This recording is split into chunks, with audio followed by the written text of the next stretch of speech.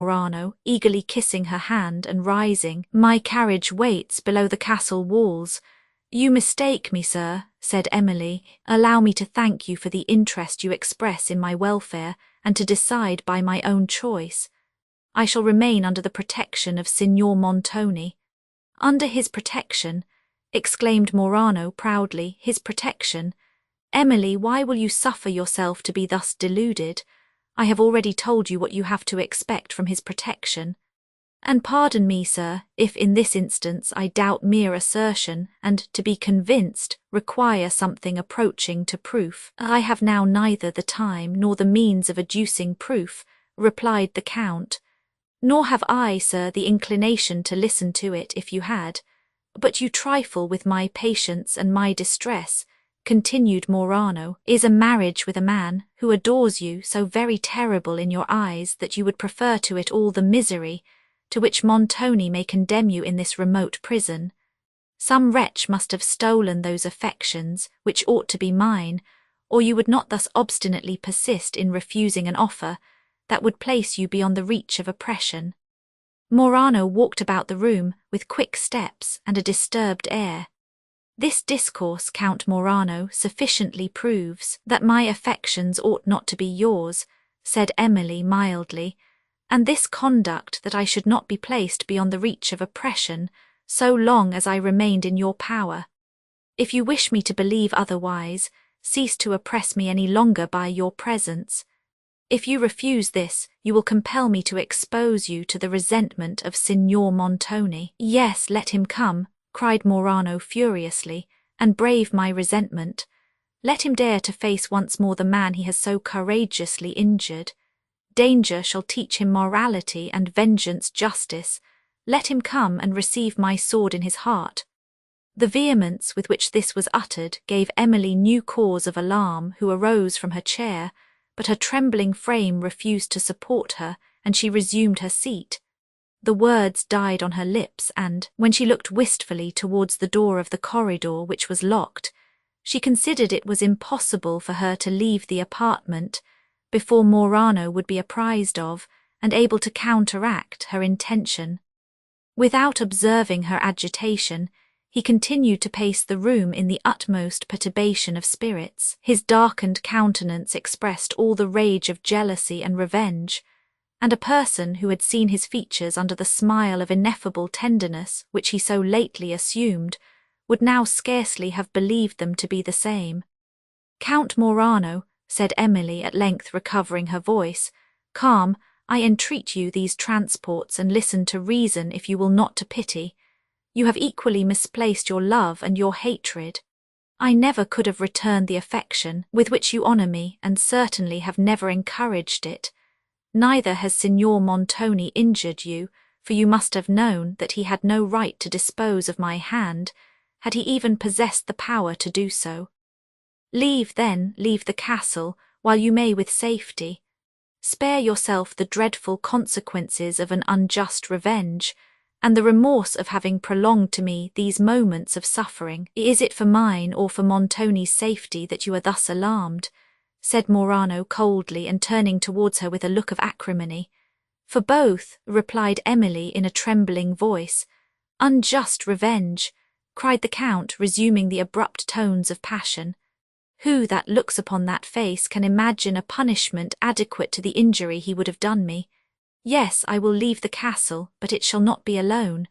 I have trifled too long. Since my prayers and my sufferings cannot prevail, force shall. I have people in waiting who shall convey you to my carriage.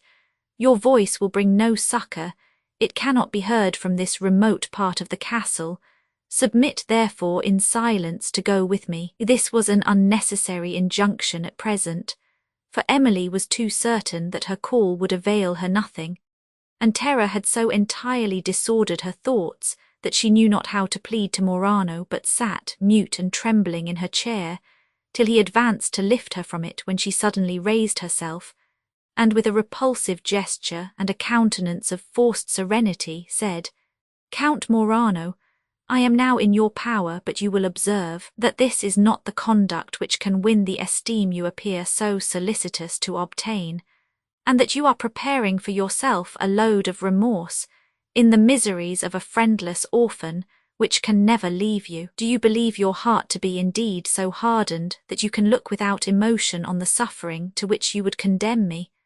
Emily was interrupted by the growling of the dog, who now came again from the bed, and Morano looked towards the door of the staircase, where no person appearing, he called aloud, "Cesario."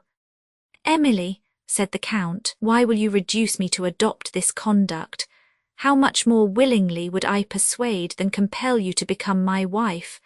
But by heaven, I will not leave you to be sold by Montoni.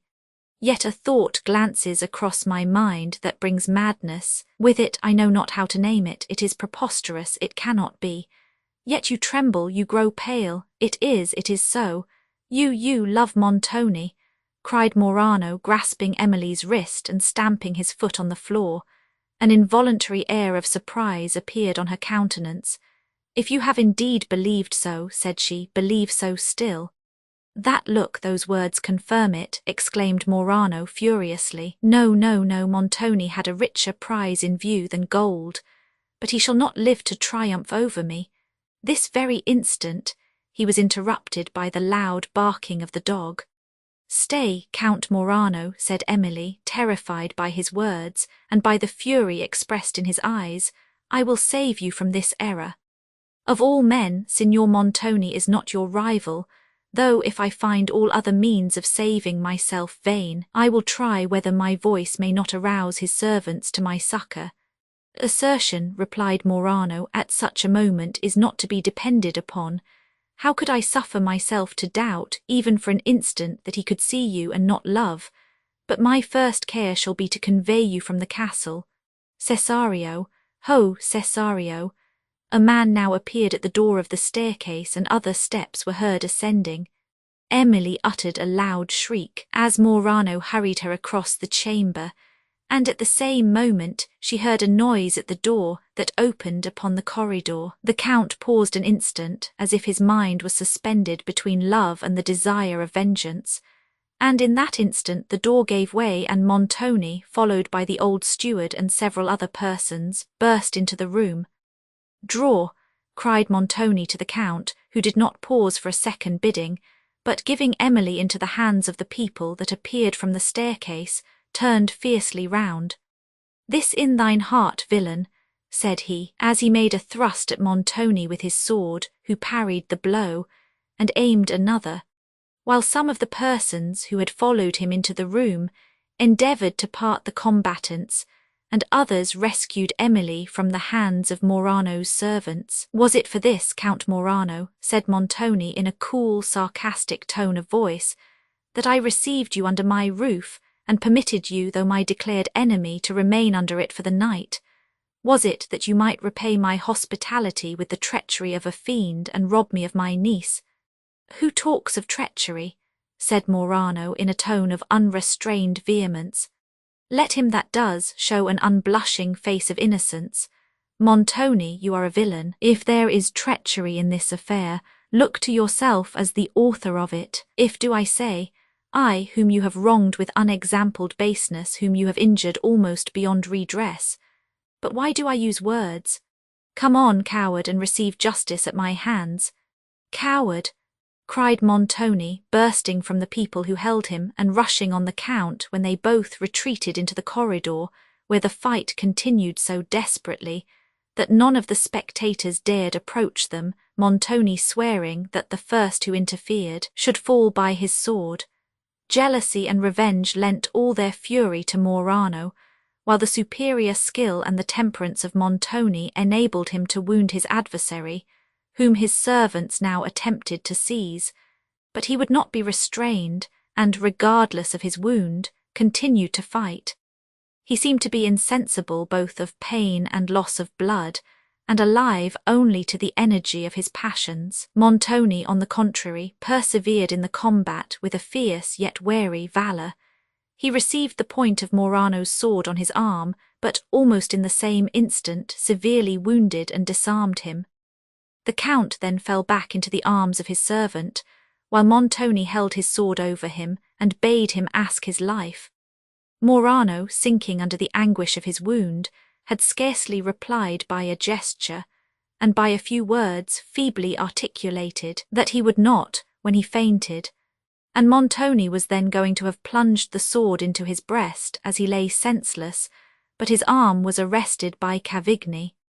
To the interruption he yielded without much difficulty, but his complexion changed almost to blackness as he looked upon his fallen adversary, and ordered that he should be carried instantly from the castle. In the meantime, Emily, who had been withheld from leaving the chamber during the affray, now came forward into the corridor, and pleaded a cause of common humanity, with the feelings of the warmest benevolence, when she entreated Montoni to allow Morano the assistance in the castle, which his situation required. But Montoni, who had seldom listened to pity, now seemed rapacious of vengeance, and with a monster's cruelty again ordered his defeated enemy to be taken from the castle in his present state, though there were only the woods or a solitary neighbouring cottage to shelter him from the night. The Count's servants having declared that they would not move him till he revived, Montoni stood inactive, Cavigni remonstrating, and Emily, superior to Montoni's menaces, giving water to Morano and directing the attendants to bind up his wound. At length Montoni had leisure to feel pain from his own hurt, and he withdrew to examine it. The Count, meanwhile, having slowly recovered, the first object he saw on raising his eyes was Emily, bending over him with a countenance strongly expressive of solicitude. He surveyed her with a look of anguish. "I have deserved this," said he, "but not from Montoni.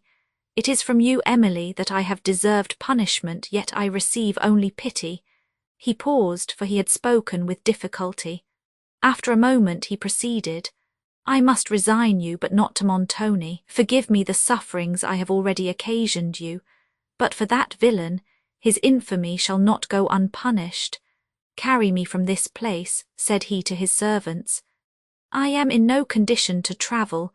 You must therefore take me to the nearest cottage, for I will not pass the night under his roof, although I may expire on the way from it." Cesario proposed to go out and enquire for a cottage that might receive his master before he attempted to remove him, but Morano was impatient to be gone. The anguish of his mind seemed to be even greater than that of his wound, and he rejected with disdain the offer of Cavigni to entreat Montoni, that he might be suffered to pass the night in the castle. Cesario was now going to call up the carriage to the great gate, but the Count forbade him. "I cannot bear the motion of a carriage," said he. "Call some others of my people, that they may assist in bearing me in their arms." At length, however, Morano submitted to reason and consented that Cesario should first prepare some cottage to receive him. Emily, now that he had recovered his senses, was about to withdraw from the corridor, when a message from Montoni commanded her to do so, and also that the Count, if he was not already gone, should quit the castle immediately. Indignation flashed from Morano's eyes and flushed his cheeks. "Tell Montoni," said he, "that I shall go when it suits my own convenience, that I quit the castle he dares to call his as I would the nest of a serpent, and that this is not the last he shall hear from me. Tell him I will not leave another murder on his conscience if I can help it." "Count Morano, do you know what you say?" said Cavigni. "Yes, signor, I know well what I say, and he will understand well what I mean. His conscience will assist his understanding on this occasion." "Count Morano," said Verezzi, who had hitherto silently observed him, "dare again to insult my friend, and I will plunge this sword in your body." "It would be an action worthy the friend of a villain," said Morano, as the strong impulse of his indignation enabled him to raise himself from the arms of his servants, but the energy was momentary, and he sunk back, exhausted by the effort. Montoni's people meanwhile held Verezzi, who seemed inclined even in this instant to execute his threat, and Cavigni, who was not so depraved as to abet the cowardly malignity of Verezzi, endeavoured to withdraw him from the corridor, and Emily, whom a compassionate interest had thus long detained, was now quitting it in new terror, when the supplicating voice of Morano arrested her, and by a feeble gesture he beckoned her to draw nearer. She advanced with timid steps, but the fainting languor of his countenance again awakened her pity and overcame her terror. "I am going from hence for ever," said he. "Perhaps I shall never see you again. I would carry with me your forgiveness, Emily, nay more, I would also carry your good wishes." "You have my forgiveness then," said Emily, "and my sincere wishes for your recovery." "And only for my recovery," said Morano with a sigh. "For your general welfare," added Emily. "Perhaps I ought to be contented with this," he resumed. "I certainly have not deserved more, but I would ask you, Emily, sometimes to think of me and, forgetting my offence, to remember only the passion which occasioned it. I would ask, alas, impossibilities, I would ask you to love me. At this moment when I am about to part with you, and that perhaps for ever, I am scarcely myself. Emily, may you never know the torture of a passion like mine. What do I say? Oh, that for me, you might be sensible of such a passion." Emily looked impatient to be gone. "I entreat you, Count, to consult your own safety," said she, "and linger here no longer. I tremble for the consequences of Signor Verezzi's passion and of Montoni's resentment should he learn that you are still here." Morano's face was overspread with a momentary crimson, his eyes sparkled, but he seemed endeavouring to conquer his emotion and replied in a calm voice, "Since you are interested for my safety, I will regard it and be gone.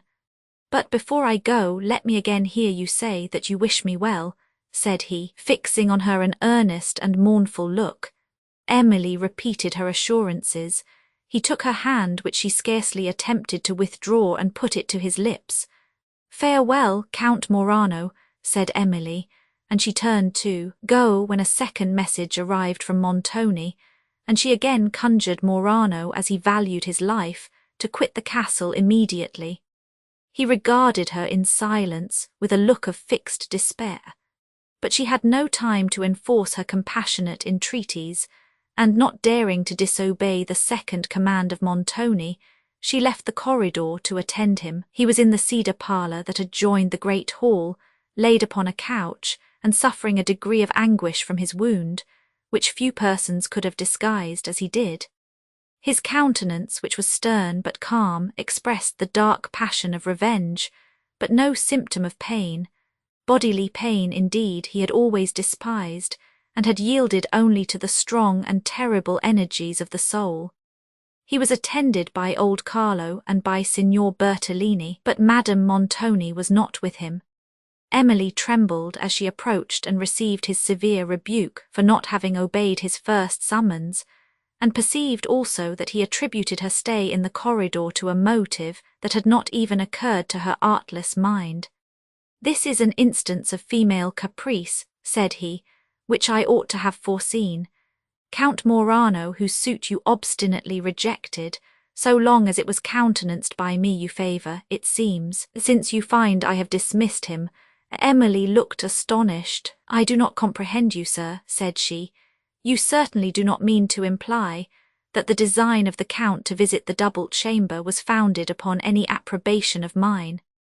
"To that I reply nothing," said Montoni. "But it must certainly be a more than common interest that made you plead so warmly in his cause, and that could detain you thus long in his presence, contrary to my express order, in the presence of a man whom you have hitherto, on all occasions, most scrupulously shunned." "I fear, sir, it was a more than common interest that detained me," said Emily calmly, "for of late I have been inclined to think that of compassion is an uncommon one. But how could you, sir, witness Count Morano's deplorable condition and not wish to relieve it?" "You add hypocrisy to caprice," said Montoni, frowning, "and an attempt at satire to both. But before you undertake to regulate the morals of other persons, you should learn and practice the virtues which are indispensable to a woman: sincerity, uniformity of conduct, and obedience." Emily, who had always endeavoured to regulate her conduct by the nicest laws, and whose mind was finely sensible, not only of what is just in morals, but of whatever is beautiful in the female character, was shocked by these words. Yet in the next moment Her heart swelled with the consciousness of having deserved praise instead of censure, and she was proudly silent. Montoni, acquainted with the delicacy of her mind, knew how keenly she would feel his rebuke, but he was a stranger to the luxury of conscious worth, and therefore did not foresee the energy of that sentiment which now repelled his satire. Turning to a servant who had lately entered the room, he asked whether Morano had quitted the castle. The man answered that his servants were then removing him on a couch to a neighbouring cottage. Montoni seemed somewhat appeased on hearing this, and, when Ludovico appeared a few moments after and said that Morano was gone, he told Emily she might retire to her apartment.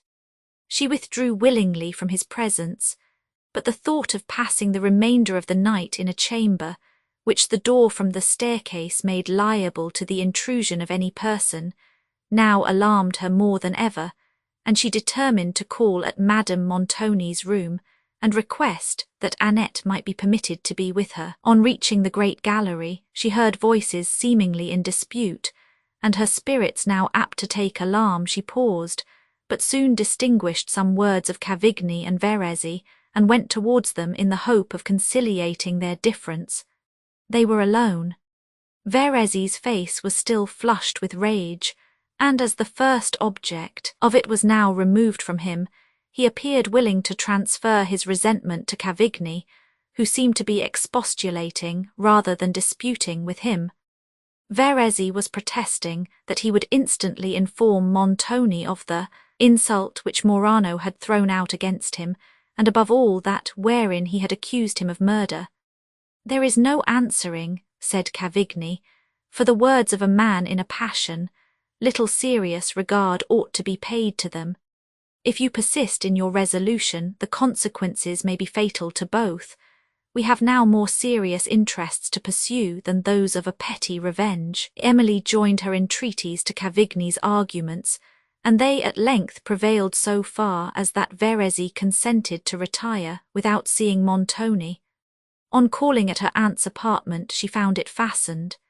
In a few minutes, however, it was opened by Madame Montoni herself.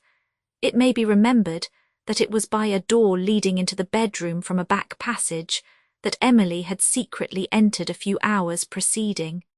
She now conjectured, by the calmness of Madame Montoni's air, that she was not apprised of the accident which had befallen her husband, and was beginning to inform her of it in the tenderest manner she could, when her aunt interrupted her by saying she was acquainted with the whole affair.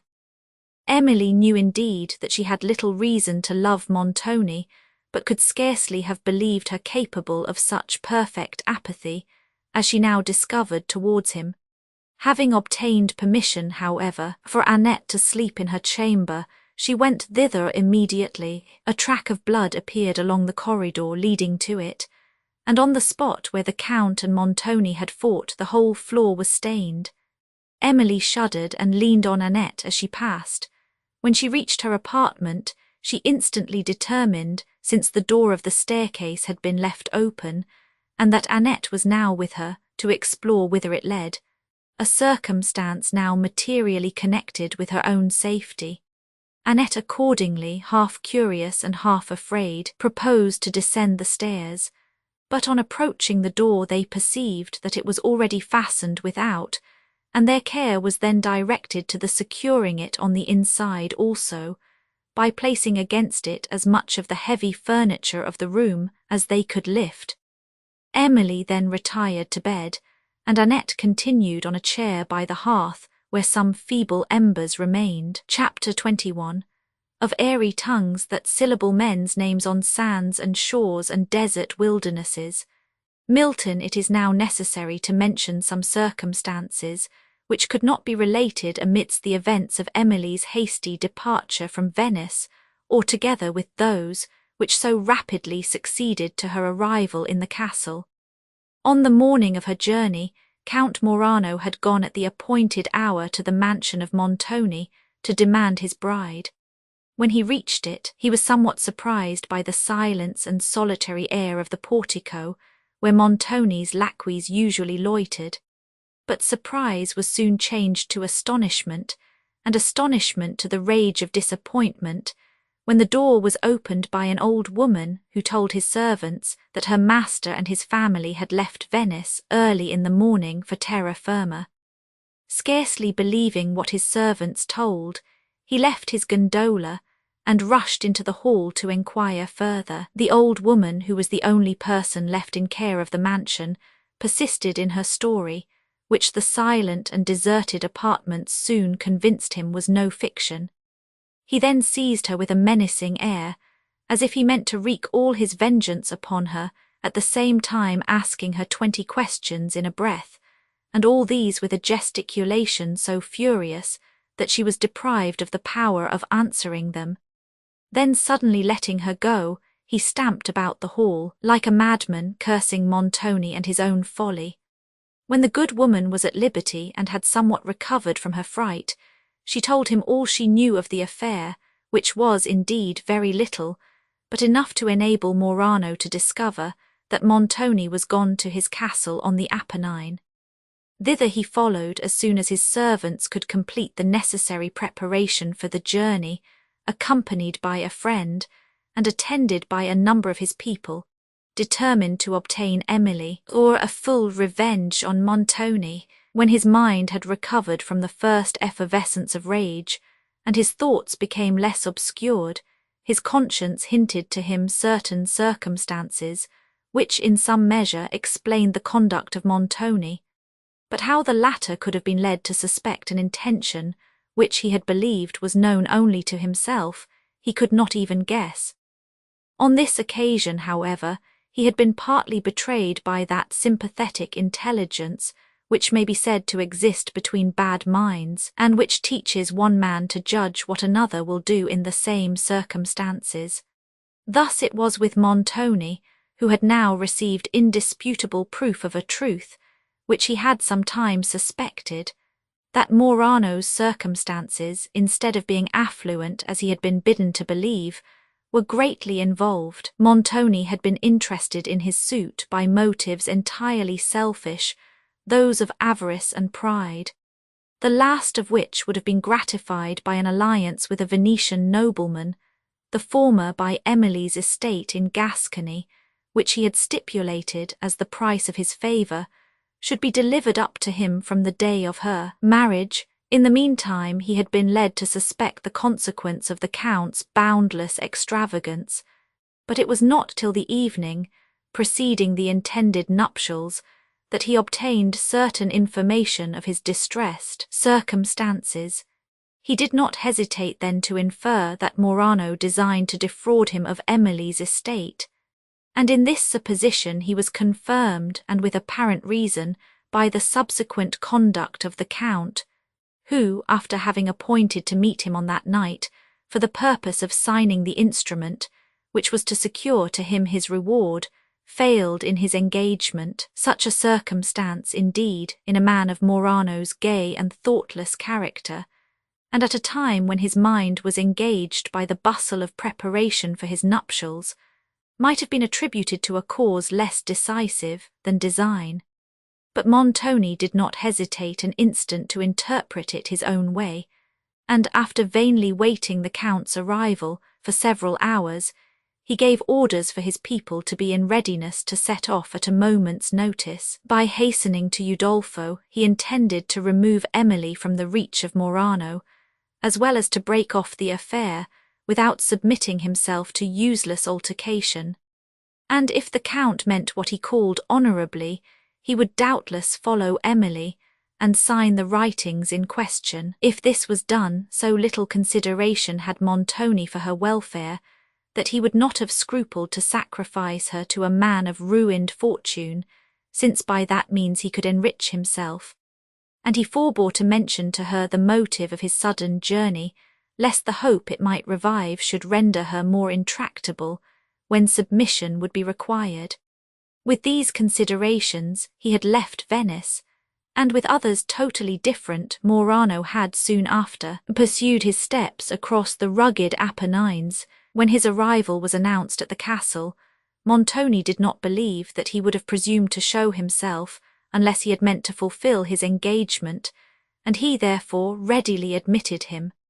But the enraged countenance and expressions of Morano as he entered the apartment instantly undeceived him, and when Montoni had explained in part the motives of his abrupt departure from Venice, the Count still persisted in demanding Emily and reproaching Montoni, without even naming the former stipulation. Montoni, at length weary of the dispute, deferred the settling of it till the morrow, and Morano retired with some hope, suggested by Montoni's apparent indecision. When, however, in the silence of his own apartment, he began to consider the past conversation, the character of Montoni, and some former instances of his duplicity, the hope, which he had admitted, vanished, and he determined not to neglect the present possibility of obtaining Emily by other means. To his confidential valet he told his design of carrying away Emily, and sent him back to Montoni's servants to find out one among them who might enable him to execute it. The choice of this person he entrusted to the fellow's own discernment, and not imprudently, for he discovered a man whom Montoni had on some former occasion treated harshly, and who was now ready to betray him. This man conducted Cesario round the castle through a private passage to the staircase that led to Emily's chamber, then showed him a short way out of the building, and afterwards procured him the keys that would secure his retreat. The man was well rewarded for his trouble.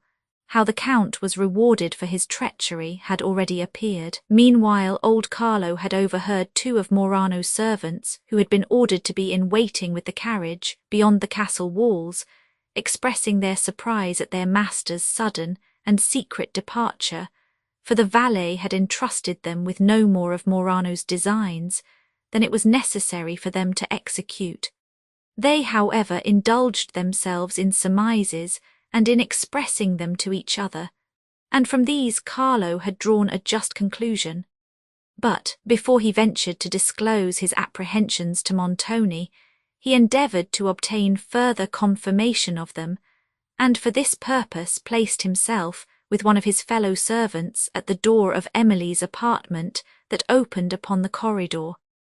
He did not watch long in vain, though the growling of the dog had once nearly betrayed him. When he was convinced that Morano was in the room and had listened long enough to his conversation to understand his scheme, he immediately alarmed Montoni, and thus rescued Emily from the designs of the Count. Montoni on the following morning appeared as usual, except that he wore his wounded arm in a sling. He went out upon the ramparts, overlooked the men employed in repairing them, gave orders for additional workmen, and then came into the castle to give audience to several persons who were just arrived and who were shown into a private apartment where he communicated with them for near an hour. Carlo was then summoned and ordered to conduct the strangers to a part of the castle which in former times had been occupied by the upper servants of the family, and to provide them with every necessary refreshment. When he had done this, he was bidden to return to his master. Meanwhile, the Count remained in a cottage in the skirts of the woods below, suffering under bodily and mental pain, and meditating deep revenge against Montoni.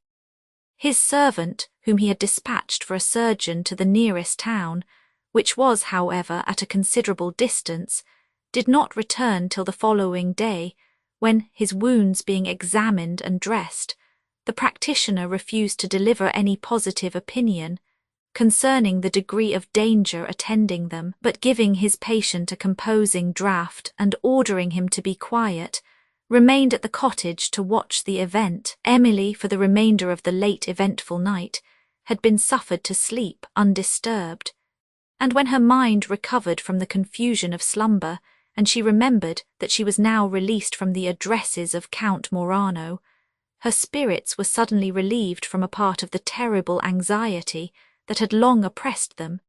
That which remained arose chiefly from a recollection of Morano's assertions concerning the schemes of Montoni.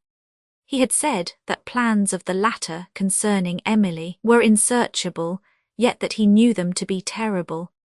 At the time he uttered this, She almost believed it to be designed for the purpose of prevailing with her to throw herself into his protection, and she still thought it might be chiefly so accounted for, but his assertions had left an impression on her mind, which a consideration of the character and former conduct of Montoni did not contribute to efface. She, however, checked her propensity to anticipate evil, and determined to enjoy this respite from actual misfortune, tried to dismiss thought, took her instruments for drawing and placed herself at a window, to select into a landscape some features of the scenery without. As she was thus employed, she saw, walking on the rampart below, the men who had so lately arrived at the castle. The sight of strangers surprised her, but still more of strangers such as these. There was a singularity in their dress and a certain fierceness in their air that fixed all her attention. She withdrew from the casement while they passed, but soon returned to observe them further. Their figures seemed so well suited to the wildness of the surrounding objects that, as they stood surveying the castle, she sketched them for banditti amid the mountain view of her picture, when she had finished which, she was surprised to observe the spirit of her group. But she had copied from nature. Carlo, when he had placed refreshment before these men in the apartment assigned to them, returned, as he was ordered, to Montoni, who was anxious to discover by what servant the keys of the castle had been delivered to Morano on the preceding night. But this man, though he was too faithful to his master quietly to see him injured, would not betray a fellow servant even to justice. He, therefore, pretended to be ignorant who it was that had conspired with Count Morano, and related, as before, that he had only overheard some of the strangers describing the plot. Montoni's suspicions naturally fell upon the porter whom he ordered now to attend. Carlo hesitated, and then with slow steps went to seek him. Barnardine, the porter, denied the accusation with a countenance so steady and undaunted that Montoni could scarcely believe him guilty, though he knew not how to think him innocent. At length the man was dismissed from his presence, and though the real offender escaped detection, Montoni then went to his wife's apartment, whither Emily followed soon after, but finding them in high dispute was instantly leaving the room when her aunt called her back and desired her to stay. "You shall be a witness," said she, "of my opposition. Now, sir, repeat the command I have so often refused to obey." Montoni turned with a stern countenance to Emily and bade her quit the apartment, while his wife persisted in desiring that she would stay. Emily was eager to escape from this scene of contention, and anxious also to serve her aunt, but she despaired of conciliating Montoni, in whose eyes the rising tempest of his soul flashed terribly. "Leave the room," said he, in a voice of thunder. Emily obeyed, and walking down to the rampart which the strangers had now left, continued to meditate on the unhappy marriage of her father's sister, and on her own desolate situation, occasioned by the ridiculous imprudence of her, whom she had always wished to respect and love. Madame Montoni's conduct had indeed rendered it impossible for Emily to do either, but her gentle heart was touched by her distress, and in the pity thus awakened, she forgot the injurious treatment she had received from her. As she sauntered on the rampart, Annette appeared at the hall door, looked cautiously round, and then advanced to meet her. "Dear Mademoiselle, I have been looking for you all over the castle," said she. "If you will step this way, I will show you a picture." "A picture?" exclaimed Emily, and shuddered. "Yes, ma'am, a picture of the late lady of this place. Old Carlo just now told me it was her, and I thought you would be curious to see it. As to my lady, you know, Mademoiselle, one cannot talk about such things to her." "And so," said Emily smilingly, "as you must talk of them to somebody." "Why, yes, Mademoiselle, what can one do in such a place as this if one must not talk? If I was in a dungeon, if they would let me talk, it would be some comfort, nay, I would talk if it was only to the walls. But come, Mademoiselle, we lose time, let me show you the picture." "Is it veiled?" said Emily, pausing. "Dear Mademoiselle," said Annette, fixing her eyes on Emily's face, "what makes you look so pale? Are you ill?" "No, Annette, I am well enough, but I have no desire to see this picture. Return into the hall." What, ma'am, not to see the lady of this castle? Said the girl, the lady who disappeared so strangely. Well, now I would have run to the furthest mountain we can see yonder to have got a sight of such a picture, and to speak my mind that strange story is all that makes me care about this old castle, though it makes me thrill all over, as it were, whenever I think of it. Yes, Annette, you love the wonderful, but do you know that unless you guard against this inclination it will lead you into all the misery of superstition? Annette might have smiled in her turn at this sage observation of Emily, who could tremble with ideal terrors as much as herself, and listen almost as eagerly to the recital of a mysterious story. Annette urged her request. "Are you sure it is a picture?" said Emily. "Have you seen it? Is it veiled?" "Holy Maria, ma'amselle, yes, no, yes, I am sure it is a picture. I have seen it, and it is not veiled." The tone and look of surprise with which this was uttered recalled Emily's prudence, who concealed her emotion under a smile and bade Annette lead her to the picture. It was in an obscure chamber, adjoining that part of the castle, allotted to the servants.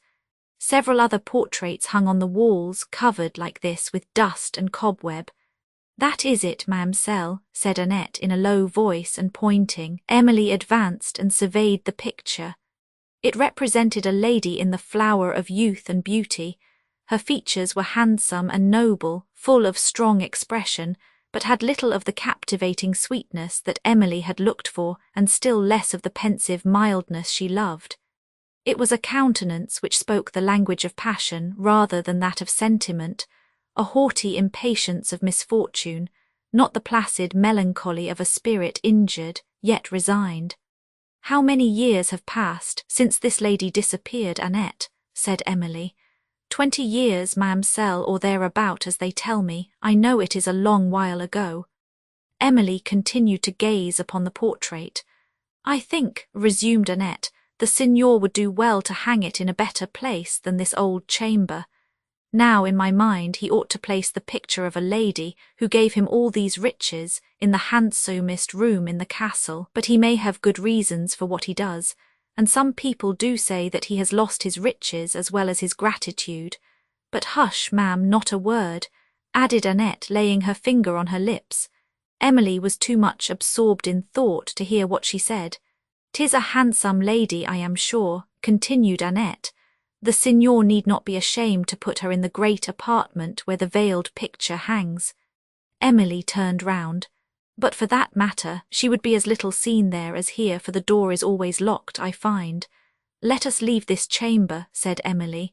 "And let me caution you again, Annette, be guarded in your conversation and never tell that you know anything of that picture."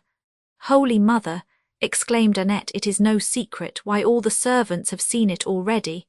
Emily started. "How is this?" said she. "Have seen it? When? How? Dear ma'amselle, there is nothing surprising in that. We had all a little more curiousness than you had. I thought you told me the door was kept locked," said Emily. "If that was the case, ma'amselle," replied Annette, looking about her, "how could we get here?" "Oh, you mean this picture," said Emily with returning calmness. "Well, Annette, here is nothing more to engage my attention. We will go." Emily, as she passed to her own apartment, saw Montoni go down to the hall, and she turned into her aunt's dressing-room, whom she found weeping and alone, grief and resentment struggling on her countenance. Pride had hitherto restrained complaint. Judging of Emily's disposition from her own, and from a consciousness of what her treatment of her deserved, she had believed that her griefs would be cause of triumph to her niece, rather than of sympathy, that she would despise, not pity her. But she knew not the tenderness and benevolence of Emily's heart, that had always taught her to forget her own injuries in the misfortunes of her enemy. The sufferings of others, whoever they might be, called forth her ready compassion, which dissipated at once every obscuring cloud to goodness, that passion or prejudice might have raised in her mind. Madame Montoni's sufferings at length rose above her pride, and when Emily had before entered the room she would have told them all, had not her husband prevented her. Now that she was no longer restrained by his presence, she poured forth all her complaints to her niece. "Oh, Emily," she exclaimed, I am the most wretched of women, I am indeed cruelly treated. Who, with my prospects of happiness, could have foreseen such a wretched fate as this? Who could have thought, when I married such a man as the Signor, I should ever have to bewail my lot? But there is no judging what is for the best, there is no knowing what is for our good. The most flattering prospects often change, the best judgments may be deceived. Who could have foreseen, when I married the Signor, that I should ever repent my generosity? Emily thought she might have foreseen it, but this was not a thought of triumph. She placed herself in a chair near her aunt, took her hand, and with one of those looks of soft compassion which might characterize the countenance of a guardian angel, spoke to her in the tenderest accents. But these did not soothe Madame Montoni, whom impatience to talk made unwilling to listen. She wanted to complain, not to be consoled, and it was by exclamations of complaint only that Emily learned the particular circumstances of her affliction. "Ungrateful man," said Madame Montoni, "he has deceived me in every respect, and now he has taken me from my country and friends to shut me up in this old castle, and here he thinks he can compel me to do whatever he designs. But he shall find himself mistaken, he shall find that no threats can alter, but who would have believed? Who would have supposed that a man of his family and apparent wealth had absolutely no fortune? No, scarcely a sequin of his own. I did all for the best. I thought he was a man of consequence, of great property, or I am sure I would never have married him. Ungrateful, artful man." She paused to take breath. "Dear madam, be composed," said Emily. "The Signor may not be so rich as you had reason to expect, but surely he cannot be very poor. Since this castle and the mansion at Venice are his, may I ask what are the circumstances that particularly affect you?" "What are the circumstances?" exclaimed Madame Montoni with resentment. "Why is it not sufficient that he had long ago ruined his own fortune by play, and that he has since lost what I brought him, and that now he would compel me to sign away my settlement? It was well I had the chief of my property settled on myself. That he may lose this also, or throw it away in wild schemes, which nobody can understand but himself, and is not all this sufficient?" "It is, indeed," said Emily, "but you must recollect, dear madam, that I knew nothing of all this." "Well, and is it not sufficient," rejoined her aunt, "that he is also absolutely ruined, that he is sunk deeply in debt, and that neither this castle nor the mansion at Venice is his own if all his debts, honourable and dishonourable, were paid?"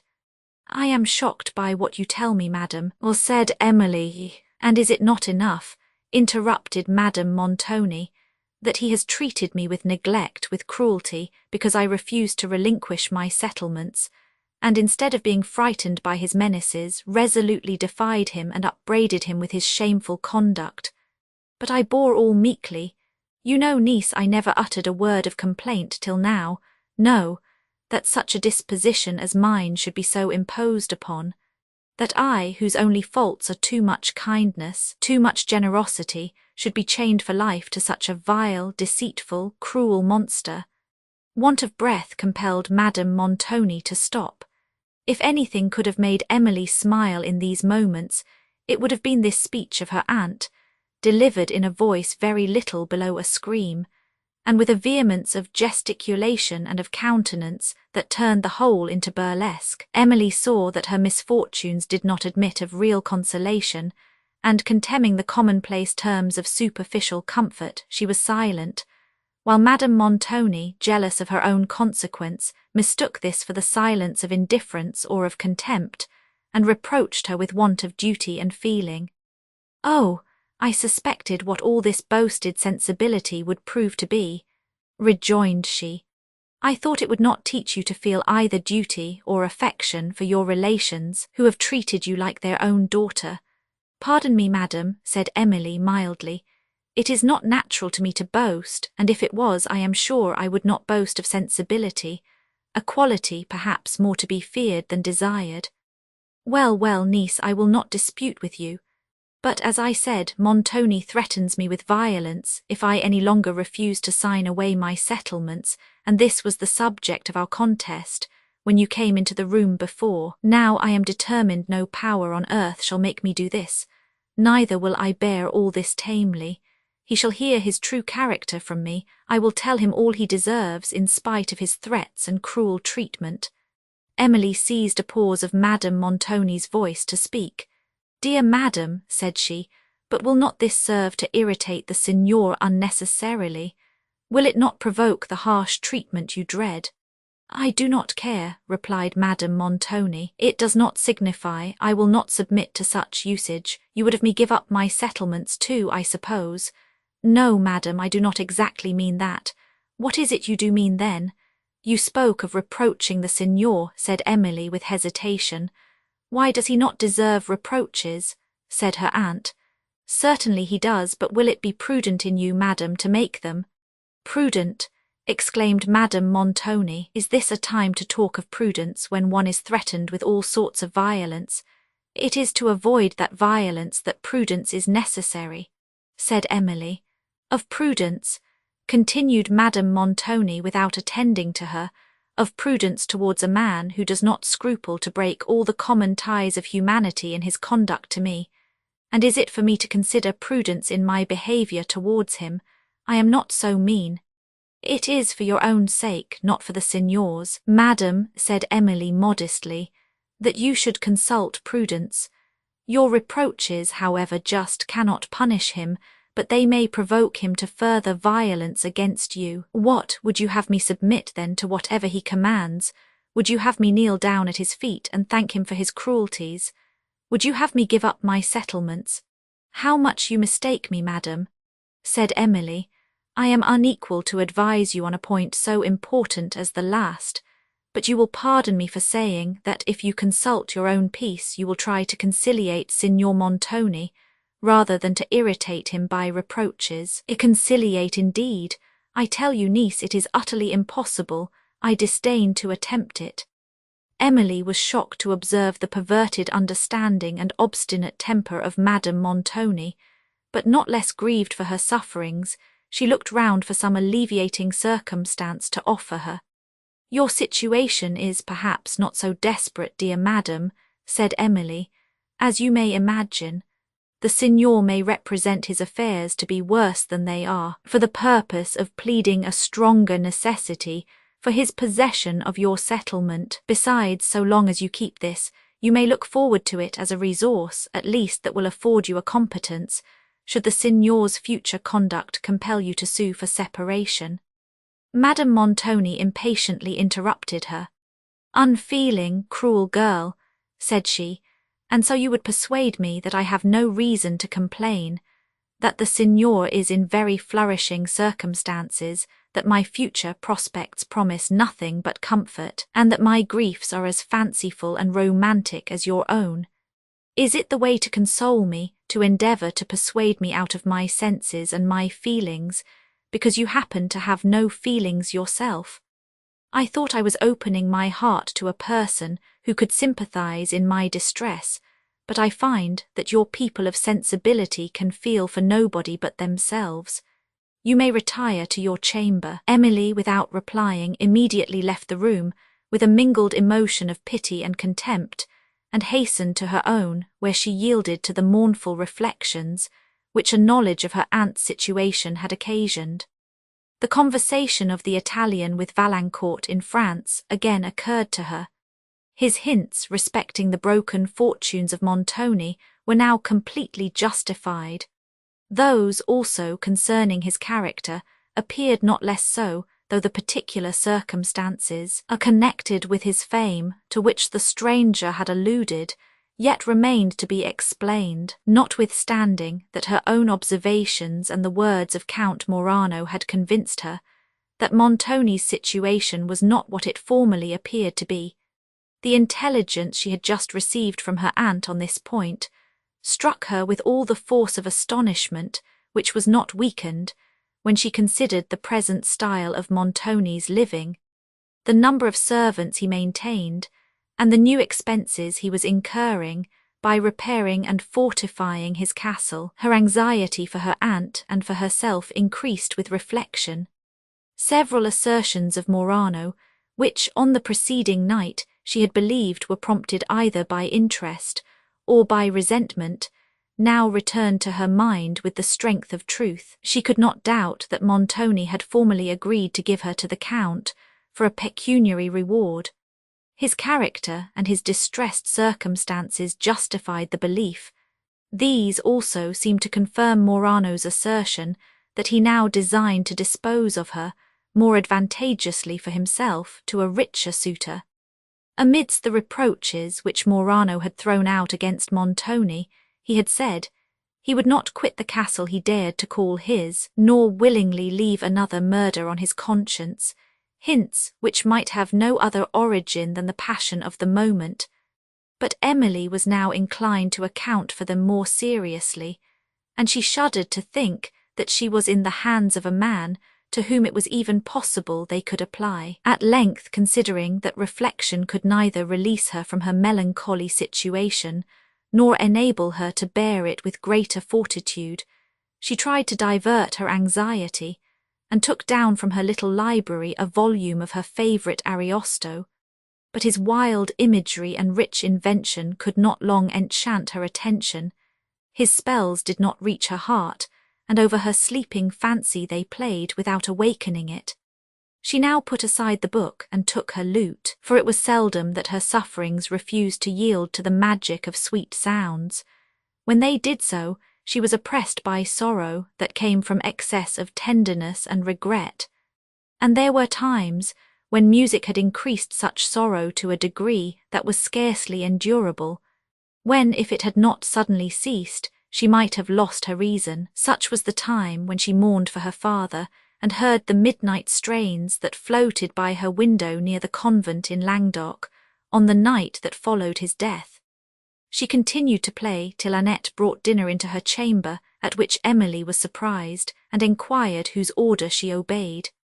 "My lady's, ma'amselle," replied Annette. "The signor ordered her dinner to be carried to her own apartment, and so she has sent you yours.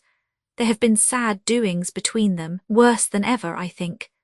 Emily, not appearing to notice what she said, sat down to the little table that was spread for her, but Annette was not to be silenced thus easily. While she waited, she told of the arrival of the men whom Emily had observed on the ramparts, and expressed much surprise at their strange appearance, as well as at the manner in which they had been attended by Montoni's order. "Do they dine with the signor then?" said Emily. "No, ma'amselle, they dined long ago in an apartment at the north end of the castle, but I know not when they are to go, for the signor told old Carlo to see them provided with everything necessary. They have been walking all about the castle, and asking questions of the workmen on the ramparts. I never saw such strange-looking men in my life. I am frightened whenever I see them." Emily inquired if she had heard of Count Morano, and whether he was likely to recover, but Annette only knew that he was lodged in a cottage in the wood below, and that everybody said he must die. Emily's countenance discovered her emotion. "Dear ma'amselle," said Annette, "to see how young ladies will disguise themselves when they are in love. I thought you hated the Count, or I am sure I would not have told you, and I am sure you have cause enough to hate him." "I hope I hate nobody," replied Emily, trying to smile, "but certainly I do not love Count Morano. I should be shocked to hear of any person dying by violent means." "Yes, ma'amselle, but it is his own fault." Emily looked displeased, and Annette, mistaking the cause of her displeasure, immediately began to excuse the Count in her way. "To be sure, it was very ungenteel behaviour," said she, "to break into a lady's room, and then, when he found his discoursing was not agreeable to her, to refuse to go. And then, when the gentleman of the castle comes to desire him to walk about his business, to turn round and draw his sword and swear he'll run him through the body. To be sure, it was very ungenteel behaviour, but then he was disguised in love, and so did not know what he was about."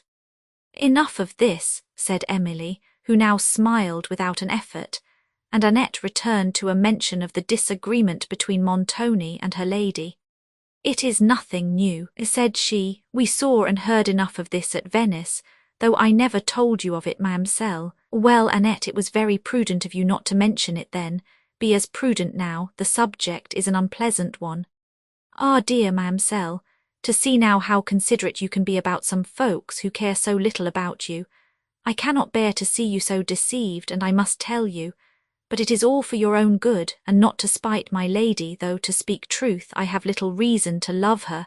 But you are not speaking thus of my aunt, I hope, Annette, said Emily gravely. Yes, ma'amselle, but I am, though, and if you knew as much as I do, you would not look so angry. I have often and often heard the signor and her talking over your marriage with the count, and she always advised him never to give up to your foolish whims, as she was pleased to call them, but to be resolute, and compel you to be obedient, whether you would or no. And I am sure my heart has ached 1,000 times, and I have thought when she was so unhappy herself, she might have felt a little for other people, and— I thank you for your pity, Annette, said Emily, interrupting her. But my aunt was unhappy then, and that disturbed her temper perhaps, or I am sure you may take away, Annette, I have done. Dear ma'amselle, you have eat nothing at all. Do try and take a little bit more. Disturbed her temper truly. Why, her temper is always disturbed, I think. And at Thoulouse I have heard my lady talking of you and Mons. Valancourt to Madame Merveille and Madame Vaison, often and often, in a very ill-natured way, as I thought, telling them what a deal of trouble she had to keep you in order, and what a fatigue and distress it was to her, and that she believed you would run away with Mons, Valancourt, if she was not to watch you closely, and that you connived at his coming about the house at night, and— Good God! exclaimed Emily, blushing deeply, it is surely impossible my aunt could thus have represented me. Indeed, ma'am, I say nothing more than the truth, and not all of that. But I thought myself she might have found something better to discourse about than the faults of her own niece, even if you had been in fault, ma'amselle, but I did not believe a word of what she said. But my lady does not care what she says against anybody for that matter. However that may be, Annette, interrupted Emily, recovering her composure, it does not become you to speak of the faults of my aunt to me. I know you have meant well, but say no more. I have quite dined. Annette blushed, looked down, and then began slowly to clear the table. Is this, then, the reward of my ingenuousness? Said Emily when she was alone. The treatment I am to receive from a relation, an aunt, who ought to have been the guardian, not the slanderer of my reputation, who, as a woman, ought to have respected the delicacy of female honour, and as a relation should have protected mine. But to utter falsehoods on so nice a subject, to repay the openness, and I may say with honest pride the propriety of my conduct, with slanders, required a depravity of heart such as I could scarcely have believed existed, such as I weep to find in a relation. Oh, what a contrast does her character present to that of my beloved father! While envy and low cunning form the chief traits of hers, his was distinguished by benevolence and philosophic wisdom. But now, let me only remember, if possible, that she is unfortunate. Emily threw her veil over her, and went down to walk upon the ramparts, the only walk, indeed, which was open to her, though she often wished that she might be permitted to ramble among the woods below, and still more, that she might sometimes explore the sublime scenes of the surrounding country. But as Montoni would not suffer her to pass the gates of the castle, she tried to be contented with the romantic views she beheld from the walls. The peasants who had been employed on the fortifications had left their work, and the ramparts were silent and solitary. Their lonely appearance, together with the gloom of a lowering sky, assisted the musings of her mind, and threw over it a kind of melancholy tranquillity, such as she often loved to indulge. She turned to observe a fine effect of the sun, as his rays, suddenly streaming from behind a heavy cloud, lighted up the west towers of the castle, while the rest of the edifice was in deep shade, except that through a lofty Gothic arch, adjoining the tower which led to another terrace, the beams darted in full splendour, and showed the 3 strangers she had observed in the morning. Perceiving them, she started, and a momentary fear came over her, as she looked up the long rampart and saw no other persons. While she hesitated, they approached. The gate at the end of the terrace whither they were advancing, she knew, was always locked, and she could not depart by the opposite extremity without meeting them. But before she passed them, she hastily drew a thin veil over her face, which did indeed but ill conceal her beauty. They looked earnestly at her, and spoke to each other in bad Italian, of which she caught only a few words. But the fierceness of their countenances, now that she was near enough to discriminate them, struck her yet more than the wild singularity of their air and dress had formerly done. It was the countenance and figure of him who walked between the other two that chiefly seized her attention, which expressed a sullen haughtiness and a kind of dark, watchful villainy that gave a thrill of horror to her heart. All this was so legibly written on his features as to be seen by a single glance, for she passed the group swiftly, and her timid eyes scarcely rested on them a moment. Having reached the terrace, she stopped, and perceived the strangers standing in the shadow of one of the turrets, gazing after her, and seemingly, by their action, in earnest conversation. She immediately left the rampart and retired to her apartment. In the evening Montoni sat late, carousing with his guests in the cedar chamber. His recent triumph over Count Morano, or perhaps some other circumstance, contributed to elevate his spirits to an unusual height. He filled the goblet often and gave a loose to merriment and talk. The gaiety of Cavigni, on the contrary, was somewhat clouded by anxiety. He kept a watchful eye upon Verezzi, whom, with the utmost difficulty, he had hitherto restrained from exasperating Montoni further against Morano by a mention of his late taunting words. One of the company exultingly recurred to the event of the preceding evening. Verezzi's eyes sparkled. The mention of Morano led to that of Emily, of whom they were all profuse in the praise, except Montoni, who sat silent, and then interrupted the subject. When the servants had withdrawn, Montoni and his friends entered into close conversation, which was sometimes checked by the irascible temper of Verezzi, but in which Montoni displayed his conscious superiority by that decisive look and manner which always accompanied the vigour of his thought, and to which most of his companions submitted as to a power that they had no right to question, though of each other's self-importance they were jealously scrupulous.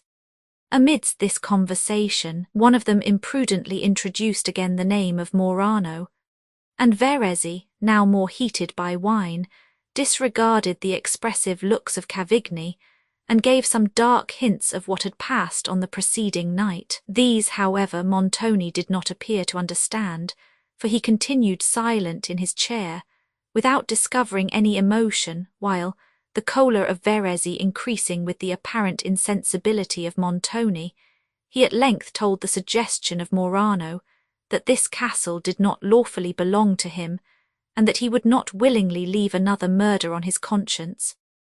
"Am I to be insulted at my own table and by my own friends?" said Montoni, with a countenance pale in anger. "Why are the words of that madman repeated to me?" Verezzi, who had expected to hear Montoni's indignation poured forth against Morano, and answered by thanks to himself, looked with astonishment at Cavigni, who enjoyed his confusion. "Can you be weak enough to credit the assertions of a madman?" rejoined Montoni, "or, what is the same thing, a man possessed by the spirit of vengeance? But he has succeeded too well, you believe what he said." "Signor," said Verezzi, "we believe only what we know." "How?" interrupted Montoni sternly. "Produce your proof." "We believe only what we know," repeated Verezzi, "and we know nothing of what Morano asserts." Montoni seemed to recover himself. "I am hasty, my friends," said he. "With respect to my honour, no man shall question it with impunity. You did not mean to question it. These foolish words are not worth your remembrance or my resentment. Verezzi, here is to your first exploit." "Success to your first exploit," re-echoed the whole company. "Noble signor," replied Verezzi, glad to find he had escaped Montoni's resentment, "with my good will you shall build your ramparts of gold." "Pass the goblet," cried Montoni. We will drink to Signora St. Aubert, said Cavigni. By your leave we will first drink to the lady of the castle, said Bertolini. Montoni was silent. To the lady of the castle, said his guests. He bowed his head. It much surprises me, signor, said Bertolini, that you have so long neglected this castle. It is a noble edifice. It suits our purpose, replied Montoni, and is a noble edifice. You know not, it seems, by what mischance it came to me. It was a lucky mischance, be it what it may, signor, replied Bertolini, smiling. I would that one so lucky had befallen me. Montoni looked gravely at him. If you will attend to what I say, he resumed, you shall hear the story. The countenances of Bertolini and Verezzi expressed something more than curiosity. Cavigni, who seemed to feel none, had probably heard the relation before. It is now near 20 years, said Montoni, since this castle came into my possession. I inherit it by the female line. The lady, my predecessor, was only distantly related to me. I am the last of her family. She was beautiful and rich. I wooed her, but her heart was fixed upon another, and she rejected me. It is probable, however, that she was herself rejected of the person, whoever he might be, on whom she bestowed her favour, for a deep and settled melancholy took possession of her, and I have reason to believe she put a period to her own life. I was not at the castle at the time, but as there are some singular and mysterious circumstances attending that event, I shall repeat them. Repeat them, said a voice. Montoni was silent. The guests looked at each other to know who spoke, but they perceived that each was making the same enquiry. Montoni at length recovered himself. We are overheard, said he. We will finish this subject another time. Pass the goblet. The cavaliers looked round the wide chamber. Here is no person but ourselves, said Verezzi. Pray, signor, proceed. Did you hear anything? Said Montoni. We did, said Bertolini. It could be only fancy, said Verezzi, looking round again. We see no person besides ourselves, and the sound I thought I heard seemed within the room. Pray, signor, go on. Montoni paused a moment, and then proceeded in a lowered voice while the cavaliers drew nearer to attend. Ye are to know, signors, that the Lady Laurentini had for some months shown symptoms of a dejected mind, nay, of a disturbed imagination. Her mood was very unequal. Sometimes she was sunk in calm melancholy, and at others, as I have been told, she betrayed all the symptoms of frantic madness.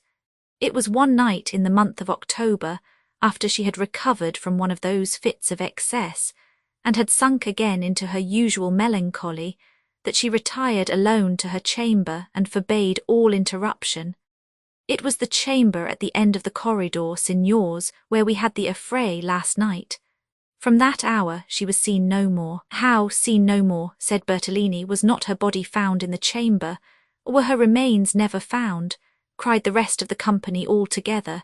Never, replied Montoni. What reasons were there to suppose she destroyed herself then? Said Bertolini. Ay, what reasons? Said Verezzi. How happened it that her remains were never found? Although she killed herself, she could not bury herself. Montoni looked indignantly at Verezzi, who began to apologize. Your pardon, signor, said he.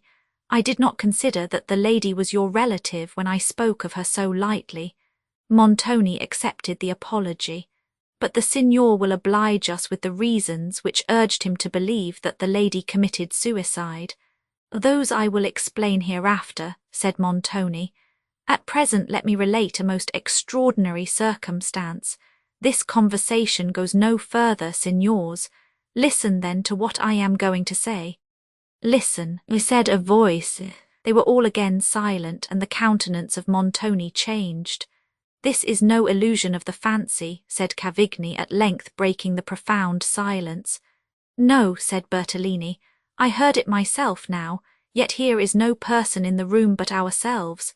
This is very extraordinary, said Montoni, suddenly rising. This is not to be borne. Here is some deception, some trick. I will know what it means.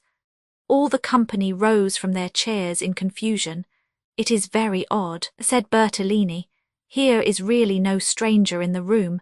If it is a trick, signor, you will do well to punish the author of it severely. A trick, what else can it be? Said Cavigni, affecting a laugh. The servants were now summoned and the chamber was searched, but no person was found. The surprise and consternation of the company increased. Montoni was discomposed. "We will leave this room," said he, "and the subject of our conversation also, it is too solemn." His guests were equally ready to quit the apartment, but the subject had roused their curiosity, and they entreated Montoni to withdraw to another chamber and finish it. No entreaties could, however, prevail with him. Notwithstanding his efforts to appear at ease, he was visibly and greatly disordered. "Why, signor, you are not superstitious?" cried Verezzi jeeringly. "You who have so often laughed at the credulity of others." "I am not superstitious," replied Montoni, regarding him with stern displeasure, "though I know how to despise the commonplace sentences which are frequently uttered against superstition. I will inquire further into this affair." He then left the room, and his guests, separating for the night, retired to their respective apartments. Chapter 22. He wears the rose of youth upon his cheek. Shakespeare, we now return to Valancourt, who, it may be remembered, remained at Thoulouse some time after the departure of Emily, restless and miserable. Each morrow that approached he designed should carry him from thence, yet tomorrow and tomorrow came, and still saw him lingering in the scene of his former happiness. He could not immediately tear himself from the spot where he had been accustomed to converse with Emily, or from the objects they had viewed together, which appeared to him memorials of her affection, as well as a kind of surety for its faithfulness. And next to the pain of bidding her adieu was that of leaving the scenes which so powerfully awakened her image. Sometimes he had bribed a servant, who had been left in the care of Madame Montoni's chateau, to permit him to visit the gardens, and there he would wander for hours together, wrapped in a melancholy not unpleasing. The terrace and the pavilion at the end of it, where he had taken leave of Emily on the eve of her departure from Thoulouse, were his most favourite haunts. There, as he walked or leaned from the window of the building, he would endeavour to recollect all she had said on that night, to catch the tones of her voice as they faintly vibrated on his memory, and to remember the exact expression of her countenance, which sometimes came suddenly to his fancy like a vision, that beautiful countenance which awakened, as by instantaneous magic, all the tenderness of his heart, and seemed to tell with irresistible eloquence that he had lost her for ever. At these moments his hurried steps would have discovered to a spectator the despair of his heart. The character of Montoni, such as he had received from hints, and such as his fears represented it, would rise to his view, together with all the dangers it seemed to threaten to Emily and to his love. He blamed himself that he had not urged these more forcibly to her, while it might have been in his power to detain her, and that he had suffered an absurd and criminal delicacy, as he termed it, to conquer so soon the reasonable arguments he had opposed to this journey. Any evil that might have attended their marriage seemed so inferior to those which now threatened their love, or even to the sufferings that absence occasioned, that he wondered how he could have ceased to urge his suit till he had convinced her of its propriety, and he would certainly now have followed her to Italy if he could have been spared from his regiment for so long a journey. His regiment, indeed, soon reminded him that he had other duties to attend than those of love. A short time after his arrival at his brother's house, he was summoned to join his brother officers, and he accompanied a battalion to Paris, where a scene of novelty and gaiety opened upon him, such as till then he had only a faint idea of. But gaiety disgusted and company fatigued his sick mind, and he became an object of unceasing raillery to his companions, from whom, whenever he could steal an opportunity, he escaped to think of Emily. The scenes around him, however, and the company with whom he was obliged to mingle, engaged his attention, though they failed to amuse his fancy, and thus gradually weakened the habit of yielding to lamentation, till it appeared less a duty to his love to indulge it. Among his brother officers were many, who added to the ordinary character of a French soldier's gaiety some of those fascinating qualities which too frequently throw a veil over folly, and sometimes even soften the features of vice into smiles. To these men the reserved and thoughtful manners of Valancourt were a kind of tacit censure on their own, for which they rallied him when present, and plotted against him when absent. They gloried in the thought of reducing him to their own level, and, considering it to be a spirited frolic, determined to accomplish it. Valancourt was a stranger to the gradual progress of scheme and intrigue, against which he could not be on his guard. He had not been accustomed to receive ridicule, and he could ill endure its sting. He resented it, and this only drew upon him a louder laugh.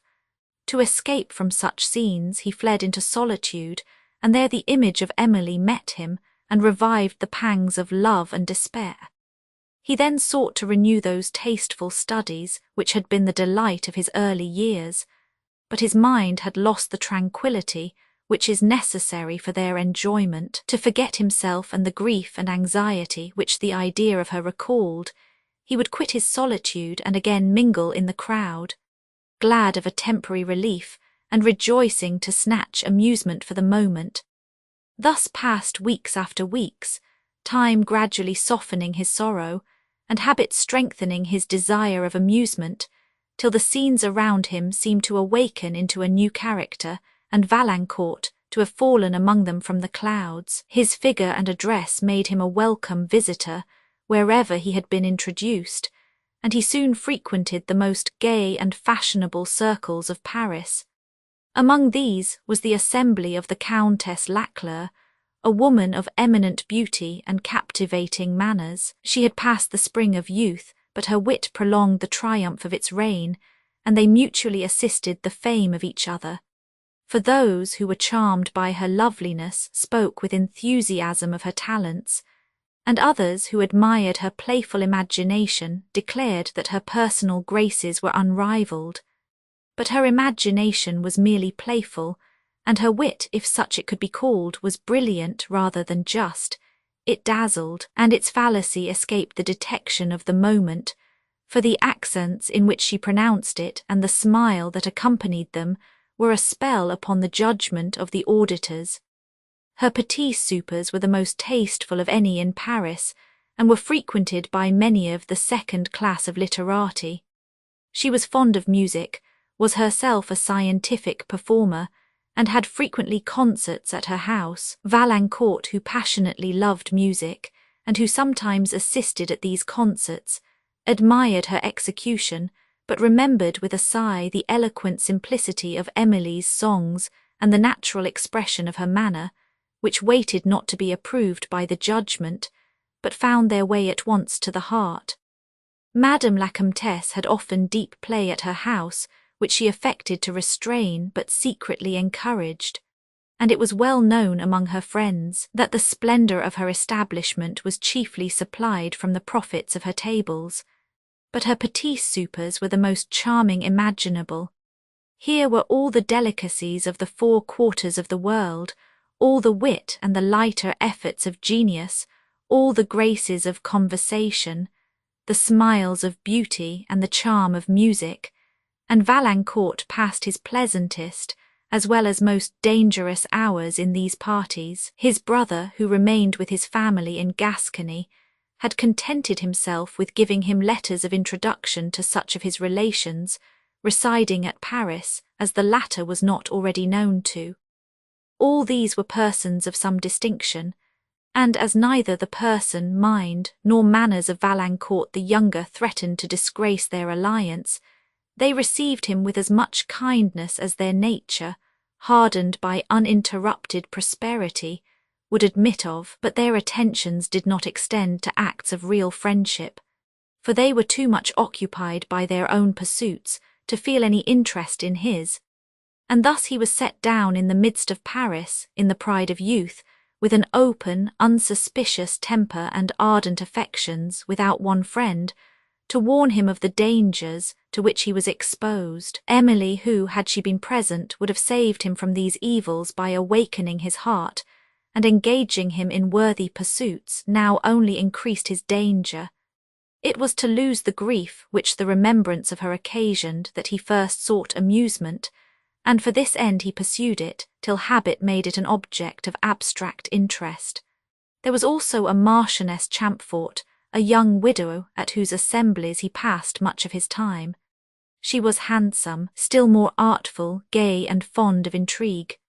The society which she drew round her was less elegant and more vicious than that of the Countess Lacleur, but as she had address enough to throw a veil, though but a slight one, over the worst part of her character, she was still visited by many persons of what is called distinction. Valancourt was introduced to her parties by two of his brother officers, whose late ridicule he had now forgiven so far that he could sometimes join in the laugh, which a mention of his former manners would renew. The gaiety of the most splendid court in Europe, the magnificence of the palaces, entertainments, and equipages that surrounded him, all conspired to dazzle his imagination and reanimate his spirits, and the example and maxims of his military associates to delude his mind. Emily's image, indeed, still lived there, but it was no longer the friend, the monitor, that saved him from himself, and to which he retired to weep the sweet yet melancholy tears of tenderness.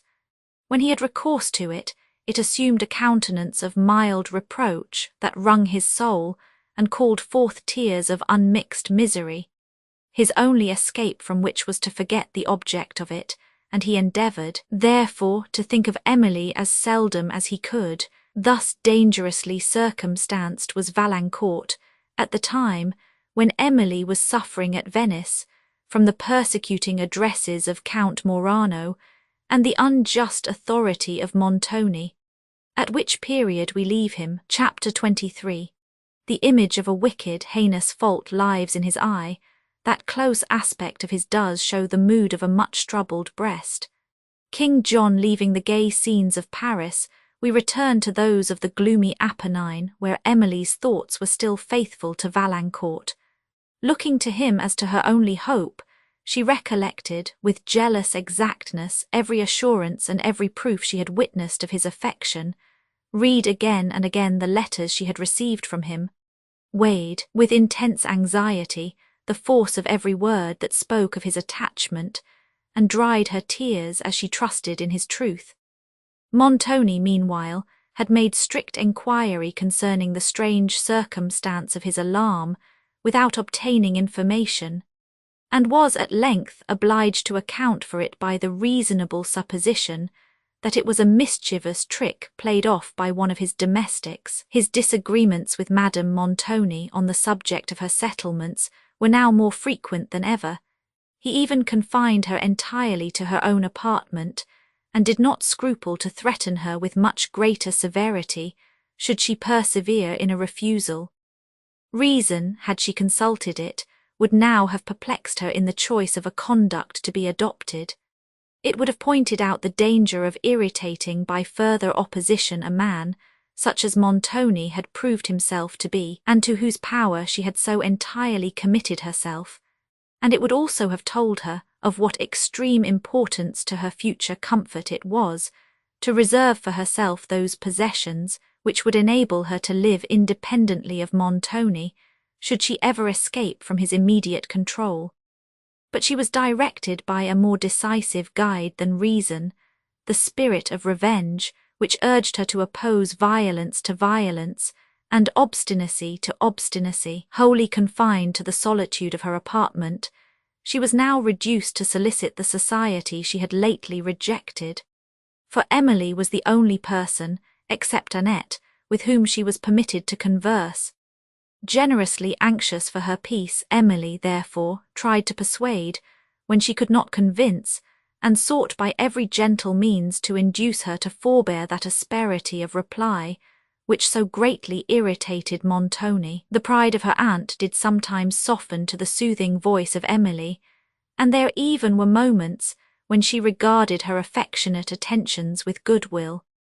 The scenes of terrible contention, to which Emily was frequently compelled to be witness, exhausted her spirits more than any circumstances that had occurred since her departure from Thoulouse. The gentleness and goodness of her parents, together with the scenes of her early happiness, often stole on her mind like the visions of a higher world, while the characters and circumstances now passing beneath her eye excited both terror and surprise. She could scarcely have imagined that passions so fierce and so various as those which Montoni exhibited could have been concentrated in one individual. Yet what more surprised her was that on great occasions he could bend these passions, wild as they were, to the cause of his interest, and generally could disguise in his countenance their operation on his mind. But she had seen him too often, when he had thought it unnecessary to conceal his nature, to be deceived on such occasions. Her present life appeared like the dream of a distempered imagination, or like one of those frightful fictions in which the wild genius of the poets sometimes delighted. Reflection brought only regret, and anticipation terror. How often did she wish to steal the lark's wing and mount the swiftest gale, that Languedoc and repose might once more be hers.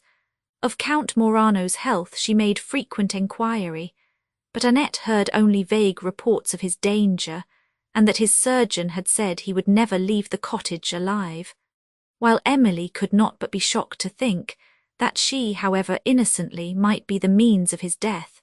And Annette, who did not fail to observe her emotion, interpreted it in her own way. But a circumstance soon occurred which entirely withdrew Annette's attention from this subject, and awakened the surprise and curiosity so natural to her. Coming one day to Emily's apartment with a countenance full of importance, "What can all this mean, ma'amselle?"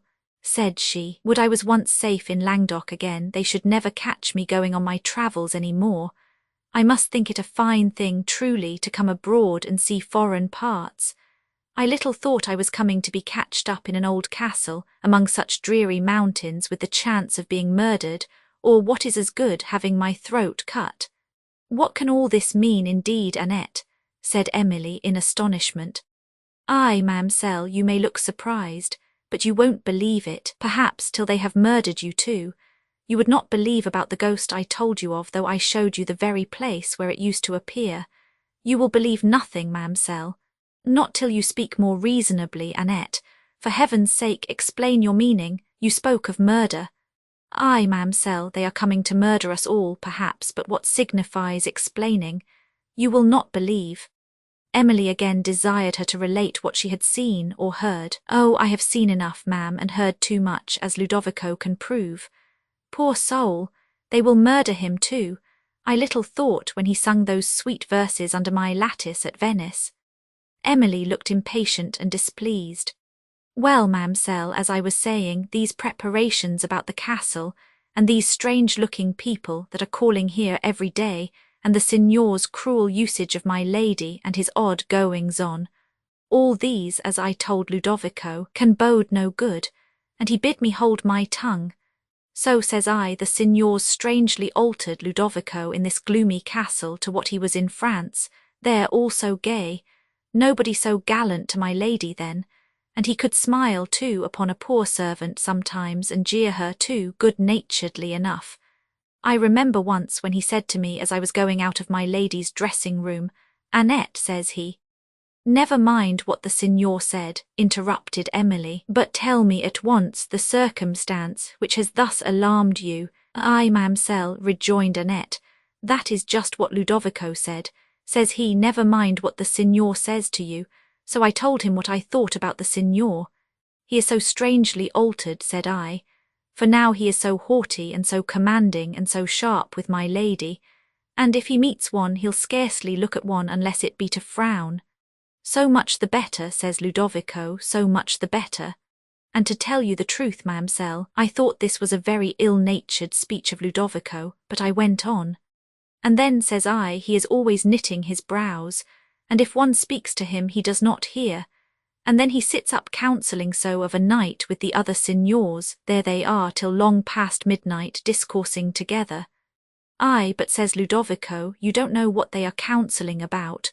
No, said I, but I can guess, it is about my young lady. Upon that Ludovico burst out laughing, quite loud, so he put me in a huff, for I did not like that either I or you, ma'amselle, should be laughed at, and I turned away quick, but he stopped me. "Don't be affronted, Annette," said he, but I cannot help laughing, and with that he laughed again. "What," says he, "do you think the signors sit up night after night, only to counsel about thy young lady? No, no, there is something more in the wind than that, and these repairs about the castle, and these preparations about the ramparts, they are not making about young ladies." "Why, surely," said I, "the signor my master is not going to make war." "Make war," said Ludovico, "what, upon the mountains and the woods? For here is no living soul to make war upon that I see." "What are these preparations for then?" said I. "Why, surely nobody is coming to take away my master's castle." "Then there are so many ill-looking fellows coming to the castle every day," says Ludovico, without answering my question, "and the signor sees them all and talks with them all, and they all stay in the neighbourhood. By holy St. Marco, some of them are the most cut-throat-looking dogs I ever set my eyes upon." I asked Ludovico again if he thought they were coming to take away my master's castle, and he said no, he did not think they were, but he did not know for certain. "Then yesterday," said he, "but you must not tell this, ma'amselle, yesterday, a party of these men came and left all their horses in the castle stables, where it seems they are to stay, for the signor ordered them all to be entertained with the best provender in the manger. But the men are, most of them, in the neighbouring cottages. So, ma'amselle, I came to tell you all this, for I never heard anything so strange in my life. But what can these ill-looking men be come about, if it is not to murder us? And the signor knows this, or why should he be so civil to them? And why should he fortify the castle, and counsel so much with the other signors, and be so thoughtful? "Is this all you have to tell, Annette?" said Emily. "Have you heard nothing else that alarms you?" "Nothing else, ma'amselle," said Annette. "Why, is not this enough? Quite enough for my patience, Annette, but not quite enough to convince me we are all to be murdered, though I acknowledge here is sufficient food for curiosity." She forbore to speak her apprehensions, because she would not encourage Annette's wild terrors, but the present circumstances of the castle both surprised and alarmed her. Annette, having told her tale, left the chamber, on the wing for new wonders. In the evening, Emily had passed some melancholy hours with Madame Montoni, and was retiring to rest, when she was alarmed by a strange and loud knocking at her chamber door, and then a heavy weight fell against it that almost burst it open.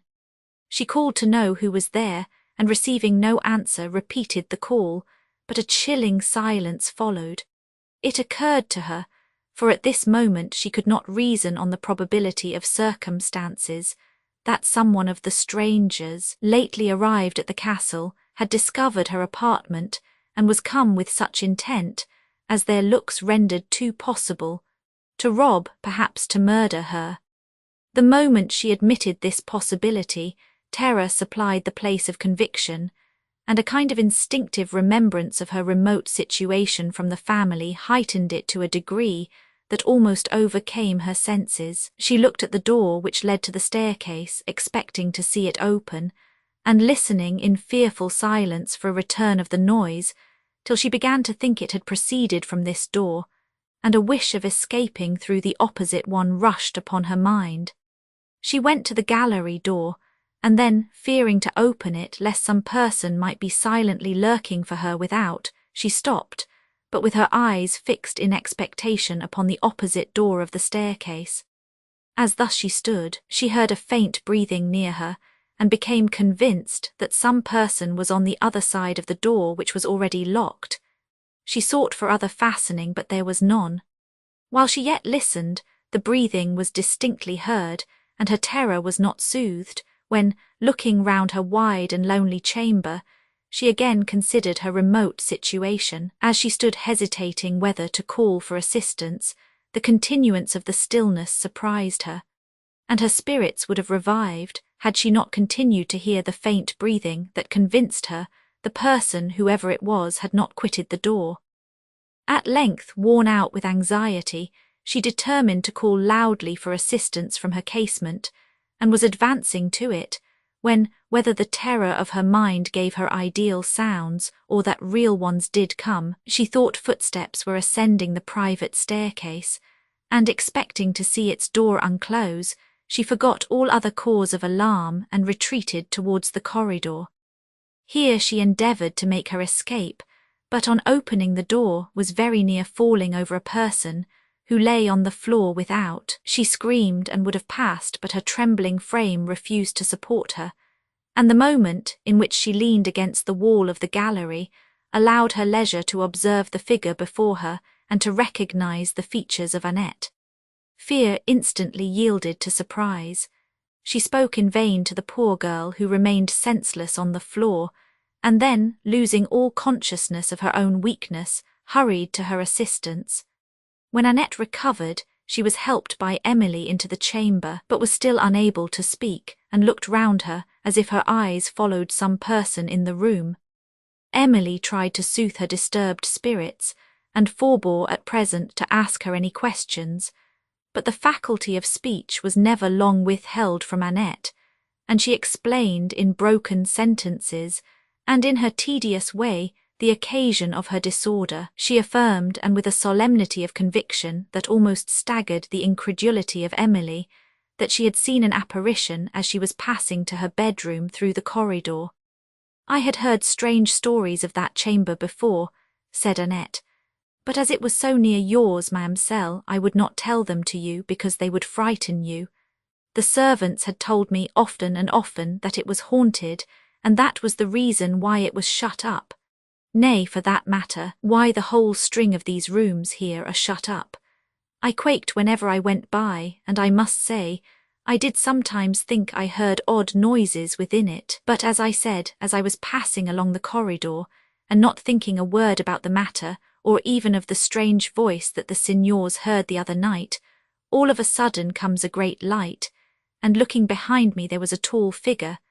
I saw it as plainly, Mademoiselle, as I see you at this moment, a tall figure gliding along, oh, I cannot describe how, into the room that is always shut up, and nobody has the key of it but the signor, and the door shut directly." "Then it doubtless was the signor," said Emily. "Oh no, Mademoiselle, it could not be him, for I left him busy quarrelling in my lady's dressing-room." "You bring me strange tales, Annette," said Emily. "It was but this morning that you would have terrified me with the apprehension of murder, and now you would persuade me you have seen a ghost. These wonderful stories come too quickly." "Nay, Mademoiselle, I will say no more, only if I had not been frightened, I should not have fainted dead away so. I ran as fast as I could to get to your door, but what was worst of all, I could not call out. Then I thought something must be strangely the matter with me, and directly I dropped down." "Was it the chamber where the black veil hangs?" said Emily. "Oh, no, Mademoiselle, it was one nearer to this. What shall I do to get to my room? I would not go out into the corridor again for the whole world." Emily, whose spirits had been severely shocked and who, therefore, did not like the thought of passing the night alone, told her she might sleep where she was. "Oh, no, Mademoiselle," replied Annette. "I would not sleep in the room now for 1,000 sequins." Wearied and disappointed, Emily first ridiculed, though she shared, her fears, and then tried to soothe them. But neither attempt succeeded, and the girl persisted in believing and affirming that what she had seen was nothing human. It was not till some time after Emily had recovered her composure that she recollected the steps she had heard on the staircase, a remembrance, however, which made her insist that Annette should pass the night with her, and with much difficulty she at length prevailed, assisted by that part of the girl's fear which concerned the corridor. Early on the following morning, as Emily crossed the hall to the ramparts, she heard a noisy bustle in the courtyard, and the clatter of horses' hoofs. Such unusual sounds excited her curiosity, and instead of going to the ramparts, she went to an upper casement, from whence she saw in the court below a large party of horsemen, dressed in a singular but uniform habit and completely though variously armed.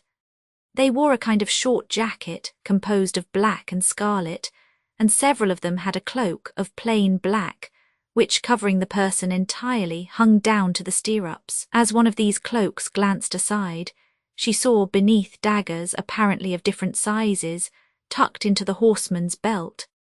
She further observed that these were carried in the same manner by many of the horsemen without cloaks, most of whom bore also pikes or javelins. On their heads were the small Italian caps, some of which were distinguished by black feathers. Whether these caps gave a fierce air to the countenance, or that the countenances they surmounted had naturally such an appearance, Emily thought she had never, till then, seen an assemblage of faces so savage and terrific. While she gazed, she almost fancied herself surrounded by banditti, and a vague thought glanced athwart her fancy, that Montoni was the captain of the group before her, and that this castle was to be the place of rendezvous. The strange and horrible supposition was but momentary, though her reason could supply none more probable, and though she discovered among the band the strangers she had formerly noticed with so much alarm, who were now distinguished by the black plume.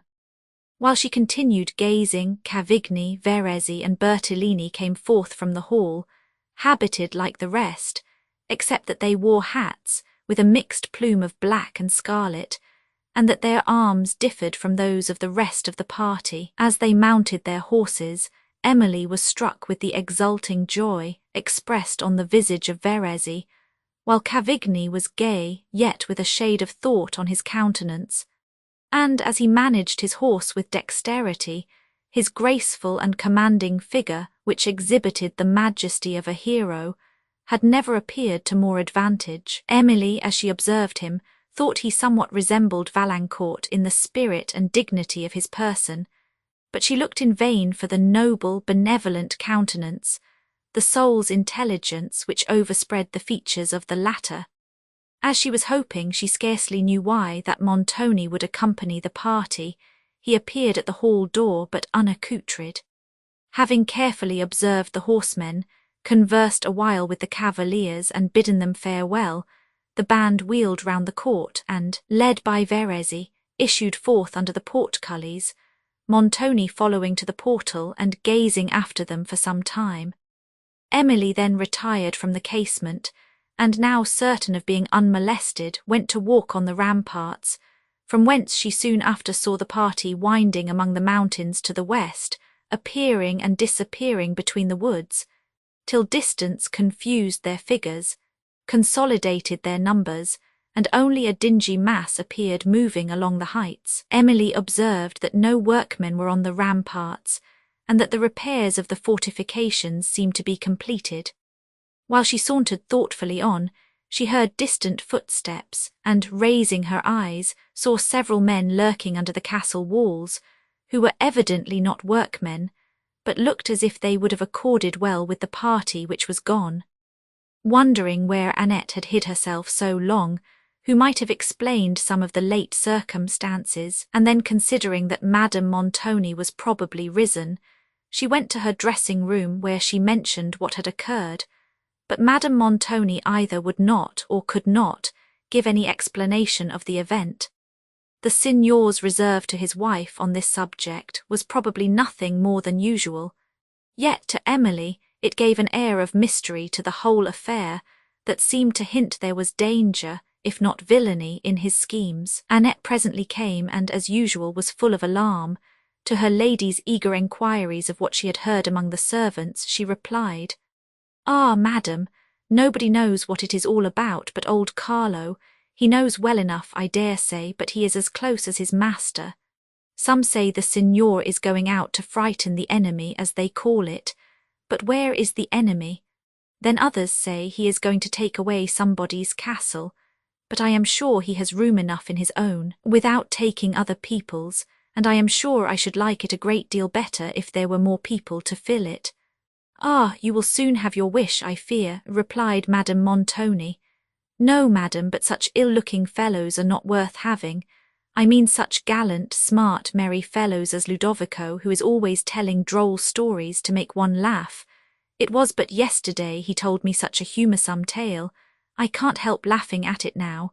Says he, 'Well, we can dispense with the story,' said her lady. 'Ah,' continued Annette, 'he sees a great way further than other people.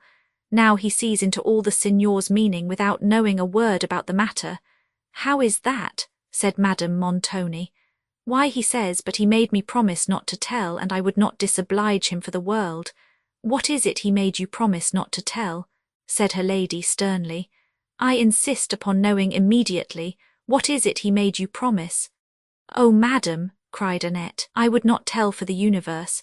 I insist upon your telling this instant, said Madame Montoni. Oh, dear madam, I would not tell for 100 sequins. You would not have me forswear myself, madam, exclaimed Annette. I will not wait another moment, said Madame Montoni. Annette was silent.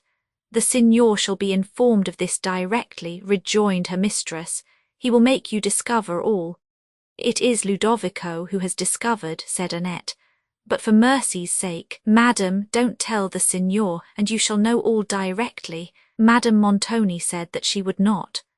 Well then, madam, Ludovico says that the signor my master is he only thinks so, and anybody, you know, madam, is free to think that the signor my master is what?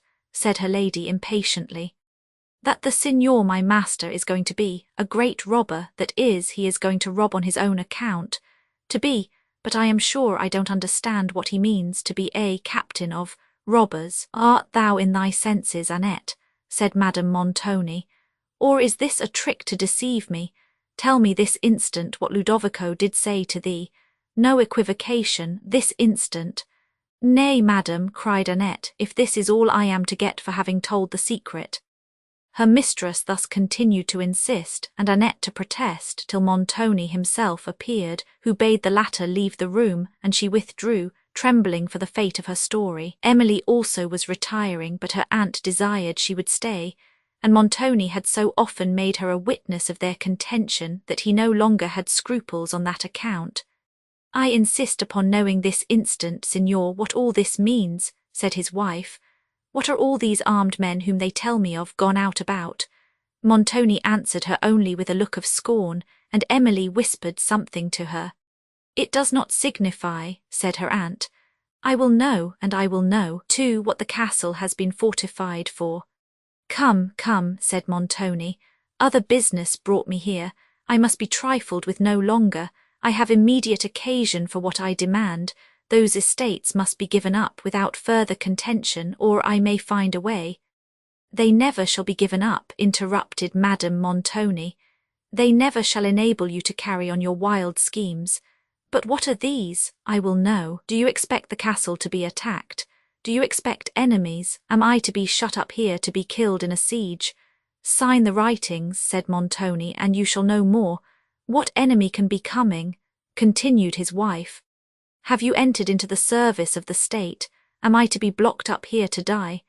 That may possibly happen, said Montoni, unless you yield to my demand, for come what may, you shall not quit the castle till then. Madame Montoni burst into loud lamentation, which she as suddenly checked, considering that her husband's assertions might be only artifices, employed to extort her consent. She hinted this suspicion, and in the next moment told him also that his designs were not so honourable as to serve the state, and that she believed he had only commenced a captain of banditti, to join the enemies of Venice, in plundering and laying waste the surrounding country. Montoni looked at her for a moment with a steady and stern countenance, while Emily trembled and his wife for once thought she had said too much. You shall be removed this night, said he, to the east turret. There perhaps you may understand the danger of offending a man who has an unlimited power over you. Emily now fell at his feet, and with tears of terror supplicated for her aunt, who sat, trembling with fear and indignation, now ready to pour forth execrations, and now to join the intercessions of Emily. Montoni, however, soon interrupted these entreaties with a horrible oath, and as he burst from Emily, leaving his cloak in her hand, she fell to the floor with a force that occasioned her a severe blow on the forehead. But he quitted the room without attempting to raise her, whose attention was called from herself by a deep groan from Madame Montoni, who continued otherwise unmoved in her chair and had not fainted. Emily, hastening to her assistance, saw her eyes rolling and her features convulsed. Having spoken to her without receiving an answer, she brought water and supported her head while she held it to her lips, but the increasing convulsions soon compelled Emily to call for assistance. On her way through the hall in search of Annette, she met Montoni, whom she told what had happened, and conjured to return and comfort her aunt. But he turned silently away with a look of indifference and went out upon the ramparts. At length she found old Carlo and Annette, and they hastened to the dressing-room, where Madame Montoni had fallen on the floor and was lying in strong convulsions. Having lifted her into the adjoining room and laid her on the bed, the force of her disorder still made all their strength necessary to hold her, while Annette trembled and sobbed, and old Carlo looked silently and piteously on as his feeble hands grasped those of his mistress, till turning his eyes upon Emily he exclaimed, "Good God! Signora, what is the matter?" Emily looked calmly at him and saw his enquiring eyes fixed on her, and Annette, looking up, screamed loudly, for Emily's face was stained with blood which continued to fall slowly from her forehead, but her attention had been so entirely occupied by the scene before her that she had felt no pain from the wound. She now held a handkerchief to her face, and notwithstanding her faintness, continued to watch Madame Montoni, the violence of whose convulsions was abating, till at length they ceased and left her in a kind of stupor. "My aunt must remain quiet," said Emily. "Go, good Carlo, if we should want your assistance I will send for you.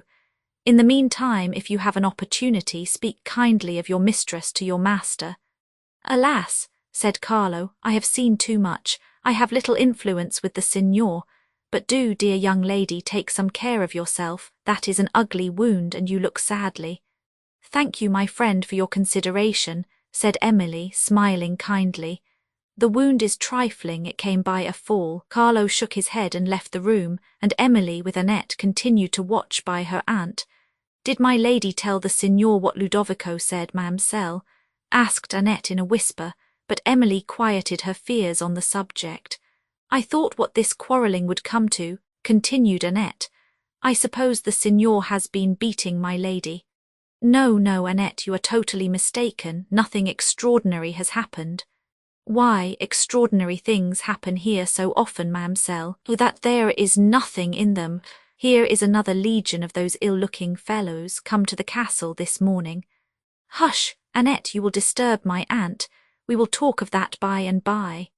They continued watching silently till Madame Montoni uttered a low sigh when Emily took her hand and spoke soothingly to her, but the former gazed with unconscious eyes, and it was long before she knew her niece. Her first words then inquired for Montoni, to which Emily replied by an entreaty that she would compose her spirits and consent to be kept quiet, adding that if she wished any message to be conveyed to him she would herself deliver it. "No," said her aunt faintly, "no, I have nothing new to tell him. Does he persist in saying I shall be removed from my chamber?" Emily replied that he had not spoken on the subject since Madame Montoni heard him, and then she tried to divert her attention to some other topic, but her aunt seemed to be inattentive to what she said and lost in secret thoughts. Emily, having brought her some refreshment, now left her to the care of Annette, and went in search of Montoni, whom she found on a remote part of the rampart, conversing among a group of the men described by Annette. They stood round him with fierce, yet subjugated looks, while he, speaking earnestly and pointing to the walls, did not perceive Emily, who remained at some distance, waiting till he should be at leisure, and observing involuntarily the appearance of one man, more savage than his fellows, who stood resting on his pike, and looking over the shoulders of a comrade at Montoni, to whom he listened with uncommon earnestness. This man was apparently of low condition, yet his looks appeared not to acknowledge the superiority of Montoni, as did those of his companions, and sometimes they even assumed an air of authority, which the decisive manner of the signor could not repress. Some few words of Montoni then passed in the wind, and as the men were separating she heard him say, "This evening, then, begin the watch at sunset." "At sunset, signor," replied one or two of them and walked away, while Emily approached Montoni, who appeared desirous of avoiding her. But though she observed this, she had courage to proceed. She endeavoured to intercede once more for her aunt, represented to him her sufferings, and urged the danger of exposing her to a cold apartment in her present state. "She suffers by her own folly," said Montoni, "and is not to be pitied. She knows how she may avoid these sufferings in future. If she is removed to the turret, it will be her own fault. Let her be obedient and sign the writings you heard of, and I will think no more of it." When Emily ventured still to plead, he sternly silenced and rebuked her for interfering in his domestic affairs, but at length dismissed her with this concession, that he would not remove Madame Montoni on the ensuing night, but allow her till the next to consider whether she would resign her settlements or be imprisoned in the east turret of the castle, where she shall find, he added, a punishment she may not expect. Emily then hastened to inform her aunt of this short respite and of the alternative that awaited her, to which the latter made no reply but appeared thoughtful, while Emily, in consideration of her extreme languor, wished to soothe her mind by leading it to less interesting topics. And though these efforts were unsuccessful, and Madame Montoni became peevish, her resolution on the contended point seemed somewhat to relax, and Emily recommended, as her only means of safety, that she should submit to Montoni's demand. "You know not what you advise," said her aunt. "Do you understand that these estates will descend to you at my death if I persist in a refusal?" "I was ignorant of that circumstance, madam," replied Emily, "but the knowledge of it cannot withhold me from advising you to adopt the conduct which not only your peace, but, I fear, your safety requires, and I entreat that you will not suffer a consideration comparatively so trifling to make you hesitate a moment in resigning them. Are you sincere, niece? Is it possible you can doubt it, madam?" Her aunt appeared to be affected.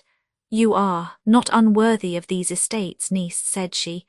"I would wish to keep them for your sake. You show a virtue I did not expect." "How have I deserved this reproof, madam?" said Emily sorrowfully. "Reproof," replied Madame Montoni, "I meant to praise your virtue." "Alas, here is no exertion of virtue," rejoined Emily, "for here is no temptation to be overcome." "Yet, Monsieur Valancourt," said her aunt. "Oh, madam," interrupted Emily, anticipating what she would have said, "do not let me glance on that subject. Do not let my mind be stained with a wish so shockingly self-interested." She immediately changed the topic and continued with Madame Montoni till she withdrew to her apartment for the night. At that hour the castle was perfectly still, and every inhabitant of it, except herself, seemed to have retired to rest. As she passed along the wide and lonely galleries, dusky and silent, she felt forlorn and apprehensive of, she scarcely knew what.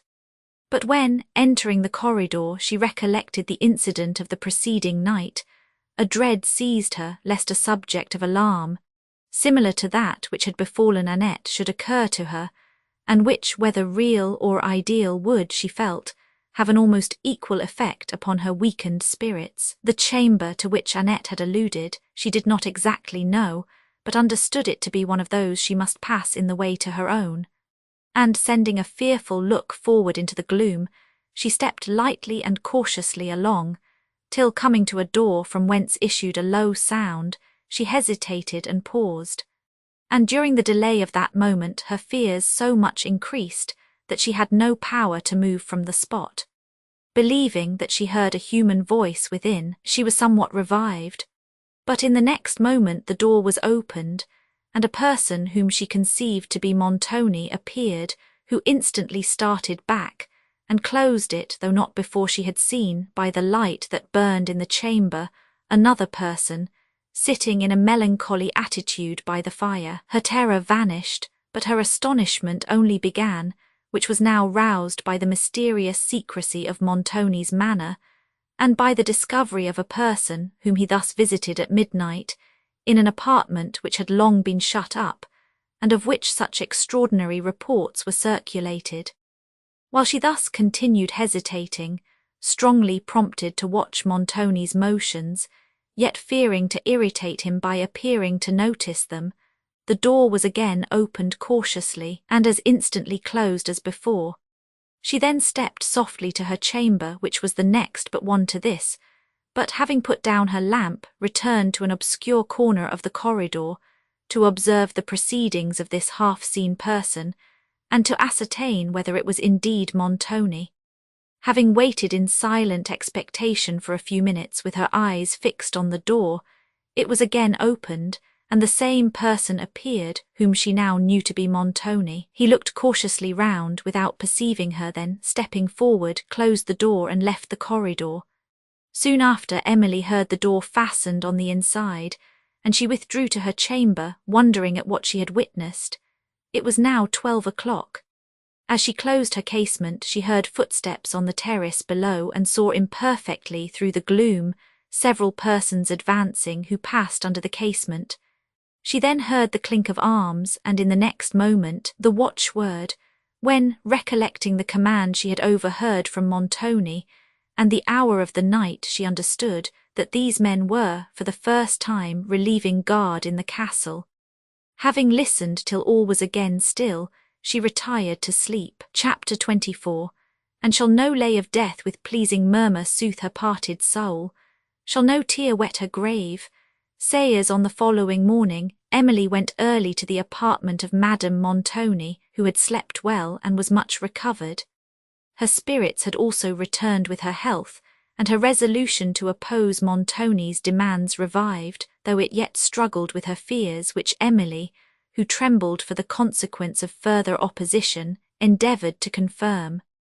Her aunt, as has been already shown, had a disposition which delighted in contradiction, and which taught her, when unpleasant circumstances were offered to her understanding, not to inquire into their truth, but to seek for arguments by which she might make them appear false. Long habit had so entirely confirmed this natural propensity that she was not conscious of possessing it. Emily's remonstrances and representations, therefore, roused her pride instead of alarming or convincing her judgment, and she still relied upon the discovery of some means by which she might yet avoid submitting to the demand of her husband. Considering that, if she could once escape from his castle, she might defy his power, and obtaining a decisive separation, live in comfort on the estates that yet remained for her, she mentioned this to her niece, who accorded with her in the wish, but differed from her as to the probability of its completion. She represented the impossibility of passing the gates, secured and guarded as they were, and the extreme danger of committing her design to the discretion of a servant, who might either purposely betray or accidentally disclose it. Montoni's vengeance would also disdain restraint if her intention was detected, and though Emily wished, as fervently as she could do, to regain her freedom and return to France, she consulted only Madame Montoni's safety, and persevered in advising her to relinquish her settlement without braving further outrage. The struggle of contrary emotions, however, continued to rage in her aunt's bosom, and she still brooded over the chance of effecting an escape. While she thus sat, Montoni entered the room, and without noticing his wife's indisposition, said that he came to remind her of the impolicy of trifling with him, and that he gave her only till the evening to determine whether she would consent to his demand or compel him by a refusal to remove her to the east turret. He added that a party of cavaliers would dine with him that day, and that he expected that she would sit at the head of the table, where Emily also must be present. Madame Montoni was now on the point of uttering an absolute refusal, but suddenly considering that her liberty during this entertainment, though circumscribed, might favour her further plans, she acquiesced with seeming reluctance, and Montoni soon after left the apartment. His command struck Emily with surprise and apprehension, who shrank from the thought of being exposed to the gaze of strangers, such as her fancy represented these to be, and the words of Count Morano, now again recollected, did not soothe her fears, When she withdrew to prepare for dinner, she dressed herself with even more simplicity than usual that she might escape observation, a policy which did not avail her, for as she repassed to her aunt's apartment, she was met by Montoni, who censured what he called her prudish appearance, and insisted that she should wear the most splendid dress she had, even that which had been prepared for her intended nuptials with Count Morano, and which, it now appeared, her aunt had carefully brought with her from Venice. This was made not in the Venetian, but in the Neapolitan fashion, so as to set off the shape and figure to the utmost advantage. In it her beautiful chestnut tresses were negligently bound up in pearls, and suffered to fall back again on her neck. The simplicity of a better taste than Madame Montoni's was conspicuous in this dress, splendid as it was, and Emily's unaffected beauty never had appeared more captivatingly. She had now only to hope that Montoni's order was prompted, not by any extraordinary design, but by an ostentation of displaying his family, richly attired to the eyes of strangers. Yet nothing less than his absolute command could have prevailed with her to wear a dress that had been designed for such an offensive purpose, much less to have worn it on this occasion. As she descended to dinner, the emotion of her mind threw a faint blush over her countenance and heightened its interesting expression, for timidity had made her linger in her apartment till the utmost moment, and when she entered the hall in which a kind of state dinner was spread, Montoni and his guests were already seated at the table. She was then going to place herself by her aunt, but Montoni waved his hand, and two of the cavaliers rose and seated her between them. The eldest of these was a tall man, with strong Italian features, an aquiline nose, and dark penetrating eyes that flashed with fire when his mind was agitated, and even in its state of rest retained somewhat of the wildness of the passions. His visage was long and narrow, and his complexion of a sickly yellow. The other, who appeared to be about 40, had features of a different cast, yet Italian, and his look was slow, subtle, and penetrating. His eyes, of a dark grey, were small and hollow, his complexion was a sunburnt brown, and the contour of his face, though inclined to oval, was irregular and ill-formed. 8 other guests sat round the table, who were all dressed in a uniform, and had all an expression more or less of wild fierceness, of subtle design, or of licentious passions. As Emily timidly surveyed them, she remembered the scene of the preceding morning, and again almost fancied herself surrounded by banditti. Then, looking back to the tranquillity of her early life, she felt scarcely less astonishment than grief at her present situation. The scene in which they sat assisted the illusion. It was an ancient hall, gloomy from the style of its architecture, from its great extent, and because almost the only light it received was from one large Gothic window, and from a pair of folding doors, which, being open, admitted likewise a view of the west rampart, with the wild mountains of the Apennine beyond. The middle compartment of this hall rose into a vaulted roof, enriched with fretwork and supported on 3 sides by pillars of marble. Beyond these, long colonnades retired in gloomy grandeur, till their extent was lost in twilight. The lightest footsteps of the servants as they advanced through these were returned in whispering echoes, and their figures, seen at a distance imperfectly through the dusk, frequently awakened Emily's imagination. She looked alternately at Montoni, at his guests, and on the surrounding scene, and then, remembering her dear native province, her pleasant home, and the simplicity and goodness of the friends whom she had lost, grief and surprise again occupied her mind. When her thoughts could return from these considerations, she fancied she observed an air of authority towards his guests, such as she had never before seen him assume, though he had always been distinguished by a haughty carriage. There was something also in the manners of the strangers that seemed perfectly, though not servilely, to acknowledge his superiority.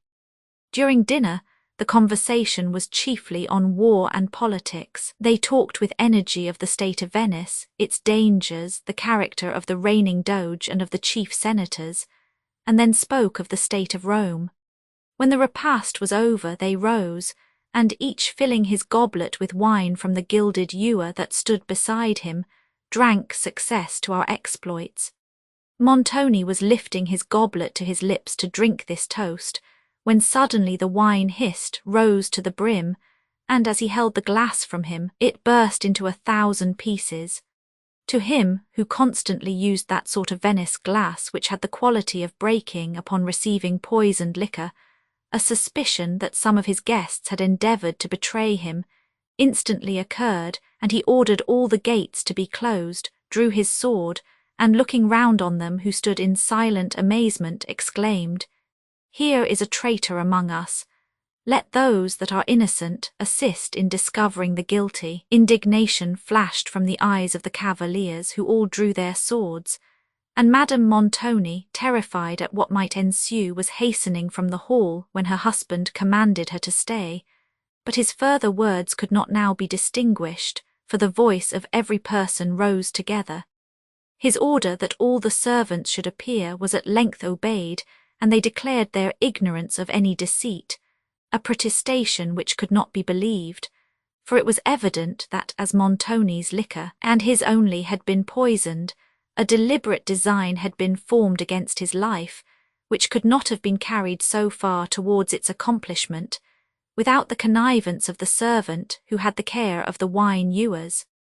This man with another, whose face betrayed either the consciousness of guilt or the fear of punishment, Montoni ordered to be chained instantly, and confined in a strong room, which had formerly been used as a prison. Thither likewise he would have sent all his guests, had he not foreseen the consequence of so bold and unjustifiable a proceeding. As to those, therefore, he contented himself with swearing that no man should pass the gates till this extraordinary affair had been investigated, and then sternly bade his wife retire to her apartment, whither he suffered Emily to attend her. In about half an hour he followed to the dressing-room, and Emily observed with horror his dark countenance and quivering lip, and heard him denounce vengeance on her aunt. "It will avail you nothing," said he to his wife, "to deny the fact. I have proof of your guilt. Your only chance of mercy rests on a full confession. There is nothing to hope from sullenness or falsehood. Your accomplice has confessed all." Emily's fainting spirits were roused by astonishment as she heard her aunt accused of a crime so atrocious, and she could not for a moment admit the possibility of her guilt. Meanwhile Madame Montoni's agitation did not permit her to reply. Alternately her complexion varied from livid paleness to a crimson flush, and she trembled, but whether with fear or with indignation it were difficult to decide. "Spare your words," said Montoni, seeing her about to speak. "Your countenance makes full confession of your crime. You shall be instantly removed to the east turret." "This accusation," said Madame Montoni, speaking with difficulty, "is used only as an excuse for your cruelty. I disdain to reply to it. You do not believe me guilty." "Signor," said Emily solemnly, "this dreadful charge, I would answer with my life, is false. Nay, signor," she added, observing the severity of his countenance, "this is no moment for restraint on my part. I do not scruple to tell you that you are deceived, most wickedly deceived by the suggestion of some person who aims at the ruin of my aunt. It is impossible that you could yourself have imagined a crime so hideous." Montoni, his lips trembling more than before, replied only, "If you value your own safety," addressing Emily, "you will be silent. I shall know how to interpret your remonstrances should you persevere in them." Emily raised her eyes calmly to heaven. "Here is indeed then nothing to hope," said she. "Peace," cried Montoni, "or you shall find there is something to fear." He turned to his wife, who had now recovered her spirits, and who vehemently and wildly remonstrated upon this mysterious suspicion. But Montoni's rage heightened with her indignation, and Emily, dreading the event of it, threw herself between them and clasped his knees in silence, looking up in his face with an expression that might have softened the heart of a fiend. Whether his was hardened by a conviction of Madame Montoni's guilt, or that a bare suspicion of it made him eager to exercise vengeance. He was totally and alike insensible to the distress of his wife, and to the pleading looks of Emily, whom he made no attempt to raise, but was vehemently menacing both, when he was called out of the room by some person at the door. As he shut the door, Emily heard him turn the lock and take out the key, so that Madame Montoni and herself were now prisoners, and she saw that his designs became more and more terrible. Her endeavours to explain his motives for this circumstance were almost as ineffectual as those to soothe the distress of her aunt, whose innocence she could not doubt. But she, at length, accounted for Montoni's readiness to suspect his wife by his own consciousness of cruelty towards her, and for the sudden violence of his present conduct against both, before even his suspicions could be completely formed, by his general eagerness to effect suddenly whatever he was led to desire and his carelessness of justice or humanity in accomplishing it. Madame Montoni, after some time, again looked round in search of a possibility of escape from the castle, and conversed with Emily on the subject, who was now willing to encounter any hazard, though she forbore to encourage a hope in her aunt, which she herself did not admit. How strongly the edifice was secured and how vigilantly guarded she knew too well, and trembled to commit their safety to the caprice of the servant, whose assistance they must solicit. Old Carlo was compassionate, but he seemed to be too much in his master's interest to be trusted by them. Annette could of herself do little, and Emily knew Ludovico only from her report. At present, however, these considerations were useless, Madame Montoni and her niece being shut up from all intercourse, even with the persons whom there might be these reasons to reject. In the hall, confusion and tumult still reigned. Emily, as she listened anxiously to the murmur that sounded along the gallery, sometimes fancied she heard the clashing of swords, and when she considered the nature of the provocation given by Montoni and his impetuosity, it appeared probable that nothing less than arms would terminate the contention. Madame Montoni, having exhausted all her expressions of indignation, and Emily hers of comfort, they remained silent in that kind of breathless stillness which in nature often succeeds to the uproar of conflicting elements, a stillness like the morning that dawns upon the ruins of an earthquake. An uncertain kind of terror pervaded Emily's mind. The circumstances of the past hour still came dimly and confusedly to her memory, and her thoughts were various and rapid, though without tumult. From this state of waking visions she was recalled by a knocking at the chamber door, and enquiring who was there, heard the whispering voice of Annette. "Dear madam, let me come in, I have a great deal to say," said the poor girl. "The door is locked," answered the lady. "Yes, ma'am, but do pray open it. The signor has the key," said Madame Montoni.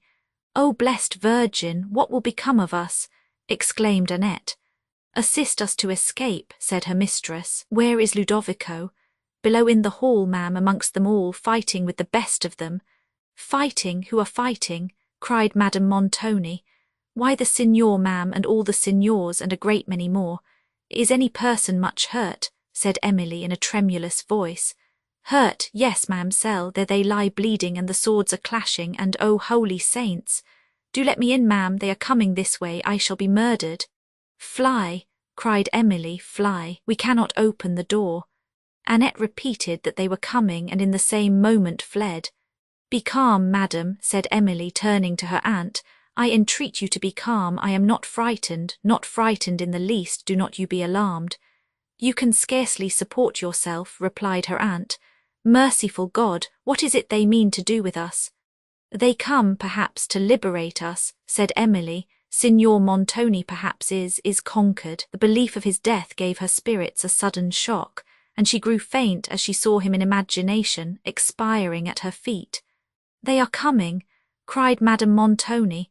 "I hear their steps, they are at the door."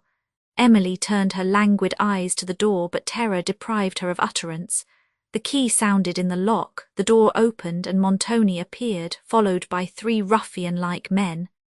"Execute your orders," said he, turning to them and pointing to his wife, who shrieked, but was immediately carried from the room, while Emily sunk, senseless, on a couch by which she had endeavoured to support herself. When she recovered, she was alone, and recollected only that Madame Montoni had been there, together with some unconnected particulars of the preceding transaction, which were, however, sufficient to renew all her terror. She looked wildly round the apartment, as if in search of some means of intelligence concerning her aunt, while neither her own danger nor an idea of escaping from the room immediately occurred. When her recollection was more complete, she raised herself and went, but with only a faint hope, to examine whether the door was unfastened. It was so, and she then stepped timidly out into the gallery, but paused there, uncertain which way she should proceed. Her first wish was to gather some information as to her aunt, and she at length turned her steps to go to the lesser hall, where Annette and the other servants usually waited. Everywhere as she passed, she heard from a distance the uproar of contention, and the figures and faces which she met hurrying along the passages struck her mind with dismay. Emily might now have appeared like an angel of light encompassed by fiends. At length she reached the lesser hall, which was silent and deserted, but panting for breath she sat down to recover herself. The total stillness of this place was as awful as the tumult from which she had escaped, but she had now time to recall her scattered thoughts, to remember her personal danger, and to consider of some means of safety. She perceived that it was useless to seek Madame Montoni through the wide extent and intricacies of the castle now, too, when every avenue seemed to be beset by ruffians. In this hall she could not resolve to stay, for she knew not how soon it might become their place of rendezvous, and though she wished to go to her chamber, she dreaded again to encounter them on the way. Thus she sat, trembling and hesitating, when a distant murmur broke on the silence, and grew louder and louder, till she distinguished voices and steps approaching. She then rose to go, but the sounds came along the only passage by which she could depart, and she was compelled to await in the hall the arrival of the persons whose steps she heard. As these advanced, she distinguished groans, and then saw a man borne slowly along by 4 others. Her spirits faltered at the sight, and she leaned against the wall for support. The bearers, meanwhile, entered the hall, and being too busily occupied to detain or even notice Emily, she attempted to leave it, but her strength failed, and she again sat down on the bench. A damp chillness came over her, her sight became confused. She knew not what had passed or where she was, yet the groans of the wounded person still vibrated on her heart. In a few moments the tide of life seemed again to flow. She began to breathe more freely, and her senses revived. She had not fainted, nor had ever totally lost her consciousness, but had contrived to support herself on the bench, still without courage to turn her eyes upon the unfortunate object which remained near her, and about whom the men were yet too much engaged to attend to her. When her strength returned, she rose, and was suffered to leave the hall, though her anxiety, having produced some vain enquiries concerning Madame Montoni, had thus made a discovery of herself. Towards her chamber she now hastened as fast as her steps would bear her, for she still perceived upon her passage the sounds of confusion at a distance, and she endeavoured, by taking her way through some obscure rooms, to avoid encountering the persons whose looks had terrified her before, as well as those parts of the castle where the tumult might still rage. At length she reached her chamber, and having secured the door of the corridor, felt herself for a moment in safety. A profound stillness reigned in this remote apartment, which not even the faint murmur of the most distant sounds now reached. She sat down near one of the casements, and as she gazed on the mountain view beyond, the deep repose of its beauty struck her with all the force of contrast, and she could scarcely believe herself so near a scene of savage discord. The contending elements seemed to have retired from their natural spheres, and to have collected themselves into the minds of men, for there alone the tempest now reigned. Emily tried to tranquillize her spirits, but anxiety made her constantly listen for some sound, and often look out upon the ramparts, where all, however, was lonely and still. As a sense of her own immediate danger had decreased, her apprehension concerning Madame Montoni heightened, who, she remembered, had been fiercely threatened with confinement in the east turret, and it was possible that her husband had satisfied his present vengeance with this punishment. She therefore determined, when night should return and the inhabitants of the castle should be asleep, to explore the way to the turret, which, as the direction it stood in was mentioned, appeared not very difficult to be done. She knew, indeed, that although her aunt might be there, she could afford her no effectual assistance, but it might give her some comfort even to know that she was discovered, and to hear the sound of her niece's voice. For herself, any certainty concerning Madame Montoni's fate appeared more tolerable than this exhausting suspense. Meanwhile Annette did not appear, and Emily was surprised, and somewhat alarmed for her, whom, in the confusion of the late scene, various accidents might have befallen, and it was improbable that she would have failed to come to her apartment unless something unfortunate had happened.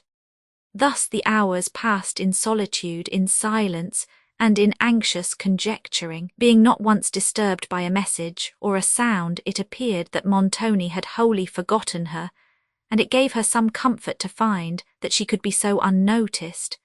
She endeavoured to withdraw her thoughts from the anxiety that preyed upon them, but they refused control.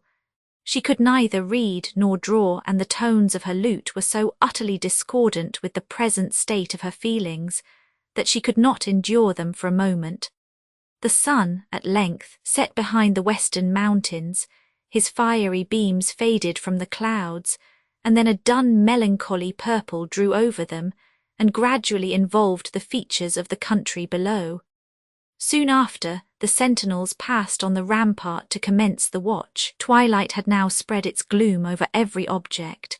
The dismal obscurity of her chamber recalled fearful thoughts, but she remembered that to procure a light she must pass through a great extent of the castle, and above all through the halls, where she had already experienced so much horror. Darkness, indeed, in the present state of her spirits, made silence and solitude terrible to her. It would also prevent the possibility of her finding her way to the turret, and condemn her to remain in suspense concerning the fate of her aunt, yet she dared not to venture forth for a lamp, continuing at the casement that she might catch the last lingering gleam of evening. 1,000 vague images of fear floated on her fancy. What if some of these ruffians, said she, should find out the private staircase, and in the darkness of night steal into my chamber? Then, recollecting the mysterious inhabitant of the neighbouring apartment, her terror changed its object. He is not a prisoner, said she, though he remains in one chamber, for Montoni did not fasten the door when he left it. The unknown person himself did this. It is certain, therefore, he can come out when he pleases. She paused, for notwithstanding the terrors of darkness, she considered it to be very improbable, whoever he was, that he could have any interest in intruding upon her retirement. And again the subject of her emotion changed, when, remembering her nearness to the chamber, where the veil had formerly disclosed a dreadful spectacle, she doubted whether some passage might not communicate between it and the insecure door of the staircase. It was now entirely dark, and she left the casement. As she sat with her eyes fixed on the hearth, she thought she perceived there a spark of light.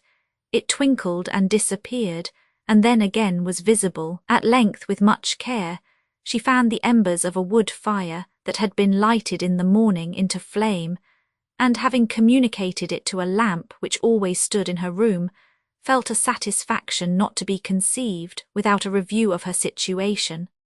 Her first care was to guard the door of the staircase, for which purpose she placed against it all the furniture she could move, and she was thus employed for some time, at the end of which she had another instance how much more oppressive misfortune is to the idle than to the busy.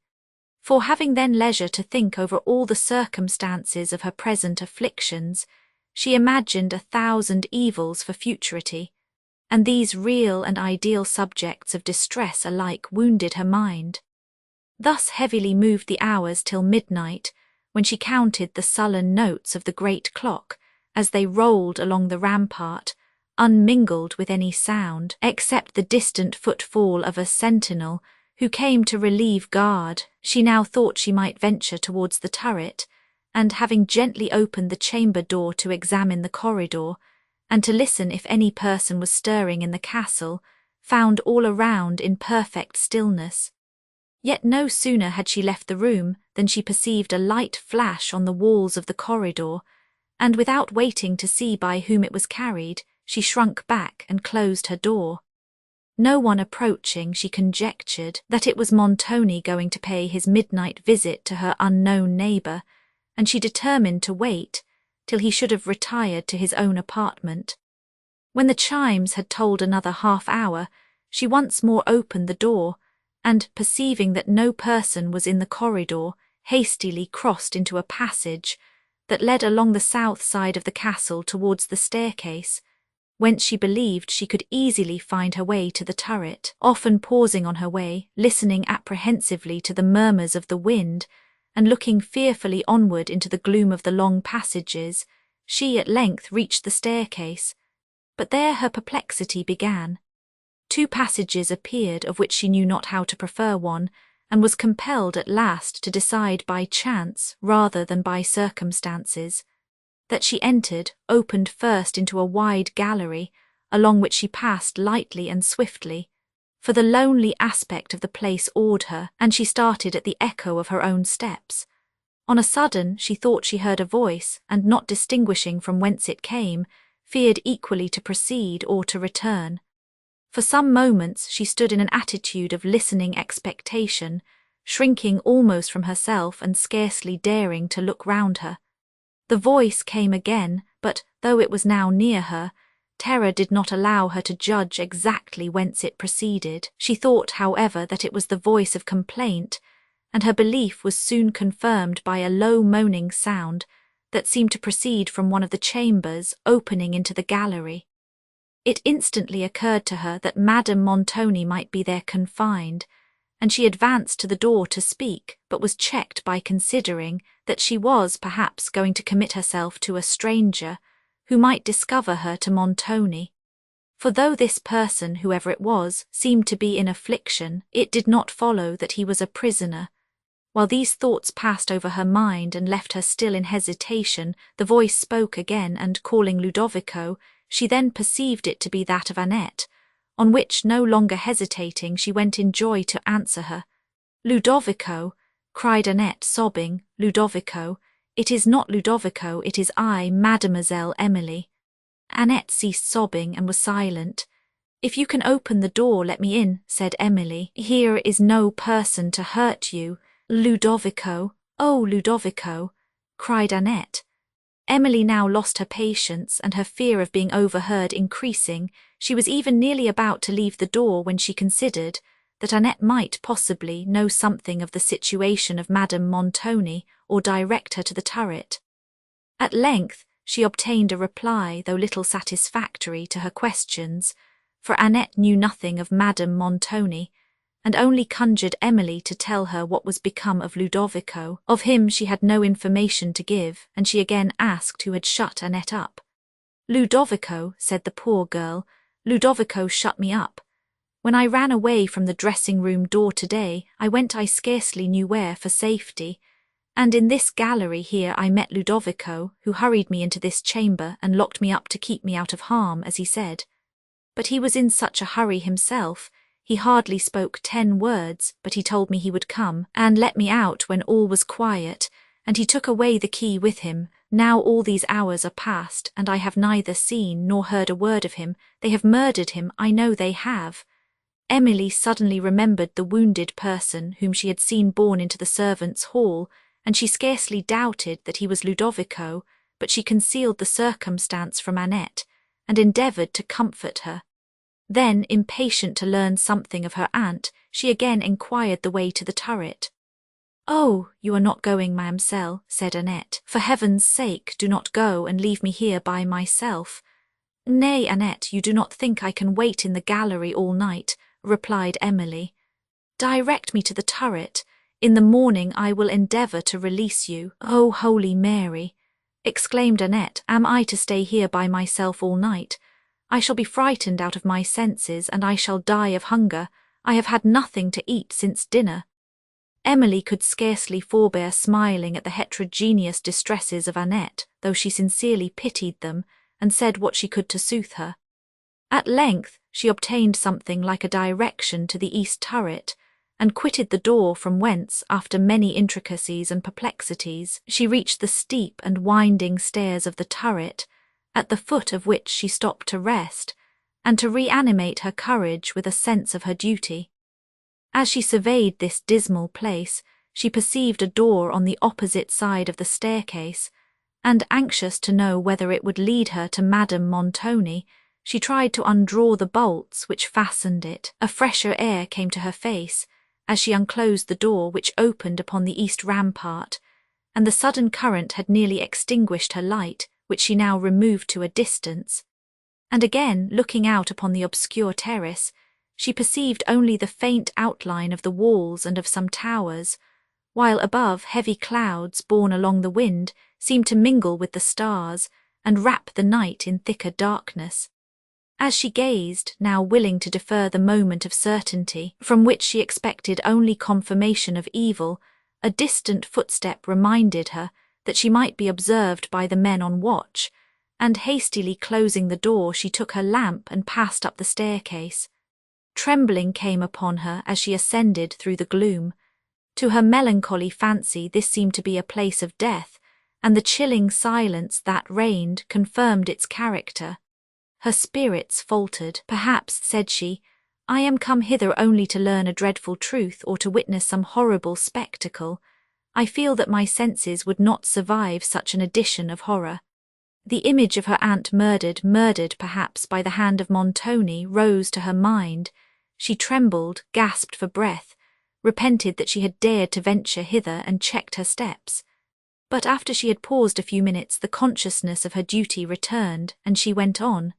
Still all was silent. At length a track of blood upon a stair caught her eye, and instantly she perceived that the wall and several other steps were stained. She paused, again struggled to support herself, and the lamp almost fell from her trembling hand. Still no sound was heard, no living being seemed to inhabit the turret. 1,000 times she wished herself again in her chamber, dreaded to enquire farther, dreaded to encounter some horrible spectacle, and yet could not resolve, now that she was so near the termination of her efforts, to desist from them. Having again collected courage to proceed, after ascending about half-way up the turret, she came to another door, but here again she stopped in hesitation, listened for sounds within, and then, summoning all her resolution, unclosed it and entered a chamber, which, as her lamp shot its feeble rays through the darkness, seemed to exhibit only dew-stained and deserted walls. As she stood examining it, in fearful expectation of discovering the remains of her unfortunate aunt, she perceived something lying in an obscure corner of the room, and, struck with a horrible conviction, she became, for an instant, motionless and nearly insensible. Then, with a kind of desperate resolution, she hurried towards the object that excited her terror, when, perceiving the clothes of some person on the floor, she caught hold of them, and found in her grasp the old uniform of a soldier, beneath which appeared a heap of pikes and other arms. Scarcely daring to trust her sight, she continued for some moments to gaze on the object of her late alarm, and then left the chamber, so much comforted and occupied by the conviction that her aunt was not there, that she was going to descend the turret without enquiring farther, when on turning to do so she observed upon some steps on the second flight an appearance of blood, and remembering that there was yet another chamber to be explored, she again followed the windings of the ascent. Still, as she ascended, the track of blood glared upon the stairs. It led her to the door of a landing-place that terminated them, but she was unable to follow it farther. Now that she was so near the sought-for certainty, she dreaded to know it even more than before, and had not fortitude sufficient to speak or to attempt opening the door. Having listened in vain for some sound that might confirm or destroy her fears, She at length laid her hand on the lock, and finding it fastened, called on Madame Montoni, but only a chilling silence ensued. "She is dead," she cried, "murdered, her blood is on the stairs." Emily grew very faint, could support herself no longer, and had scarcely presence of mind to set down the lamp and place herself on a step.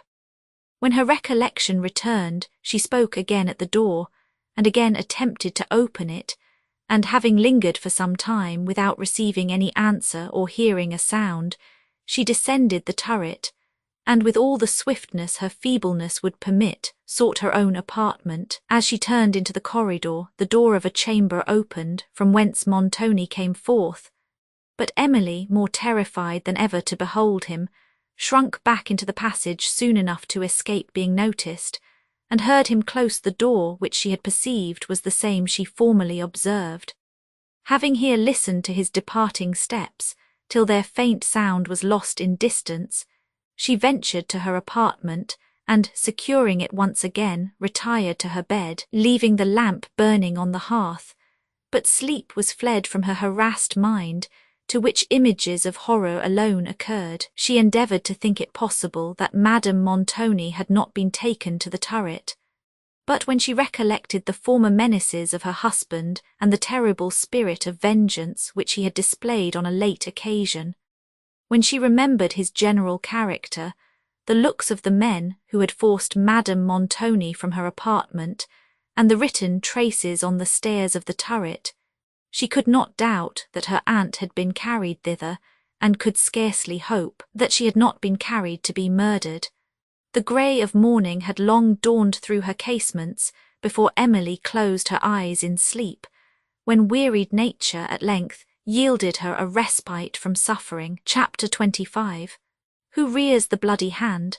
Say as Emily remained in her chamber on the following morning, without receiving any notice from Montoni or seeing a human being, except the armed men who sometimes passed on the terrace below. Having tasted no food since the dinner of the preceding day, extreme faintness made her feel the necessity of quitting the asylum of her apartment to obtain refreshment, and she was also very anxious to procure liberty for Annette.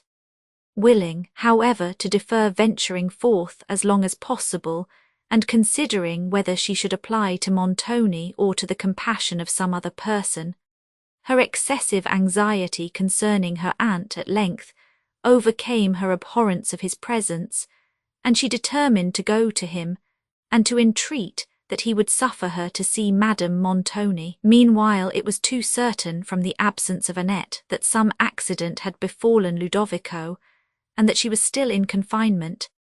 Emily therefore resolved also to visit the chamber where she had spoken to her on the preceding night, and if the poor girl was yet there, to inform Montoni of her situation. It was near noon before she ventured from her apartment, and went first to the south gallery, whither she passed without meeting a single person, or hearing a sound except now and then the echo of a distant footstep. It was unnecessary to call Annette, whose lamentations were audible upon the first approach to the gallery, and who, bewailing her own and Ludovico's fate, told Emily that she should certainly be starved to death if she was not let out immediately. Emily replied that she was going to beg her release of Montoni, but the terrors of hunger now yielded to those of the signor, and when Emily left her, she was loudly entreating that her place of refuge might be concealed from him. As Emily drew near the great hall, the sounds she heard and the people she met in the passages renewed her alarm. The latter, however, were peaceable and did not interrupt her, though they looked earnestly at her as she passed and sometimes spoke. On crossing the hall towards the cedar room where Montoni usually sat, she perceived on the pavement fragments of swords, some tattered garments stained with blood, and almost expected to have seen among them a dead body. But from such a spectacle she was at present spared.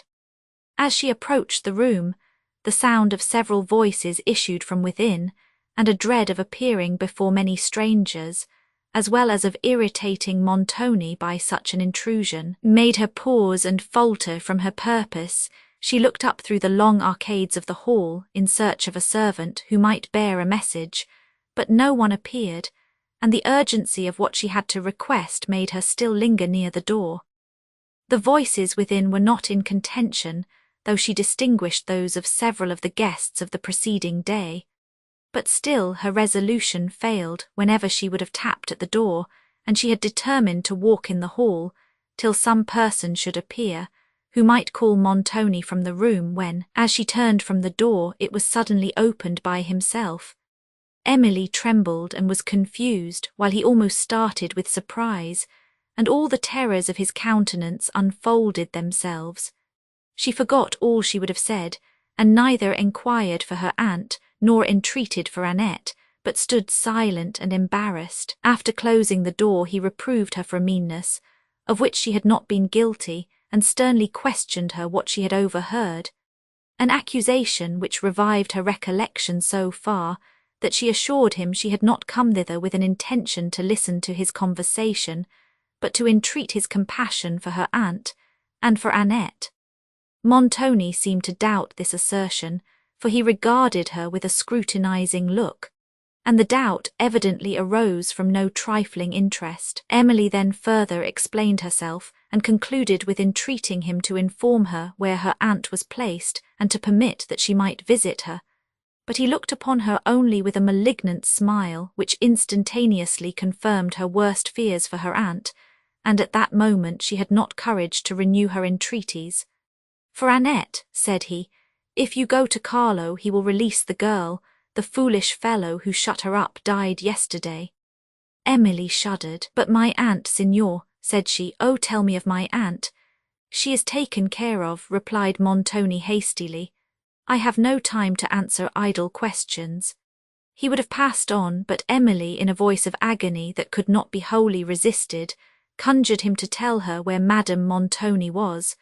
While he paused and she anxiously watched his countenance, a trumpet sounded, and in the next moment she heard the heavy gates of the portal open, and then the clattering of horses' hoofs in the court, with the confusion of many voices.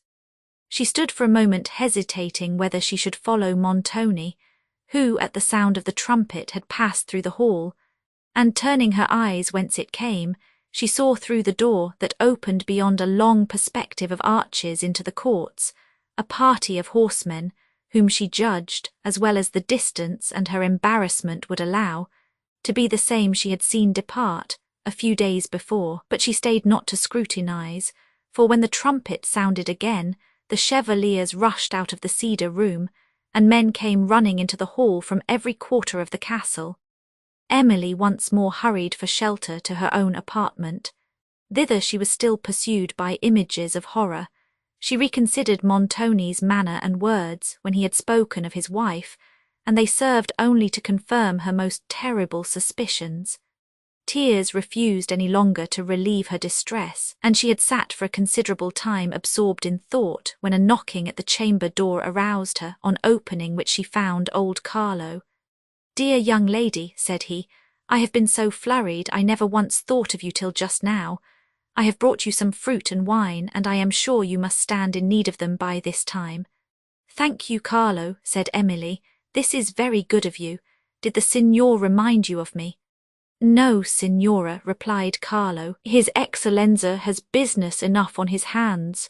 Emily then renewed her enquiries concerning Madame Montoni, but Carlo had been employed at the other end of the castle during the time that she was removed, and he had heard nothing since concerning her. While he spoke, Emily looked steadily at him, for she scarcely knew whether he was really ignorant or concealed his knowledge of the truth from a fear of offending his master. To several questions concerning the contentions of yesterday, he gave very limited answers, but told that the disputes were now amicably settled, and that the signor believed himself to have been mistaken in his suspicions of his guests. "The fighting was about that, signora," said Carlo, "but I trust I shall never see such another day in this castle, though strange things are about to be done." On her enquiring his meaning, "Ah, signora," added he, "it is not for me to betray secrets or tell all I think, but time will tell." She then desired him to release Annette, and having described the chamber in which the poor girl was confined, he promised to obey her immediately and was departing when she remembered to ask who were the persons just arrived. Her late conjecture was right. It was Verezzi with his party. Her spirits were somewhat soothed by this short conversation with Carlo, for in her present circumstances it afforded some comfort to hear the accents of compassion and to meet the look of sympathy. An hour passed before Annette appeared, who then came weeping and sobbing. "Oh, Ludovico, Ludovico!" cried she. "My poor Annette," said Emily, and made her sit down. "Who could have foreseen this, ma'amselle? Oh, miserable, wretched day, that ever I should live to see it!" And she continued to moan and lament till Emily thought it necessary to check her excess of grief. "We are continually losing dear friends by death," said she with a sigh that came from her heart. "We must submit to the will of heaven. Our tears, alas, cannot recall the dead." Annette took the handkerchief from her face. "You will meet Ludovico in a better world, I hope," added Emily. "Yes, yes, ma'amselle," sobbed Annette, "but I hope I shall meet him again in this, though he is so wounded." "Wounded!" exclaimed Emily. "Does he live?" "Yes, ma'am, but he has a terrible wound and could not come to let me out. They thought him dead at first, and he has not been rightly himself till within this hour." "Well, Annette, I rejoice to hear he lives." "Lives! Holy saints, why he will not die, surely." Emily said she hoped not, but this expression of hope Annette thought implied fear, and her own increased in proportion as Emily endeavoured to encourage her. To enquiries concerning Madame Montoni she could give no satisfactory answers. "I quite forgot to ask among the servants, ma'amselle," said she, "for I could think of nobody but poor Ludovico." Annette's grief was now somewhat assuaged, and Emily sent her to make enquiries concerning her lady, of whom, however, she could obtain no intelligence. Some of the people she spoke with being really ignorant of her fate, and others having probably received orders to conceal it. This day passed with Emily in continued grief and anxiety for her aunt, but she was unmolested by any notice from Montoni. And now that Annette was liberated, she obtained food, without exposing herself to danger or impertinence. 2 following days passed in the same manner, unmarked by any occurrence, during which she obtained no information of Madame Montoni. On the evening of the 2nd, having dismissed Annette and retired to bed, her mind became haunted by the most dismal images, such as her long anxiety concerning her aunt suggested, and unable to forget herself for a moment or to vanquish the phantoms that tormented her, she rose from her bed and went to one of the casements of her chamber to breathe a freer air. All without was silent and dark, unless that could be called light, which was only the faint glimmer of the stars, showing imperfectly the outline of the mountains, the western towers of the castle and the ramparts below, where a solitary sentinel was pacing. What an image of repose did this scene present! The fierce and terrible passions, too, which so often agitated the inhabitants of this edifice, seemed now hushed in sleep. Those mysterious workings that rouse the elements of man's nature into tempest were calm. Emily's heart was not so, but her sufferings, though deep, partook of the gentle character of her mind. Hers was a silent anguish, weeping yet enduring, not the wild energy of passion, inflaming imagination, bearing down the barriers of reason and living in a world of its own. The air refreshed her, and she continued at the casement, looking on the shadowy scene over which the planets burned with a clear light, amid the deep blue ether, as they silently moved in their destined course. She remembered how often she had gazed on them with her dear father, how often he had pointed out their way in the heavens and explained their laws, and these reflections led to others, which, in an almost equal degree, awakened her grief and astonishment. They brought a retrospect of all the strange and mournful events which had occurred since she lived in peace with her parents, and to Emily, who had been so tenderly educated, so tenderly loved, who once knew only goodness and happiness, to her the late events and her present situation in a foreign land, in a remote castle, surrounded by vice and violence, seemed more like the visions of a distempered imagination than the circumstances of truth. She wept to think of what her parents would have suffered, could they have foreseen the events of her future life.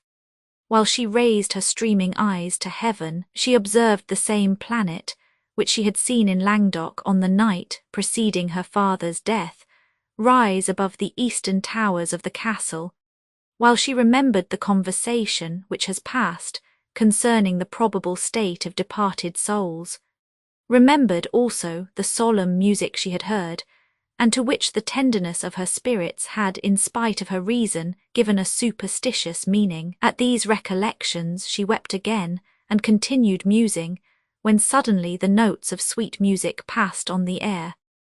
A superstitious dread stole over her. She stood listening for some moments in trembling expectation, and then endeavoured to recollect her thoughts, and to reason herself into composure. But human reason cannot establish her laws on subjects, lost in the obscurity of imagination, any more than the eye can ascertain the form of objects that only glimmer through the dimness of night.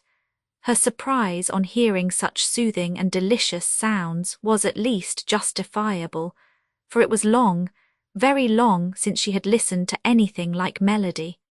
The fierce trumpet and the shrill fife were the only instruments she had heard since her arrival at Udolpho. When her mind was somewhat more composed, she tried to ascertain from what quarter the sounds proceeded, and thought they came from below, but whether from a room of the castle or from the terrace, she could not with certainty judge.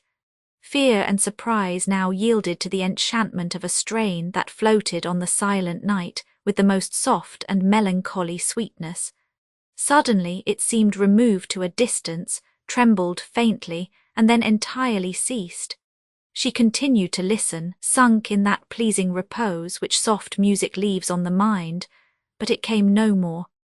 Upon this strange circumstance her thoughts were long engaged, for strange it certainly was to hear music at midnight, when every inhabitant of the castle had long since retired to rest, and in a place where nothing like harmony had been heard before, probably for many years.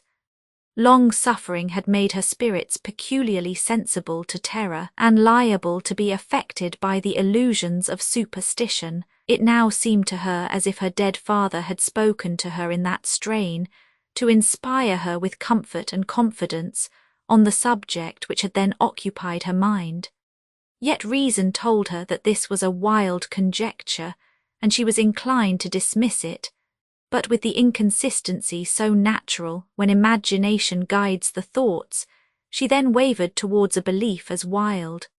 She remembered the singular event connected with the castle which had given it into the possession of its present owner, and when she considered the mysterious manner in which its late possessor had disappeared, and that she had never since been heard of, her mind was impressed with a high degree of solemn awe, so that, though there appeared no clue to connect that event with the late music, she was inclined fancifully to think they had some relation to each other. At this conjecture a sudden chillness ran through her frame. She looked fearfully upon the duskiness of her chamber, and the dead silence that prevailed there heightened to her fancy its gloomy aspect. At length she left the casement, but her steps faltered as she approached the bed, and she stopped and looked round. The single lamp that burned in her spacious chamber was expiring. For a moment she shrunk from the darkness beyond, and then, ashamed of the weakness which, however, she could not wholly conquer, went forward to the bed, where her mind did not soon know the soothings of sleep. She still mused on the late occurrence, and looked with anxiety to the next night, when at the same hour she determined to watch whether the music returned. "If those sounds were human," said she, "I shall probably hear them again." Chapter 26. Then, O you blessed ministers above, keep me in patience, and in ripened time unfold the evil which is here wrapped up in countenance.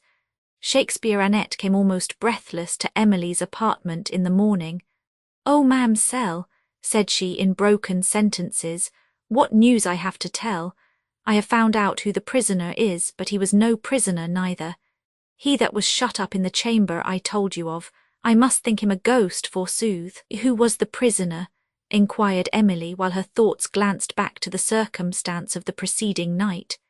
You mistake, ma'am, said Annette. He was not a prisoner after all. Who is the person then? Holy saints, rejoined Annette. How I was surprised. I met him just now on the rampart below there. I never was so surprised in my life. Ah, ma'amselle, this is a strange place. I should never have done wondering if I was to live here 100 years. But as I was saying, I met him just now on the rampart, and I was thinking of nobody less than of him. This trifling is insupportable, said Emily. Prithee, Annette, do not torture my patience any longer. Nay, ma'amselle, guess who it was. It was somebody you know very well. I cannot guess, said Emily impatiently. Nay, ma'amselle, I'll tell you something to guess by.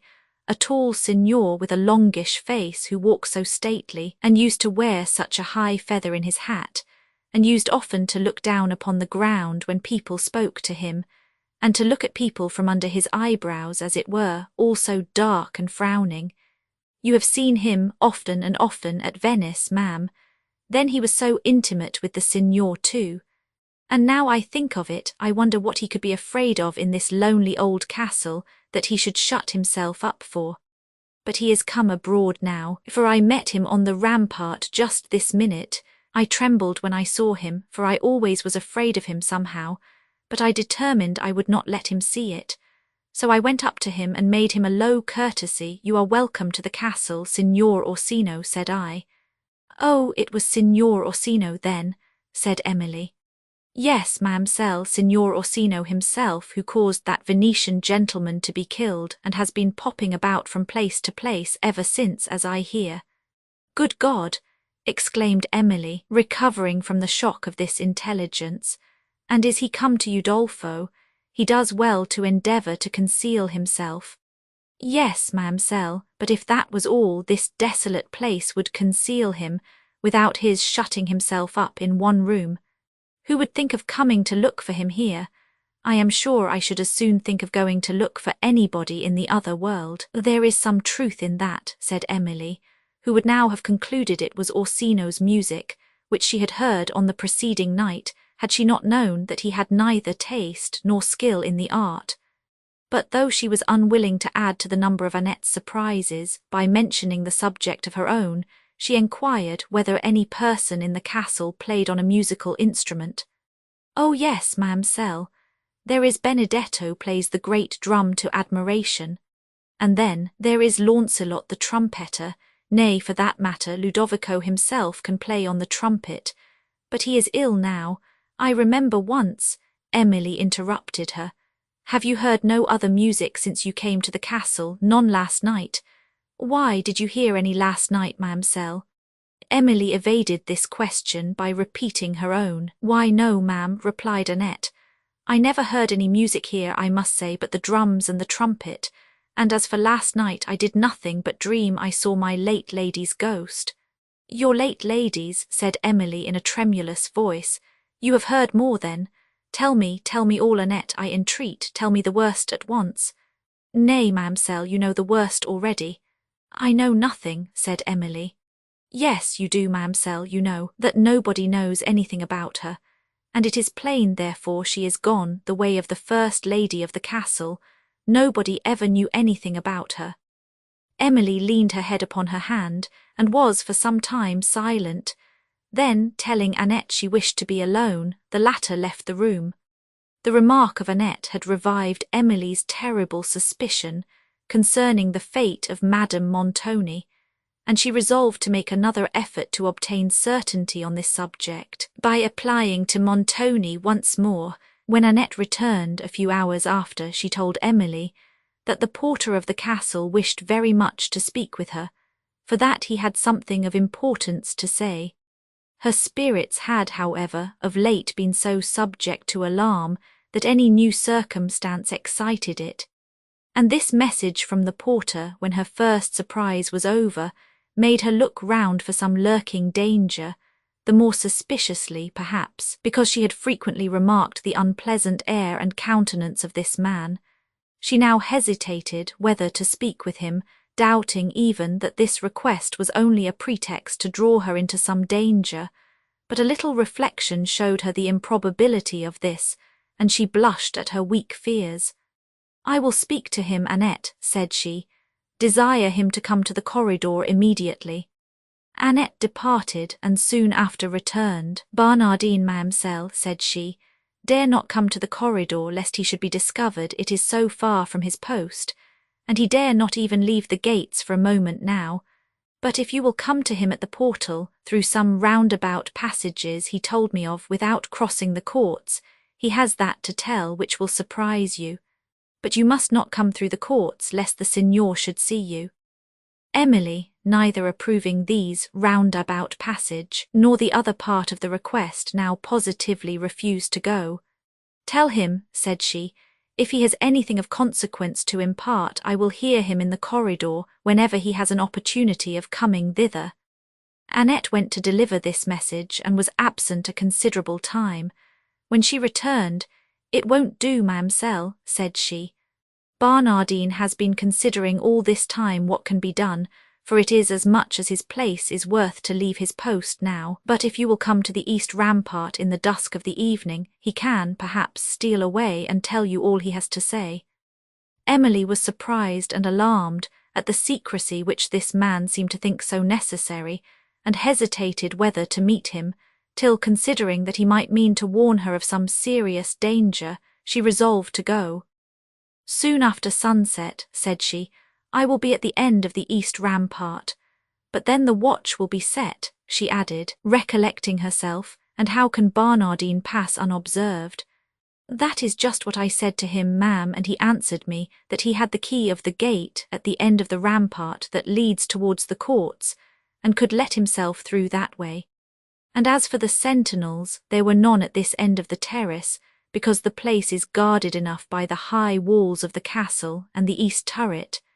And he said those at the other end were too far off to see him, if it was pretty duskyish." "Well," said Emily, "I must hear what he has to tell, and therefore desire you will go with me to the terrace this evening." "He desired it might be pretty duskyish, ma'amselle," repeated Annette, "because of the watch." Emily paused, and then said she would be on the terrace an hour after sunset. "And tell Barnardine," she added, "to be punctual to the time, for that I also may be observed by Signor Montoni." "Where is the signor? I would speak with him." "He is in the cedar chamber, ma'am, counselling with the other signors. He is going to give them a sort of treat today to make up for what passed at the last. I suppose the people are all very busy in the kitchen." Emily now enquired if Montoni expected any new guests, and Annette believed that he did not. "Poor Ludovico," added she, "he would be as merry as the best of them if he was well, but he may recover yet. Count Morano was wounded as bad as he, and he is got well again, and is gone back to Venice." "Is he so?" said Emily. "When did you hear this?" "I heard it last night, ma'amselle, but I forgot to tell it." Emily asked some further questions, and then, desiring Annette would observe and inform her when Montoni was alone, the girl went to deliver her message to Barnardine. Montoni was, however, so much engaged during the whole day that Emily had no opportunity of seeking a release from her terrible suspense concerning her aunt. Annette was employed in watching his steps, and in attending upon Ludovico, whom she, assisted by Caterina, nursed with the utmost care, and Emily was, of course, left much alone. Her thoughts dwelt often on the message of the porter, and were employed in conjecturing the subject that occasioned it, which she sometimes imagined concerned the fate of Madame Montoni, at others that it related to some personal danger which threatened herself. The cautious secrecy which Barnardine observed in his conduct inclined her to believe the latter. As the hour of appointment drew near, her impatience increased. At length the sun set. She heard the passing steps of the sentinels going to their posts, and waited only for Annette to accompany her to the terrace, who soon after came, and they descended together. When Emily expressed apprehensions of meeting Montoni or some of his guests, "Oh, there is no fear of that, ma'amselle," said Annette. "They are all set in to feasting yet, and that Barnardine knows." They reached the first terrace, where the sentinels demanded who passed, and Emily, having answered, walked on to the east rampart, at the entrance of which they were again stopped, and having again replied, were permitted to proceed. But Emily did not like to expose herself to the discretion of these men at such an hour, and impatient to withdraw from the situation, she stepped hastily on in search of Barnardine. He was not yet come. She leaned pensively on the wall of the rampart and waited for him. The gloom of twilight sat deep on the surrounding objects, blending in soft confusion the valley, the mountains, and the woods, whose tall heads, stirred by the evening breeze, gave the only sounds that stole on silence except a faint, faint chorus of distant voices that arose from within the castle. "What voices are those?" said Emily as she fearfully listened. "It is only the Signor and his guests carousing," replied Annette. "Good God!" thought Emily, "can this man's heart be so gay, when he has made another being so wretched? If indeed my aunt is yet suffered to feel her wretchedness. Oh, whatever are my own sufferings, may my heart never, never be hardened against those of others." She looked up with a sensation of horror to the east turret, near which she then stood. A light glimmered through the grates of the lower chamber, but those of the upper one were dark. Presently she perceived a person moving with a lamp across the lower room, but this circumstance revived no hope concerning Madame Montoni, whom she had vainly sought in that apartment which had appeared to contain only soldiers' accoutrements. Emily, however, determined to attempt the outer door of the turret as soon as Barnardine should withdraw, and if it was unfastened, to make another effort to discover her aunt. The moments passed, but still Barnardine did not appear, and Emily, becoming uneasy, hesitated whether to wait any longer. She would have sent Annette to the portal to hasten him, but feared to be left alone, for it was now almost dark, and a melancholy streak of red that still lingered in the west was the only vestige of departed day. The strong interest, however, which Barnardine's message had awakened overcame other apprehensions and still detained her. While she was conjecturing with Annette what could thus occasion his absence, they heard a key turn in the lock of the gate near them, and presently saw a man advancing. It was Barnardine, of whom Emily hastily enquired what he had to communicate, and desired that he would tell her quickly, "For I am chilled with this evening air," said she. "You must dismiss your maid, lady," said the man in a voice, the deep tone of which shocked her. "What I have to tell is to you only." Emily, after some hesitation, desired Annette to withdraw to a little distance. "Now, my friend, what would you say?" He was silent a moment, as if considering, and then said, "That which would cost me my place, at least, if it came to the Signor's ears. You must promise, lady, that nothing shall ever make you tell a syllable of the matter. I have been trusted in this affair, and if it was known that I betrayed my trust, my life perhaps might answer it. But I was concerned for you, lady, and I resolved to tell you." He paused. Emily thanked him, assured him that he might repose on her discretion, and entreated him to dispatch. "Annette told us in the hall how unhappy you were about Signora Montoni, and how much you wished to know what was become of her." "Most true," said Emily eagerly, "and you can inform me. I conjure you tell me the worst without hesitation." She rested her trembling arm upon the wall. "I can tell you," said Barnardine, and paused. Emily had no power to enforce her entreaties. "I can tell you," resumed Barnardine. But what?" exclaimed Emily, recovering her resolution. "Here I am, ma'amselle," said Annette, who, having heard the eager tone in which Emily pronounced these words, came running towards her. "Retire," said Barnardine sternly. "You are not wanted," and as Emily said nothing, Annette obeyed. "I can tell you," repeated the porter, "but I know not how you were afflicted before." "I am prepared for the worst, my friend," said Emily in a firm and solemn voice. "I can support any certainty better than this suspense." "Well, Signora, if that is the case, you shall hear. You know, I suppose, that the Signor and his lady used sometimes to disagree. It is none of my concerns to enquire what it was about, but I believe you know it was so." "Well," said Emily, "proceed." "The Signor, it seems, had lately been very wrath against her. I saw all and heard all, a great deal more than people thought for, but it was none of my business, so I said nothing. A few days ago the signor sent for me. Barnardine, says he, you are an honest man, I think I can trust you. I assured his Excellenza that he could.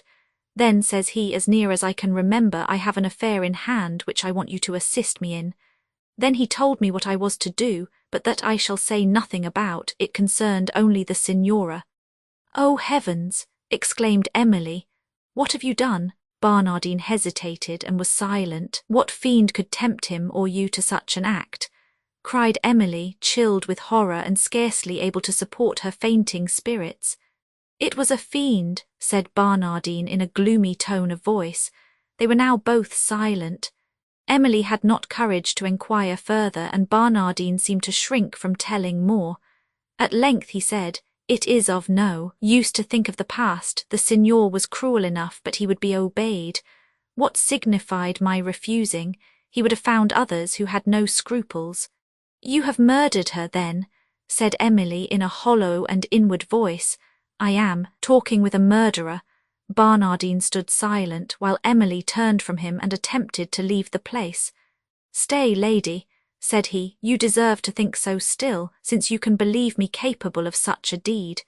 If you are innocent, tell me quickly, said Emily in faint accents, for I feel I shall not be able to hear you long. I will tell you no more, said he, and walked away. Emily had just strength enough to bid him stay, and then to call Annette, on whose arm she leaned, and they walked slowly up the rampart till they heard steps behind them. It was Barnardine again. Send away the girl, said he, and I will tell you more. She must not go, said Emily. What you have to say she may hear. May she so, lady, said he. You shall know no more then, and he was going, though slowly, when Emily's anxiety, overcoming the resentment and fear which the man's behaviour had roused, she desired him to stay and bade Annette retire. The signora is alive, said he, for me. She is my prisoner, though his Excellenza has shut her up in the chamber over the great gates of the court, and I have the charge of her.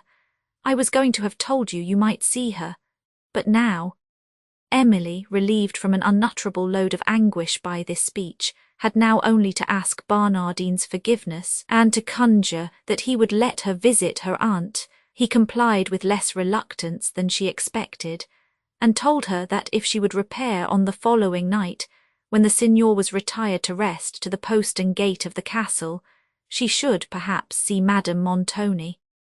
Amid all the thankfulness which Emily felt for this concession, she thought she observed a malicious triumph in his manner when he pronounced the last words.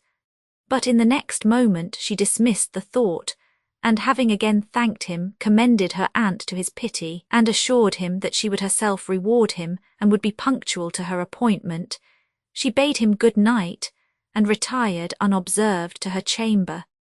It was a considerable time before the tumult of joy, which Barnardine's unexpected intelligence had occasioned, allowed Emily to think with clearness, or to be conscious of the real dangers that still surrounded Madame Montoni and herself. When this agitation subsided, she perceived that her aunt was yet the prisoner of a man to whose vengeance or avarice she might fall a sacrifice, and when she further considered the savage aspect of the person who was appointed to guard Madame Montoni, her doom appeared to be already sealed, for the countenance of Barnardine seemed to bear the stamp of a murderer. And when she had looked upon it, she felt inclined to believe that there was no deed, however black, which he might not be prevailed upon to execute. These reflections brought to her remembrance the tone of voice in which he had promised to grant her request to see his prisoner, and she mused upon it long in uneasiness and doubt. Sometimes she even hesitated whether to trust herself with him at the lonely hour he had appointed, and once, and only once, it struck her that Madame Montoni might be already murdered, and that this ruffian was appointed to decoy herself to some secret place, where her life also was to be sacrificed to the avarice of Montoni, who then would claim securely the contested estates in Languedoc. The consideration of the enormity of such guilt did, at length, relieve her from the belief of its probability, but not from all the doubts and fears which a recollection of Barnardine's manner had occasioned. From these subjects her thoughts at length passed to others, and as the evening advanced she remembered with somewhat more than surprise the music she had heard on the preceding night, and now awaited its return with more than curiosity. She distinguished till a late hour the distant carousals of Montoni and his companions, the loud contest, the dissolute laugh and the choral song that made the halls re-echo. At length she heard the heavy gates of the castle shut for the night, and those sounds instantly sunk into a silence which was disturbed only by the whispering steps of persons passing through the galleries to their remote rooms. Emily, now judging it to be about the time when she had heard the music on the preceding night, dismissed Annette, and gently opened the casement to watch for its return.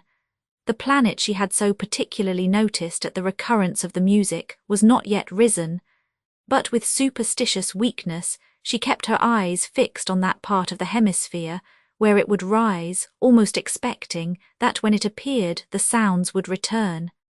At length it came, serenely bright, over the eastern towers of the castle. Her heart trembled when she perceived it, and she had scarcely courage to remain at the casement, lest the returning music should confirm her terror, and subdue the little strength she yet retained. The clock soon after struck 1, and knowing this to be about the time when the sounds had occurred, she sat down in a chair near the casement and endeavoured to compose her spirits, but the anxiety of expectation yet disturbed them. Everything, however, remained still. She heard only the solitary step of a sentinel and the lulling murmur of the woods below, and she again leaned from the casement, and again looked as if for intelligence to the planet, which was now risen high above the towers. Emily continued to listen, but no music came. Those were surely no mortal sounds, said she, recollecting their entrancing melody. No inhabitant of this castle could utter such, and where is the feeling that could modulate such exquisite expression? We all know that it has been affirmed celestial sounds have sometimes been heard on earth. Father Pierre and Father Antoine declared that they had sometimes heard them in the stillness of night, when they alone were waking to offer their orisons to heaven.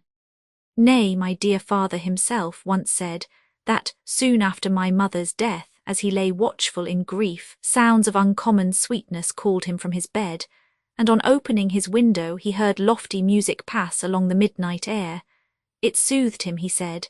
He looked up with confidence to heaven and resigned her to his God. Emily paused to weep at this recollection. Perhaps, resumed she, perhaps those strains I heard were sent to comfort, to encourage me. Never shall I forget those I heard at this hour in Languedoc. Perhaps my father watches over me at this moment. Oh, she wept again in tenderness. Thus passed the hour in watchfulness and solemn thought, but no sounds returned, and after remaining at the casement till the light tint of dawn began to edge the mountain tops and steal upon the night shade, she concluded that they would not return, and retired reluctantly to repose. Volume 3, Chapter 27. I will advise you where to plant yourselves, acquaint you with the perfect spy o' the time, the moment on tea, for tea must be done tonight. Macbeth Emily was somewhat surprised on the following day to find that Annette had heard of Madame Montoni's confinement in the chamber over the portal, as well as of her purposed visit there on the approaching night. That the circumstance which Barnardine had so solemnly enjoined her to conceal, he had himself told to so indiscreet a hearer as Annette, appeared very improbable, though he had now charged her with a message concerning the intended interview. He requested that Emily would meet him, unattended, on the terrace at a little after midnight, when he himself would lead her to the place he had promised. A proposal from which she immediately shrunk, for 1,000 vague fears darted athwart her mind, such as had tormented her on the preceding night, and which she neither knew how to trust nor to dismiss. It frequently occurred to her that Barnardine might have deceived her, concerning Madame Montoni, whose murderer perhaps he really was, and that he had deceived her by order of Montoni, the more easily to draw her into some of the desperate designs of the latter. The terrible suspicion that Madame Montoni no longer lived thus came, accompanied by one not less dreadful for herself. Unless the crime by which the aunt had suffered was instigated merely by resentment, unconnected with profit, a motive upon which Montoni did not appear very likely to act, its object must be unattained, till the niece was also dead, to whom Montoni knew that his wife's estates must descend. Emily remembered the words which had informed her that the contested estates in France would devolve to her if Madame Montoni died without consigning them to her husband, and the former obstinate perseverance of her aunt made it too probable that she had to the last withheld them. At this instant, recollecting Barnardine's manner on the preceding night, she now believed what she had then fancied, that it expressed malignant triumph. She shuddered at the recollection, which confirmed her fears, and determined not to meet him on the terrace.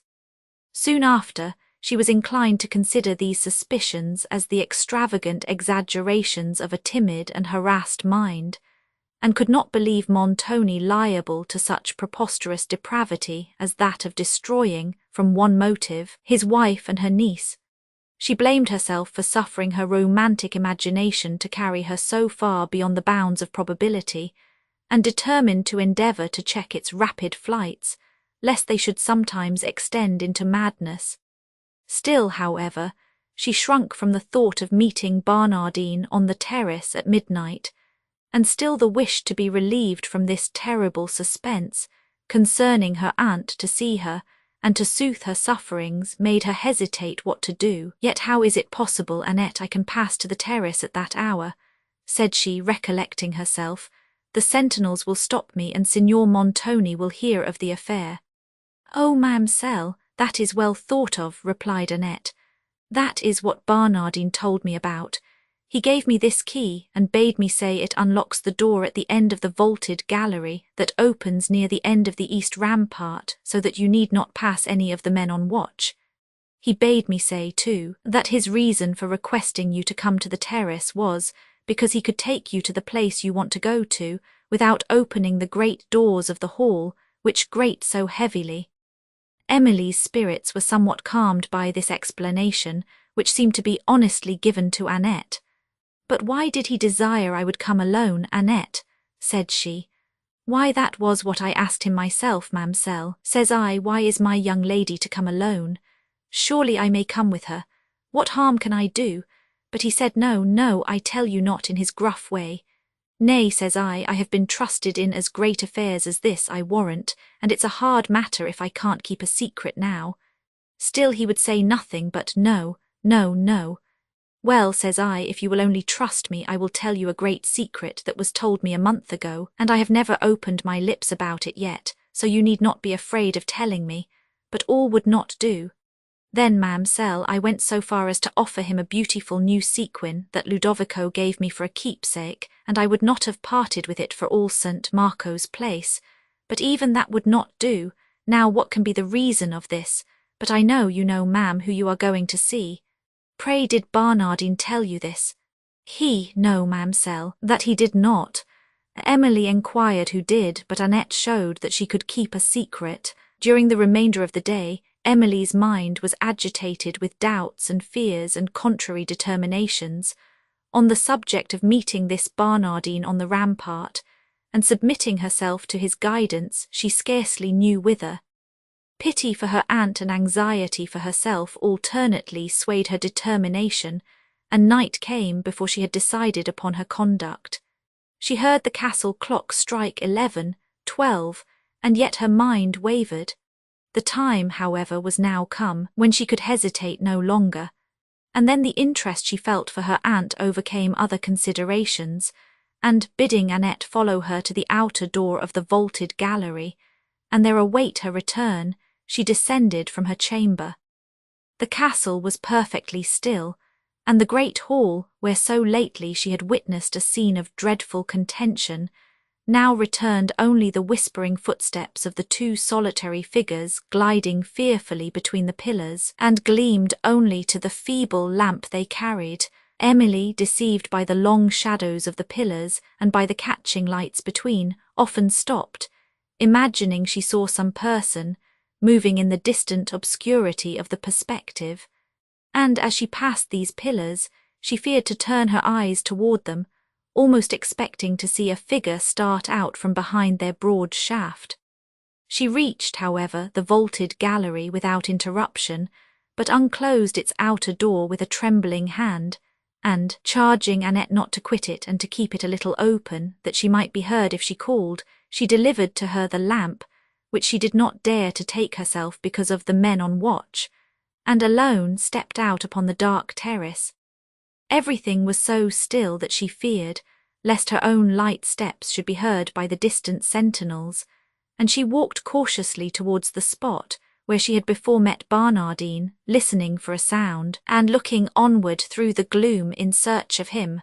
At length she was startled by a deep voice that spoke near her, and she paused, uncertain whether it was his, till it spoke again, and she then recognized the hollow tones of Barnardine, who had been punctual to the moment, and was at the appointed place, resting on the rampart wall. After chiding her for not coming sooner, and saying that he had been waiting nearly half an hour, he desired Emily, who made no reply, to follow him to the door through which he had entered the terrace. While he unlocked it, she looked back to that she had left, and observing the rays of the lamp stream through a small opening was certain that Annette was still there.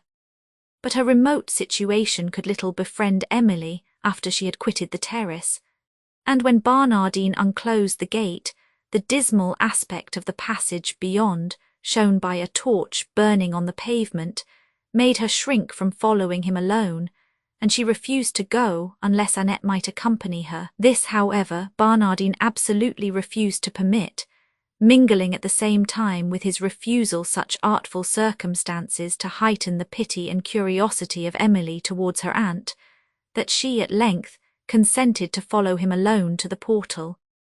He then took up the torch, and led her along the passage, at the extremity of which he unlocked another door, whence they descended, a few steps into a chapel, which, as Barnardine held up the torch to light her, Emily observed to be in ruins, and she immediately recollected a former conversation of Annette, concerning it, with very unpleasant emotions.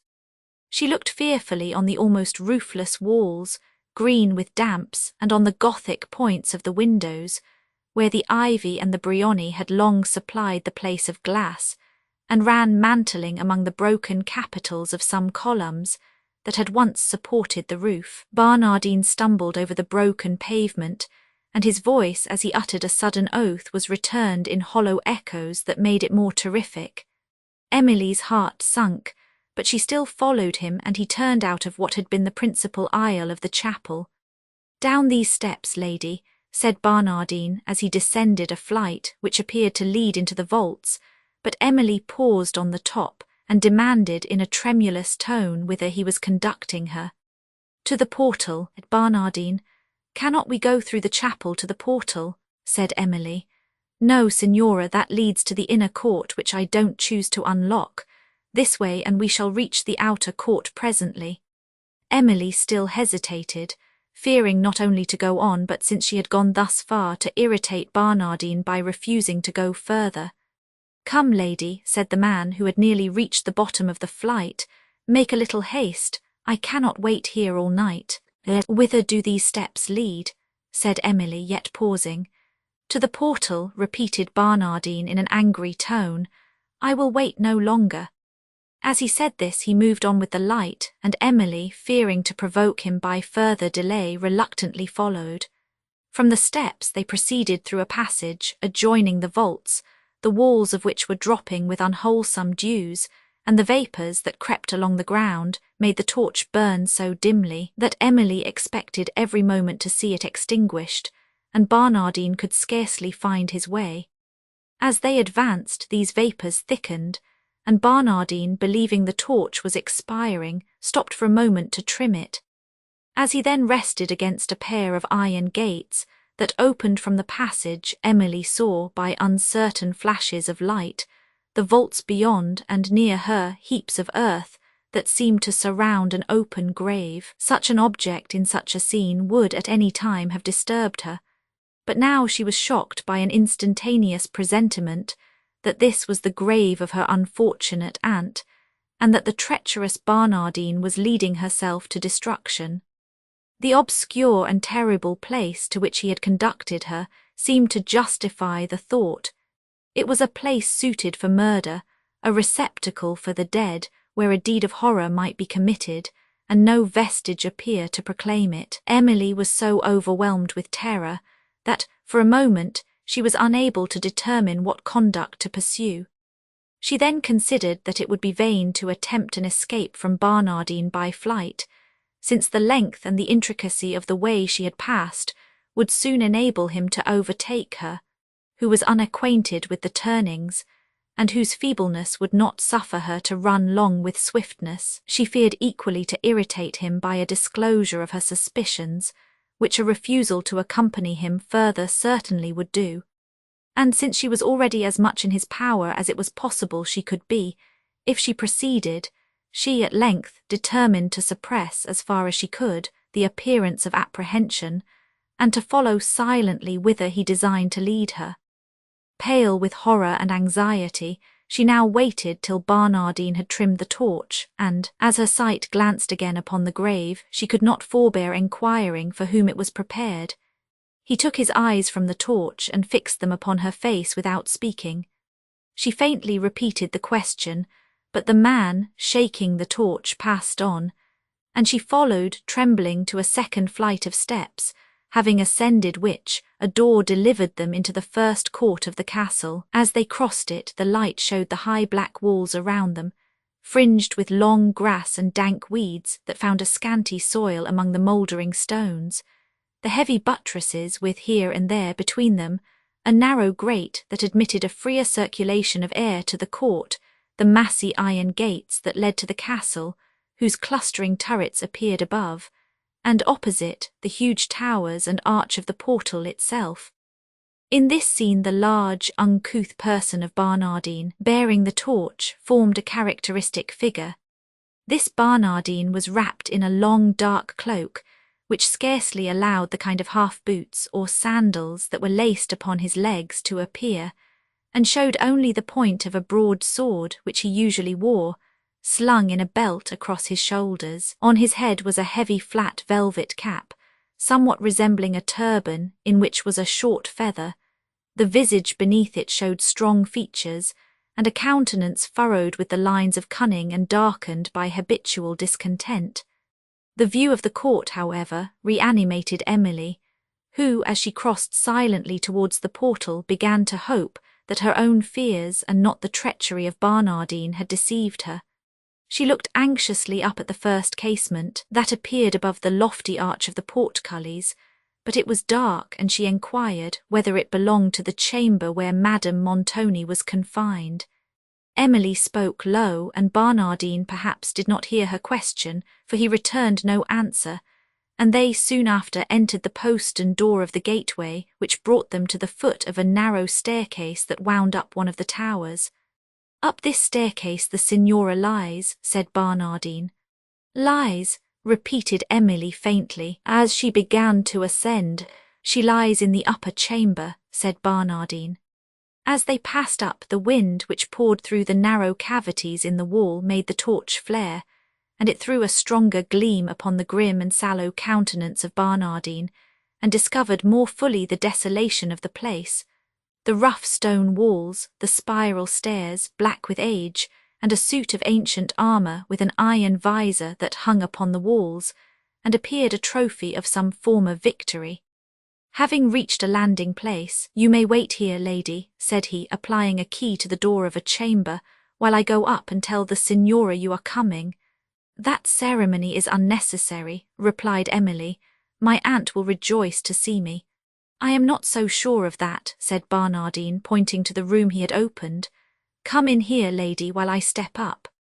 Emily, surprised and somewhat shocked, did not dare to oppose him further, but, as he was turning away with the torch, desired he would not leave her in darkness. He looked around, and, observing a tripod lamp that stood on the stairs, lighted and gave it to Emily, who stepped forward into a large old chamber, and he closed the door.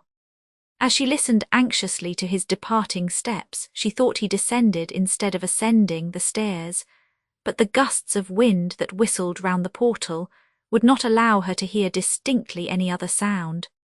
Still, however, she listened, and perceiving no step in the room above, where he had affirmed Madame Montoni to be, her anxiety increased, though she considered that the thickness of the floor in this strong building might prevent any sound reaching her from the upper chamber. The next moment, in a pause of the wind, she distinguished Barnardine's step descending to the court, and then thought she heard his voice. But the rising gust again overcoming other sounds, Emily, to be certain on this point, moved softly to the door, which, on attempting to open it, she discovered was fastened. All the horrid apprehensions that had lately assailed her returned at this instant with redoubled force, and no longer appeared like the exaggerations of a timid spirit, but seemed to have been sent to warn her of her fate. She now did not doubt that Madame Montoni had been murdered, perhaps in this very chamber, or that she herself was brought hither for the same purpose. The countenance, the manners, and the recollected words of Barnardine, when he had spoken of her aunt, confirmed her worst fears. For some moments she was incapable of considering of any means by which she might attempt an escape. Still she listened, but heard footsteps neither on the stairs nor in the room above. She thought, however, that she again distinguished Barnardine's voice below, and went to a grated window that opened upon the court to enquire further. Here she plainly heard his hoarse accents mingling with the blast that swept by, but they were lost again so quickly that their meaning could not be interpreted. And then the light of a torch, which seemed to issue from the portal below, flashed across the court, and the long shadow of a man who was under the archway appeared upon the pavement. Emily, from the hugeness of this sudden portrait, concluded it to be that of Barnardine, but other deep tones, which passed in the wind, soon convinced her he was not alone, and that his companion was not a person very liable to pity. When her spirits had overcome the first shock of her situation, she held up the lamp to examine if the chamber afforded a possibility of an escape. It was a spacious room, whose walls, wainscoted with rough oak, showed no casement but the grated one which Emily had left, and no other door than that by which she had entered. The feeble rays of the lamp, however, did not allow her to see at once its full extent. She perceived no furniture except, indeed, an iron chair, fastened in the centre of the chamber, immediately over which, depending on a chain from the ceiling, hung an iron ring. Having gazed upon these, for some time with wonder and horror, she next observed iron bars below, made for the purpose of confining the feet, and on the arms of the chair were rings of the same metal. As she continued to survey them, she concluded that they were instruments of torture, and it struck her that some poor wretch had once been fastened in this chair, and had there been starved to death. She was chilled by the thought, but what was her agony when in the next moment it occurred to her that her aunt might have been one of these victims, and that she herself might be the next. An acute pain seized her head. She was scarcely able to hold the lamp, and looking round for support was seating herself unconsciously in the iron chair itself. But suddenly perceiving where she was, she started from it in horror and sprung towards a remote end of the room. Here again she looked round for a seat to sustain her, and perceived only a dark curtain, which, descending from the ceiling to the floor, was drawn along the whole side of the chamber. Ill as she was, the appearance of this curtain struck her, and she paused to gaze upon it in wonder and apprehension. It seemed to conceal a recess of the chamber. She wished, yet dreaded, to lift it, and to discover what it veiled. Twice she was withheld by a recollection of the terrible spectacle her daring hand had formerly unveiled in an apartment of the castle, till, suddenly conjecturing that it concealed the body of her murdered aunt, she seized it in a fit of desperation and drew it aside. Beyond appeared a corpse, stretched on a kind of low couch, which was crimsoned with human blood, as was the floor beneath. The features, deformed by death, were ghastly and horrible, and more than one livid wound appeared in the face. Emily, bending over the body, gazed for a moment with an eager, frenzied eye, but in the next the lamp dropped from her hand, and she fell senseless at the foot of the couch. When her senses returned, she found herself surrounded by men, among whom was Barnardine, who were lifting her from the floor and then bore her along the chamber. She was sensible of what passed, but the extreme languor of her spirits did not permit her to speak or move or even to feel any distinct fear. They carried her down the staircase by which she had ascended. When, having reached the archway, they stopped, and one of the men, taking the torch from Barnardine, opened a small door that was cut in the great gate, and as he stepped out upon the road, the light he bore showed several men on horseback in waiting. Whether it was the freshness of the air that revived Emily, or that the objects she now saw roused the spirit of alarm, she suddenly spoke, and made an ineffectual effort to disengage herself from the grasp of the ruffians who held her. Barnardine meanwhile called loudly for the torch, while distant voices answered, and several persons approached, and in the same instant a light flashed upon the court of the castle. Again he vociferated for the torch, and the men hurried Emily through the gate. At a short distance under the shelter of the castle walls, she perceived the fellow who had taken the light from the porter, holding it to a man, busily employed in altering the saddle of a horse, round which were several horsemen looking on, whose harsh features received the full glare of the torch. While the broken ground beneath them, the opposite walls with the tufted shrubs that overhung their summits and an embattled watch-tower above, were reddened with the gleam which, fading gradually away, left the remoter ramparts and the woods below to the obscurity of night. "What do you waste time for there?" said Barnardine with an oath as he approached the horsemen. "Dispatch, dispatch.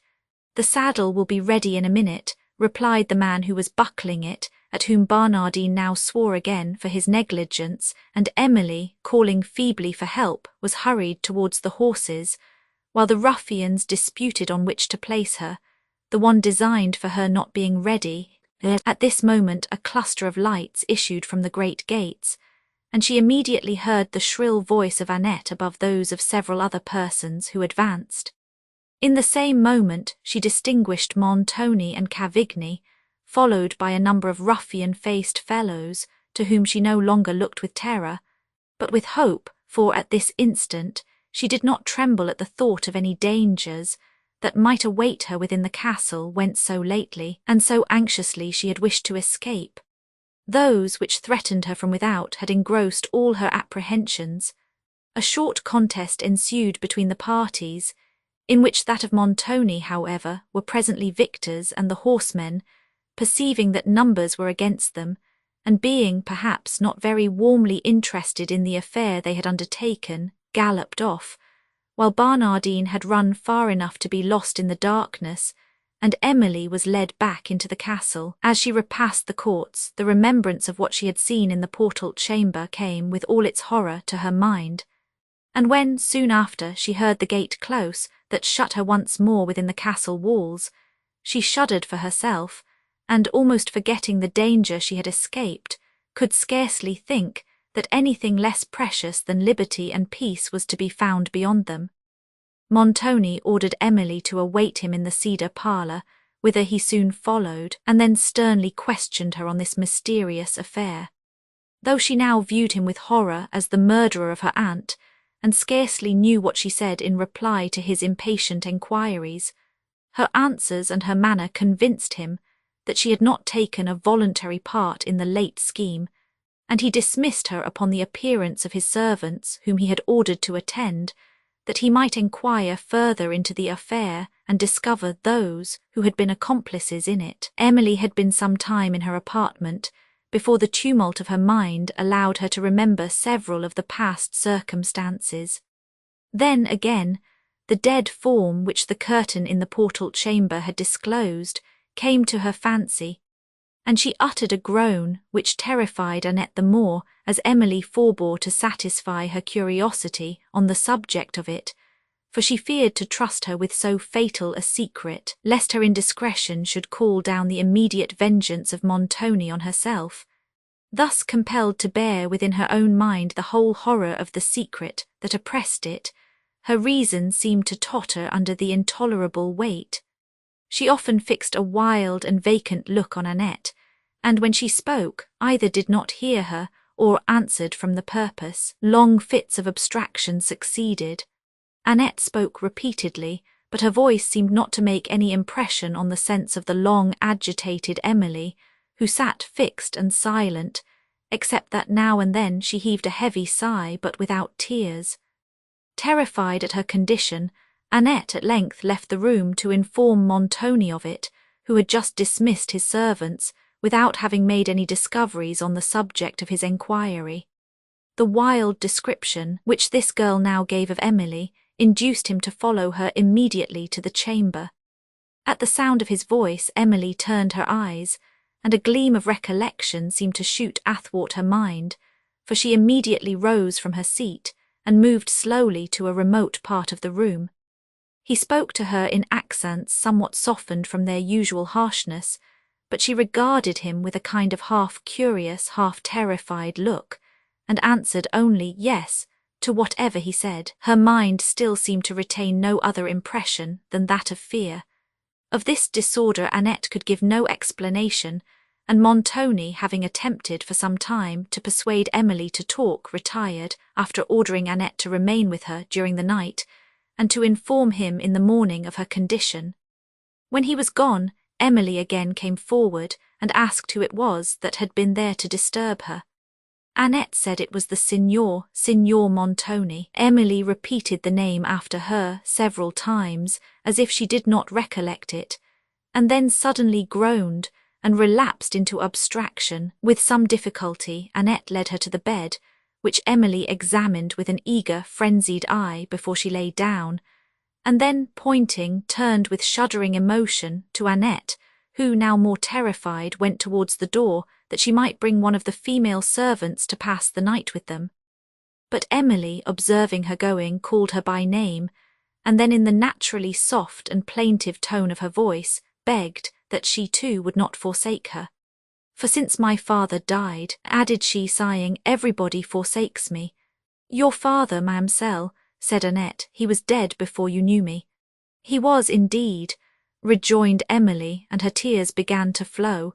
She now wept silently and long, after which, becoming quite calm, she at length sunk to sleep, Annette having had discretion enough not to interrupt her tears. This girl, as affectionate as she was simple, lost in these moments all her former fears of remaining in the chamber, and watched alone by Emily during the whole night. Chapter 28. Unfold what worlds or what vast regions hold th immortal mind that hath forsook her mansion in this fleshly nook. Il penseroso Emily's mind was refreshed by sleep. On waking in the morning, she looked with surprise on Annette, who sat sleeping in a chair beside the bed, and then endeavoured to recollect herself. But the circumstances of the preceding night were swept from her memory, which seemed to retain no trace of what had passed, and she was still gazing with surprise on Annette when the latter awoke. "Oh dear ma'amselle, do you know me?" cried she. "Know you, certainly," replied Emily. "You are Annette, but why are you sitting by me thus?" "Oh, you have been very ill, ma'amselle, very ill indeed, and I am sure I thought—" "This is very strange," said Emily, still trying to recollect the past. "But I think I do remember that my fancy has been haunted by frightful dreams. Good God," she added, suddenly starting, "surely it was nothing more than a dream." She fixed a terrified look upon Annette, who, intending to quiet her, said, "Yes, ma'amselle, it was more than a dream, but it is all over now." "She is murdered, then," said Emily in an inward voice, and shuddering instantaneously. Annette screamed, for being ignorant of the circumstance to which Emily referred, she attributed her manner to a disordered fancy. But, when she had explained to what her own speech alluded, Emily, recollecting the attempt that had been made to carry her off, asked if the contriver of it had been discovered. Annette replied that he had not, though he might easily be guessed at, and then told Emily she might thank her for her deliverance, who, endeavouring to command the emotion which the remembrance of her aunt had occasioned, appeared calmly to listen to Annette, though in truth she heard scarcely a word that was said. And so, Mamselle, continued the latter, I was determined to be even with Barnardine for refusing to tell me the secret by finding it out myself. So I watched you on the terrace, and as soon as he had opened the door at the end, I stole out from the castle to try to follow you. For, says I am sure no good can be planned, or why all this secrecy. So, sure enough, he had not bolted the door after him, and when I opened it I saw by the glimmer of the torch, at the other end of the passage, which way you were going. I followed the light at a distance till you came to the vaults of the chapel, and there I was afraid to go further, for I had heard strange things about these vaults, but then again I was afraid to go back all in darkness by myself. So by the time Barnardine had trimmed the light, I had resolved to follow you, and I did so, till you came to the great court, and there I was afraid he would see me. So I stopped at the door again and watched you across to the gates, and when you were gone up the stairs I whipped after. There, as I stood under the gateway, I heard horses' feet without and several men talking, and I heard them swearing at Barnardine for not bringing you out, and just then he had like to have caught me, for he came down the stairs again, and I had hardly time to get out of his way. But I had heard enough of his secret now, and I determined to be even with him, and to save you too, Mamselle, for I guessed it to be some new scheme of Count Morano, though he was gone away. I ran into the castle, but I had hard work to find my way through the passage under the chapel, and what is very strange, I quite forgot to look for the ghosts they had told me about, though I would not go into that place again by myself for all the world. Luckily the Signor and Signor Cavigni were up, so we had soon a train at our heels, sufficient to frighten that Barnardine and his rogues all together. Annette ceased to speak, but Emily still appeared to listen. At length she said suddenly, I think I will go to him myself. Where is he? Annette asked who was meant. Signor Montoni, replied Emily. I would speak with him. And Annette, now remembering the order he had given on the preceding night, respecting her young lady, rose and said she would seek him herself. This honest girl's suspicions of Count Morano were perfectly just. Emily, too, when she thought on the scheme, had attributed it to him, and Montoni, who had not a doubt on this subject, also began to believe that it was by the direction of Morano that poison had formerly been mingled with his wine. The professions of repentance which Morano had made to Emily, under the anguish of his wound, was sincere at the moment he offered them, but he had mistaken the subject of his sorrow, for while he thought he was condemning the cruelty of his late design, he was lamenting only the state of suffering to which it had reduced him.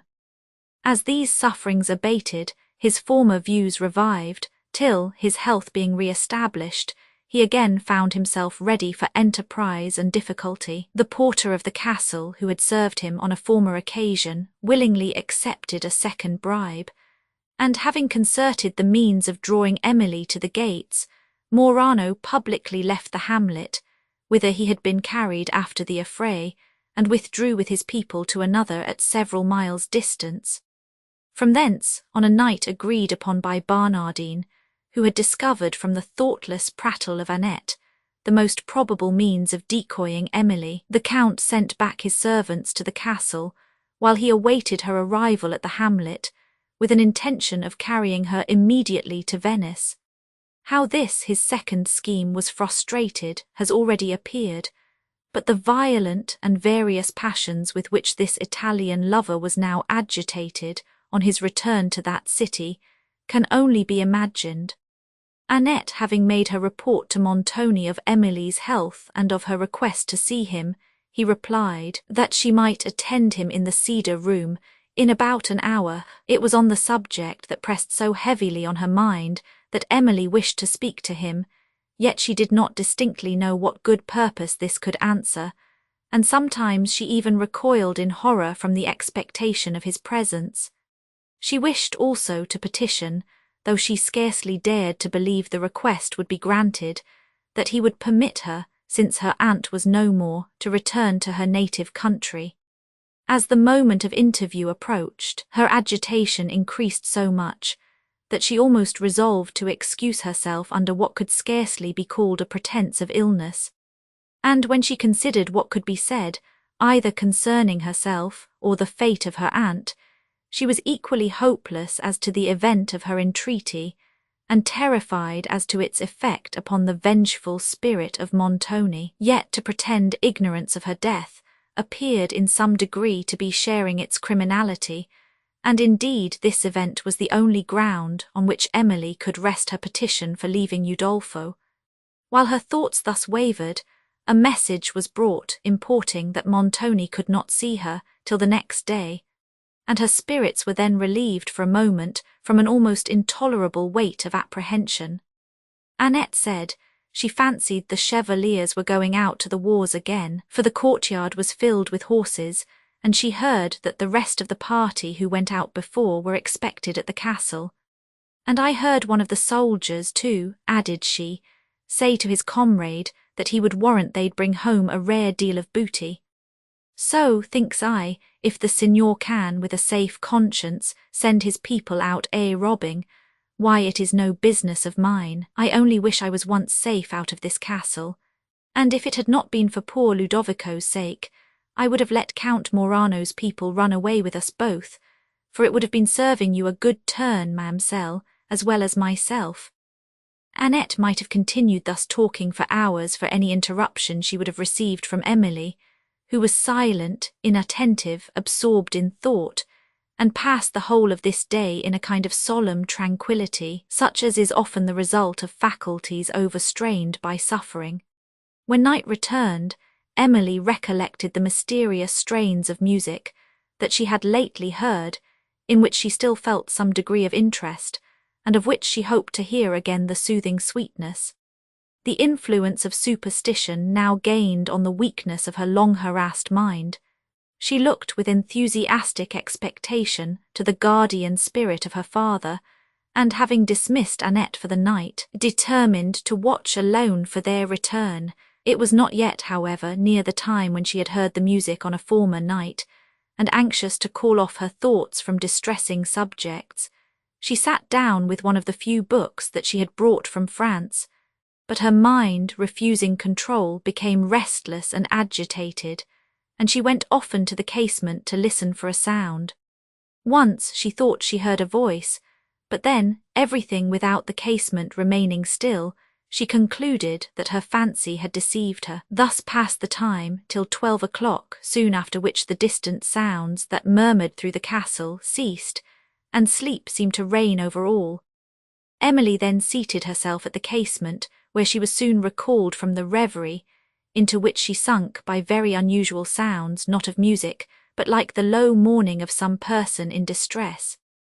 As she listened, her heart faltered in terror, and she became convinced that the former sound was more than imaginary. Still, at intervals, she heard a kind of feeble lamentation, and sought to discover whence it came.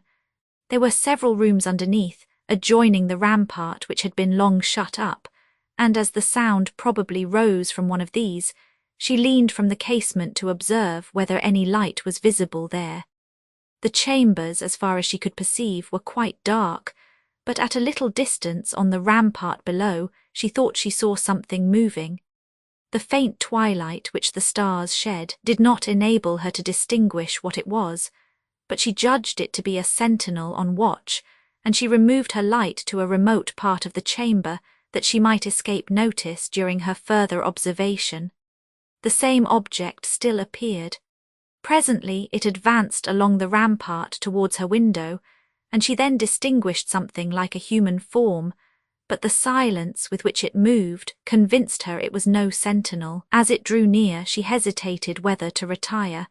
A thrilling curiosity inclined her to stay, but a dread of she scarcely knew what warned her to withdraw. While she paused, the figure came opposite to her casement and was stationary. Everything remained quiet.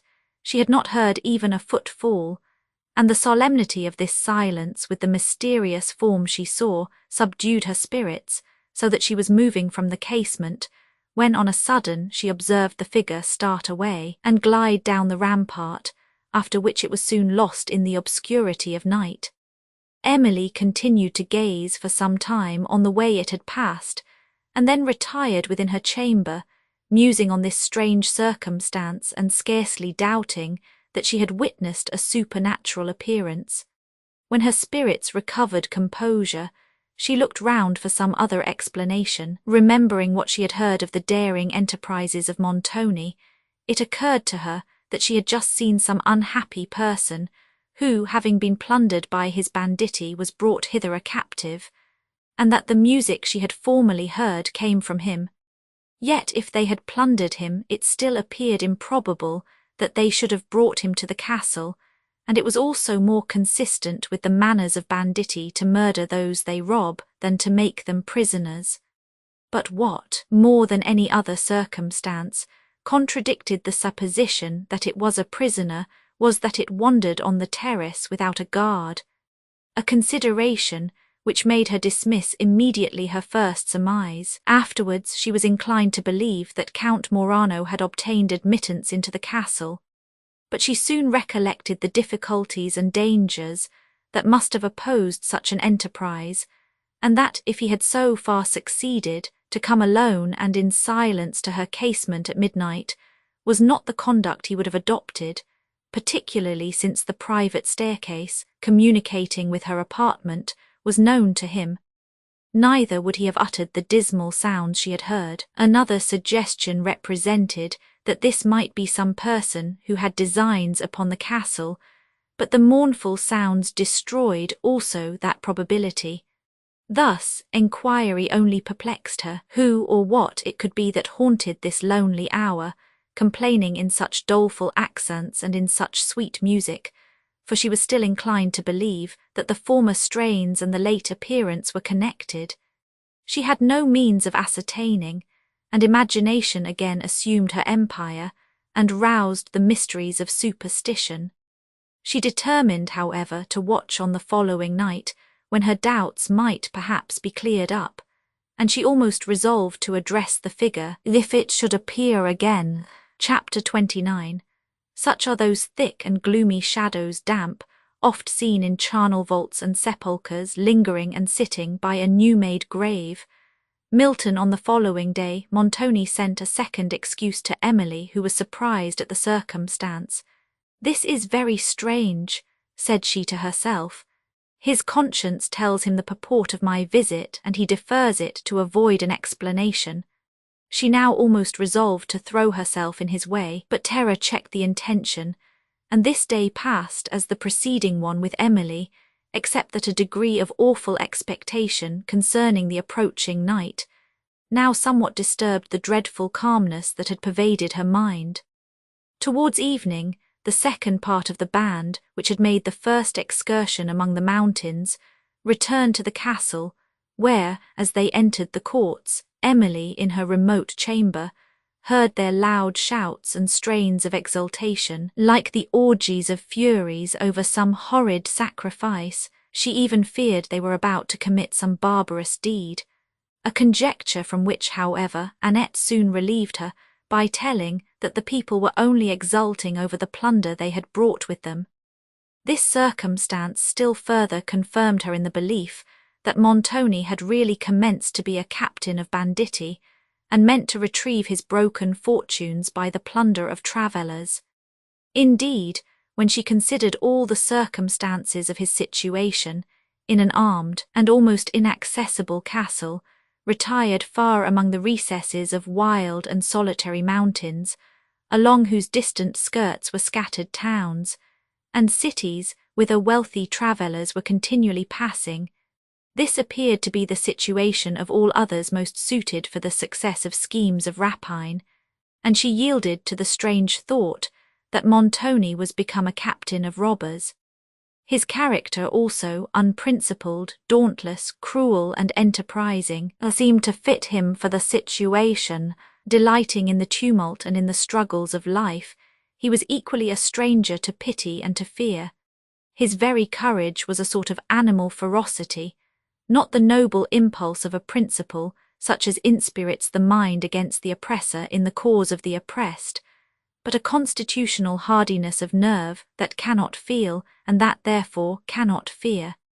Emily's supposition, however natural, was in part erroneous, for she was a stranger to the state of this country and to the circumstances under which its frequent wars were partly conducted.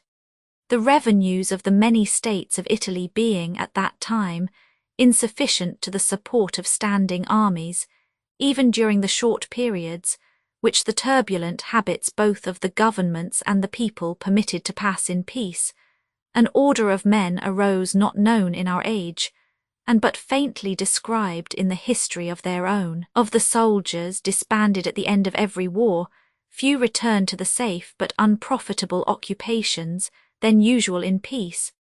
Sometimes they passed into other countries and mingled with armies which still kept the field.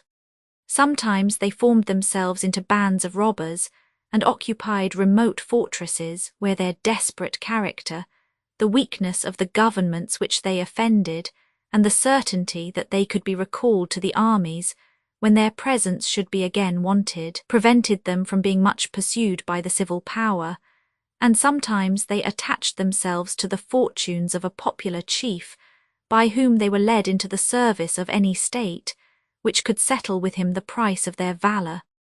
From this latter practice arose their name, condottieri, a term formidable all over Italy for a period which concluded in the earlier part of the 17th century, but of which it is not so easy to ascertain the commencement. Contests between the smaller states were then, for the most part, affairs of enterprise alone, and the probabilities of success were estimated, not from the skill, but from the personal courage of the general and the soldiers. The ability which was necessary to the conduct of tedious operations was little valued. It was enough to know how a party might be led towards their enemies with the greatest secrecy, or conducted from them in the compactest order. The officer was to precipitate himself into a situation where, but for his example, the soldiers might not have ventured. And as the opposed parties knew little of each other's strength, the event of the day was frequently determined by the boldness of the first movements. In such services the condottieri were eminent, and in these, where plunder always followed success, their characters acquired a mixture of intrepidity and profligacy, which awed even those whom they served. When they were not thus engaged, their chief had usually his own fortress in which or in its neighbourhood they enjoyed an irksome rest, and though their wants were at one time partly supplied from the property of the inhabitants, the lavish distribution of their plunder at others prevented them from being obnoxious, and the peasants of such districts gradually shared the character of their warlike visitors. The neighbouring governments sometimes professed, but seldom endeavoured, to suppress these military communities, both because it was difficult to do so, and because a disguised protection of them ensured, for the service of their wars, a body of men who could not otherwise be so cheaply maintained or so perfectly qualified. The commanders sometimes even relied so far upon this policy of the several powers as to frequent their capitals, and Montoni, having met them in the gaming parties of Venice and Padua, conceived a desire to emulate their characters, before his ruined fortunes tempted him to adopt their practices. It was for the arrangement of his present plan of life that the midnight councils were held at his mansion in Venice, and at which Orsino and some other members of the present community then assisted with suggestions, which they had since executed with the wreck of their fortunes. On the return of night, Emily resumed her station at the casement. There was now a moon, and as it rose over the tufted woods, its yellow light served to show the lonely terrace and the surrounding objects more distinctly than the twilight of the stars had done, and promised Emily to assist her observations should the mysterious form return. On this subject she again wavered in conjecture, and hesitated whether to speak to the figure, to which a strong and almost irresistible interest urged her, but terror at intervals made her reluctant to do so. "If this is a person who has designs upon the castle," said she, My curiosity may prove fatal to me, yet the mysterious music and the lamentations I heard must surely have proceeded from him. If so, he cannot be an enemy." She then thought of her unfortunate aunt, and, shuddering with grief and horror, the suggestions of imagination seized her mind with all the force of truth, and she believed that the form she had seen was supernatural. She trembled, breathed with difficulty, an icy coldness touched her cheeks, and her fears for a while overcame her judgment. Her resolution now forsook her, and she determined, if the figure should appear, not to speak to it. Thus the time passed, as she sat at her casement, awed by expectation and by the gloom and stillness of midnight, for she saw obscurely in the moonlight only the mountains and woods, a cluster of towers that formed the west angle of the castle and the terrace below, and heard no sound except now and then the lonely watchword passed by the sentinels on duty, and afterwards the steps of the men who came to relieve guard, and whom she knew at a distance on the rampart by their pikes, that glittered in the moonbeam, and then by the few short words in which they hailed their fellows of the night. Emily retired within her chamber while they passed the casement. When she returned to it, all was again quiet. It was now very late. She was wearied with watching, and began to doubt the reality of what she had seen on the preceding night. But she still lingered at the window, for her mind was too perturbed to admit of sleep. The moon shone with a clear lustre that afforded her a complete view of the terrace, but she saw only a solitary sentinel pacing at one end of it, and at length, tired with expectation, she withdrew to seek rest. Such, however, was the impression left on her mind by the music, and the complaining she had formerly heard, as well as by the figure which she fancied she had seen, that she determined to repeat the watch on the following night. Montoni, on the next day, took no notice of Emily's appointed visit, but she, more anxious than before to see him, sent Annette to inquire at what hour he would admit her. He mentioned 11 o'clock, and Emily was punctual to the moment, at which she called up all her fortitude to support the shock of his presence and the dreadful recollections it enforced. He was with several of his officers in the cedar room, on observing whom she paused, and her agitation increased while he continued to converse with them, apparently not observing her till some of his officers, turning round, saw Emily and uttered an exclamation. She was hastily retiring when Montoni's voice arrested her, and in a faltering accent she said, "I would speak with you, Signor Montoni, if you are at leisure." "These are my friends," he replied. "Whatever you would say, they may hear." Emily, without replying, turned from the rude gaze of the chevaliers, and Montoni then followed her to the hall, whence he led her to a small room, of which he shut the door with violence. As she looked on his dark countenance, she again thought she saw the murderer of her aunt, and her mind was so convulsed with horror that she had not power to recall thought enough to explain the purport of her visit, and to trust herself with the mention of Madame Montoni was more than she dared. Montoni at length impatiently enquired what she had to say. "I have no time for trifling," he added. "My moments are important." Emily then told him that she wished to return to France and came to beg that he would permit her to do so. But when he looked surprised and enquired for the motive of the request, she hesitated, became paler than before, trembled, and had nearly sunk at his feet. He observed her emotion with apparent indifference, and interrupted the silence by telling her he must be gone.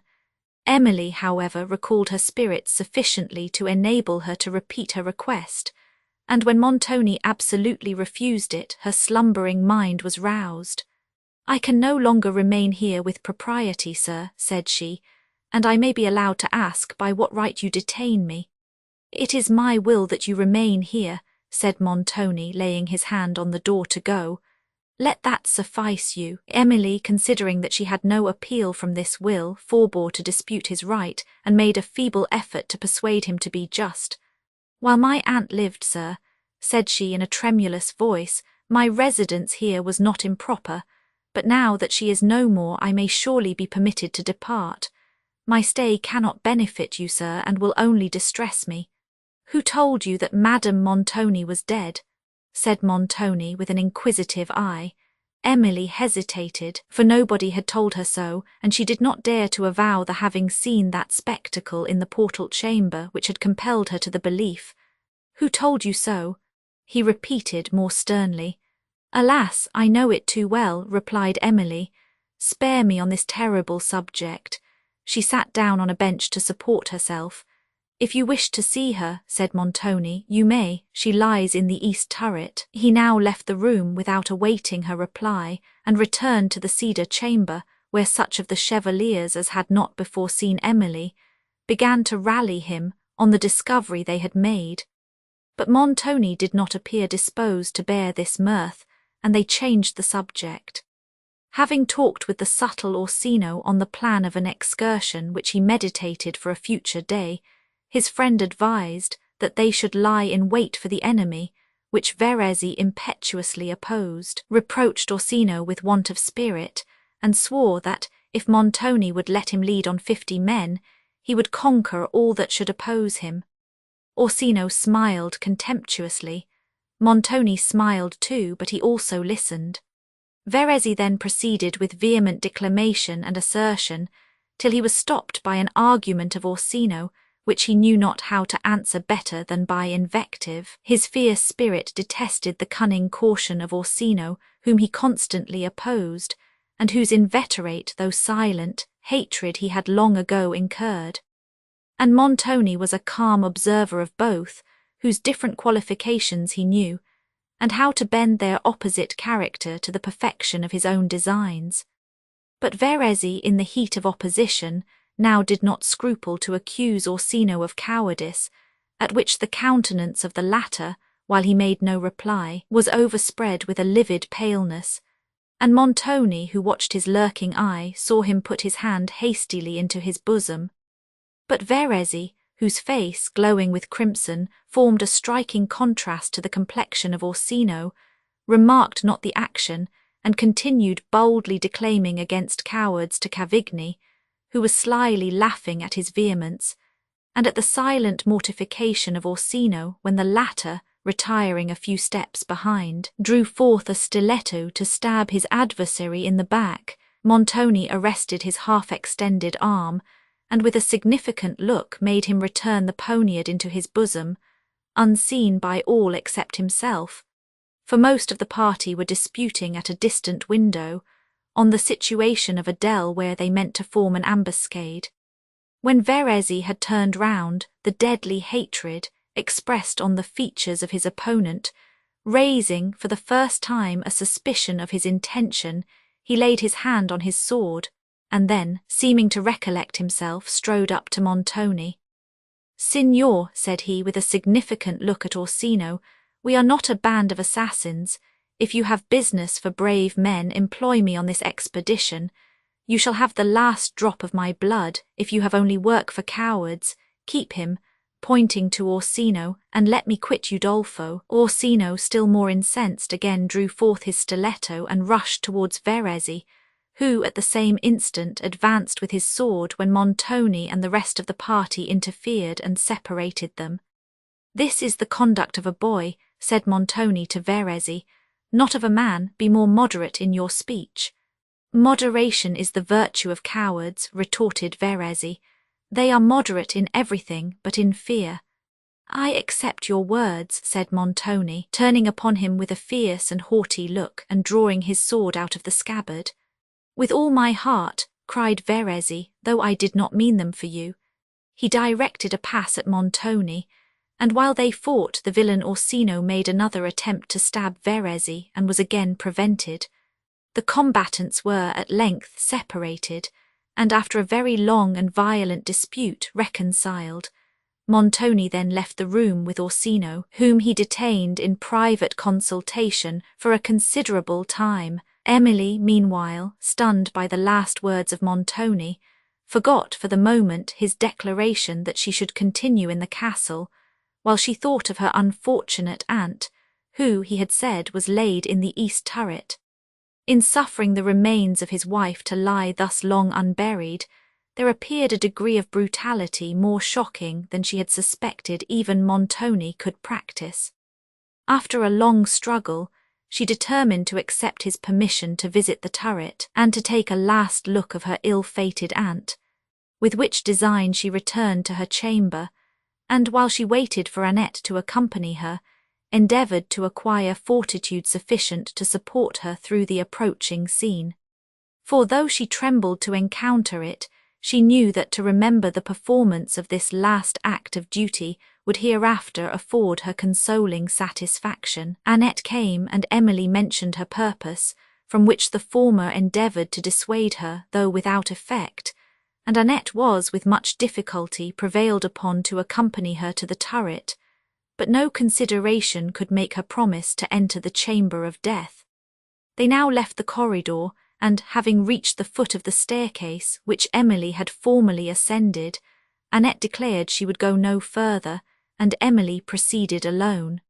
When she saw the track of blood, which she had before observed, her spirits fainted, and being compelled to rest on the stairs, she almost determined to proceed no further. The pause of a few moments restored her resolution, and she went on. As she drew near the landing place upon which the upper chamber opened, she remembered that the door was formerly fastened, and apprehended that it might still be so. In this expectation, however, she was mistaken, for the door opened at once into a dusky and silent chamber, round which she fearfully looked, and then slowly advanced when a hollow voice spoke. Emily, who was unable to speak or to move from the spot, uttered no sound of terror. The voice spoke again, and then, thinking that it resembled that of Madame Montoni, Emily's spirits were instantly roused. She rushed towards a bed that stood in a remote part of the room, and drew aside the curtains. Within appeared a pale and emaciated face. She started back, then again advanced, shuddered as she took up the skeleton hand that lay stretched upon the quilt, then let it drop, and then viewed the face with a long, unsettled gaze. It was that of Madame Montoni, though so changed by illness, that the resemblance of what it had been could scarcely be traced in what it now appeared. She was still alive, and raising her heavy eyes, she turned them on her niece. "Where have you been so long?" said she in the same tone. "I thought you had forsaken me." "Do you indeed live?" said Emily at length, "or is this but a terrible apparition?" She received no answer, and again she snatched up the hand. "This is substance," she exclaimed, "but it is cold, cold as marble." She let it fall. "Oh, if you really live, speak," said Emily in a voice of desperation, "that I may not lose my senses. Say you know me." "I do live," replied Madame Montoni, "but I feel that I am about to die." Emily clasped the hand she held more eagerly and groaned. They were both silent for some moments. Then Emily endeavoured to soothe her, and inquired what had reduced her to this present deplorable state. Montoni, when he removed her to the turret under the improbable suspicion of having attempted his life, had ordered the men employed on the occasion to observe a strict secrecy concerning her. To this he was influenced by a double motive. He meant to debar her from the comfort of Emily's visits, and to secure an opportunity of privately dispatching her, should any new circumstances occur to confirm the present suggestions of his suspecting mind.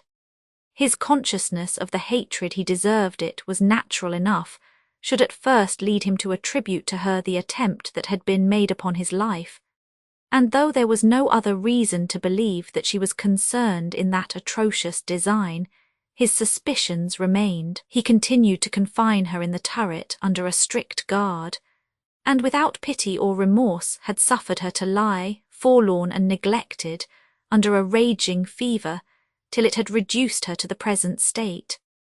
The track of blood, which Emily had seen on the stairs, had flowed from the unbound wound of one of the men employed to carry Madame Montoni, and which he had received in the late affray. At night these men, having contented themselves with securing the door of their prisoner's room, had retired from guard. And then it was that Emily, at the time of her first inquiry, had found the turret so silent and deserted. When she had attempted to open the door of the chamber, her aunt was sleeping, and this occasioned the silence which had contributed to delude her into a belief that she was no more. Yet had her terror permitted her to persevere longer in the call, she would probably have awakened Madame Montoni, and have been spared much suffering. The spectacle in the portal chamber, which afterwards confirmed Emily's horrible suspicion, was the corpse of a man who had fallen in the affray, and the same which had been borne into the servants' hall, where she took refuge from the tumult. This man had lingered under his wounds for some days, and soon after his death his body had been removed on the couch on which he died, for interment in the vault beneath the chapel, through which Emily and Barnardine had passed to the chamber. Emily, after asking Madame Montoni 1,000 questions concerning herself, left her and sought Montoni, for the more solemn interest she felt for her aunt made her now regardless of the resentment her remonstrances might draw upon herself, and of the improbability of his granting what she meant to entreat. "Madame Montoni is now dying, sir," said Emily as soon as she saw him. "Your resentment surely will not pursue her to the last moment. Suffer her to be removed from that forlorn room to her own apartment, and to have necessary comforts administered." "Of what service will that be if she is dying?" said Montoni with apparent indifference. "The service at leave of saving you, sir, from a few of those pangs of conscience you must suffer, when you shall be in the same situation," said Emily, with imprudent indignation of which Montoni soon made her sensible by commanding her to quit his presence. Then, forgetting her resentment, and impressed only by compassion for the piteous state of her aunt dying without succour, she submitted to humble herself to Montoni, and to adopt every persuasive means that might induce him to relent towards his wife. For a considerable time he was proof against all she said and all she looked, but at length the divinity of pity beaming in Emily's eyes seemed to touch his heart. He turned away, ashamed of his better feelings, half sullen and half relenting, but finally consented that his wife should be removed to her own apartment, and that Emily should attend her, dreading equally that this relief might arrive too late, and that Montoni might retract his concession. Emily scarcely stayed to thank him for it, but assisted by Annette she quickly prepared Madame Montoni's bed, and they carried her a cordial that might enable her feeble frame to sustain the fatigue of a removal. Madame was scarcely arrived in her own apartment when an order was given by her husband that she should remain in the turret, but Emily, thankful that she had made such dispatch, hastened to inform him of it, as well as that a second removal would instantly prove fatal, and he suffered his wife to continue where she was. During this day Emily never left Madame Montoni, except to prepare such little nourishing things as she judged necessary to sustain her, and which Madame Montoni received with quiet acquiescence, though she seemed sensible that they could not save her from approaching dissolution, and scarcely appeared to wish for life. Emily meanwhile watched over her with the most tender solicitude, no longer seeing her imperious aunt in the poor object before her, but the sister of her late beloved father, in a situation that called for all her compassion and kindness. When night came, she determined to sit up with her aunt, but this the latter positively forbade, commanding her to retire to rest, and Annette alone to remain in her chamber. Rest was indeed necessary to Emily, whose spirits and frame were equally wearied by the occurrences and exertions of the day, but she would not leave Madame Montoni till after the turn of midnight, a period then thought so critical by the physicians. Soon after 12, having enjoined Annette to be wakeful and to call her, should any change appear for the worse, Emily sorrowfully bade Madame Montoni good night, and withdrew to her chamber. Her spirits were more than usually depressed by the piteous condition of her aunt, whose recovery she scarcely dared to expect. To her own misfortunes she saw no period, enclosed as she was in a remote castle, beyond the reach of any friends, had she possessed such, and beyond the pity even of strangers, while she knew herself to be in the power of a man capable of any action which his interest or his ambition might suggest. Occupied by melancholy reflections and by anticipations as sad, She did not retire immediately to rest, but leaned thoughtfully on her open casement. The scene before her of woods and mountains reposing in the moonlight formed a regretted contrast with the state of her mind, but the lonely murmur of these woods and the view of this sleeping landscape gradually soothed her emotions and softened her to tears. She continued to weep for some time, lost to everything but to a gentle sense of her misfortunes. When she at length took the handkerchief from her eyes, she perceived before her on the terrace below the figure she had formerly observed, which stood fixed and silent, immediately opposite to her casement. On perceiving it, she started back, and terror for some time overcame curiosity. At length she returned to the casement, and still the figure was before it, which she now compelled herself to observe, but was utterly unable to speak as she had formerly intended. The moon shone with a clear light, and it was perhaps the agitation of her mind that prevented her distinguishing with any degree of accuracy the form before her. It was still stationary, and she began to doubt whether it was really animated. Her scattered thoughts were now so far returned as to remind her that her light exposed her to dangerous observation, and she was stepping back to remove it when she perceived the figure move, and then wave what seemed to be its arm as if to beckon her, and while she gazed, fixed in fear, it repeated the action.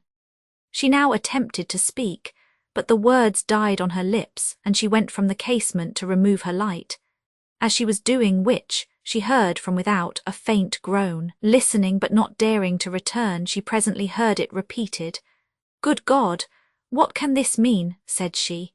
Again she listened, but the sound came no more, and after a long interval of silence she recovered courage enough to go to the casement. When she again saw the same appearance, it beckoned again and again uttered a low sound. "That groan was surely human," said she. "I will speak." "Who is it," cried Emily in a faint voice, "that wanders at this late hour?" The figure raised its head but suddenly started away and glided down the terrace. She watched it for a long while, passing swiftly in the moonlight, but heard no footstep, till a sentinel from the other extremity of the rampart walked slowly along. The man stopped under her window and, looking up, called her by name. She was retiring precipitately, but a second summons inducing her to reply. The soldier then respectfully asked if she had seen anything pass. On her answering that she had, he said no more but walked away down the terrace, Emily following him with her eyes till he was lost in the distance. But as he was on guard, she knew he could not go beyond the rampart, and therefore resolved to await his return.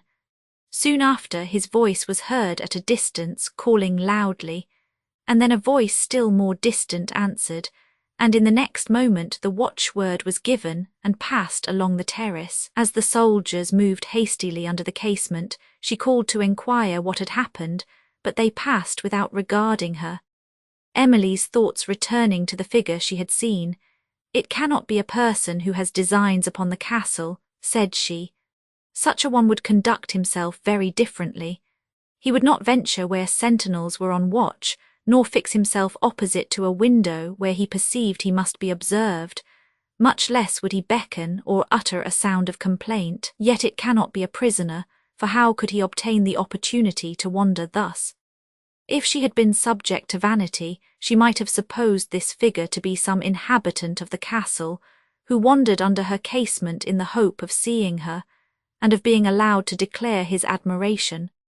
But this opinion never occurred to Emily, and if it had, she would have dismissed it as improbable on considering that, when the opportunity of speaking had occurred, it had been suffered to pass in silence, and that, even at the moment in which she had spoken, the form had abruptly quitted the place.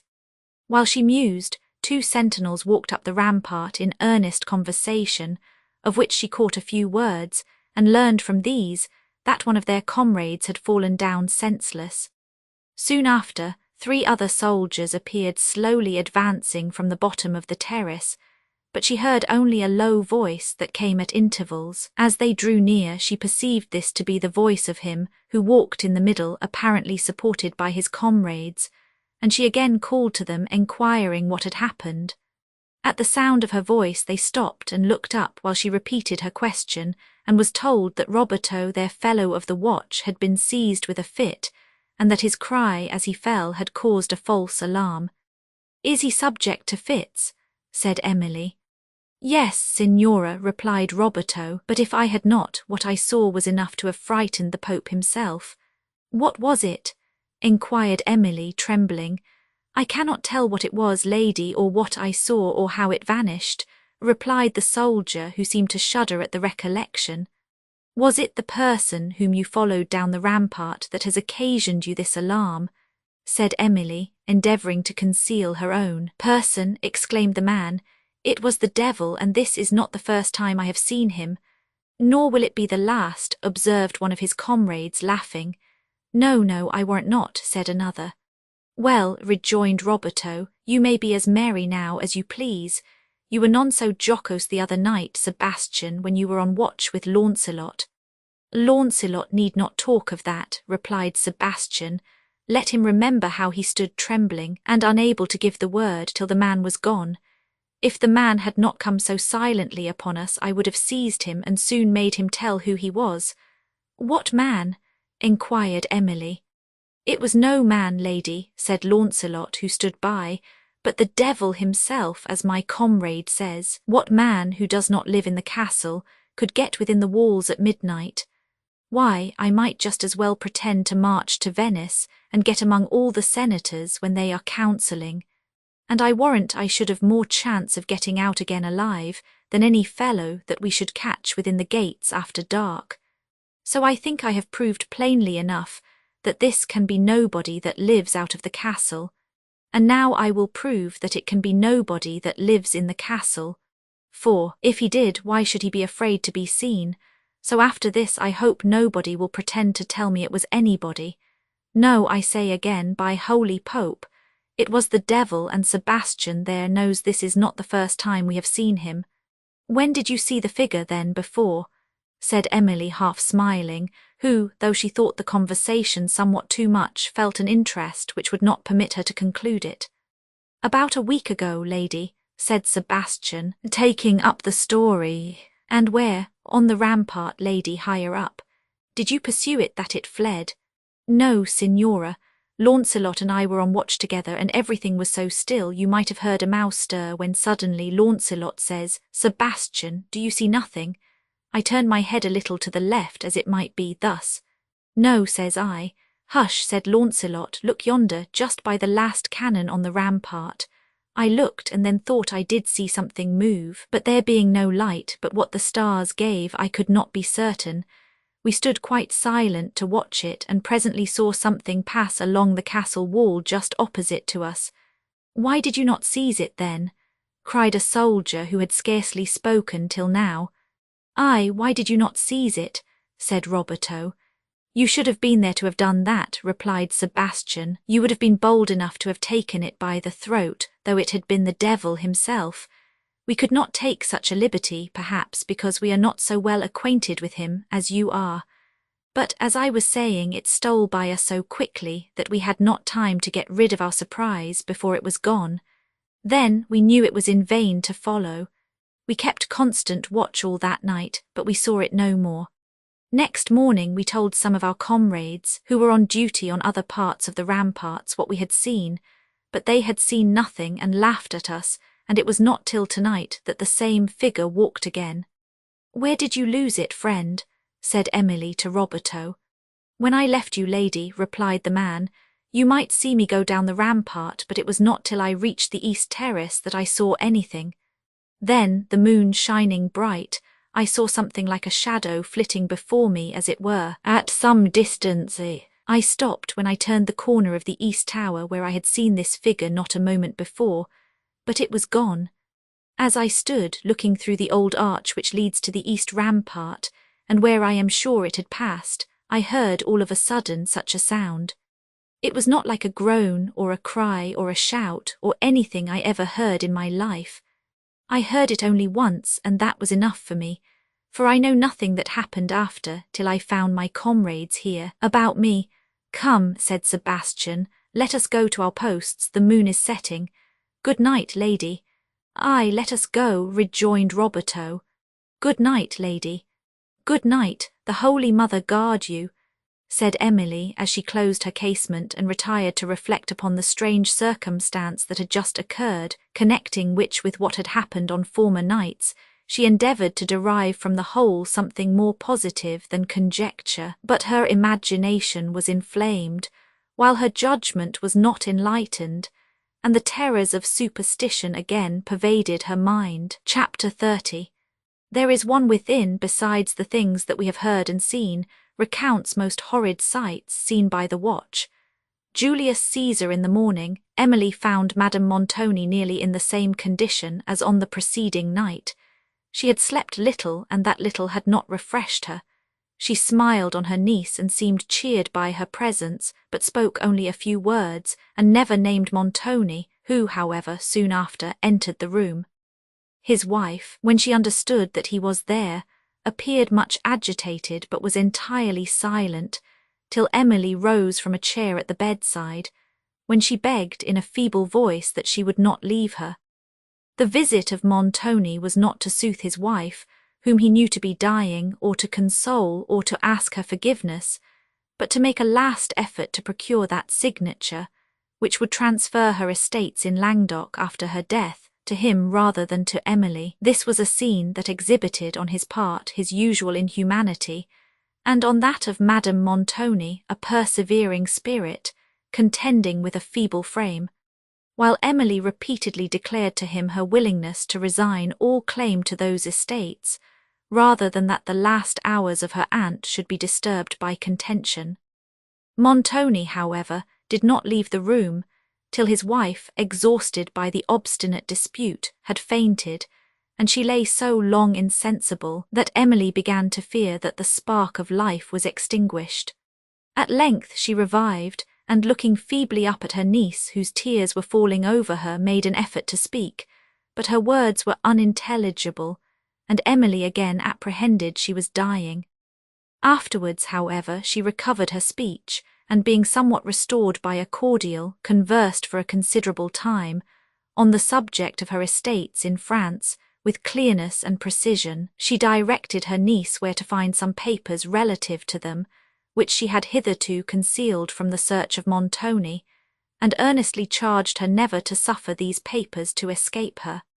Soon after this conversation, Madame Montoni sunk into a doze, and continued slumbering till evening, when she seemed better than she had been since her removal from the turret. Emily never left her for a moment till long after midnight, and even then would not have quitted the room, had not her aunt entreated that she would retire to rest. She then obeyed the more willingly, because her patient appeared somewhat recruited by sleep, and giving Annette the same injunction as on the preceding night, she withdrew to her own apartment. But her spirits were wakeful and agitated, and finding it impossible to sleep, she determined to watch once more for the mysterious appearance that had so much interested and alarmed her. It was now the second watch of the night, and about the time when the figure had before appeared. Emily heard the passing steps of the sentinels on the rampart as they changed guard, and when all was again silent, she took her station at the casement, leaving her lamp in a remote part of the chamber, that she might escape notice from without. The moon gave a faint and uncertain light, for heavy vapours surrounded it, and often rolling over the disk, left the scene below in total darkness. It was in one of these moments of obscurity that she observed a small and lambent flame, moving at some distance on the terrace. While she gazed, it disappeared, and the moon again emerging from the lurid and heavy thunder clouds, she turned her attention to the heavens, where the vivid lightnings darted from cloud to cloud, and flashed silently on the woods below. She loved to catch in the momentary gleam the gloomy landscape. Sometimes a cloud opened its light upon a distant mountain, and while the sudden splendour illumined all its recesses of rock and wood, the rest of the scene remained in deep shadow. At others, partial features of the castle were revealed by the glimpse, the ancient arch leading to the east rampart, the turret above, or the fortifications beyond. And then perhaps the whole edifice with all its towers, its dark massy walls and pointed casements would appear and vanish in an instant. Emily, looking again upon the rampart, perceived the flame she had seen before. It moved onward, and soon after she thought she heard a footstep. The light appeared and disappeared frequently, while as she watched it glided under her casements, and at the same instant she was certain that a footstep passed, but the darkness did not permit her to distinguish any object except the flame. It moved away, and then by a gleam of lightning she perceived some person on the terrace. All the anxieties of the preceding night returned. This person advanced, and the playing flame alternately appeared and vanished. Emily wished to speak to end her doubts whether this figure were human or supernatural, but her courage failed as often as she attempted utterance, till the light moved again under the casement, and she faintly demanded who passed. "A friend," replied a voice. "What friend?" said Emily, somewhat encouraged. "Who are you, and what is that light you carry?" "I am Anthonio, one of the signor's soldiers," replied the voice. "And what is that tapering light you bear?" said Emily. "See how it darts upwards, and now it vanishes." "This light, lady," said the soldier, "has appeared tonight as you see it on the point of my lance ever since I have been on watch, but what it means I cannot tell." "This is very strange," said Emily. "My fellow guard," continued the man, "has the same flame on his arms. He says he has sometimes seen it before. I never did. I am but lately come to the castle, for I have not been long a soldier." "How does your comrade account for it?" said Emily. "He says it is an omen, lady, and bodes no good." "And what harm can it bode?" rejoined Emily. "He knows not so much as that, lady." Whether Emily was alarmed by this omen or not, she certainly was relieved from much terror by discovering this man to be only a soldier on duty, and it immediately occurred to her that it might be he who had occasioned so much alarm on the preceding night. There were, however, some circumstances that still required explanation. As far as she could judge by the faint moonlight that had assisted her observation, the figure she had seen did not resemble this man either in shape or size. Besides, she was certain it had carried no arms. The silence of its steps, if steps it had, the moaning sounds, too, which it had uttered, and its strange disappearance, were circumstances of mysterious import, that did not apply with probability to a soldier engaged in the duty of his guard. She now enquired of the sentinel whether he had seen any person besides his fellow watch walking on the terrace about midnight, and then briefly related what she had herself observed. "I was not on guard that night, lady," replied the man, "but I heard of what happened. There are amongst us who believe strange things. Strange stories, too, have long been told of this castle, but it is no business of mine to repeat them, and for my part I have no reason to complain. Our chief does nobly by us." "I commend your prudence," said Emily. "Good night, and accept this from me," she added, throwing him a small piece of coin, and then closing the casement to put an end to the discourse. When he was gone, she opened it again, listened with a gloomy pleasure to the distant thunder that began to murmur among the mountains, and watched the arrowy lightnings which broke over the remoter scene. The pealing thunder rolled onward, and then, reverberated by the mountains, other thunder seemed to answer from the opposite horizon, while the accumulating clouds, entirely concealing the moon, assumed a red sulphureous tinge that foretold a violent storm.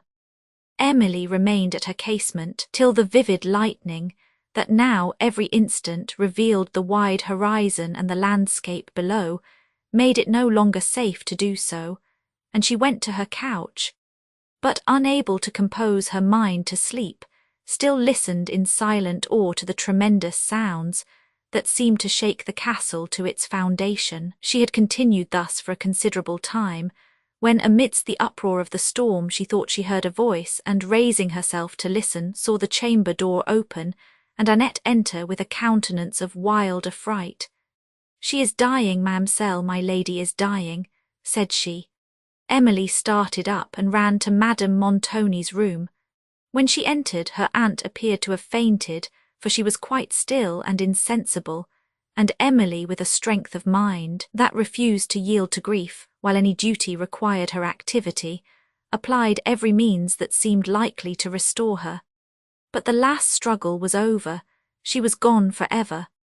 When Emily perceived that all her efforts were ineffectual, she interrogated the terrified Annette, and learned that Madame Montoni had fallen into a doze soon after Emily's departure, in which she had continued until a few minutes before her death. "I wondered, ma'amselle," said Annette, "what was the reason my lady did not seem frightened at the thunder when I was so terrified, and I went often to the bed to speak to her, but she appeared to be asleep, till presently I heard a strange noise, and on going to her saw she was dying."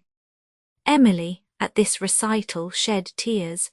She had no doubt but that the violent change in the air which the tempest produced had effected this fatal one on the exhausted frame of Madame Montoni. After some deliberation, she determined that Montoni should not be informed of this event till the morning, for she considered that he might perhaps utter some inhuman expressions, such as in the present temper of her spirits she could not bear.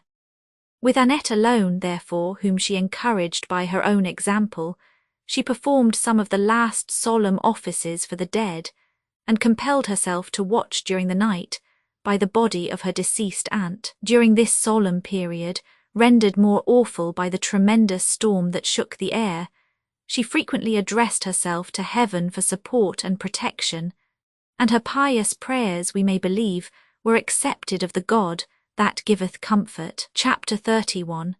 The midnight clock has tolled, and hark, the bell of death beats slow. Heard ye the note profound? It pauses now, and now with rising knell flings to the hollow gale its sullen sound. Mason, when Montoni was informed of the death of his wife, and considered that she had died without giving him the signature so necessary to the accomplishment of his wishes, no sense of decency restrained the expression of his resentment. Emily anxiously avoided his presence and watched, during 2 days and 2 nights with little intermission, by the corpse of her late aunt. Her mind deeply impressed with the unhappy fate of this object, she forgot all her faults, her unjust and imperious conduct to herself, and remembering only her sufferings, thought of her only with tender compassion. Sometimes, however, she could not avoid musing upon the strange infatuation that had proved so fatal to her aunt, and had involved herself in a labyrinth of misfortune from which she saw no means of escaping, the marriage with Montoni. But when she considered this circumstance, it was more in sorrow than in anger, more for the purpose of indulging lamentation than reproach. In her pious cares she was not disturbed by Montoni, who not only avoided the chamber where the remains of his wife were laid, but that part of the castle adjoining to it, as if he had apprehended a contagion in death. He seemed to have given no orders respecting the funeral, and Emily began to fear he meant to offer a new insult to the memory of Madame Montoni. But from this apprehension she was relieved when, on the evening of the 2nd day, Annette informed her that the interment was to take place that night. She knew that Montoni would not attend, and it was so very grievous to her to think that the remains of her unfortunate aunt would pass to the grave without one relative or friend to pay them the last decent rites, that she determined to be deterred by no considerations for herself from observing this duty. She would otherwise have shrunk from the circumstance of following them to the cold vault, to which they were to be carried by men whose air and countenances seemed to stamp them for murderers. At the midnight hour of silence and privacy, which Montoni had chosen for committing, if possible, to oblivion the relics of a woman, whom his harsh conduct had at least contributed to destroy, Emily, shuddering with emotions of horror and grief, assisted by Annette, prepared the corpse for interment, and having wrapped it in cerements and covered it with a winding sheet, they watched beside it till past midnight, when they heard the approaching footsteps of the men, who were to lay it in its earthy bed.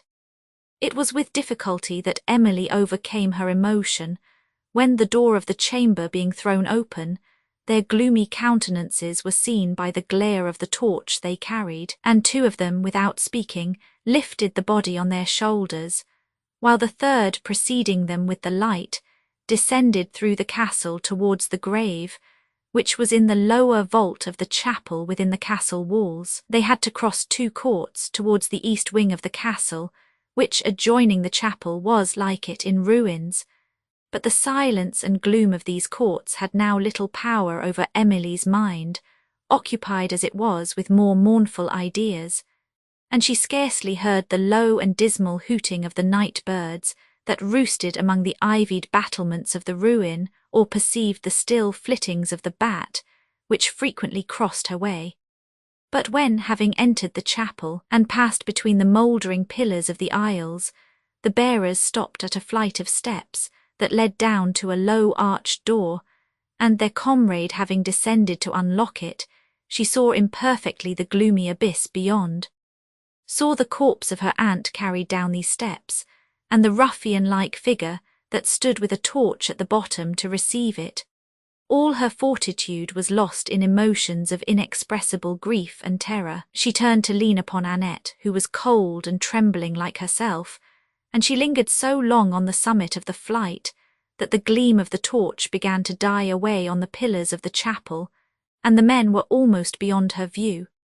Then, the gloom around her awakening other fears, and a sense of what she considered to be her duty overcoming her reluctance, she descended to the vaults, following the echo of footsteps and the faint ray that pierced the darkness, till the harsh grating of a distant door that was opened to receive the corpse again appalled her. After the pause of a moment she went on, and as she entered the vaults saw between the arches at some distance the men lay down the body near the edge of an open grave, where stood another of Montoni's men and a priest, whom she did not observe till he began the burial service. Then, lifting her eyes from the ground, she saw the venerable figure of the friar, and heard him in a low voice, equally solemn and affecting, perform the service for the dead.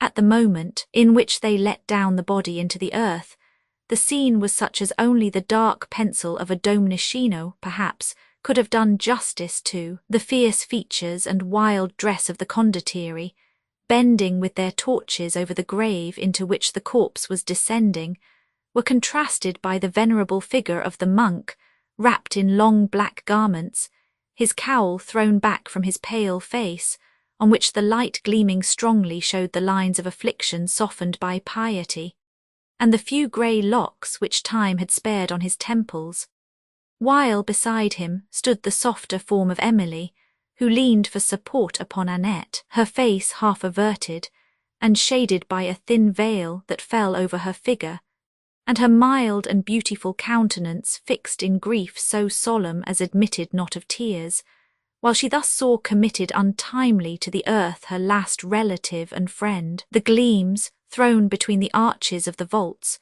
where, here and there, the broken ground marked the spots in which other bodies had been recently interred, and the general obscurity beyond were circumstances that alone would have led on the imagination of a spectator to scenes more horrible than even that which was pictured at the grave of the misguided and unfortunate Madame Montoni.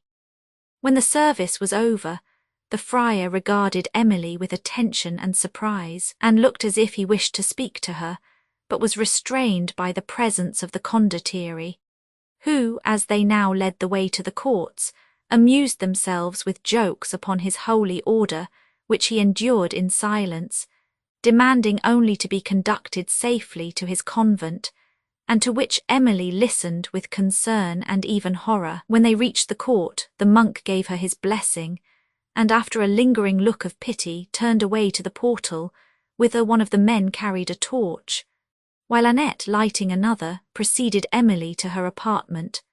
The appearance of the friar and the expression of tender compassion with which he had regarded her had interested Emily, who, though it was at her earnest supplication that Montoni had consented to allow a priest to perform the last rites for his deceased wife, knew nothing concerning this person, till Annette now informed her that he belonged to a monastery, Situated among the mountains at a few miles' distance, the superior, who regarded Montoni and his associates, not only with aversion but with terror, had probably feared to offend him by refusing his request, and had therefore ordered a monk to officiate at the funeral, who, with the meek spirit of a Christian, had overcome his reluctance to enter the walls of such a castle, by the wish of performing what he considered to be his duty, and as the chapel was built on consecrated ground, had not objected to commit to it the remains of the late unhappy Madame Montoni. Several days passed with Emily in total seclusion, and in a state of mind partaking both of terror for herself and grief for the departed. She, at length, determined to make other efforts to persuade Montoni to permit her return to France. Why he should wish to detain her, she could scarcely dare to conjecture, but it was too certain that he did so, and the absolute refusal he had formerly given to her departure allowed her little hope that he would now consent to it. But the horror which his presence inspired made her defer from day to day the mention of this subject, and at last she was awakened from her inactivity only by a message from him, desiring her attendance at a certain hour. She began to hope he meant to resign, now that her aunt was no more, the authority he had usurped over her, till she recollected that the estates which had occasioned so much contention were now hers, and she then feared Montoni was about to employ some stratagem for obtaining them, and that he would detain her his prisoner till he succeeded. This thought, instead of overcoming her with despondency, roused all the latent powers of her fortitude into action, and the property, which she would willingly have resigned to secure the peace of her aunt, she resolved that no common sufferings of her own should ever compel her to give to Montoni. For Valancourt's sake also she determined to preserve these estates, since they would afford that competency, by which she hoped to secure the comfort of their future lives. As she thought of this, she indulged the tenderness of tears, and anticipated the delight of that moment, when with affectionate generosity she might tell him they were his own. She saw the smile that lighted up his features, the affectionate regard which spoke at once his joy and thanks, and at this instant she believed she could brave any suffering which the evil spirit of Montoni might be preparing for her. Remembering then, for the first time since her aunt's death, the papers relative to the estates in question, she determined to search for them as soon as her interview with Montoni was over. With these resolutions she met him at the appointed time, and waited to hear his intention before she renewed her request. With him were Orsino and another officer, and both were standing near a table covered with papers which he appeared to be examining. "I sent for you, Emily," said Montoni, raising his head, "that you might be a witness in some business which I am transacting with my friend Orsino. All that is required of you will be to sign your name to this paper." He then took one up, hurried unintelligibly over some lines, and laying it before her on the table, offered her a pen. She took it, and was going to write, when the design of Montoni came upon her mind like a flash of lightning. She trembled, let the pen fall, and refused to sign what she had not read. Montoni affected to laugh at her scruples, and taking up the paper again pretended to read. But Emily, who still trembled on perceiving her danger and was astonished that her own credulity had so nearly betrayed her, positively refused to sign any paper whatever. Montoni for some time persevered in affecting to ridicule this refusal, but when he perceived by her steady perseverance that she understood his design, he changed his manner and bade her follow him to another room. There he told her that he had been willing to spare himself and her the trouble of useless contest in an affair where his will was justice, and where she should find it law, and had therefore endeavoured to persuade rather than to compel her to the practice of her duty. "I, as the husband of the late Signora Montoni," he added, "am the heir of all she possessed. The estates, therefore, which she refused to me in her lifetime can no longer be withheld, and for your own sake I would undeceive you, respecting a foolish assertion she once made to you in my hearing, that these estates would be yours if she died without resigning them to me. She knew at that moment she had no power to withhold them from me after her decease, and I think you have more sense than to provoke my resentment by advancing an unjust claim. I am not in the habit of flattering, and you will therefore receive as sincere the praise I bestow when I say that you possess an understanding superior to that of your sex, and that you have none of those contemptible foibles that frequently mark the female character, such as avarice and the love of power, which latter makes women delight to contradict and to tease when they cannot conquer. If I understand your disposition and your mind, you hold in sovereign contempt these common failings of your sex. Montoni paused, and Emily remained silent and expecting, for she knew him too well to believe he would condescend to such flattery unless he thought it would promote his own interest. And though he had forborne to name vanity among the foibles of women, it was evident that he considered it to be a predominant one, since he designed to sacrifice to hers the character and understanding of her whole sex.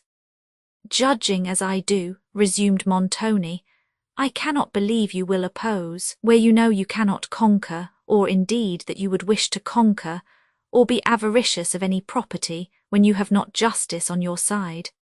I think it proper, however, to acquaint you with the alternative. If you have a just opinion of the subject in question, you shall be allowed a safe conveyance to France within a short period. But if you are so unhappy as to be misled by the late assertion of the Signora, you shall remain my prisoner till you are convinced of your error. Emily calmly said, I am not so ignorant, Signor, of the laws on this subject as to be misled by the assertion of any person. The law in the present instance gives me the estates in question, and my own hand shall never betray my right.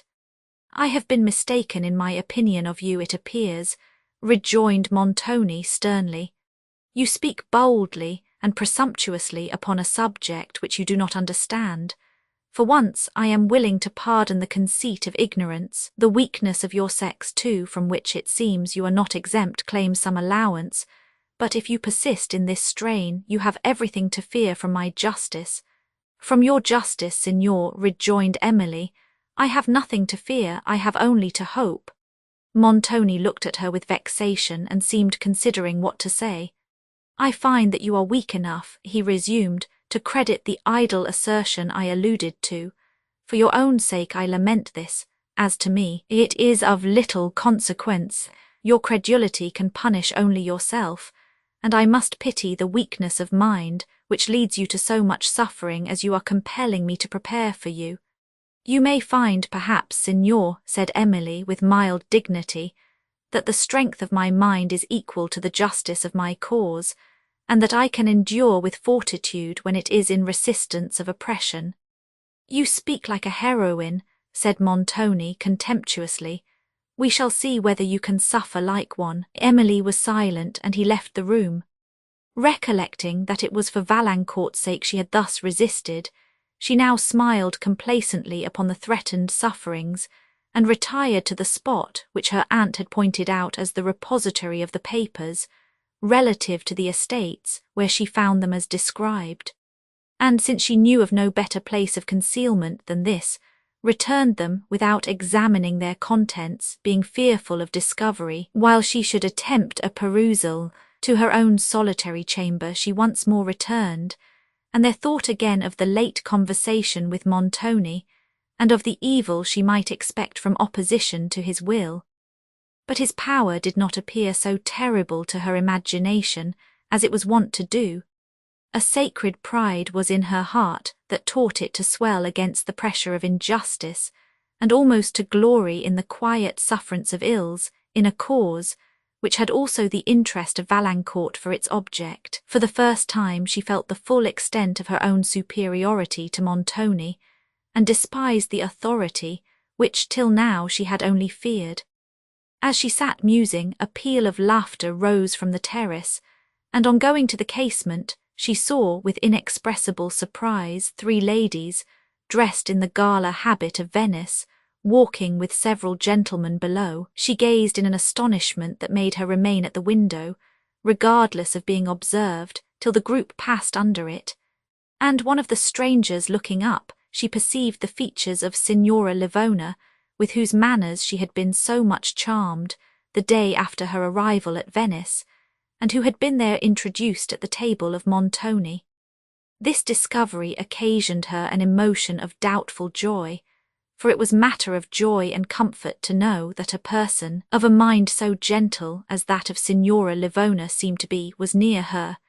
Yet there was something so extraordinary in her being at this castle, circumstanced as it now was, and evidently by the gaiety of her air with her own consent, that a very painful surmise arose concerning her character. But the thought was so shocking to Emily, whose affection the fascinating manners of the Signora had won, and appeared so improbable when she remembered these manners, that she dismissed it almost instantly. On Annette's appearance, however, she enquired concerning these strangers, and the former was as eager to tell as Emily was to learn. "They are just come, ma'amselle," said Annette, "with 2 signors from Venice, and I was glad to see such Christian faces once again. But what can they mean by coming here? They must surely be stark mad to come freely to such a place as this. Yet they do come freely, for they seem merry enough, I am sure. They were taken prisoners, perhaps," said Emily. "Taken prisoners!" exclaimed Annette. "No, indeed, ma'amselle, not they. I remember one of them very well at Venice. She came 2 or 3 times to the signors, you know, ma'amselle, and it was said, but I did not believe a word of it, it was said that the signor liked her better than he should do. Then why, says I, bring her to my lady? Very true, said Ludovico, but he looked as if he knew more too. Emily desired Annette would endeavour to learn who these ladies were, as well as all she could concerning them, and she then changed the subject and spoke of distant France. "Ah, ma'amselle, we shall never see it more," said Annette, almost weeping. "I must come on my travels, forsooth." Emily tried to soothe and to cheer her with a hope in which she scarcely herself indulged. How, ma'amselle, could you leave France and leave Mons? Valancourt too?" said Annette, sobbing. I am sure if Ludovico had been in France I would never have left it." "Why do you lament quitting France, then?" said Emily, trying to smile, "since if you had remained there you would not have found Ludovico." "Ah, ma'amselle, I only wish I was out of this frightful castle, serving you in France, and I would care about nothing else. Thank you, my good Annette, for your affectionate regard. The time will come, I hope, when you may remember the expression of that wish with pleasure." Annette departed on her business, and Emily sought to lose the sense of her own cares in the visionary scenes of the poet. But she had again to lament the irresistible force of circumstances over the taste and powers of the mind, and that it requires a spirit at ease to be sensible even to the abstract pleasures of pure intellect. The enthusiasm of genius, with all its pictured scenes, now appeared cold and dim. As she mused upon the book before her, she involuntarily exclaimed, "Are these indeed the passages that have so often given me exquisite delight? Where did the charm exist? Was it in my mind or in the imagination of the poet? It lived in each," said she, pausing. "But the fire of the poet is vain if the mind of his reader is not tempered like his own, however it may be inferior to his in power." Emily would have pursued this train of thinking, because it relieved her from more painful reflection, but she found again that thought cannot always be controlled by will, and hers returned to the consideration of her own situation. In the evening, not choosing to venture down to the ramparts, where she would be exposed to the rude gaze of Montoni's associates, she walked for air in the gallery, adjoining her chamber, on reaching the further end of which she heard distant sounds of merriment and laughter. It was the wild uproar of riot, not the cheering gaiety of tempered mirth, and seemed to come from that part of the castle where Montoni usually was. Such sounds at this time, when her aunt had been so few days dead, particularly shocked her, consistent as they were with the late conduct of Montoni. As she listened, she thought she distinguished female voices mingling with the laughter, and this confirmed her worst surmise concerning the character of Signora Livona and her companions. It was evident that they had not been brought hither by compulsion, and she beheld herself in the remote wilds of the Apennine, surrounded by men whom she considered to be little less than ruffians, and their worst associates amid scenes of vice from which her soul recoiled in horror. It was at this moment, when the scenes of the present and the future opened to her imagination, that the image of Valancourt failed in its influence, and her resolution shook with dread. She thought she understood all the horrors which Montoni was preparing for her, and shrunk from an encounter with such remorseless vengeance as he could inflict. The disputed estates she now almost determined to yield at once, whenever he should again call upon her, that she might regain safety and freedom. But then the remembrance of Valancourt would steal to her heart and plunge her into the distractions of doubt. She continued walking in the gallery, till evening threw its melancholy twilight through the painted casements, and deepened the gloom of the oak wainscoting around her, while the distant perspective of the corridor was so much obscured as to be discernible only by the glimmering window that terminated it. Along the vaulted halls and passages below, peals of laughter echoed faintly at intervals to this remote part of the castle, and seemed to render the succeeding stillness more dreary. Emily, however, unwilling to return to her more forlorn chamber, whither Annette was not yet come, still paced the gallery. As she passed the door of the apartment, where she had once dared to lift the veil, which discovered to her a spectacle so horrible that she had never after remembered it, but with emotions of indescribable awe, this remembrance suddenly recurred. It now brought with it reflections more terrible than it had yet done, which the late conduct of Montoni occasioned, and hastening to quit the gallery, while she had power to do so, she heard a sudden step behind her. It might be that of Annette, but turning fearfully to look, she saw through the gloom a tall figure following her, and all the horrors of that chamber rushed upon her mind. In the next moment she found herself clasped in the arms of some person, and heard a deep voice murmur in her ear. When she had power to speak or to distinguish articulated sounds, she demanded who detained her. "It is I," replied the voice. "Why are you thus alarmed?" She looked on the face of the person who spoke, but the feeble light that gleamed through the high casement at the end of the gallery did not permit her to distinguish the features. "Whoever you are," said Emily in a trembling voice, "for heaven's sake let me go."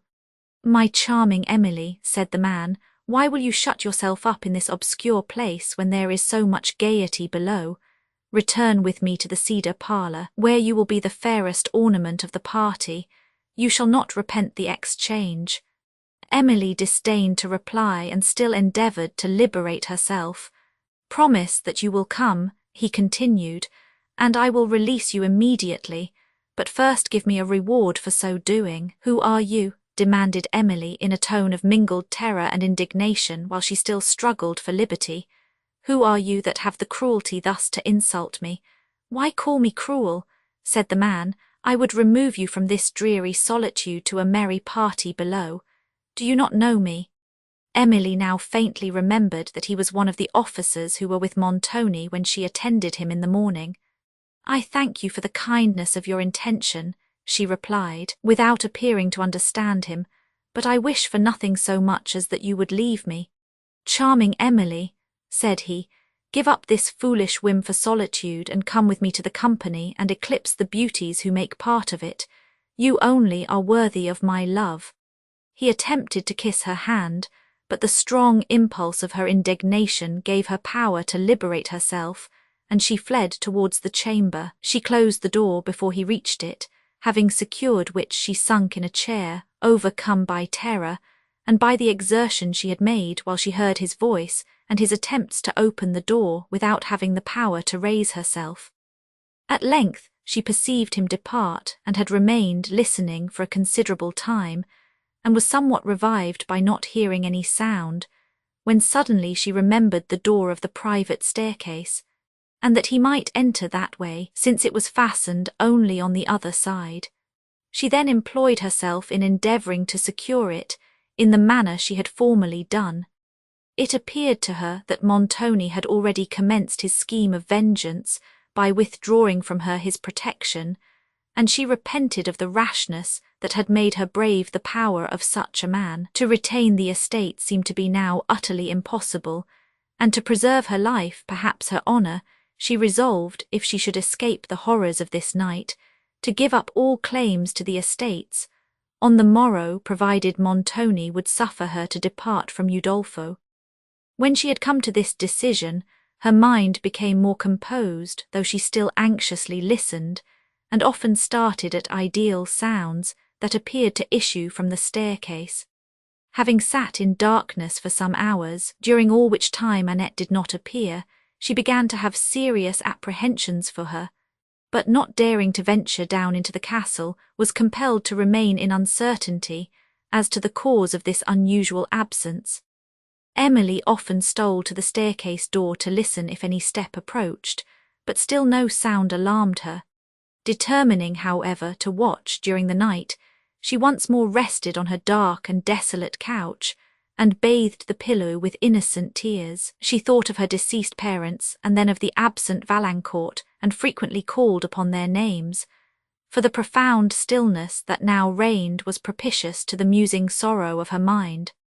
While she thus remained, her ear suddenly caught the notes of distant music, to which she listened attentively, and soon perceiving this to be the instrument she had formerly heard at midnight, she rose and stepped softly to the casement, to which the sounds appeared to come from a lower room. In a few moments their soft melody was accompanied by a voice so full of pathos that it evidently sang not of imaginary sorrows.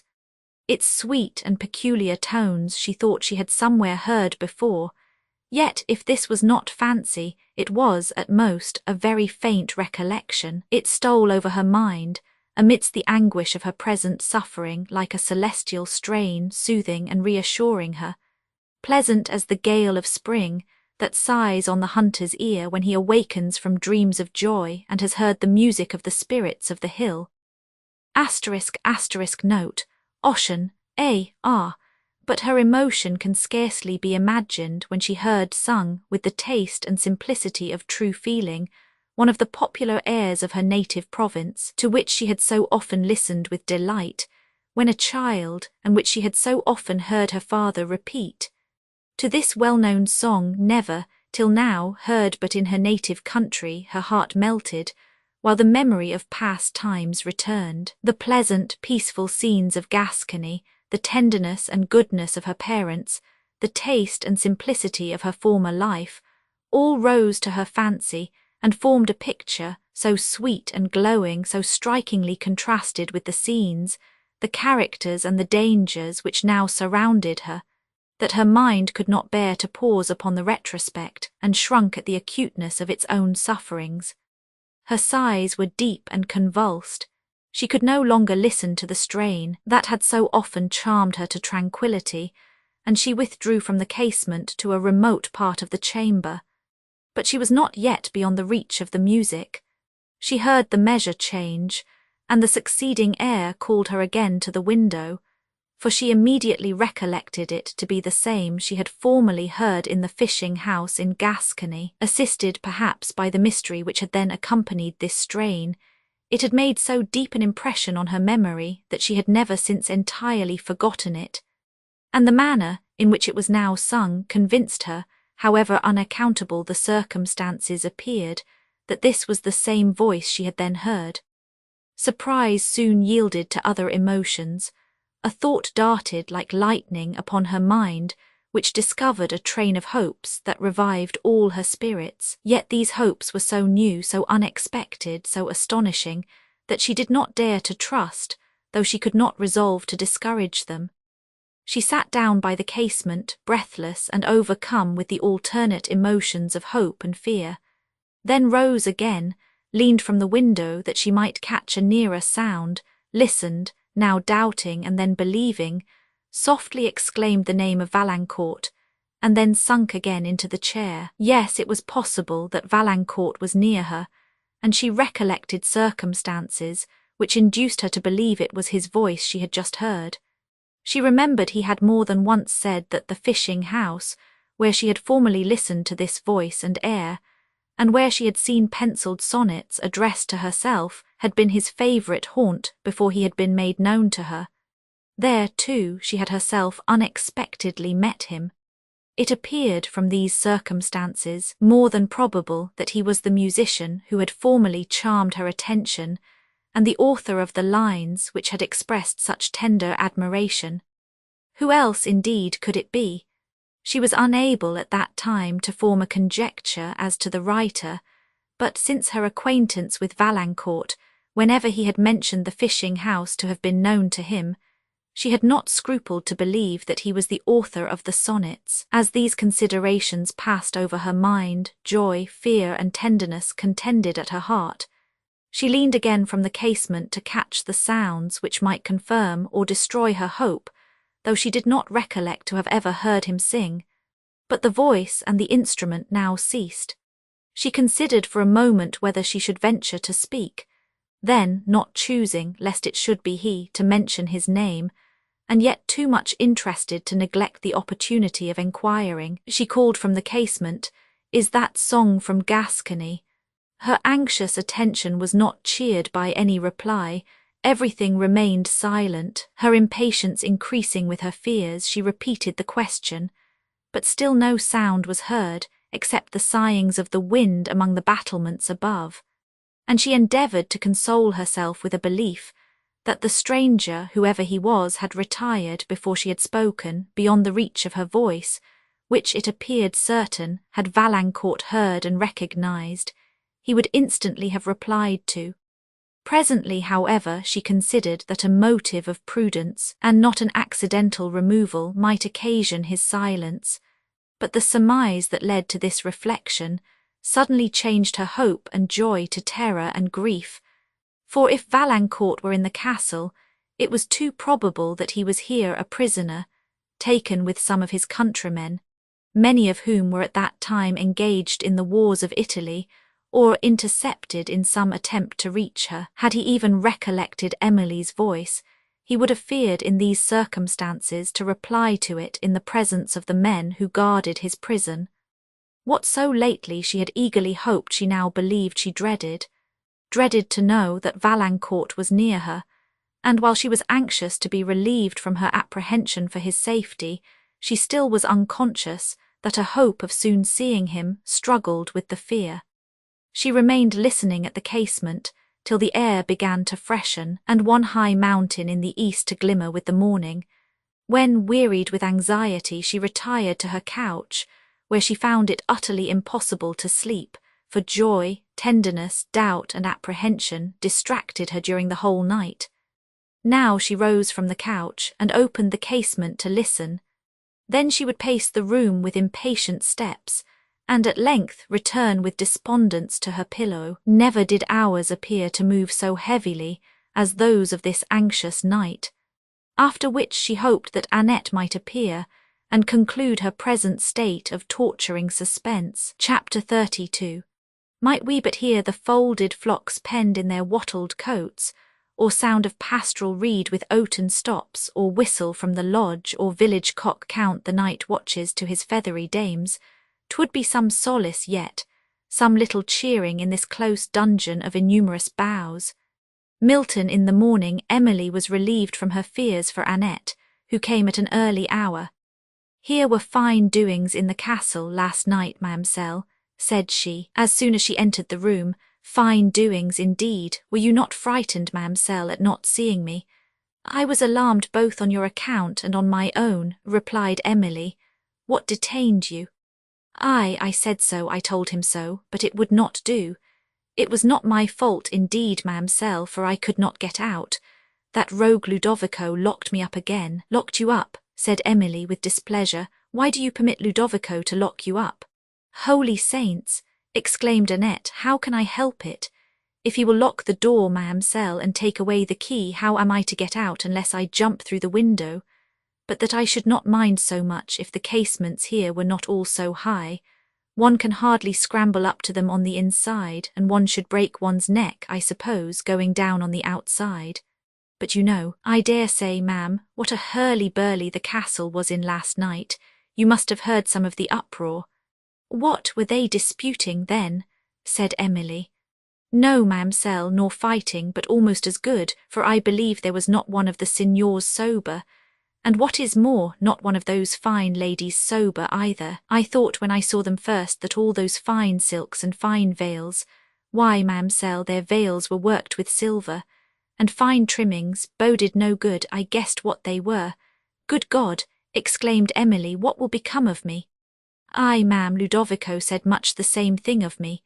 Good God, said he, Annette, what is to become of you if you are to go running about the castle among all these drunken signors? Oh, says I, for that matter, I only want to go to my young lady's chamber, and I have only to go, you know, along the vaulted passage and across the great hall and up the marble staircase, and along the north gallery and through the west wing of the castle, and I am in the corridor in a minute. Are you so? Says he, and what is to become of you if you meet any of those noble cavaliers in the way? Well, says I, if you think there is danger, then go with me and guard me. I am never afraid when you are by. What, says he, when I am scarcely recovered of one wound, shall I put myself in the way of getting another? For if any of the cavaliers meet you, they will fall a-fighting with me directly. No, no, says he, I will cut the way shorter than through the vaulted passage and up the marble staircase, and along the north gallery and through the west wing of the castle, for you shall stay here, Annette. You shall not go out of this room tonight. So with that I says, Well, well, said Emily impatiently, and anxious to inquire on another subject, so he locked you up? Yes, he did indeed, ma'amselle, notwithstanding all I could say to the contrary. And Caterina and I and he stayed there all night, and in a few minutes after I was not so vexed, for there came Signor Verezzi roaring along the passage like a mad bull, and he mistook Ludovico's hall for old Carlo's. So he tried to burst open the door and called out for more wine, for that he had drunk all the flasks dry and was dying of thirst. So we were all as still as night, that he might suppose there was nobody in the room.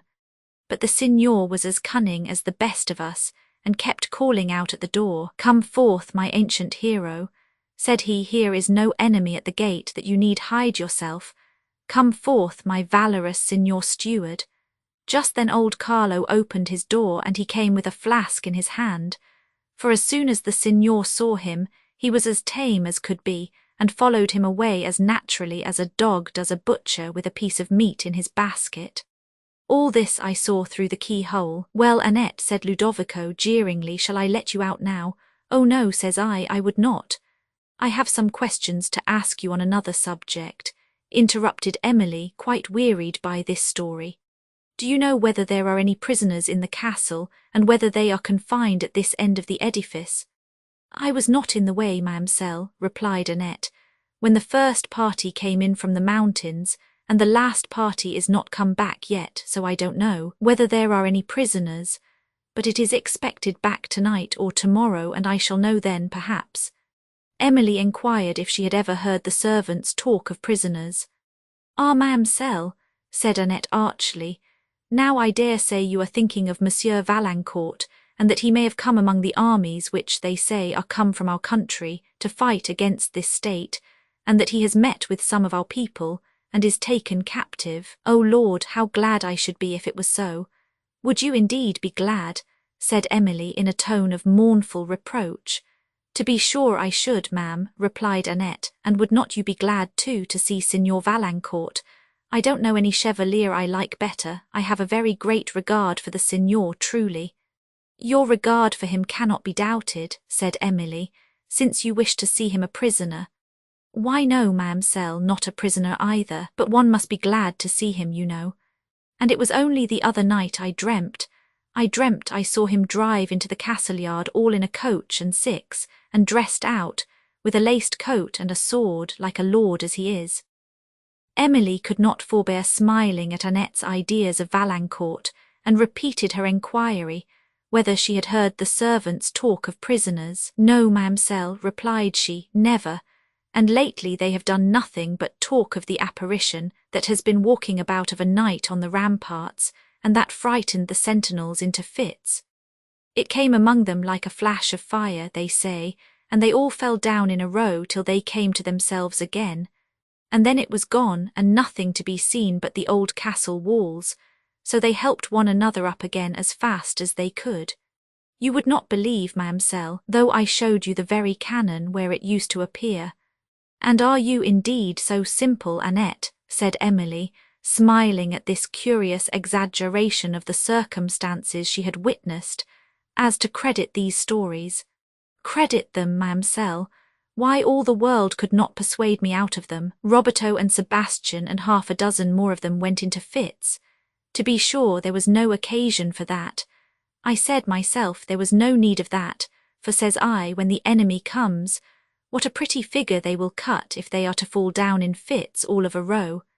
The enemy won't be so civil, perhaps, as to walk off like the ghost, and leave them to help one another up, but will fall to cutting and slashing, till he makes them all rise up dead men.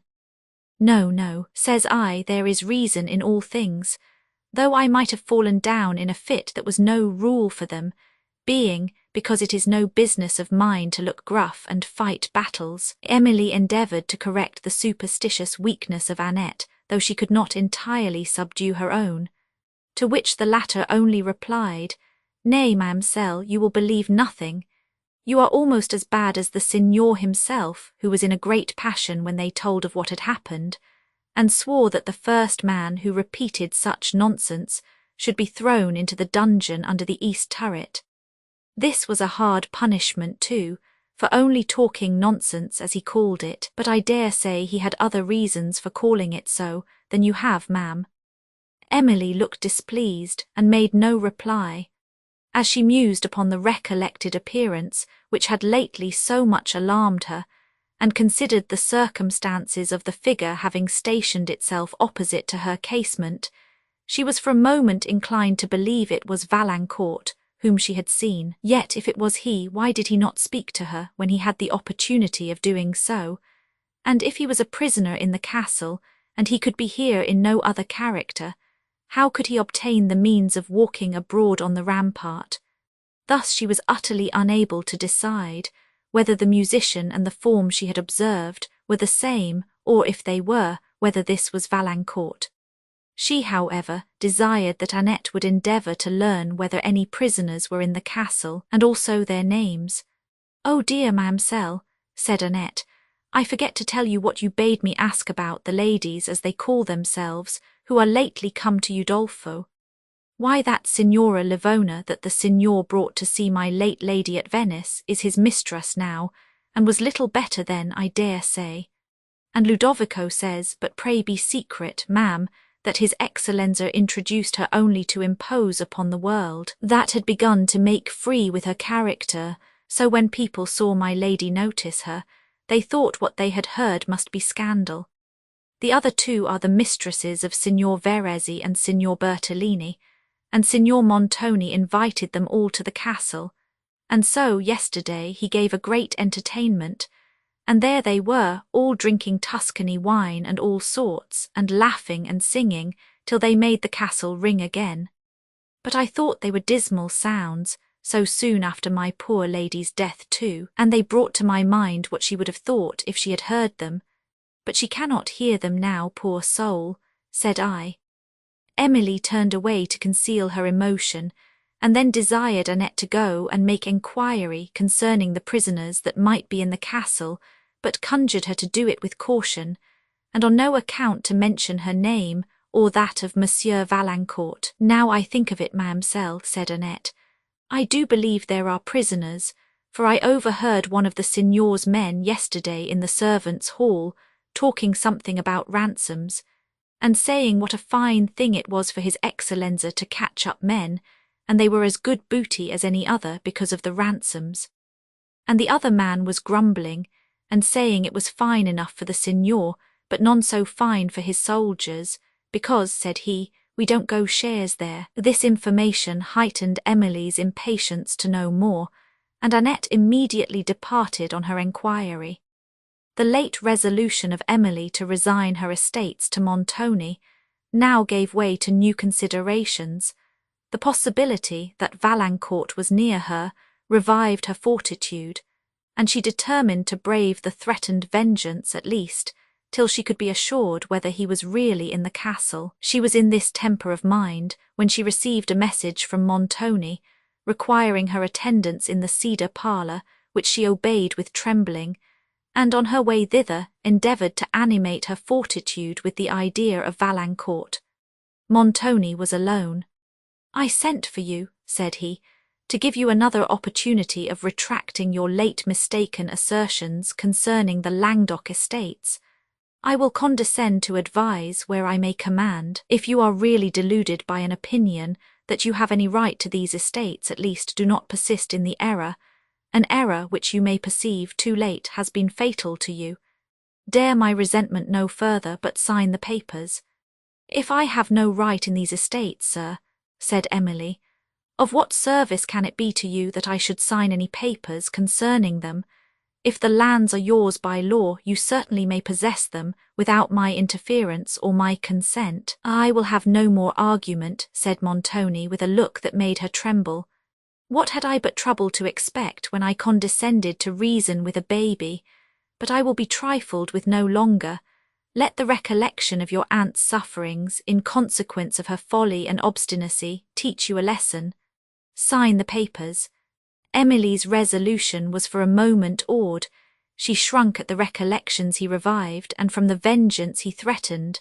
But then the image of Valancourt, who so long had loved her, and who was now perhaps so near her, came to her heart, and together with the strong feelings of indignation, with which she had always from her infancy regarded an act of injustice, inspired her with a noble though imprudent courage. "Sign the papers," said Montoni more impatiently than before. "Never, sir," replied Emily. "That request would have proved to me the injustice of your claim, had I even been ignorant of my right." Montoni turned pale with anger, while his quivering lip and lurking eye made her almost repent the boldness of her speech. "Then all my vengeance falls upon you," he exclaimed with a horrible oath, "and think not it shall be delayed. Neither the estates in Languedoc nor Gascony shall be yours. You have dared to question my right, now dare to question my power. I have a punishment which you think not of. It is terrible. This night, this very night." "This night," repeated another voice. Montoni paused and turned half round, but, seeming to recollect himself, he proceeded in a lower tone.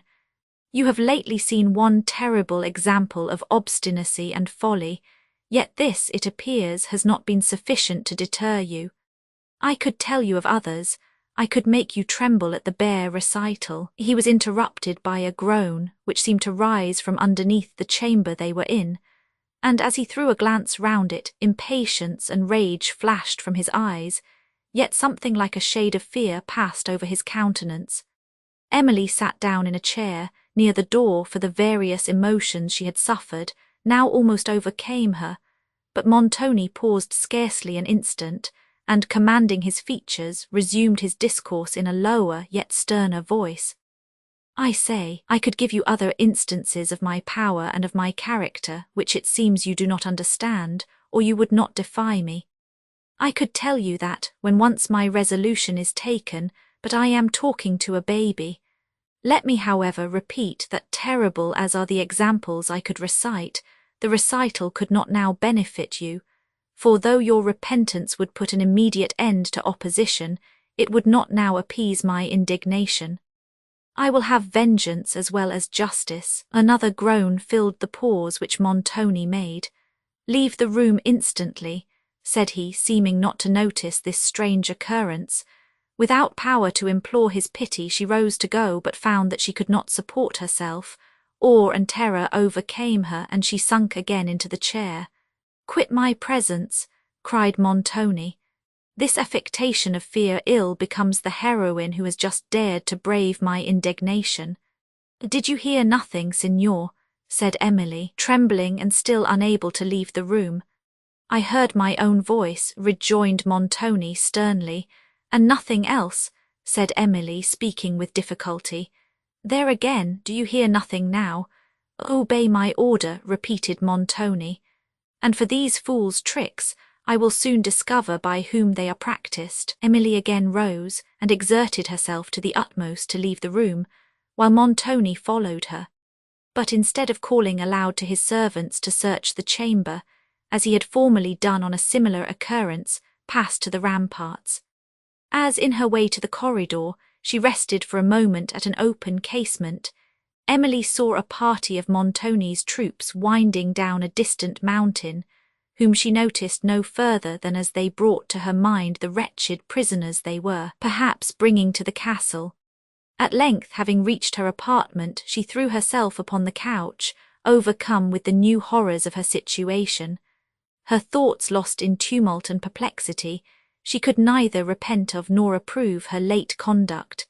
She could only remember that she was in the power of a man who had no principle of action, but his will, and the astonishment and terrors of superstition, which had for a moment so strongly assailed her, now yielded to those of reason. She was at length roused from the reverie which engaged her by a confusion of distant voices and a clattering of hoofs that seemed to come on the wind from the courts. A sudden hope that some good was approaching seized her mind, till she remembered the troops she had observed from the casement, and concluded this to be the party which Annette had said were expected at Udolpho. Soon after, she heard voices faintly from the halls, and the noise of horses' feet sunk away in the wind. Silence ensued. Emily listened anxiously for Annette's step in the corridor, but a pause of total stillness continued, till again the castle seemed to be all tumult and confusion. She heard the echoes of many footsteps, passing to and fro in the halls and avenues below, and then busy tongues were loud on the rampart. Having hurried to her casement, she perceived Montoni with some of his officers leaning on the walls and pointing from them, while several soldiers were employed at the further end of the rampart about some cannon, and she continued to observe them, careless of the passing time. Annette at length appeared, but brought no intelligence of Valancourt. "For, ma'amselle," said she, "all the people pretend to know nothing about any prisoners. But here is a fine piece of business. The rest of the party are just arrived, ma'am. They came scampering in as if they would have broken their necks. One scarcely knew whether the man or his horse would get within the gates first. And they have brought word, and such news! They have brought word that a party of the enemy, as they call them, are coming towards the castle, so we shall have all the officers of justice, I suppose, besieging it, all those terrible-looking fellows one used to see at Venice." "Thank God!" exclaimed Emily fervently. "There is yet a hope left for me then. What mean you, ma'amselle? Do you wish to fall into the hands of those sad-looking men? Why, I used to shudder as I passed them, and should have guessed what they were if Ludovico had not told me." "We cannot be in worse hands than at present," replied Emily unguardedly. "But what reason have you to suppose these are officers of justice?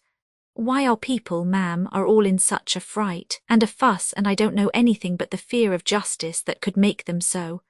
I used to think nothing on earth could fluster them, unless indeed it was a ghost or so, but now some of them are for hiding down in the vaults under the castle. But you must not tell the signor this, ma'amselle, and I overheard two of them talking. Holy Mother! What makes you look so sad, ma'amselle? You don't hear what I say?" "Yes, I do, Annette, pray proceed." "Well, ma'amselle, all the castle is in such hurly-burly. Some of the men are loading the cannon, and some are examining the great gates, and the walls all round, and are hammering and patching up, just as if all those repairs had never been made that were so long about. But what is to become of me and you, ma'amselle, and Ludovico? Oh, when I hear the sound of the cannon, I shall die with fright. If I could but catch the great gate open for 1 minute, I would be even with it for shutting me within these walls so long. It should never see me again." Emily caught the latter words of Annette. "Oh, if you could find it open but for 1 moment," she exclaimed, "my peace might yet be saved." The heavy groan she uttered, and the wildness of her look, terrified Annette still more than her words, who entreated Emily to explain the meaning of them, to whom it suddenly occurred that Ludovico might be of some service if there should be a possibility of escape, and who repeated the substance of what had passed between Montoni and herself, but conjured her to mention this to no person except to Ludovico.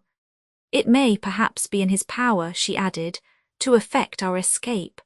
Go to him, Annette, tell him what I have to apprehend and what I have already suffered, but entreat him to be secret and to lose no time in attempting to release us. If he is willing to undertake this, he shall be amply rewarded. I cannot speak with him myself, for we might be observed, and then effectual care would be taken to prevent our flight. But be quick, Annette, and above all be discreet. I will await your return in this apartment. The girl, whose honest heart had been much affected by the recital, was now as eager to obey as Emily was to employ her, and she immediately quitted the room. Emily's surprise increased as she reflected upon Annette's intelligence. Alas, said she, what can the officers of justice do against an armed castle? These cannot be such. Upon further consideration, however, she concluded that, Montoni's bands having plundered the country round, the inhabitants had taken arms, and were coming with the officers of police and a party of soldiers, to force their way into the castle.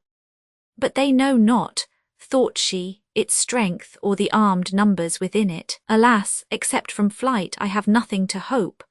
Montoni, though not precisely what Emily apprehended him to be, a captain of banditti, had employed his troops in enterprises not less daring or less atrocious than such a character would have undertaken.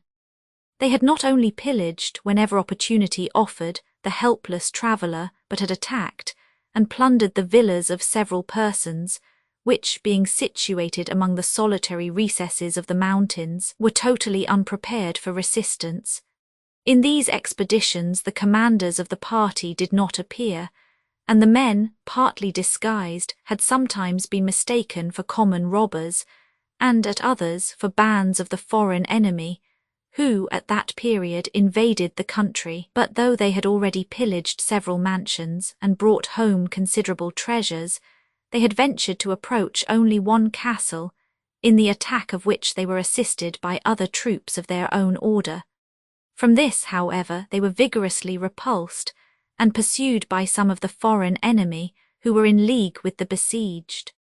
Montoni's troops fled precipitately towards Udolpho, but were so closely tracked over the mountains that, when they reached one of the heights in the neighbourhood of the castle, and looked back upon the road, they perceived the enemy winding among the cliffs below, and at not more than a league distant. Upon this discovery they hastened forward with increased speed, to prepare Montoni for the enemy, and it was their arrival which had thrown the castle into such confusion and tumult. As Emily awaited anxiously some information from below, she now saw from her casements a body of troops pour over the neighbouring heights, and though Annette had been gone a very short time and had a difficult and dangerous business to accomplish, her impatience for intelligence became painful. She listened, opened her door, and often went out upon the corridor to meet her. At length she heard a footstep approach her chamber, and on opening the door saw not Annette but old Carlo. New fears rushed upon her mind. He said he came from the signor, who had ordered him to inform her that she must be ready to depart from Udolpho immediately, for that the castle was about to be besieged, and that mules were preparing to convey her with her guides to a place of safety. Of safety! Exclaimed Emily thoughtlessly. Has, then, the signor so much consideration for me? Carlo looked upon the ground and made no reply. 1,000 opposite emotions agitated Emily successively as she listened to old Carlo. Those of joy, grief, distrust, and apprehension appeared and vanished from her mind with the quickness of lightning. One moment it seemed impossible that Montoni could take this measure merely for her preservation, and so very strange was his sending her from the castle at all, that she could attribute it only to the design of carrying into execution the new scheme of vengeance with which he had menaced her.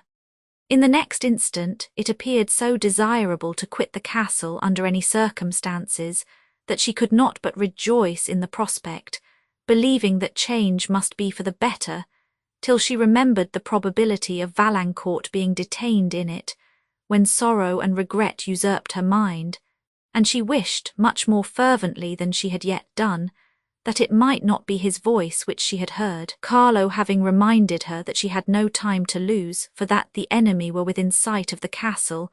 Emily entreated him to inform her whither she was to go, and after some hesitation he said he had received no orders to tell, but on her repeating the question replied that he believed she was to be carried into Tuscany. "To Tuscany!" exclaimed Emily, "and why thither?" Carlo answered that he knew nothing further than that she was to be lodged in a cottage on the borders of Tuscany at the feet of the Apennines. "Not a day's journey distant," said he. Emily now dismissed him, and with trembling hands prepared the small package that she meant to take with her, while she was employed about which Annette returned. "Oh, ma'amselle," said she, "nothing can be done. Ludovico says the new porter is more watchful even than Barnardine was, and we might as well throw ourselves in the way of a dragon as in his. Ludovico is almost as broken-hearted as you are, ma'am, on my account, he says, and I am sure I shall never live to hear the cannon fire twice." She now began to weep, but revived upon hearing of what had just occurred, and entreated Emily to take her with her. "That I will do most willingly," replied Emily, "if Signor Montoni permits it." To which Annette made no reply, but ran out of the room, and immediately sought Montoni, who was on the terrace, surrounded by his officers, where she began her petition. He sharply bade her go into the castle, and absolutely refused her request. Annette, however, not only pleaded for herself, but for Ludovico, and Montoni had ordered some of his men to take her from his presence before she would retire. In an agony of disappointment, she returned to Emily, who foreboded little good towards herself from this refusal to Annette, and who, soon after, received a summons to repair to the great court, where the mules with her guides were in waiting. Emily here tried in vain to soothe the weeping Annette, who persisted in saying that she should never see her dear young lady again, a fear which her mistress secretly thought too well justified, but which she endeavoured to restrain, while with apparent composure she bade this affectionate servant farewell. Annette, however, followed to the courts, which were now thronged with people, busy in preparation for the enemy, and having seen her mount her mule and depart with her attendants through the portal, turned into the castle and wept again. Emily, meanwhile, as she looked back upon the gloomy courts of the castle, no longer silent as when she had first entered them, but resounding with the noise of preparation for their defence, as well as crowded with soldiers and workmen hurrying to and fro. And when she passed once more under the huge portcullis, which had formerly struck her with terror and dismay, and looking round saw no walls to confine her steps, felt in spite of anticipation the sudden joy of a prisoner who unexpectedly finds himself at liberty. This emotion would not suffer her now to look impartially on the dangers that awaited her without, on mountains infested by hostile parties who seized every opportunity for plunder, and on a journey commenced under the guidance of men whose countenances certainly did not speak favourably of their dispositions. In the present moments she could only rejoice that she was liberated from those walls which she had entered with such dismal forebodings, and remembering the superstitious presentiment which had then seized her, she could now smile at the impression it had made upon her mind. As she gazed with these emotions upon the turrets of the castle, rising high over the woods among which she wound, the stranger, whom she believed to be confined there, returned to her remembrance, and anxiety and apprehension, lest he should be Valancourt, again passed like a cloud upon her joy.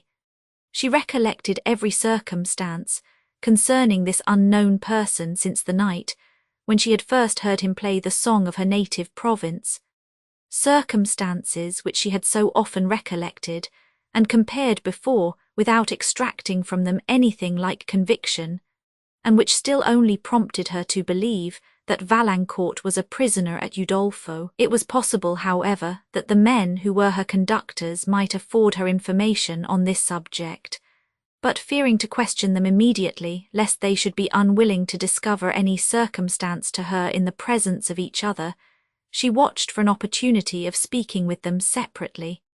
Soon after, a trumpet echoed faintly from a distance.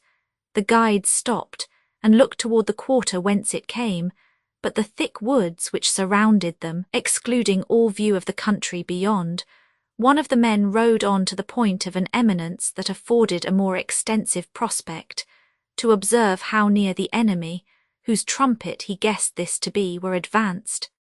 The other, meanwhile, remained with Emily, and to him she put some questions concerning the stranger at Udolpho. Ugo, for this was his name, said that there were several prisoners in the castle, but he neither recollected their persons nor the precise time of their arrival, and could therefore give her no information. There was a surliness in his manner as he spoke that made it probable he would not have satisfied her inquiries, even if he could have done so. Having asked him what prisoners had been taken about the time, as nearly as she could remember, when she had first heard the music, all that week, said Ugo, I was out with a party upon the mountains and knew nothing of what was doing at the castle. We had enough upon our hands, we had warm work of it. Bertrand, the other man, being now returned, Emily enquired no further, and when he had related to his companion what he had seen, they travelled on in deep silence, while Emily often caught between the opening woods partial glimpses of the castle above, the west towers, whose battlements were now crowded with archers, and the ramparts below, where soldiers were seen hurrying along, or busy upon the walls preparing the cannon. Having emerged from the woods, they wound along the valley in an opposite direction to that from whence the enemy were approaching.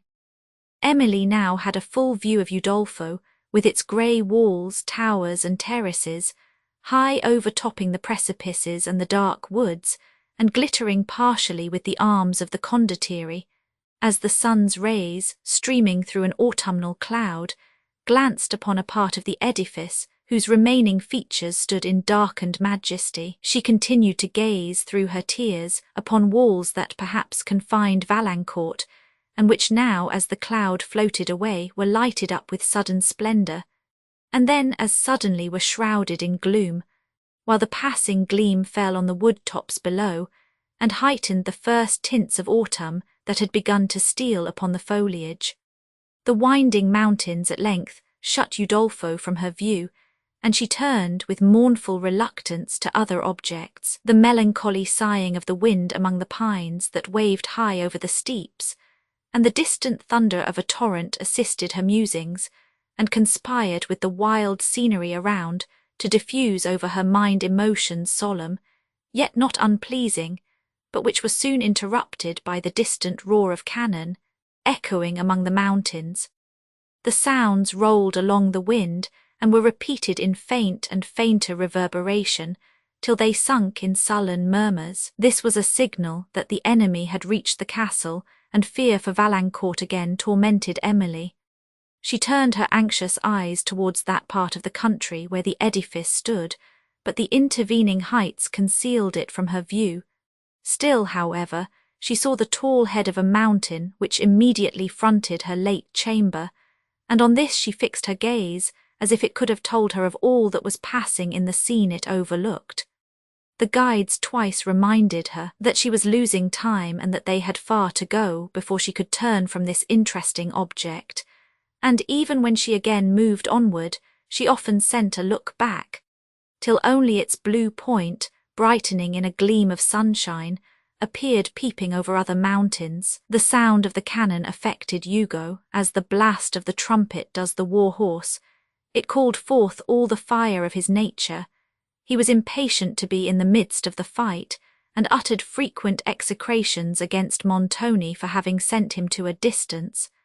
The feelings of his comrade seemed to be very opposite, and adapted rather to the cruelties than to the dangers of war.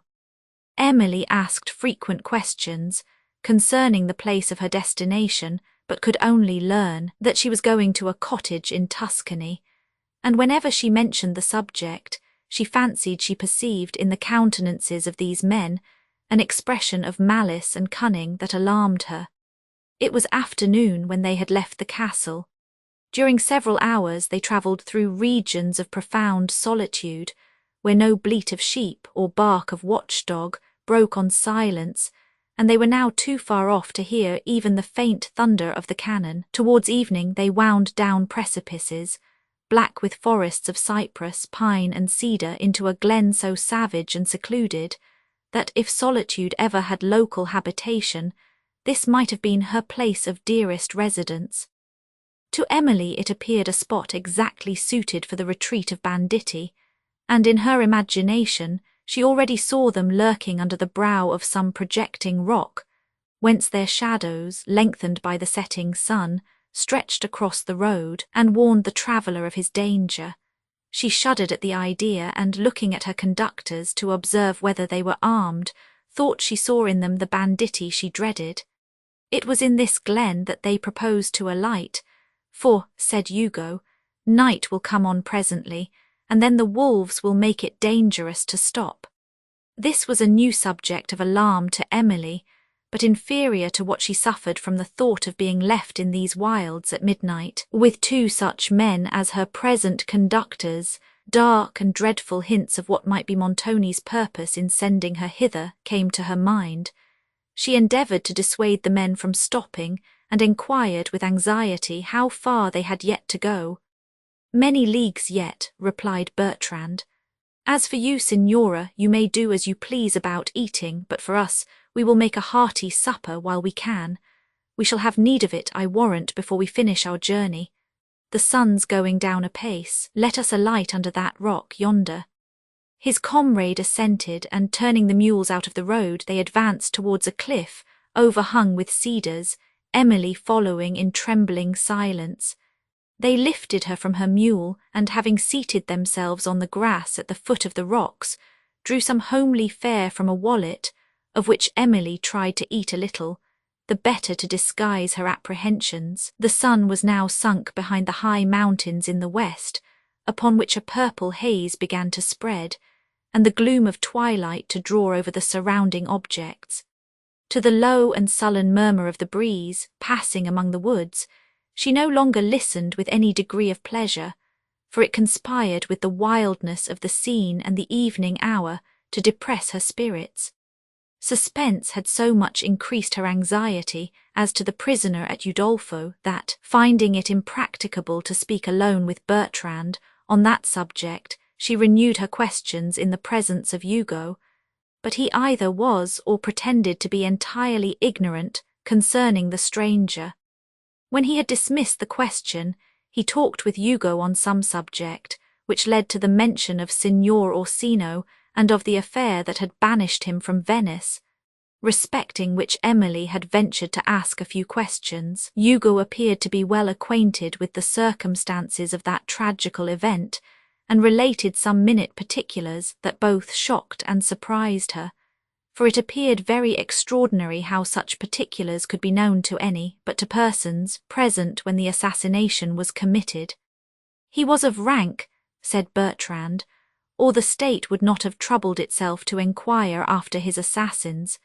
The signor has been lucky hitherto. This is not the first affair of the kind he has had upon his hands, and to be sure, when a gentleman has no other way of getting redress, why he must take this." "Ay," said Hugo, "and why is not this as good as another? This is the way to have justice done at once without more ado. If you go to law, you must stay till the judges please and may lose your cause at last. Why, the best way then is to make sure of your right while you can and execute justice yourself." "Yes, yes," rejoined Bertrand, "if you wait till justice is done you, you may stay long enough. Why, if I want a friend of mine properly served, how am I to get my revenge? 10 to 1 they will tell me he is in the right and I am in the wrong. Or if a fellow has got possession of property which I think ought to be mine, why, I may wait till I starve perhaps before the law will give it me, and then after all the judge may say, the estate is his. What is to be done then? Why, the case is plain enough, I must take it at last." Emily's horror at this conversation was heightened by a suspicion that the latter part of it was pointed against herself, and that these men had been commissioned by Montoni to execute a similar kind of justice in his cause. But I was speaking of Signor Orsino, resumed Bertrand. He is one of those who love to do justice at once. I remember about 10 years ago, the Signor had a quarrel with a Cavaliero of Milan. The story was told me then, and it is still fresh in my head. They quarrelled about a lady that the Signor liked, and she was perverse enough to prefer the gentleman of Milan, and even carried her whim so far as to marry him. This provoked the Signor as well it might, for he had tried to talk reason to her a long while, and used to send people to serenade her under her windows of a night, and used to make verses about her, and would swear she was the handsomest lady in Milan. But all would not do, nothing would bring her to reason, and as I said, she went so far at last as to marry this other Cavaliero. This made the Signor wrath with a vengeance. He resolved to be even with her though, and he watched his opportunity and did not wait long, for soon after the marriage they set out for Padua, nothing doubting, I warrant, of what was preparing for them. The Cavaliero thought, to be sure, he was to be called to no account, but was to go off triumphant, but he was soon made to know another sort of story. What then, the lady had promised to have Signor Orsino, said Hugo. Promised? No, replied Bertrand. She had not wit enough even to tell him she liked him, as I heard, but the contrary, for she used to say from the first she never meant to have him. And this was what provoked the Signor so, and with good reason, for who likes to be told that he is disagreeable? And this was saying as good. It was enough to tell him this, she need not have gone and married another. What, she married then on purpose to plague the Signor? Said Hugo. I don't know as for that, replied Bertrand. They said indeed that she had had a regard for the other gentleman a great while, but that is nothing to the purpose. She should not have married him, and then the Signor would not have been so much provoked. She might have expected what was to follow. It was not to be supposed he would bear her ill usage tamely, and she might thank herself for what happened. But as I said, they set out for Padua, she and her husband, and the road lay over some barren mountains like these. This suited the Signor's purpose well. He watched the time of their departure and sent his men after them with directions what to do. They kept their distance till they saw their opportunity, and this did not happen till the second day's journey, when, the gentleman having sent his servants forward to the next town, maybe to have horses in readiness, the Signor's men quickened their pace, and overtook the carriage in a hollow between two mountains, where the woods prevented the servants from seeing what passed, though they were then not far off. When we came up, we fired our tromboni, but missed. Emily turned pale at these words, and then hoped she had mistaken them, while Bertrand proceeded. The gentleman fired again, but he was soon made to alight, and it was as he turned to call his people that he was struck. It was the most dexterous feat you ever saw. He was struck in the back with 3 stilettos at once. He fell and was dispatched in a minute, but the lady escaped, for the servants had heard the firing and came up before she could be taken care of. Bertrand, said the Signor when his men returned. Bertrand, exclaimed Emily, pale with horror, on whom not a syllable of this narrative had been lost. Bertrand, did I say? Rejoined the man with some confusion. No, Giovanni, but I have forgot where I was. Bertrand, said the Signor. Bertrand again, said Emily in a faltering voice. Why do you repeat that name? Bertrand swore. What signifies it, he proceeded, what the man was called, Bertrand or Giovanni or Roberto? It's all one for that. You have put me out twice with that question. Bertrand or Giovanni or what you will. Bertrand, said the Signor. If your comrades had done their duty as well as you, I should not have lost the lady. Go, my honest fellow, and be happy with this. He gave him a purse of gold, and little enough too, considering the service he had done him. Aye, said Hugo, little enough, little enough. Emily now breathed with difficulty and could scarcely support herself. When first she saw these men, their appearance and their connection with Montoni had been sufficient to impress her with distrust. But now, when one of them had betrayed himself to be a murderer, and she saw herself at the approach of night, under his guidance, among wild and solitary mountains, and going she scarcely knew whither, the most agonizing terror seized her. which was the less supportable from the necessity she found herself under of concealing all symptoms of it from her companions. Reflecting on the character and the menaces of Montoni, it appeared not improbable that he had delivered her to them for the purpose of having her murdered, and of thus securing to himself, without further opposition or delay, the estates for which he had so long and so desperately contended. Yet, if this was his design, there appeared no necessity for sending her to such a distance from the castle, for if any dread of discovery had made him unwilling to perpetrate the deed there, a much nearer place might have sufficed for the purpose of concealment. These considerations, however, did not immediately occur to Emily, with whom so many circumstances conspired to rouse terror that she had no power to oppose it or to inquire coolly into its grounds, and if she had done so, still there were many appearances which would too well have justified her most terrible apprehensions. She did not now dare to speak to her conductors, at the sound of whose voices she trembled, and when now and then she stole a glance at them, their countenances, seen imperfectly through the gloom of evening, served to confirm her fears. The sun had now been set some time. Heavy clouds, whose lower skirts were tinged with sulphureous crimson, lingered in the west and threw a reddish tint upon the pine forests, which sent forth a solemn sound as the breeze rolled over them. The hollow moan struck upon Emily's heart, and served to render more gloomy and terrific every object around her. The mountains, shaded in twilight, the gleaming torrent, hoarsely roaring, the black forests, and the deep glen broken into rocky recesses, high overshadowed by cypress and sycamore, and winding into long obscurity. To this glen Emily, as she sent forth her anxious eye, thought there was no end. No hamlet or even cottage was seen, and still no distant bark of watchdog or even faint, far-off halloo came on the wind. In a tremulous voice she now ventured to remind the guides that it was growing late, and to ask again how far they had to go. But they were too much occupied by their own discourse to attend to her question, which she forbore to repeat, lest it should provoke a surly answer.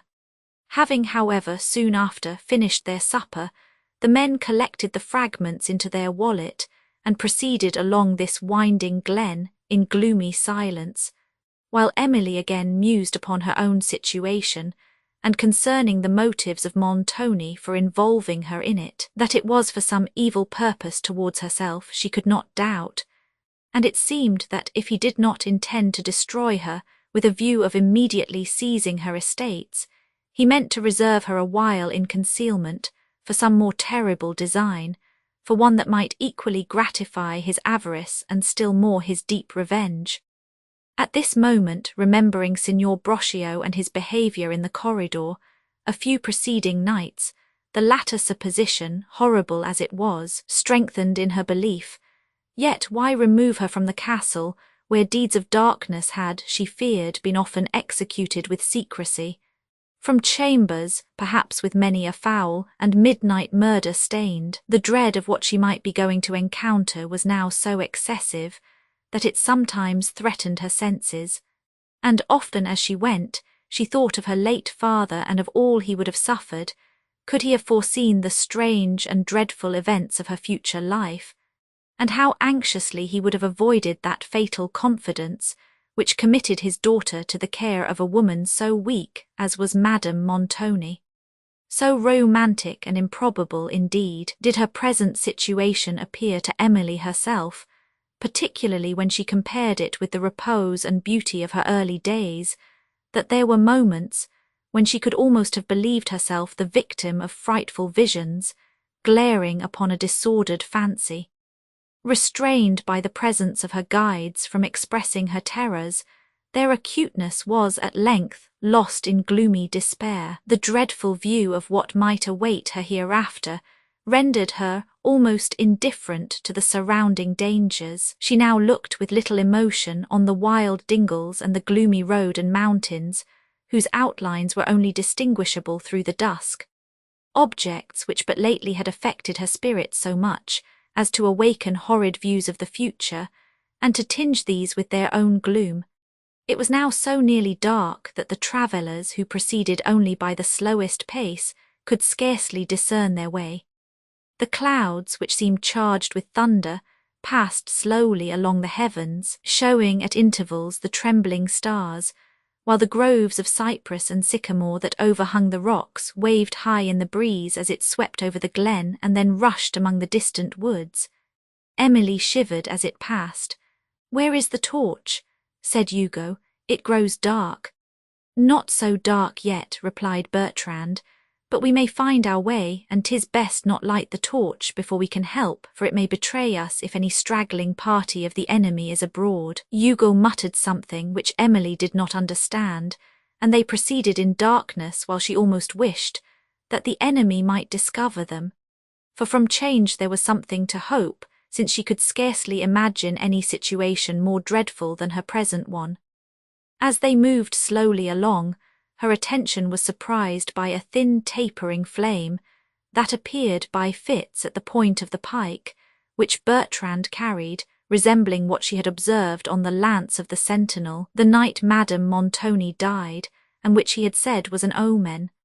The event immediately following it appeared to justify the assertion, and a superstitious impression had remained on Emily's mind, which the present appearance confirmed. She thought it was an omen of her own fate, and watched it successively vanish and return in gloomy silence, which was at length interrupted by Bertrand. "Let us light the torch," said he, "and get under shelter of the woods. A storm is coming on. Look at my lance." He held it forth with the flame tapering at its point. Note, see the Abbé Berthelen on electricity. "Aye," said Hugo, "you are not one of those that believe in omens. We have left cowards at the castle who would turn pale at such a sight. I have often seen it before a thunderstorm. It is an omen of that, and one is coming now, sure enough. The clouds flash fast already." Emily was relieved by this conversation from some of the terrors of superstition, but those of reason increased, as, waiting while Hugo searched for a flint to strike fire, she watched the pale lightning gleam over the woods they were about to enter, and illumine the harsh countenances of her companions. Hugo could not find a flint, and Bertrand became impatient, for the thunder sounded hollowly at a distance, and the lightning was more frequent. Sometimes it revealed the nearer recesses of the woods, or, displaying some opening in their summits, illumined the ground beneath with partial splendour, the thick foliage of the trees preserving the surrounding scene in deep shadow. At length Hugo found a flint, and the torch was lighted.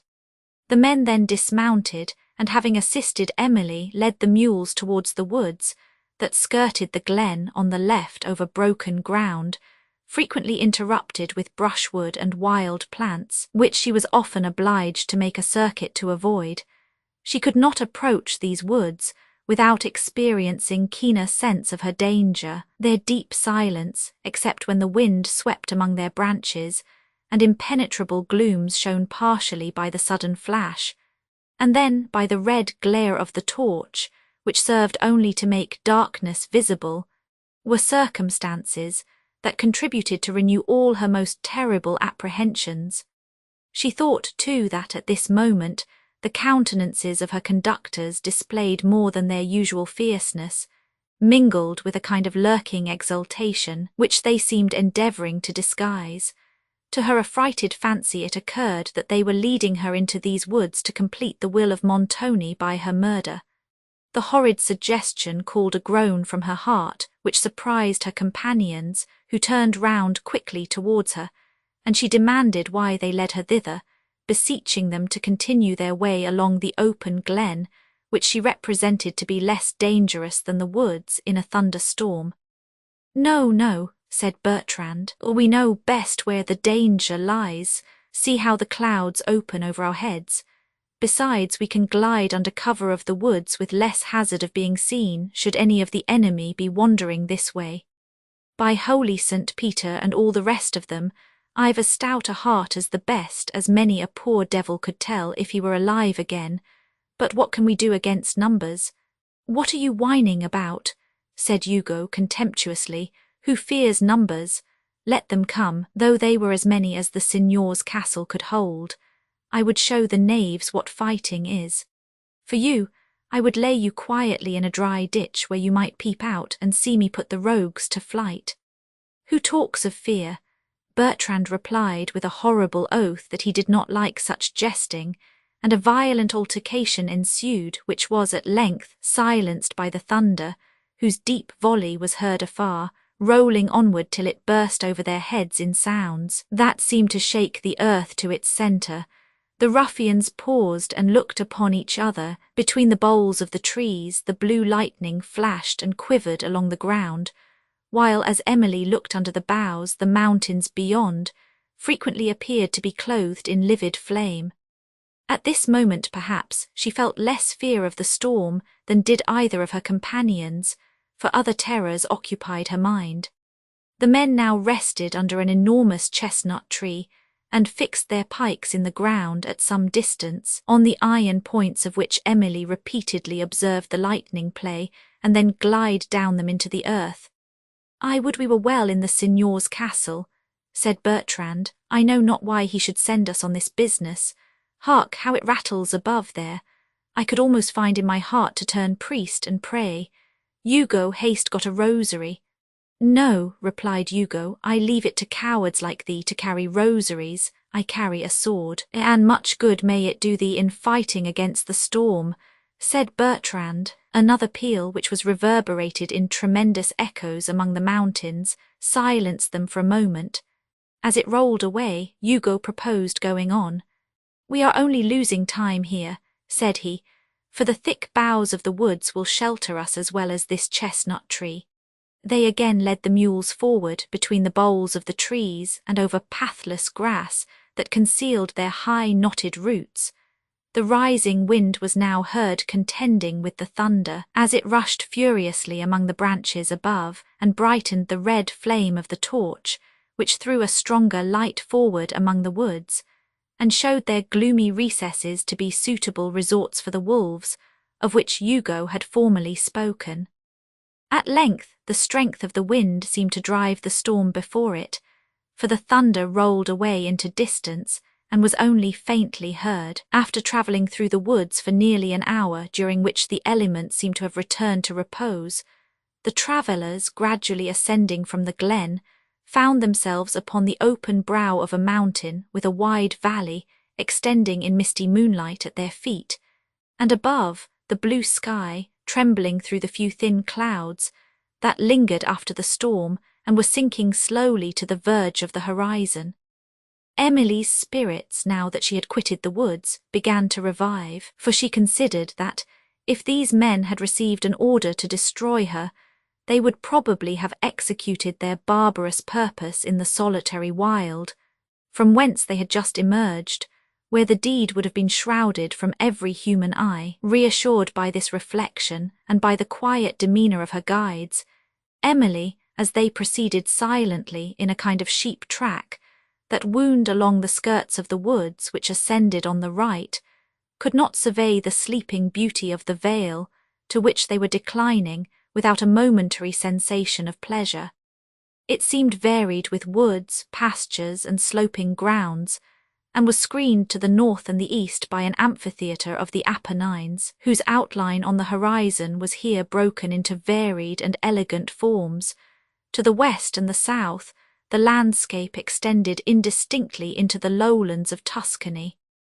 "There is the sea yonder," said Bertrand, as if he had known that Emily was examining the twilight view. "Yonder in the west, though we cannot see it." Emily already perceived a change in the climate, from that of the wild and mountainous tract she had left, and as she continued descending, the air became perfumed by the breath of 1,000 nameless flowers among the grass, called forth by the late rain. So soothingly beautiful was the scene around her, and so strikingly contrasted to the gloomy grandeur of those to which she had long been confined, and to the manners of the people who moved among them, that she could almost have fancied herself again at La Vallée, and wondering why Montoni had sent her hither, could scarcely believe that he had selected so enchanting a spot for any cruel design. It was, however, probably not the spot, but the persons who happened to inhabit it, and to whose care he could safely commit the execution of his plans, whatever they might be, that had determined his choice. She now ventured again to inquire whether they were near the place of their destination, and was answered by Hugo that they had not far to go. "Only to the wood of chestnuts in the valley yonder," said he, "there by the brook that sparkles with the moon. I wish I was once at rest there with a flask of good wine and a slice of Tuscany bacon." Emily's spirits revived when she heard that the journey was so nearly concluded, and saw the wood of chestnuts in an open part of the vale on the margin of the stream. In a short time they reached the entrance of the wood, and perceived between the twinkling leaves a light streaming from a distant cottage window. They proceeded along the edge of the brook to where the trees, crowding over it, excluded the moonbeams, but a long line of light from the cottage above was seen on its dark, tremulous surface. Bertrand now stepped on first, and Emily heard him knock and call loudly at the door. As she reached it, the small upper casement where the light appeared was unclosed by a man, who, having inquired what they wanted, immediately descended, let them into a neat rustic cot, and called up his wife to set refreshments before the travellers. As this man conversed rather apart with Bertrand, Emily anxiously surveyed him. He was a tall but not robust peasant of a sallow complexion, and had a shrewd and cunning eye. His countenance was not of a character to win the ready confidence of youth, and there was nothing in his manner that might conciliate a stranger. Hugo called impatiently for supper, and in a tone as if he knew his authority here to be unquestionable. "I expected you an hour ago," said the peasant, "for I have had Signor Montoni's letter these 3 hours, and I and my wife had given you up and gone to bed. How did you fare in the storm?" "Ill enough," replied Hugo, "ill enough, and we are like to fare ill enough here too, unless you will make more haste, get us more wine, and let us see what you have to eat."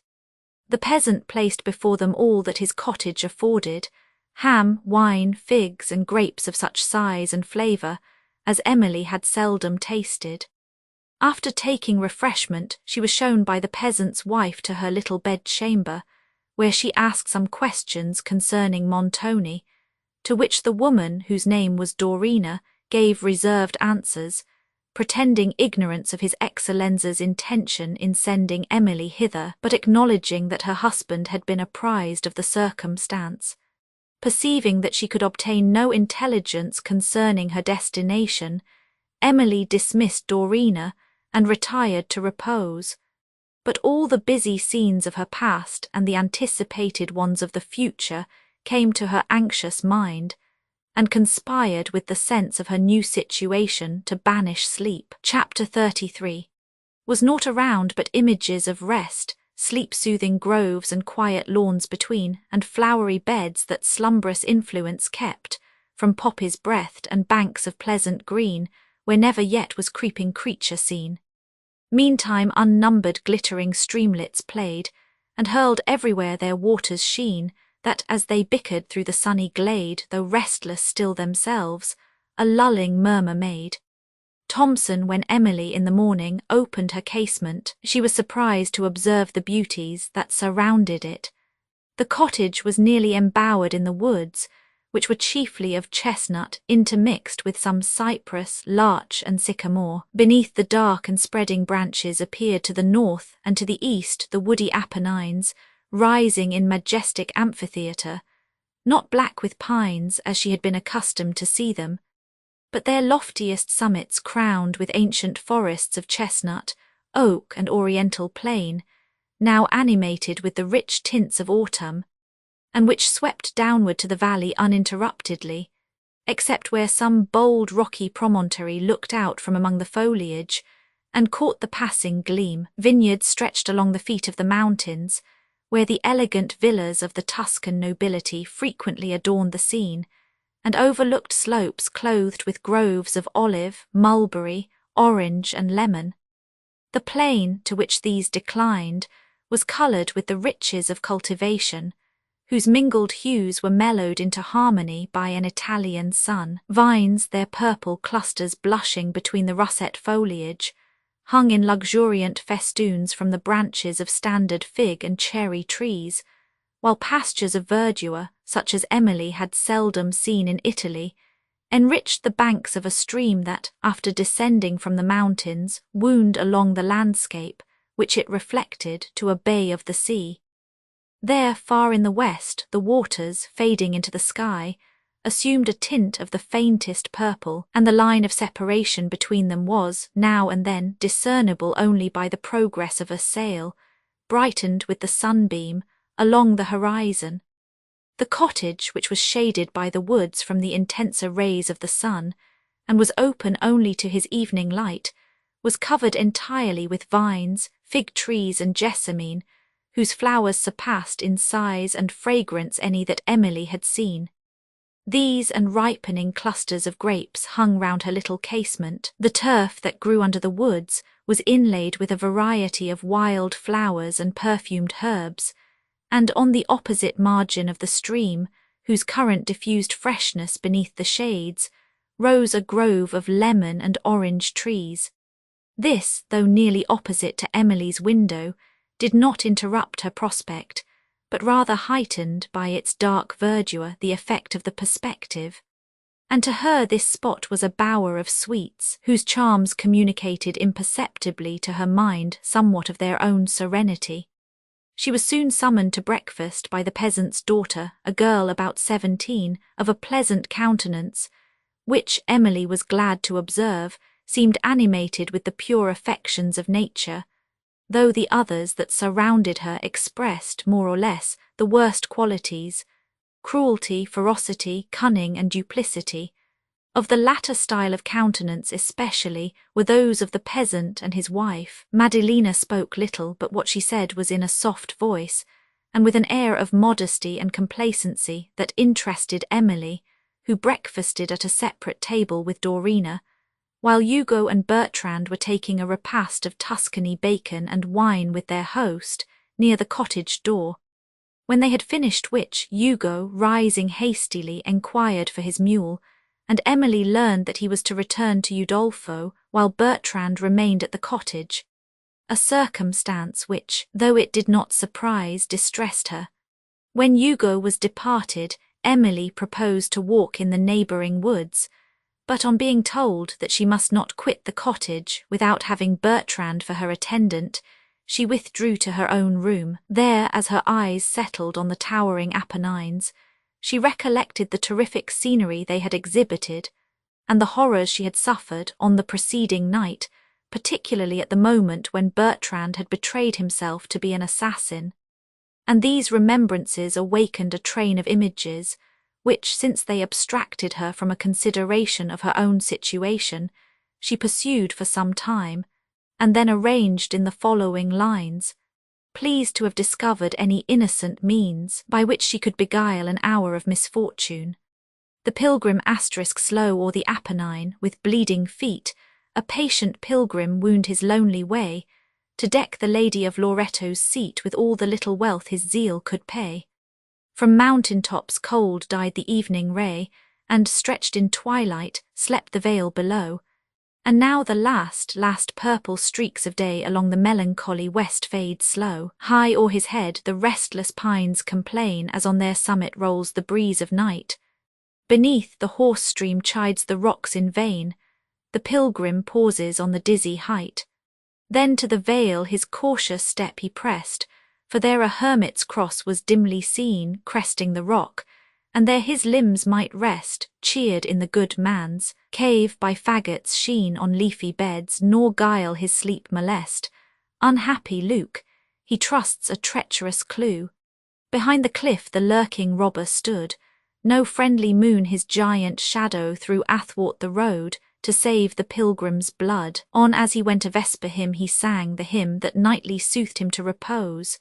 Fierce on his harmless prey the ruffian sprang, the pilgrim bleeds to death, his eyelids close, yet his meek spirit knew no vengeful care, but dying for his murderer breathed, a sainted prayer.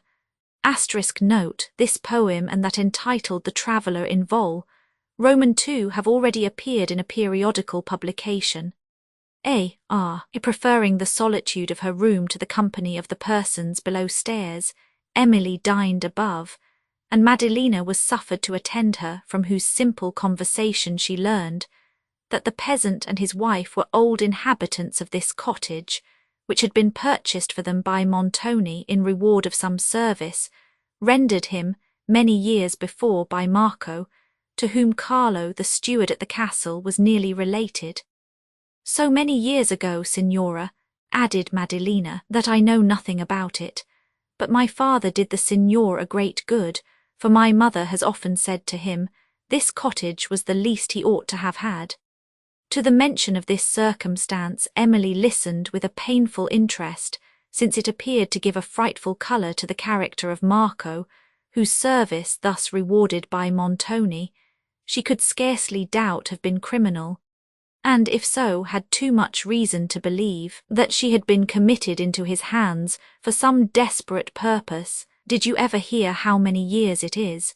Said Emily, who was considering of Signora Laurentini's disappearance from Udolpho, since your father performed the services you spoke of. It was a little before he came to live at the cottage, Signora, replied Maddelina, and that is about 18 years ago. This was near the period when Signora Laurentini had been said to disappear, and it occurred to Emily that Marco had assisted in that mysterious affair, and perhaps had been employed in a murder. This horrible suggestion fixed her in such profound reverie that Maddelina quitted the room unperceived by her, and she remained unconscious of all around her for a considerable time. Tears at length came to her relief, after indulging which, her spirits becoming calmer, she ceased to tremble at a view of evils that might never arrive, and had sufficient resolution to endeavour to withdraw her thoughts from the contemplation of her own interests, remembering the few books which even in the hurry of her departure from Udolpho she had put into her little package. She sat down with one of them at her pleasant casement, whence her eyes often wandered from the page to the landscape, whose beauty gradually soothed her mind into gentle melancholy. Here she remained alone till evening, and saw the sun descend the western sky, throw all his pomp of light and shadow upon the mountains, and gleam upon the distant ocean and the stealing sails, as he sunk amidst the waves. Then, at the musing hour of twilight, her softened thoughts returned to Valancourt. She again recollected every circumstance connected with the midnight music, and all that might assist her conjecture concerning his imprisonment at the castle, and becoming confirmed in the supposition that it was his voice she had heard there, she looked back to that gloomy abode with emotions of grief and momentary regret, refreshed by the cool and fragrant air, and her spirits soothed to a state of gentle melancholy by the still murmur of the brook below and of the woods around. She lingered at her casement long after the sun had set, watching the valley sinking into obscurity, till only the grand outline of the surrounding mountains, shadowed upon the horizon, remained visible. But a clear moonlight that succeeded gave to the landscape what time gives to the scenes of past life, when it softens all their harsher features, and throws over the whole the mellowing shade of distant contemplation.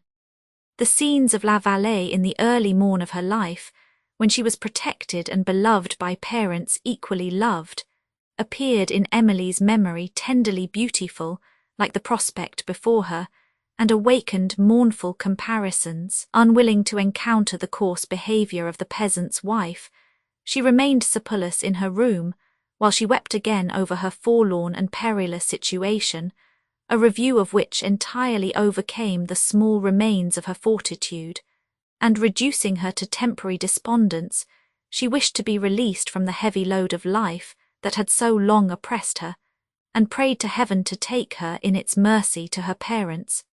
Wearied with weeping, she at length lay down on her mattress and sunk to sleep, but was soon awakened by a knocking at her chamber door, and starting up in terror she heard a voice calling her. The image of Bertrand with a stiletto in his hand appeared to her alarmed fancy, and she neither opened the door nor answered, but listened in profound silence, till the voice repeating her name in the same low tone, she demanded who called. "It is I, Signora," replied the voice, which she now distinguished to be Madelina's. "Pray open the door. Don't be frightened, it is I." "And what brings you here so late, Madelina?" said Emily as she let her in. "Hush, Signora, for heaven's sake, hush. If we are overheard I shall never be forgiven. My father and mother and Bertrand are all gone to bed," continued Madelina as she gently shut the door and crept forward, "and I have brought you some supper, for you had none, you know, Signora, below stairs. Here are some grapes and figs and half a cup of wine." Emily thanked her, but expressed apprehension lest this kindness should draw upon her the resentment of Dorina when she perceived the fruit was gone. "Take it back, therefore, Madelina," added Emily. "I shall suffer much less from the want of it than I should do if this act of good nature was to subject you to your mother's displeasure." "Oh, Signora, there is no danger of that," replied Madelina. "My mother cannot miss the fruit, for I saved it from my own supper. You will make me very unhappy if you refuse to take it, Signora." Emily was so much affected by this instance of the good girl's generosity that she remained for some time unable to reply, and Madelina watched her in silence till, mistaking the cause of her emotion, she said, "Do not weep so, Signora. My mother, to be sure, is a little cross sometimes, but then it is soon over, so don't take it so much to heart. She often scolds me too, but then I have learned to bear it, and when she has done, if I can but steal out into the woods and play upon my staccato, I forget it all directly." Emily, smiling through her tears, told Madelina that she was a good girl, and then accepted her offering. She wished anxiously to know whether Bertrand and Dorina had spoken of Montoni or of his designs concerning herself in the presence of Madelina, but disdained to tempt the innocent girl to a conduct so mean as that of betraying the private conversations of her parents. When she was departing, Emily requested that she would come to her room as often as she dared without offending her mother, and Madelina, after promising that she would do so, stole softly back again to her own chamber. Thus several days passed, during which Emily remained in her own room, Madelina attending her only at her repast, whose gentle countenance and manners soothed her more than any circumstance she had known for many months. Of her pleasant embowered chamber she now became fond, and began to experience in it those feelings of security which we naturally attach to home. In this interval also her mind, having been undisturbed by any new circumstance of disgust or alarm, recovered its tone sufficiently to permit her the enjoyment of her books, among which she found some unfinished sketches of landscapes, several blank sheets of paper with her drawing instruments, and she was thus enabled to amuse herself with selecting some of the lovely features of the prospect that her window commanded and combining them in scenes to which her tasteful fancy gave a last grace. In these little sketches she generally placed interesting groups, characteristic of the scenery they animated, and often contrived to tell with perspicuity some simple and affecting story, when, as a tear fell over the pictured griefs which her imagination drew, she would forget for a moment her real sufferings. Thus innocently she beguiled the heavy hours of misfortune, and with meek patience awaited the events of futurity. A beautiful evening that had succeeded to a sultry day at length induced Emily to walk, though she knew that Bertrand must attend her, and with Madelina for her companion she left the cottage, followed by Bertrand, who allowed her to choose her own way. The hour was cool and silent, and she could not look upon the country around her without delight. How lovely, too, appeared the brilliant blue that coloured all the upper region of the air, and thence fading downward, was lost in the saffron glow of the horizon.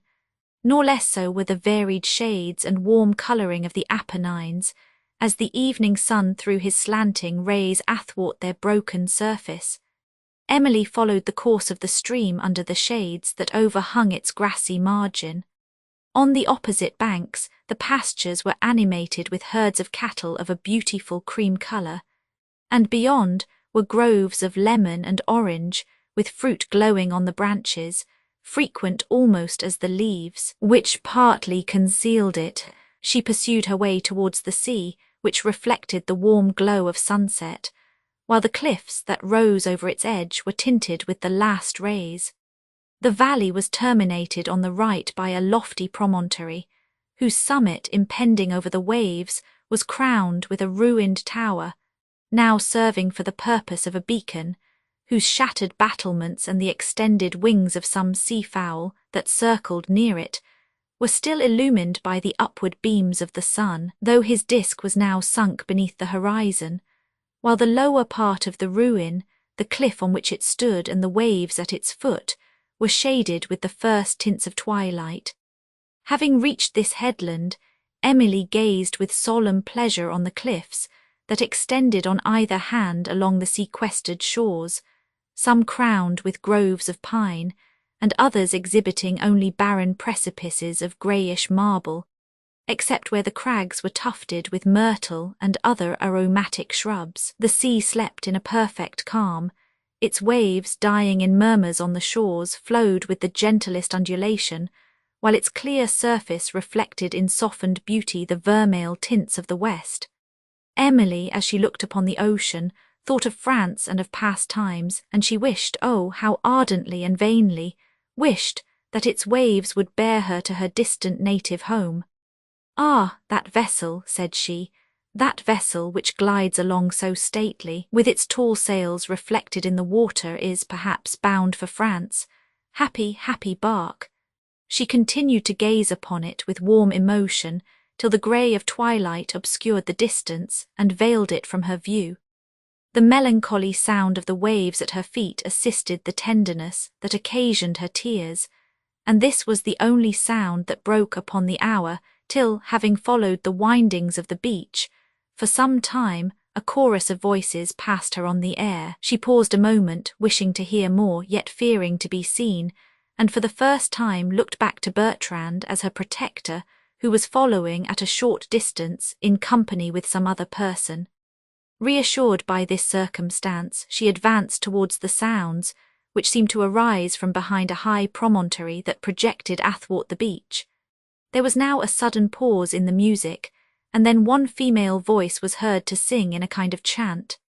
Emily quickened her steps, and, winding round the rock, saw within the sweeping bay beyond, which was hung with woods from the borders of the beach to the very summit of the cliffs, two groups of peasants, one seated beneath the shades and the other standing on the edge of the sea, round the girl who was singing, and who held in her hand a chaplet of flowers which she seemed about to drop into the waves. Emily, listening with surprise and attention, distinguished the following invocation delivered in the pure and elegant tongue of Tuscany, and accompanied by a few pastoral instruments. To a sea-nymph, O nymph, who loves to float on the green wave, when Neptune sleeps beneath the moonlight hour, lulled by the music's melancholy power, O nymph, arise from out thy pearly cave. For Hesper beams amid the twilight shade, and soon shall Cynthia tremble o'er the tide, gleam on these cliffs that bound the ocean's pride, and lonely silence all the air pervade. Then let thy tender voice at distance swell, and steal along this solitary shore, sink on the breeze till dying, heard no more, thou wax the sudden magic of thy shell, while the long coast in echo sweet replies, thy soothing strains the pensive heart beguile, and bid the visions of the future smile. O nymph, from out thy pearly cave, arise, chorus, arise, semi-chorus, arise. The last words being repeated by the surrounding group, the garland of flowers was thrown into the waves, and the chorus, sinking gradually into a chant, died away in silence. "What can this mean, Madelina?" said Emily, awakening from the pleasing trance into which the music had lulled her. "This is the eve of a festival, Signora," replied Madelina, "and the peasants then amused themselves with all kinds of sports." "But they talked of a sea-nymph," said Emily. "How came these good people to think of a sea-nymph?" "Oh, Signora," rejoined Madelina, mistaking the reason of Emily's surprise, "nobody believes in such things, but our old songs tell of them, and when we are at our sports we sometimes sing to them and throw garlands into the sea. Emily had been early taught to venerate Florence as the seat of literature and of the fine arts, but that its taste for classic story should descend to the peasants of the country occasioned her both surprise and admiration. The Arcadian air of the girls next attracted her attention. Their dress was a very short full petticoat of light green with a bodice of white silk, the sleeves loose and tied up at the shoulders with ribbons and bunches of flowers. Their hair, falling in ringlets on their necks, was also ornamented with flowers, and with a small straw hat which, set rather backward and on one side of the head, gave an expression of gaiety and smartness to the whole figure. When the song had concluded, several of these girls approached Emily, and inviting her to sit down among them, offered her, and Maddelina, whom they knew, grapes and figs. Emily accepted their courtesy, much pleased with the gentleness and grace of their manners, which appeared to be perfectly natural to them. And when Bertrand soon after approached and was hastily drawing her away, a peasant holding up a flask invited him to drink, a temptation which Bertrand was seldom very valiant in resisting. "Let the young lady join in the dance, my friend," said the peasant, "while we empty this flask. They are going to begin directly. Strike up, my lads, strike up your tambourines and merry flutes." They sounded gaily, and the younger peasants formed themselves into a circle which Emily would readily have joined, had her spirits been in unison with their mirth. Maddelina, however, tripped it lightly, and Emily, as she looked on the happy group, lost the sense of her misfortunes in that of a benevolent pleasure, but the pensive melancholy of her mind returned, as she sat rather apart from the company, listening to the mellow music, which the breeze softened as it bore it away, and watching the moon, stealing its tremulous light over the waves and on the woody summits of the cliffs that wound along these Tuscan shores. Meanwhile, Bertrand was so well pleased with his first flask that he very willingly commenced the attack on a second, and it was late before Emily, not without some apprehension, returned to the cottage.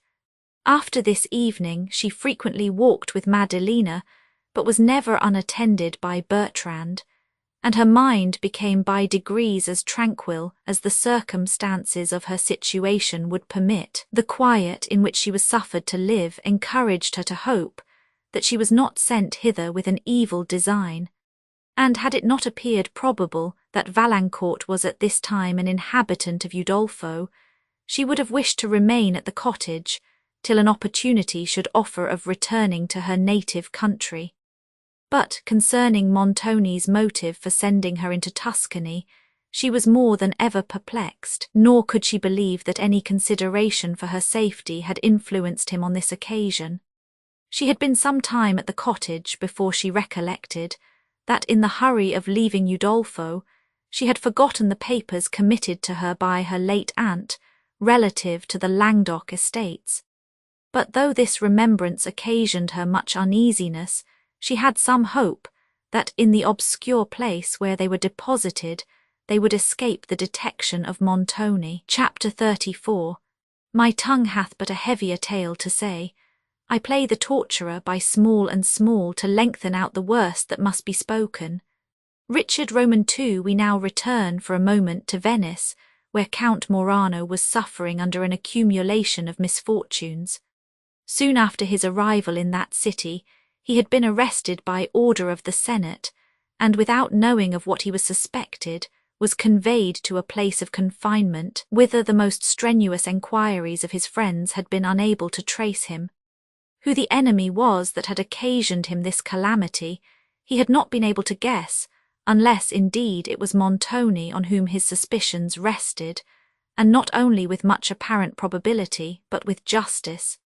In the affair of the poisoned cup, Montoni had suspected Morano, but being unable to obtain the degree of proof which was necessary to convict him of a guilty intention, he had recourse to means of other revenge than he could hope to obtain by prosecution. He employed a person in whom he believed he might confide, to drop a letter of accusation into the Denunzie secrete, or lions' mouths, which are fixed in a gallery of the Doge's palace, as receptacles for anonymous information concerning persons who may be disaffected towards the state.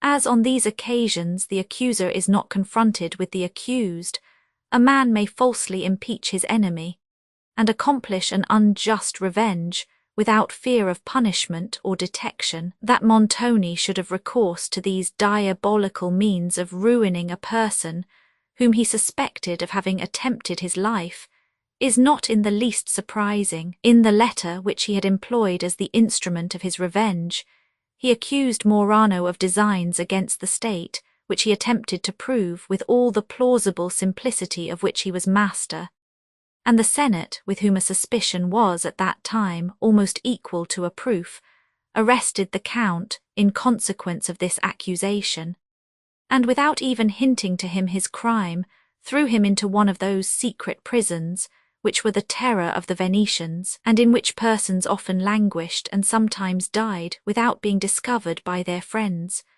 Morano had incurred the personal resentment of many members of the state.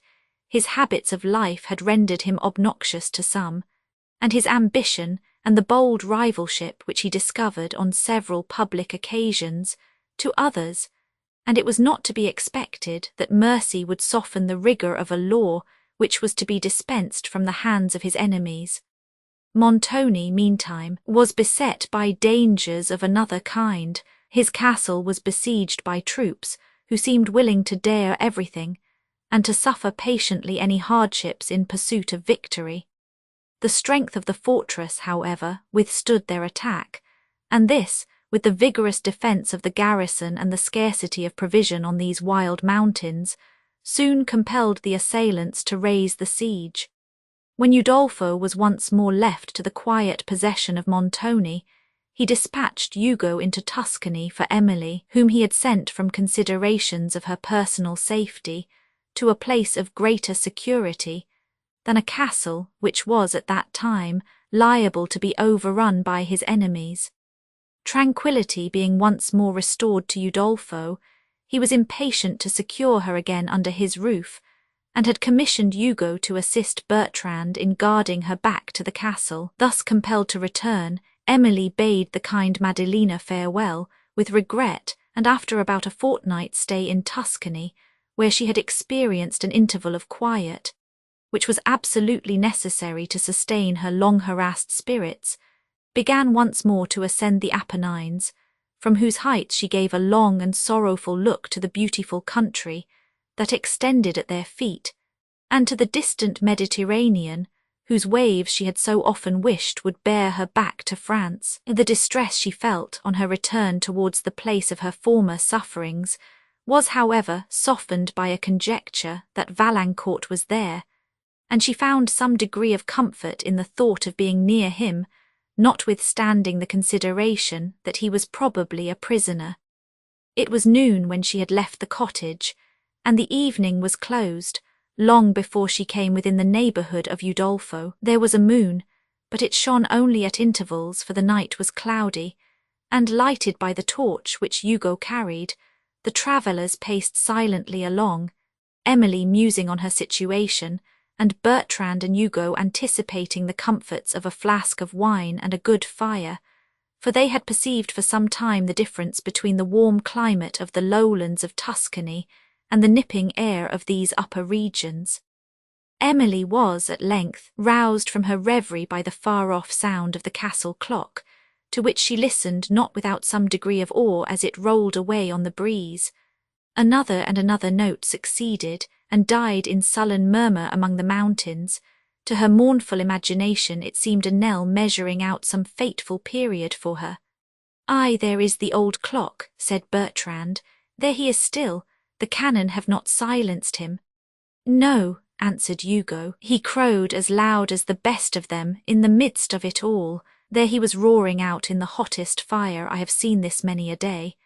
I said that some of them would have a hit at the old fellow, but he escaped, and the tower too."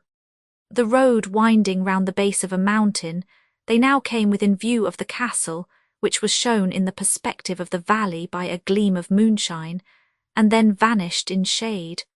while even a transient view of it had awakened the poignancy of Emily's feelings. Its massy and gloomy walls gave her terrible ideas of imprisonment and suffering. Yet, as she advanced, some degree of hope mingled with her terror. For though this was certainly the residence of Montoni, it was possibly also that of Valancourt, and she could not approach a place where he might be without experiencing somewhat of the joy of hope. They continued to wind along the valley, and soon after she saw again the old walls and moonlit towers rising over the woods. The strong rays enabled her also to perceive the ravages which the siege had made, with the broken walls and shattered battlements, for they were now at the foot of the steep on which Udolpho stood. Massy fragments had rolled down among the woods, through which the travellers now began to ascend, and there mingled with the loose earth and pieces of rock they had brought with them. The woods, too, had suffered much from the batteries above, for here the enemy had endeavoured to screen themselves from the fire of the ramparts. Many noble trees were levelled with the ground, and others, to a wide extent, were entirely stripped of their upper branches.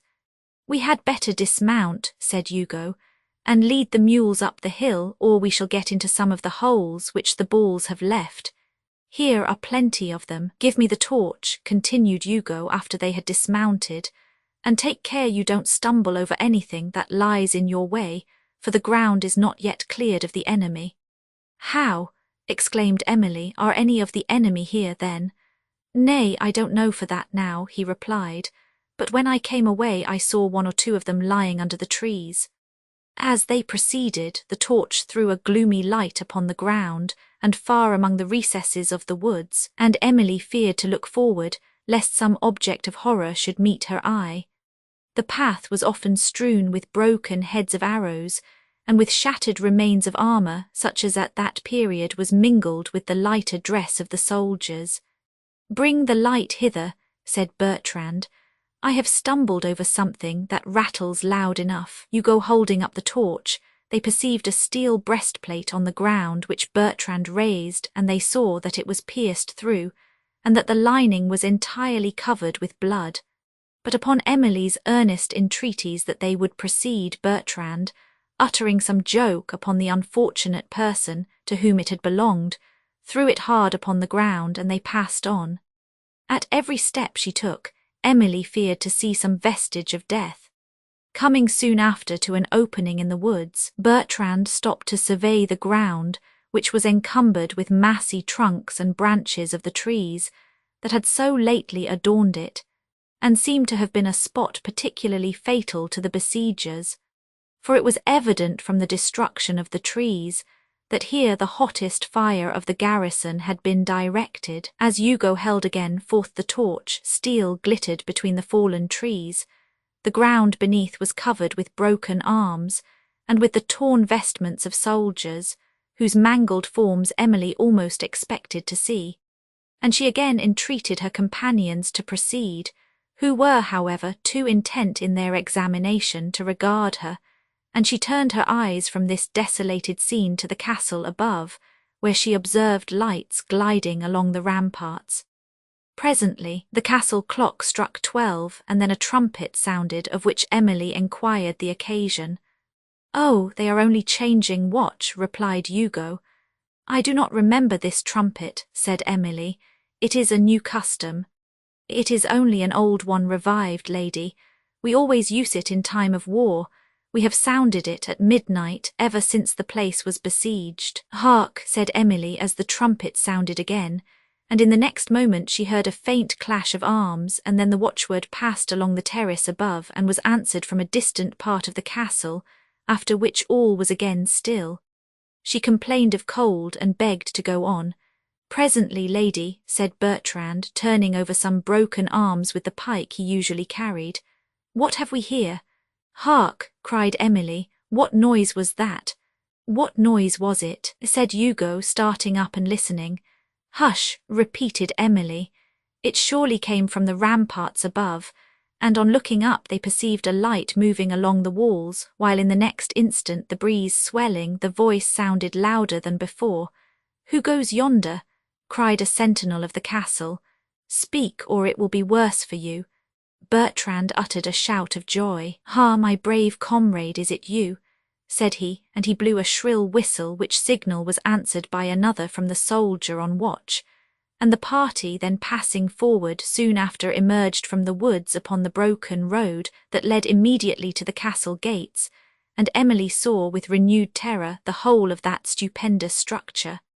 "Alas," said she to herself, "I am going again into my prison. Here has been warm work by St. Marco," cried Bertrand, waving a torch over the ground. "The balls have torn up the earth here with a vengeance."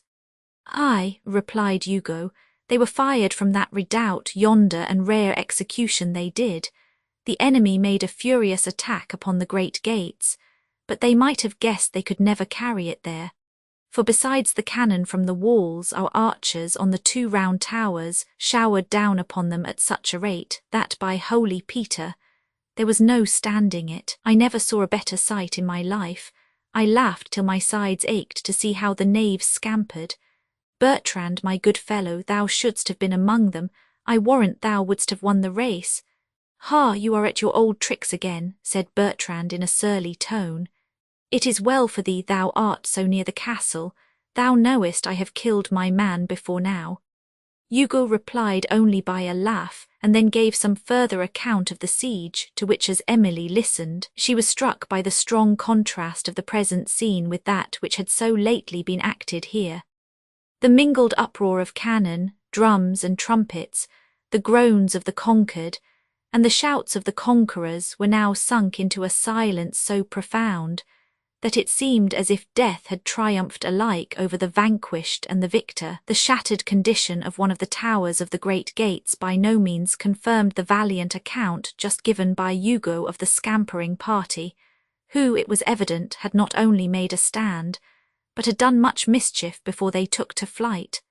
For this tower appeared, as far as Emily could judge by the dim moonlight that fell upon it, to be laid open, and the battlements were nearly demolished.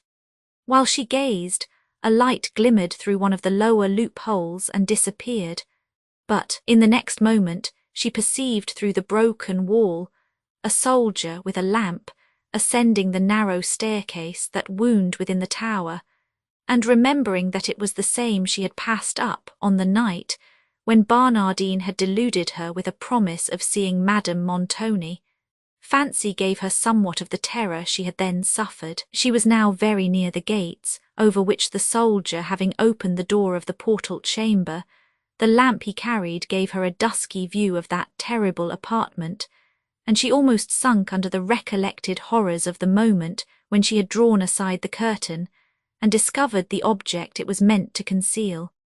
"Perhaps," said she to herself, "it is now used for a similar purpose. Perhaps that soldier goes at this dead hour to watch over the corpse of his friend." The little remains of her fortitude now gave way to the united force of remembered and anticipated horrors, for the melancholy fate of Madame Montoni appeared to foretell her own. She considered that though the Languedoc estates, if she relinquished them, would satisfy Montoni's avarice, they might not appease his vengeance, which was seldom pacified but by a terrible sacrifice. And she even thought that, were she to resign them, the fear of justice might urge him either to detain her a prisoner or to take away her life. They were now arrived at the gates, where Bertrand, observing the light glimmer through a small casement of the portal chamber, called aloud, and the soldier, looking out, demanded who was there. "Here I have brought you a prisoner," said Hugo. "Open the gate and let us in." "Tell me first who it is that demands entrance," replied the soldier. "What, my old comrade?" cried Hugo. "Don't you know me?" "Not know Hugo. I have brought home a prisoner here, bound hand and foot, a fellow who has been drinking Tuscany wine while we here have been fighting." "You will not rest till you meet with your match," said Bertrand sullenly. "Ah, my comrade, is it you?" said the soldier. "I'll be with you directly." Emily presently heard his steps descending the stairs within, and then the heavy chain fall and the bolts undraw of a small postern door which he opened to admit the party. He held the lamp low to show the step of the gate, and she found herself once more beneath the gloomy arch and heard the door close that seemed to shut her from the world forever. In the next moment, she was in the first court of the castle, where she surveyed the spacious and solitary area with a kind of calm despair. While the dead hour of the night, the Gothic gloom of the surrounding buildings, and the hollow and imperfect echoes, which they returned, as Hugo and the soldier conversed together, assisted to increase the melancholy forebodings of her heart. Passing on to the second court, a distant sound broke feebly on the silence, and gradually swelling louder as they advanced, Emily distinguished voices of revelry and laughter, but they were to her far other than sounds of joy. "Why, you have got some Tuscany wine among you here," said Bertrand, "if one may judge by the uproar that is going forward. Hugo has taken a larger share of that than of fighting, I'll be sworn. Who is carousing at this late hour?" "His Excellenza and the signors," replied the soldier. "It is a sign you are a stranger at the castle, or you would not need to ask the question. They are brave spirits that do without sleep. They generally pass the night in good cheer. Would that we who keep the watch had a little of it. It is cold work, pacing the ramparts so many hours of the night, if one has no good liquor to warm one's heart." "Courage, my lad, courage ought to warm your heart," said Hugo. "Courage," replied the soldier sharply, with a menacing air which Hugo, perceiving, prevented his saying more, by returning to the subject of the carousal. "This is a new custom," said he. "When I left the castle, the signors used to sit up counselling." "Aye, and for that matter, carousing too," replied the soldier. "But since the siege they have done nothing but make merry, and if I was they I would settle accounts with myself for all my hard fighting the same way." They had now crossed the second court, and reached the hall door when the soldier, bidding them good night, hastened back to his post. And while they waited for admittance, Emily considered how she might avoid seeing Montoni and retire unnoticed to her former apartment, for she shrunk from the thought of encountering either him or any of his party at this hour. The uproar within the castle was now so loud that though Hugo knocked repeatedly at the hall door, he was not heard by any of the servants, a circumstance which increased Emily's alarm, while it allowed her time to deliberate on the means of retiring unobserved. For though she might perhaps pass up the great staircase unseen, it was impossible she could find the way to her chamber without a light, the difficulty of procuring which, and the danger of wandering about the castle without one, immediately struck her. Bertrand had only a torch, and she knew that the servants never brought a taper to the door, for the hall was sufficiently lighted by the large tripod lamp which hung in the vaulted roof, and while she should wait till Annette could bring a taper, Montoni, or some of his companions, might discover her. The door was now opened by Carlo, and Emily, having requested him to send Annette immediately with a light to the great gallery, where she determined to await her, passed on with hasty steps towards the staircase, while Bertrand and Hugo, with the torch, followed old Carlo to the servants' hall, impatient for supper and the warm blaze of a wood fire. Emily, lighted only by the feeble rays, which the lamp above threw between the arches of this extensive hall, endeavoured to find her way to the staircase, now hid in obscurity, while the shouts of merriment that burst from a remote apartment served, by heightening her terror, to increase her perplexity, and she expected every instant to see the door of that room open, and Montoni and his companions issue forth. Having at length reached the staircase and found her way to the top, she seated herself on the last stair to await the arrival of Annette, for the profound darkness of the gallery deterred her from proceeding farther, and while she listened for her footstep, she heard only distant sounds of revelry, which rose in sullen echoes from among the arcades below. Once she thought she heard a low sound from the dark gallery behind her, and turning her eyes, fancied she saw something luminous move in it, and since she could not at this moment subdue the weakness that caused her fears, she quitted her seat and crept softly down a few stairs lower. Annette not yet appearing, Emily now concluded that she was gone to bed, and that nobody chose to call her up. and the prospect that presented itself of passing the night in darkness in this place or in some other equally forlorn, for she knew it would be impracticable to find her way through the intricacies of the galleries to her chamber, drew tears of mingled terror and despondency from her eyes. While thus she sat, she fancied she heard again an odd sound from the gallery, and she listened, scarcely daring to breathe, but the increasing voices below overcame every other sound. Soon after, she heard Montoni and his companions burst into the hall, who spoke as if they were much intoxicated, and seemed to be advancing towards the staircase. She now remembered that they must come this way to their chambers, and forgetting all the terrors of the gallery, hurried towards it with an intention of secreting herself in some of the passages that opened beyond, and of endeavouring, when the signors were retired, to find her way to her own room, or to that of Annette, which was in a remote part of the castle. With extended arms, she crept along the gallery, still hearing the voices of persons below, who seemed to stop in conversation at the foot of the staircase, and then pausing for a moment to listen, half fearful of going further into the darkness of the gallery, where she still imagined from the noise she had heard that some person was lurking. "They are already informed of my arrival," said she, "and Montoni is coming himself to seek me." In the present state of his mind, his purpose must be desperate. Then, recollecting the scene that had passed in the corridor on the night preceding her departure from the castle, "Oh, Valancourt," said she, "I must then resign you for ever. To brave any longer the injustice of Montoni would not be fortitude but rashness."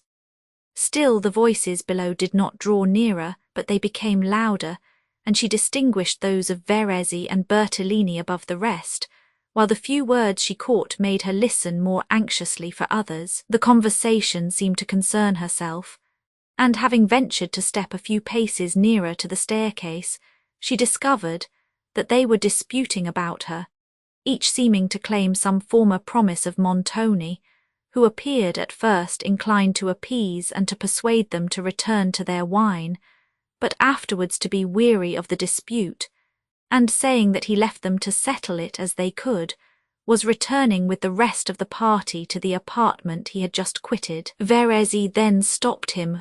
"Where is she, Signor?" said he in a voice of impatience. "Tell us where she is." "I have already told you that I do not know," replied Montoni, who seemed to be somewhat overcome with wine, "but she is most probably gone to her apartment." Verezzi and Bertolini now desisted from their enquiries, and sprang to the staircase together, while Emily, who, during this discourse, had trembled so excessively that she had with difficulty supported herself, seemed inspired with new strength, the moment she heard the sound of their steps, and ran along the gallery, dark as it was, with the fleetness of a fawn. But long before she reached its extremity, the light, which Verezzi carried, flashed upon the walls. Both appeared, and instantly perceiving Emily, pursued her.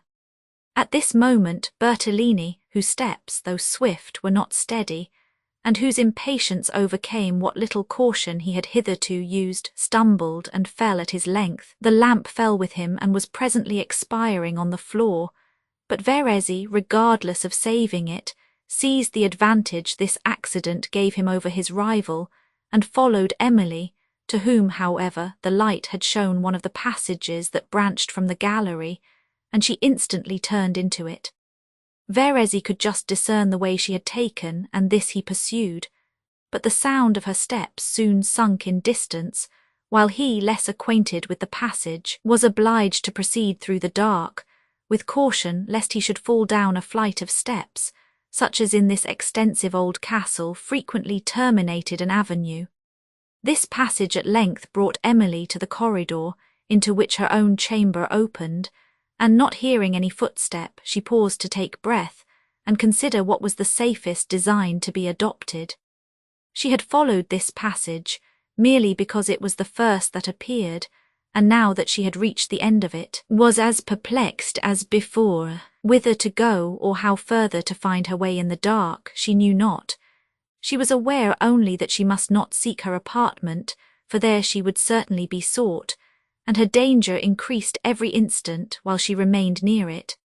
Her spirits and her breath, however, were so much exhausted that she was compelled to rest for a few minutes at the end of the passage, and still she heard no steps approaching. As thus she stood, light glimmered under an opposite door of the gallery, and from its situation she knew that it was the door of that mysterious chamber where she had made a discovery so shocking that she never remembered it but with the utmost horror. That there should be light in this chamber, and at this hour, excited her strong surprise, and she felt a momentary terror concerning it, which did not permit her to look again, for her spirits were now in such a state of weakness that she almost expected to see the door slowly open, and some horrible object appear at it. Still she listened for a step along the passage, and looked up it where, not a ray of light appearing, she concluded that Verezzi had gone back for the lamp, and believing that he would shortly be there, she again considered which way she should go, or rather which way she could find in the dark. A faint ray still glimmered under the opposite door, but so great, and perhaps so just was her horror of that chamber, that she would not again have tempted its secrets, though she had been certain of obtaining the light so important to her safety. She was still breathing with difficulty and resting at the end of the passage when she heard a rustling sound, and then a low voice so very near her that it seemed close to her ear. But she had presence of mind to check her emotions, and to remain quite still. In the next moment she perceived it to be the voice of Verezzi, who did not appear to know that she was there, but to have spoken to himself. "The air is fresher here," said he. "This should be the corridor." Perhaps he was one of those heroes whose courage can defy an enemy better than darkness, and he tried to rally his spirits with the sound of his own voice.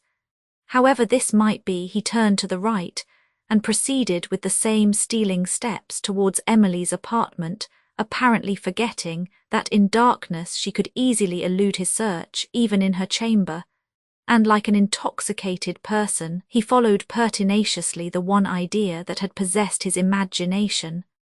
The moment she heard his steps steal away, she left her station and moved softly to the other end of the corridor, determined to trust again to chance, and to quit it by the first avenue she could find.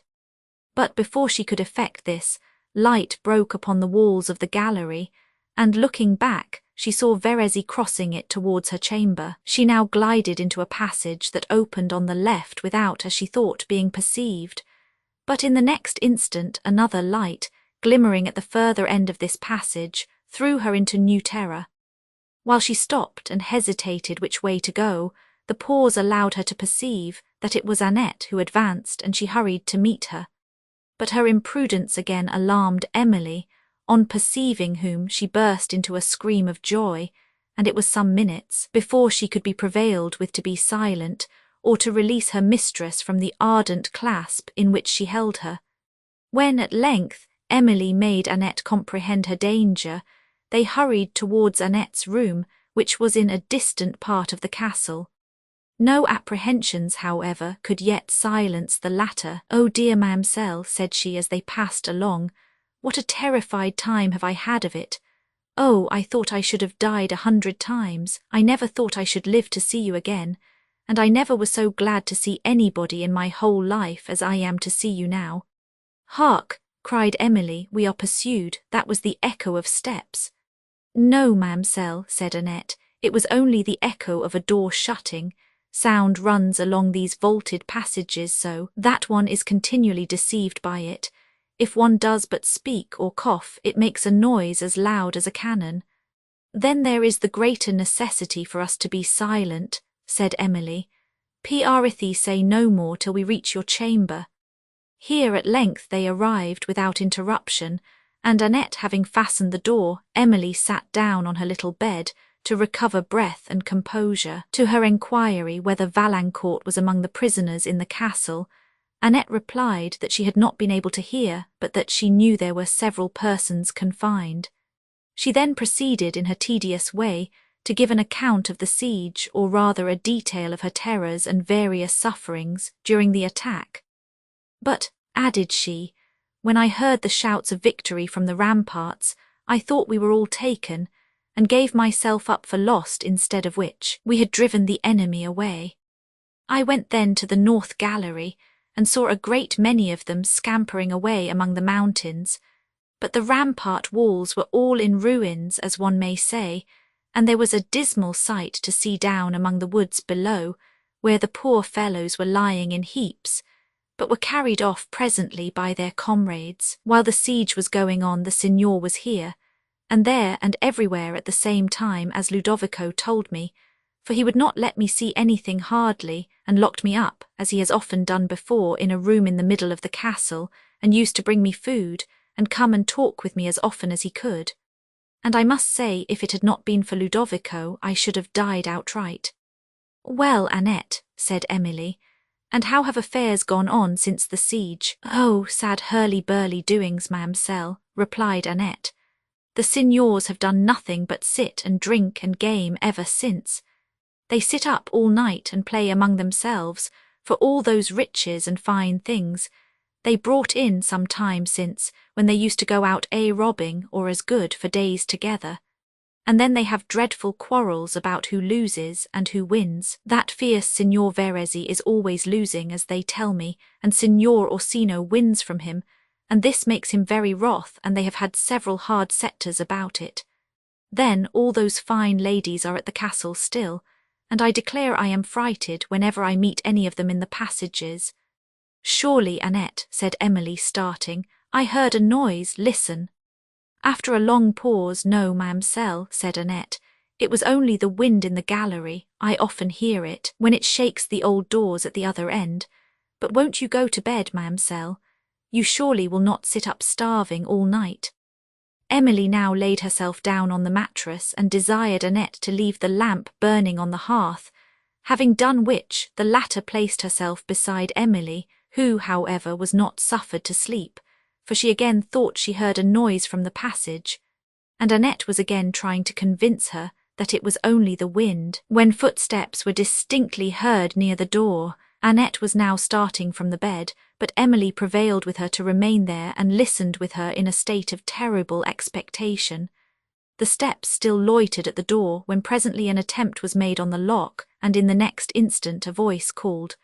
"For heaven's sake, Annette, do not answer," said Emily softly. "Remain quite still, but I fear we must extinguish the lamp, or its glare will betray us." "Holy Virgin!" exclaimed Annette, forgetting her discretion, "I would not be in darkness now for the whole world." While she spoke, the voice became louder than before, and repeated Annette's name. "Blessed Virgin!" cried she suddenly, "it is only Ludovico." She rose to open the door, but Emily prevented her till they should be more certain that it was he alone, with whom Annette at length talked for some time, and learned that he was come to enquire after herself, whom he had let out of her room to go to Emily, and that he was now returned to lock her in again.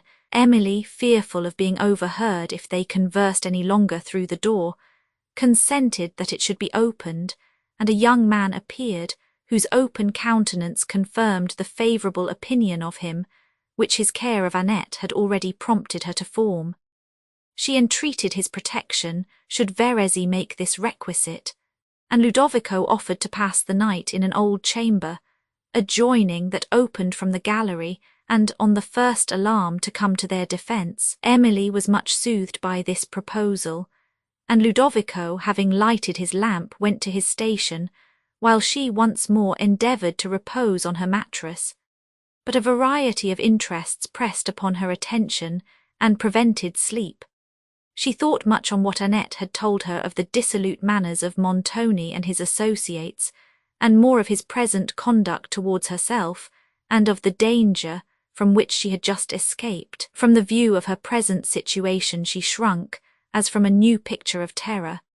She saw herself in a castle, inhabited by vice and violence, seated beyond the reach of law or justice, and in the power of a man whose perseverance was equal to every occasion, and in whom passions, of which revenge was not the weakest, entirely supplied the place of principles.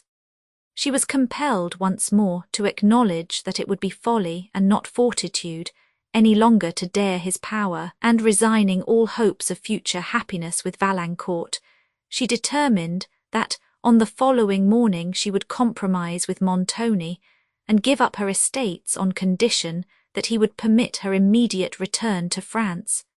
Such considerations kept her waking for many hours, but the night passed without further alarm from Verezzi. On the next morning, Emily had a long conversation with Ludovico, in which she heard circumstances concerning the castle, and received hints of the designs of Montoni that considerably increased her alarms. On expressing her surprise that Ludovico, who seemed to be so sensible of the evils of his situation, should continue in it, he informed her that it was not his intention to do so, and she then ventured to ask him if he would assist her to escape from the castle. Ludovico assured her of his readiness to attempt this, but strongly represented the difficulty of the enterprise, and the certain destruction which must ensue should Montoni overtake them before they had passed the mountains. He, however, promised to be watchful of every circumstance that might contribute to the success of the attempt, and to think upon some plan of departure. Emily now confided to him the name of Valancourt, and begged he would enquire for such a person among the prisoners in the castle, for the faint hope which this conversation awakened made her now recede from her resolution of an immediate compromise with Montoni. She determined, if possible, to delay this till she heard further from Ludovico, and if his designs were found to be impracticable, to resign the estates at once. Her thoughts were on this subject when Montoni, who was now recovered from the intoxication of the preceding night, sent for her, and she immediately obeyed the summons. He was alone. "I find," said he, "that you were not in your chamber last night. Where were you?" Emily related to him some circumstances of her alarm and entreated his protection from a repetition of them. "You know the terms of my protection," said he. "If you really value this, you will secure it." His open declaration that he would only conditionally protect her while she remained a prisoner in the castle showed Emily the necessity of an immediate compliance with his terms, but she first demanded whether he would permit her immediately to depart if she gave up her claim to the contested estates. In a very solemn manner he then assured her that he would, and immediately laid before her a paper which was to transfer the right of those estates to himself. She was, for a considerable time, unable to sign it, and her heart was torn with contending interests, for she was about to resign the happiness of all her future years, the hope which had sustained her in so many hours of adversity. After hearing from Montoni a recapitulation of the conditions of her compliance and a remonstrance that his time was valuable, she put her hand to the paper, when she had done which she fell back in her chair, but soon recovered and desired that he would give orders for her departure, and that he would allow Annette to accompany her. Montoni smiled. "It was necessary to deceive you," said he. "There was no other way of making you act reasonably. You shall go, but it must not be at present. I must first secure these estates by possession. When that is done, you may return to France if you will." The deliberate villainy with which he violated the solemn engagement he had just entered into shocked Emily as much as the certainty that she had made a fruitless sacrifice and must still remain his prisoner. She had no words to express what she felt, and knew that it would have been useless if she had. As she looked piteously at Montoni, he turned away, and at the same time desired she would withdraw to her apartment, but unable to leave the room, she sat down in a chair near the door and sighed heavily. She had neither words nor tears. "Why will you indulge this childish grief?" said he. "Endeavour to strengthen your mind, to bear patiently what cannot now be avoided. You have no real evil to lament. Be patient, and you will be sent back to France. At present retire to your apartment." "I dare not go, sir," said she, "where I shall be liable to the intrusion of Signor Verezzi." "Have I not promised to protect you?" said Montoni. "You have promised, sir," replied Emily after some hesitation. "And is not my promise sufficient?" added he sternly. "You will recollect your former promise, Signor," said Emily, trembling, "and may determine for me whether I ought to rely upon this, or will you provoke me to declare to you that I will not protect you then?" said Montoni in a tone of haughty displeasure. "If that will satisfy you, I will do it immediately. Withdraw to your chamber before I retract my promise. You have nothing to fear there." Emily left the room and moved slowly into the hall, where the fear of meeting Verezzi or Bertolini made her quicken her steps, though she could scarcely support herself, and soon after she reached once more her own apartment. Having looked fearfully round her to examine if any person was there, and having searched every part of it, she fastened the door and sat down by one of the casements. Here, while she looked out for some hope to support her fainting spirits, which had been so long harassed and oppressed, that if she had not now struggled much against misfortune, they would have left her perhaps for ever, she endeavoured to believe that Montoni did really intend to permit her return to France as soon as he had secured her property, and that he would in the meantime protect her from insult. But her chief hope rested with Ludovico, who, she doubted not, would be zealous in her cause, though he seemed almost to despair of success in it. One circumstance, however, she had to rejoice in. Her prudence, or rather her fears, had saved her from mentioning the name of Valancourt to Montoni, which she was several times on the point of doing before she signed the paper, and of stipulating for his release if he should be really a prisoner in the castle. Had she done this, Montoni's jealous fears would now probably have loaded Valancourt with new severities, and have suggested the advantage of holding him a captive for life. Thus passed the melancholy day, as she had before passed many in this same chamber. When night drew on, she would have withdrawn herself to Annette's bed, had not a particular interest inclined her to remain in this chamber, in spite of her fears. For when the castle should be still and the customary hour arrived, she determined to watch for the music which she had formerly heard. Though its sounds might not enable her positively to determine whether Valancourt was there, they would perhaps strengthen her opinion that he was, and impart the comfort so necessary to her present support. But on the other hand, if all should be silent, she hardly dared to suffer her thoughts to glance that way, but waited with impatient expectation the approaching hour. The night was stormy. The battlements of the castle appeared to rock in the wind, and at intervals long groans seemed to pass on the air, such as those which often deceive the melancholy mind in tempests and amidst scenes of desolation. Emily heard, as formerly, the sentinels pass along the terrace to their posts, and looking out from her casement observed that the watch was doubled, a precaution which appeared necessary enough when she threw her eyes on the walls and saw their shattered condition. The well-known sounds of the soldiers' march, and of their distant voices which passed her in the wind, and were lost again, recalled to her memory the melancholy sensation she had suffered when she formerly heard the same sounds, and occasioned almost involuntary comparisons between her present and her late situation. But this was no subject for congratulations, and she wisely checked the course of her thoughts, while, as the hour was not yet come in which she had been accustomed to hear the music, she closed the casement and endeavoured to await it in patience. The door of the staircase she tried to secure, as usual, with some of the furniture of the room, but this expedient her fears now represented to her to be very inadequate to the power and perseverance of Verezzi, and she often looked at a large and heavy chest that stood in the chamber, with wishes that she and Annette had strength enough to move it. While she blamed the long stay of this girl, who was still with Ludovico and some other of the servants, she trimmed her wood fire to make the room appear less desolate, and sat down beside it with a book which her eyes perused, while her thoughts wandered to Valancourt and her own misfortunes. As she sat thus, she thought in a pause of the wind she distinguished music, and went to the casement to listen, but the loud swell of the gust overcame every other sound.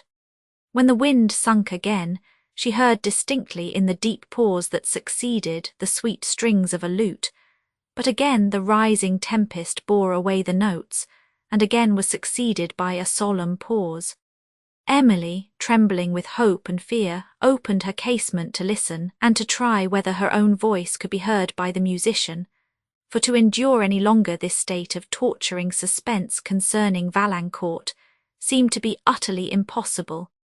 There was a kind of breathless stillness in the chambers that permitted her to distinguish from below the tender notes of the very lute she had formerly heard, and with it a plaintive voice made sweeter by the low rustling sound that now began to creep along the wood-tops, till it was lost in the rising wind. Their tall heads then began to wave, while, through a forest of pine on the left, the wind, groaning heavily, rolled onward over the woods below, bending them almost to their roots, and as the long resounding gale swept away, other woods on the right seemed to answer the loud lament.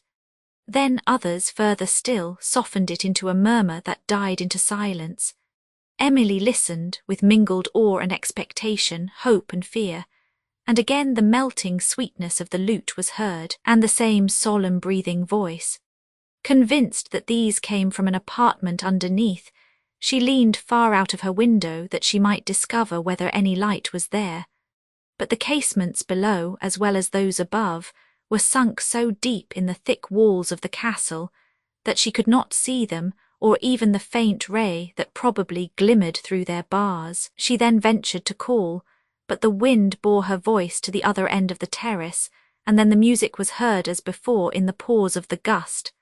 Suddenly she thought she heard a noise in her chamber, and she drew herself within the casement, but in a moment after, distinguishing Annette's voice at the door, she concluded it was her she had heard before, and she let her in. "Move softly, Annette, to the casement," said she, "and listen with me. The music is returned." They were silent till the measure changing, Annette exclaimed, "Holy Virgin, I know that song well. It is a French song, one of the favourite songs of my dear country." This was the ballad Emily had heard on a former night, though not the one she had first listened to from the fishing house in Gascony. "Oh, it is a Frenchman that sings," said Annette. "It must be Monsieur Valancourt." "Hark, Annette, do not speak so loud," said Emily, "we may be overheard." "What, by the Chevalier?" said Annette. "No," replied Emily mournfully, "but by somebody who may report us to the Signor. What reason have you to think it is Monsieur Valancourt who sings? But hark, now the voice swells louder. Do you recollect those tones? I fear to trust my own judgment." "I never happened to hear the Chevalier sing, mademoiselle," replied Annette, who, as Emily was disappointed to perceive, had no stronger reason for concluding this to be Valancourt than that the musician must be a Frenchman. Soon after she heard the song of the fishing house, and distinguished her own name, which was repeated so distinctly that Annette had heard it also. She trembled, sunk into a chair by the window, and Annette called aloud, "Monsieur Valancourt, Monsieur Valancourt," while Emily endeavoured to check her, but she repeated the call more loudly than before, and the lute and the voice suddenly stopped. Emily listened for some time in a state of intolerable suspense, but no answer being returned, "It does not signify, mademoiselle," said Annette. "It is the Chevalier, and I will speak to him." "No, Annette," said Emily, "I think I will speak myself. If it is he will know my voice and speak again." "Who is it," said she, "that sings at this late hour?" A long silence ensued, and having repeated the question, she perceived some faint accents mingling in the blast that swept by, but the sounds were so distant and passed so suddenly that she could scarcely hear them, much less distinguish the words they uttered or recognize the voice. After another pause, Emily called again, and again they heard a voice, but as faintly as before, and they perceived that there were other circumstances besides the strength and direction of the wind to contend with, for the great depth at which the casements were fixed in the castle walls contributed, still more than the distance, to prevent articulated sounds from being understood, though general ones were easily heard. Emily, however, ventured to believe, from the circumstance of her voice alone having been answered, that the stranger was Valancourt as well as that he knew her, and she gave herself up to speechless joy. Annette, however, was not speechless. She renewed her calls, but received no answer, and Emily, fearing that a further attempt, which certainly was as present highly dangerous, might expose them to the guards of the castle, while it could not perhaps terminate her suspense, insisted on Annette's dropping the enquiry for this night, though she determined herself to question Ludovico on the subject in the morning more urgently than she had yet done. She was now enabled to say that the stranger, whom she had formerly heard, was still in the castle, and to direct Ludovico to that part of it in which he was confined. Emily, attended by Annette, continued at the casement for some time, but all remained still.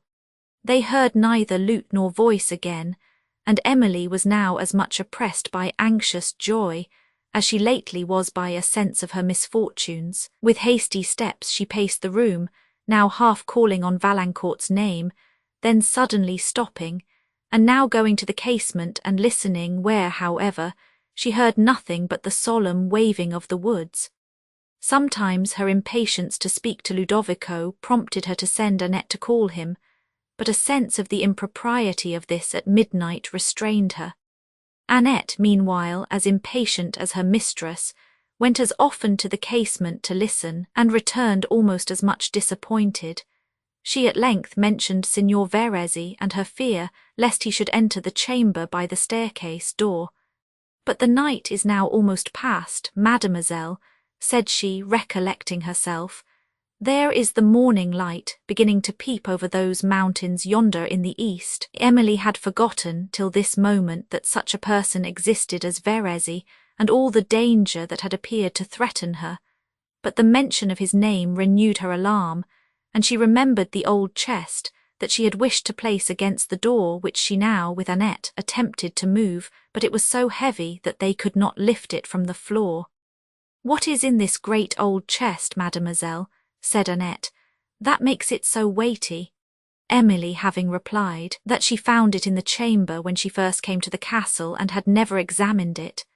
"Then I will, ma'amselle," said Annette, and she tried to lift the lid, but this was held by a lock for which she had no key, and which indeed appeared from its peculiar construction to open with a spring. The morning now glimmered through the casements, and the wind had sunk into a calm. Emily looked out upon the dusky woods, and on the twilight mountains just stealing in the eye, and saw the whole scene after the storm, lying in profound stillness, the woods motionless and the clouds above, through which the dawn trembled, scarcely appearing to move along the heavens. One soldier was pacing the terrace beneath with measured steps, and two more distant were sunk asleep on the walls, wearied with the night's watch. Having inhaled for a while the pure spirit of the air and of vegetation which the late rains had called forth, and having listened once more for a note of music, she now closed the casement and retired to rest. Chapter 35. Thus on the chill Laponian's dreary land, for many a long month lost in snow profound, when Sol from Cancer sends the seasons bland, and in their northern cave the storms hath bound, from silent mountains, straight with startling sound, torrents are hurled, green hills emerge, and lo, the trees with foliage, cliffs with flowers are crowned.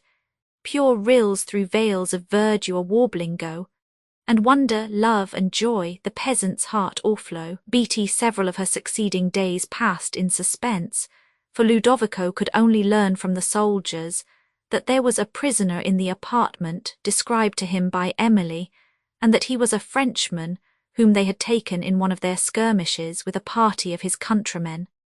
During this interval, Emily escaped the persecutions of Bertolini and Verezzi by confining herself to her apartment, except that sometimes in an evening she ventured to walk in the adjoining corridor. Montoni appeared to respect his last promise, though he had profaned his first, for to his protection only could she attribute her present repose, and in this she was now so secure that she did not wish to leave the castle till she could obtain some certainty concerning Valancourt, for which she waited indeed without any sacrifice of her own comfort, since no circumstance had occurred to make her escape probable. On the fourth day, Ludovico informed her that he had hopes of being admitted to the presence of the prisoner, it being the turn of a soldier, with whom he had been for some time familiar, to attend him on the following night. He was not deceived in his hope, for under pretence of carrying in a pitcher of water, he entered the prison, though, his prudence having prevented him from telling the sentinel the real motive of his visit, he was obliged to make his conference with the prisoner a very short one. Emily awaited the result in her own apartment, Ludovico having promised to accompany Annette to the corridor in the evening, where, after several hours impatiently counted, he arrived. Emily, having then uttered the name of Valancourt, could articulate no more, but hesitated in trembling expectation. "The Chevalier would not entrust me with his name, Signora," replied Ludovico, "but when I just mentioned yours, he seemed overwhelmed with joy, though he was not so much surprised as I expected." "Does he then remember me?" she exclaimed. "Oh, it is Mons." "Valancourt," said Annette, and looked impatiently at Ludovico, who understood her look, and replied to Emily, "Yes, lady, the Chevalier does indeed remember you, and I am sure has a very great regard for you, and I made bold to say you had for him. He then inquired how you came to know he was in the castle, and whether you ordered me to speak to him. The first question I could not answer, but the second I did, and then he went off into his ecstasies again. I was afraid his joy would have betrayed him to the sentinel at the door." "But how does he look, Ludovico?" interrupted Emily. "Is he not melancholy and ill with this long confinement?" "Why, as to melancholy, I saw no symptom of that, lady, while I was with him, for he seemed in the finest spirits I ever saw anybody in all my life. His countenance was all joy, and if one may judge from that, he was very well, but I did not ask him." "Did he send me no message?" said Emily. "Oh yes, Signora, and something besides," replied Ludovico, who searched his pockets.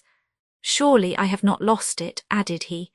"The Chevalier said he would have written, madam, if he had had pen and ink, and was going to have sent a very long message when the sentinel entered the room, but not before he had give me this." Ludovico then drew forth a miniature from his bosom, which Emily received with a trembling hand, and perceived to be a portrait of herself, the very picture which her mother had lost so strangely in the fishing house at La Vallée. Tears of mingled joy and tenderness flowed to her eyes, while Ludovico proceeded.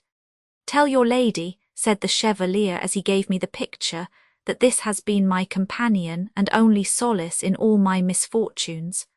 Tell her that I have worn it next my heart, and that I sent it her as the pledge of an affection which can never die. That I would not part with it but to her for the wealth of worlds, and that I now part with it only in the hope of soon receiving it from her hands. Tell her." Just then, Signora, the sentinel came in, and the Chevalier said no more, but he had before asked me to contrive an interview for him with you.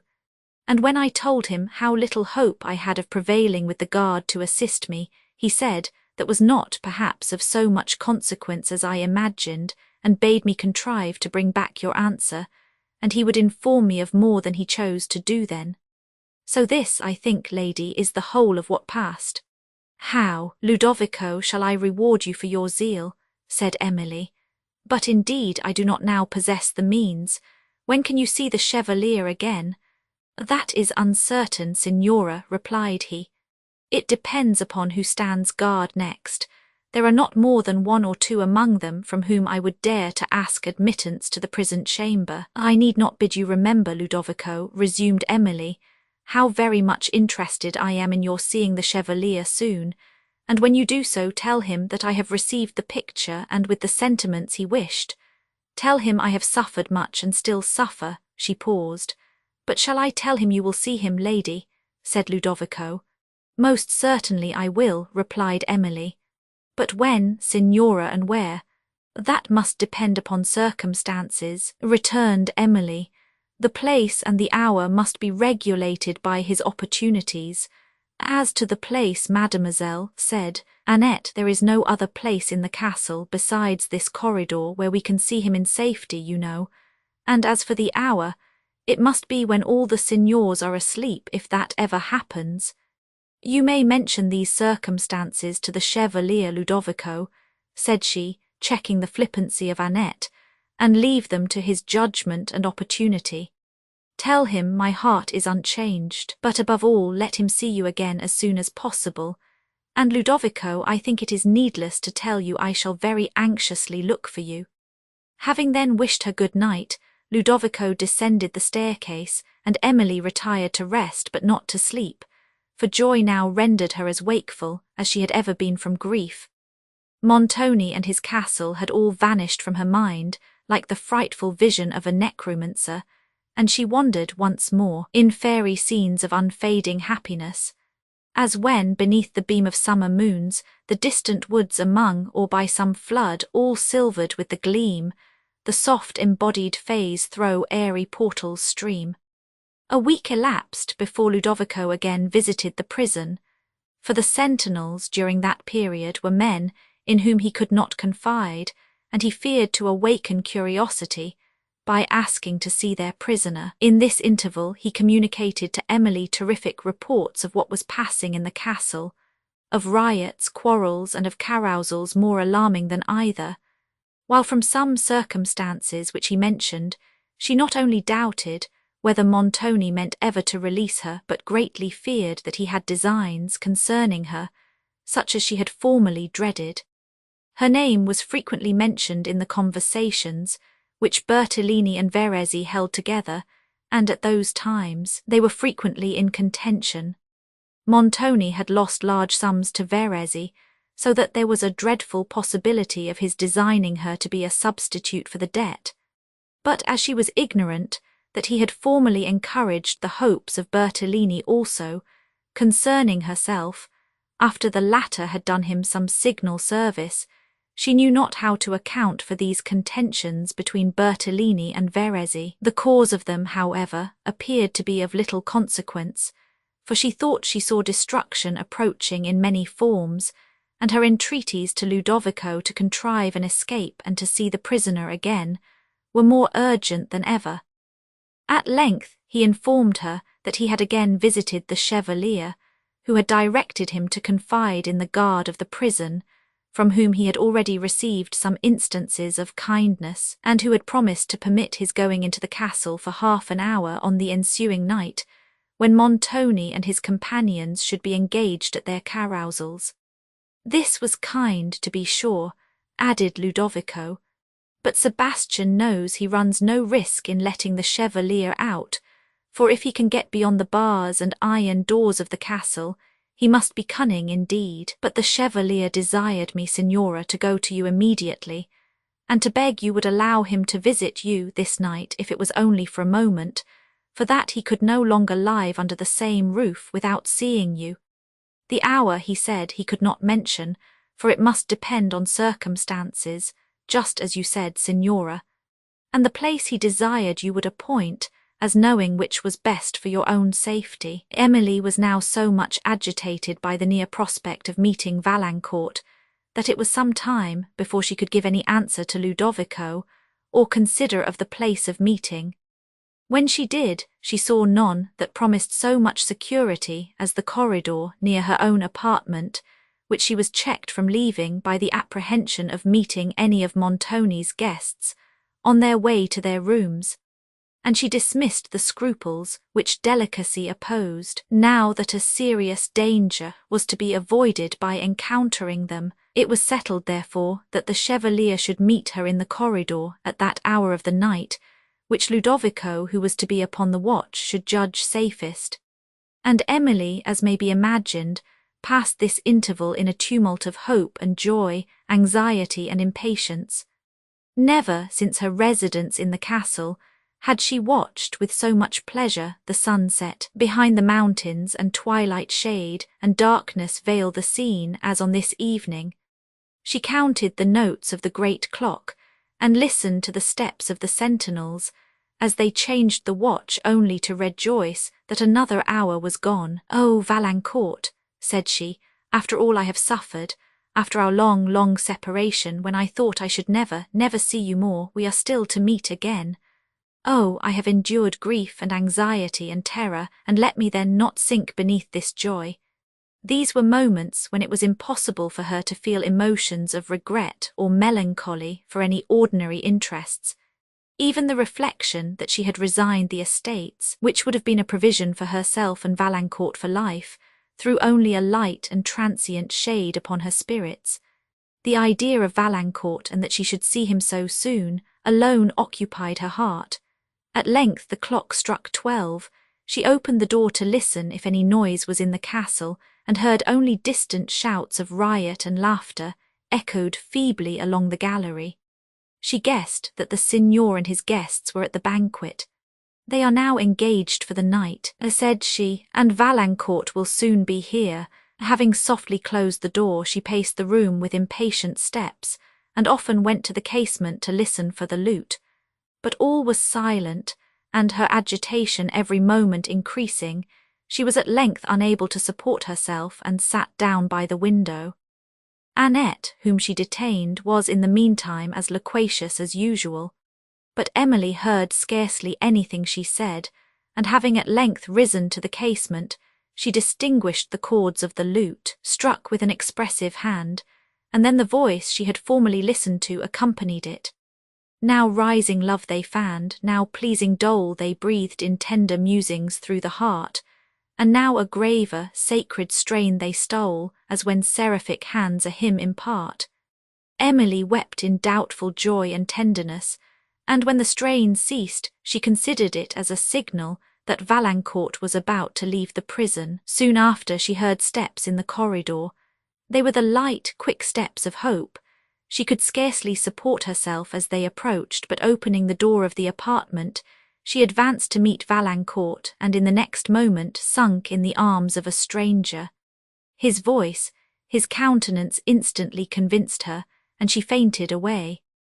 On reviving, she found herself supported by the stranger, who was watching over her recovery with a countenance of ineffable tenderness and anxiety. She had no spirits for reply or enquiry. She asked no questions, but burst into tears and disengaged herself from his arms. When the expression of his countenance changed to surprise and disappointment, and he turned to Ludovico for an explanation, Annette soon gave the information which Ludovico could not. "Oh, sir," said she in a voice interrupted with sobs, "oh, sir, you are not the other chevalier. We expected Monsieur Valancourt, but you are not he. Oh, Ludovico, how could you deceive us so? My poor lady will never recover it, never." The stranger, who now appeared much agitated, attempted to speak, but his words faltered, and then striking his hand against his forehead as if in sudden despair, he walked abruptly to the other end of the corridor. Suddenly Annette dried her tears and spoke to Ludovico. "But perhaps," said she, "after all, the other chevalier is not this. Perhaps the Chevalier Valancourt is still below." Emily raised her head. "No," replied Ludovico, "Monsieur Valancourt never was below if this gentleman is not he. If you, sir," said Ludovico, addressing the stranger, "would but have had the goodness to trust me with your name, this mistake had been avoided." "Most true," replied the stranger, speaking in broken Italian, "but it was of the utmost consequence to me that my name should be concealed from Montoni.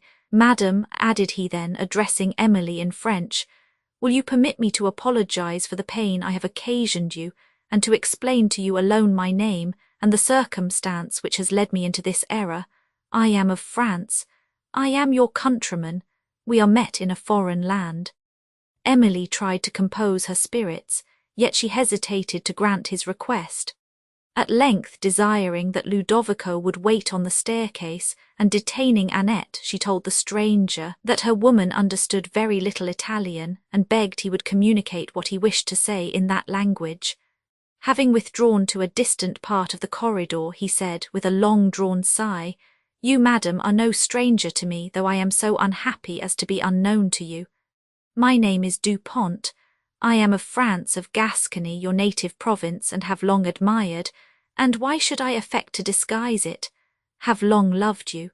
He paused, but in the next moment proceeded, "My family, madam, is probably not unknown to you, for we lived within a few miles of La Vallée, and I have sometimes had the happiness of meeting you on visits in the neighbourhood. I will not offend you by repeating how much you interested me, how much I loved to wander in the scenes you frequented, How often I visited your favourite fishing house and lamented the circumstance, which at that time forbade me to reveal my passion. I will not explain how I surrendered to temptation and became possessed of a treasure which was to me inestimable, a treasure which I committed to your messenger a few days ago with expectations very different from my present ones. I will say nothing of these circumstances, for I know they will avail me little. Let me only supplicate from you forgiveness and the picture which I so unwarily returned. Your generosity will pardon the theft and restore the prize. My crime has been my punishment, for the portrait I stole has contributed to nourish a passion which must still be my torment. Emily now interrupted him. I think, sir, I may leave it to your integrity to determine whether, after what has just appeared concerning Mons Valancourt, I ought to return the picture. I think you will acknowledge that this would not be generosity, and you will allow me to add that it would be doing myself an injustice. I must consider myself honoured by your good opinion, but, and she hesitated, the mistake of this evening makes it unnecessary for me to say more. It does, madam, alas, it does, said the stranger, who, after a long pause, proceeded. But you will allow me to show my disinterestedness, though not my love, and will accept the services I offer. Yet, alas, what services can I offer? I am myself a prisoner, a sufferer like you, but dear as liberty is to me, I would not seek it through half the hazards I would encounter to deliver you from this recess of vice. Accept the offered services of a friend. Do not refuse me the reward of having at least attempted to deserve your thanks. You deserve them already, sir, said Emily. The wish deserves my warmest thanks, but you will excuse me for reminding you of the danger you incur by prolonging this interview. It will be a great consolation to me to remember, whether your friendly attempts to release me succeed or not, that I have a countryman who would so generously protect me. Monsieur Dupont took her hand, which she but feebly attempted to withdraw, and pressed it respectfully to his lips. Allow me to breathe another fervent sigh for your happiness, said he, and to applaud myself for an affection which I cannot conquer. As he said this, Emily heard a noise from her apartment, and turning round saw the door from the staircase open, and a man rush into her chamber. I will teach you to conquer it, cried he, as he advanced into the corridor and drew a stiletto, which he aimed at Dupont, who was unarmed, but who, stepping back, avoided the blow, and then sprung upon Verezzi, from whom he wrenched the stiletto. While they struggled in each other's grasp, Emily, followed by Annette, ran further into the corridor, calling on Ludovico, who was, however, gone from the staircase, and as she advanced, terrified and uncertain what to do, a distant noise that seemed to arise from the hall reminded her of the danger she was incurring, and sending Annette forward in search of Ludovico, she returned to the spot where Dupont and Verezzi were still struggling for victory. It was her own cause which was to be decided with that of the former, whose conduct, independently of this circumstance, would, however, have interested her in his success, even had she not disliked and dreaded Verezzi. She threw herself in a chair, and supplicated them to desist from further violence, till at length Dupont forced Verezzi to the floor, where he lay stunned by the violence of his fall, and she then entreated Dupont to escape from the room before Montoni or his party should appear, but he still refused to leave her unprotected, and while Emily, now more terrified for him than for herself, enforced the entreaty, they heard steps ascending the private staircase. "Oh, you are lost," cried she, "these are Montoni's people." Dupont made no reply, but supported Emily, while, with a steady though eager countenance, he awaited their appearance, and in the next moment Ludovico alone mounted the landing-place. Throwing a hasty glance round the chamber, "Follow me," said he, "as you value your lives, we have not an instant to lose." Emily inquired what had occurred and whither they were to go. "I cannot stay to tell you now, Signora," replied Ludovico. "Fly, fly." She immediately followed him, accompanied by Mons Dupont, down the staircase and along a vaulted passage, when suddenly she recollected Annette and enquired for her. She awaits us further on, Signora, said Ludovico, almost breathless with haste. The gates were open a moment since to a party just come in from the mountains. They will be shut, I fear, before we can reach them. Through this door, Signora, added Ludovico, holding down the lamp. Take care, here are 2 steps. Emily followed, trembling still more than before. She had understood that her escape from the castle depended upon the present moment, while Dupont supported her, and endeavoured as they passed along to cheer her spirits. Speak low, Signor, said Ludovico. These passages send echoes all round the castle. Take care of the light, cried Emily. You go so fast that the air will extinguish it.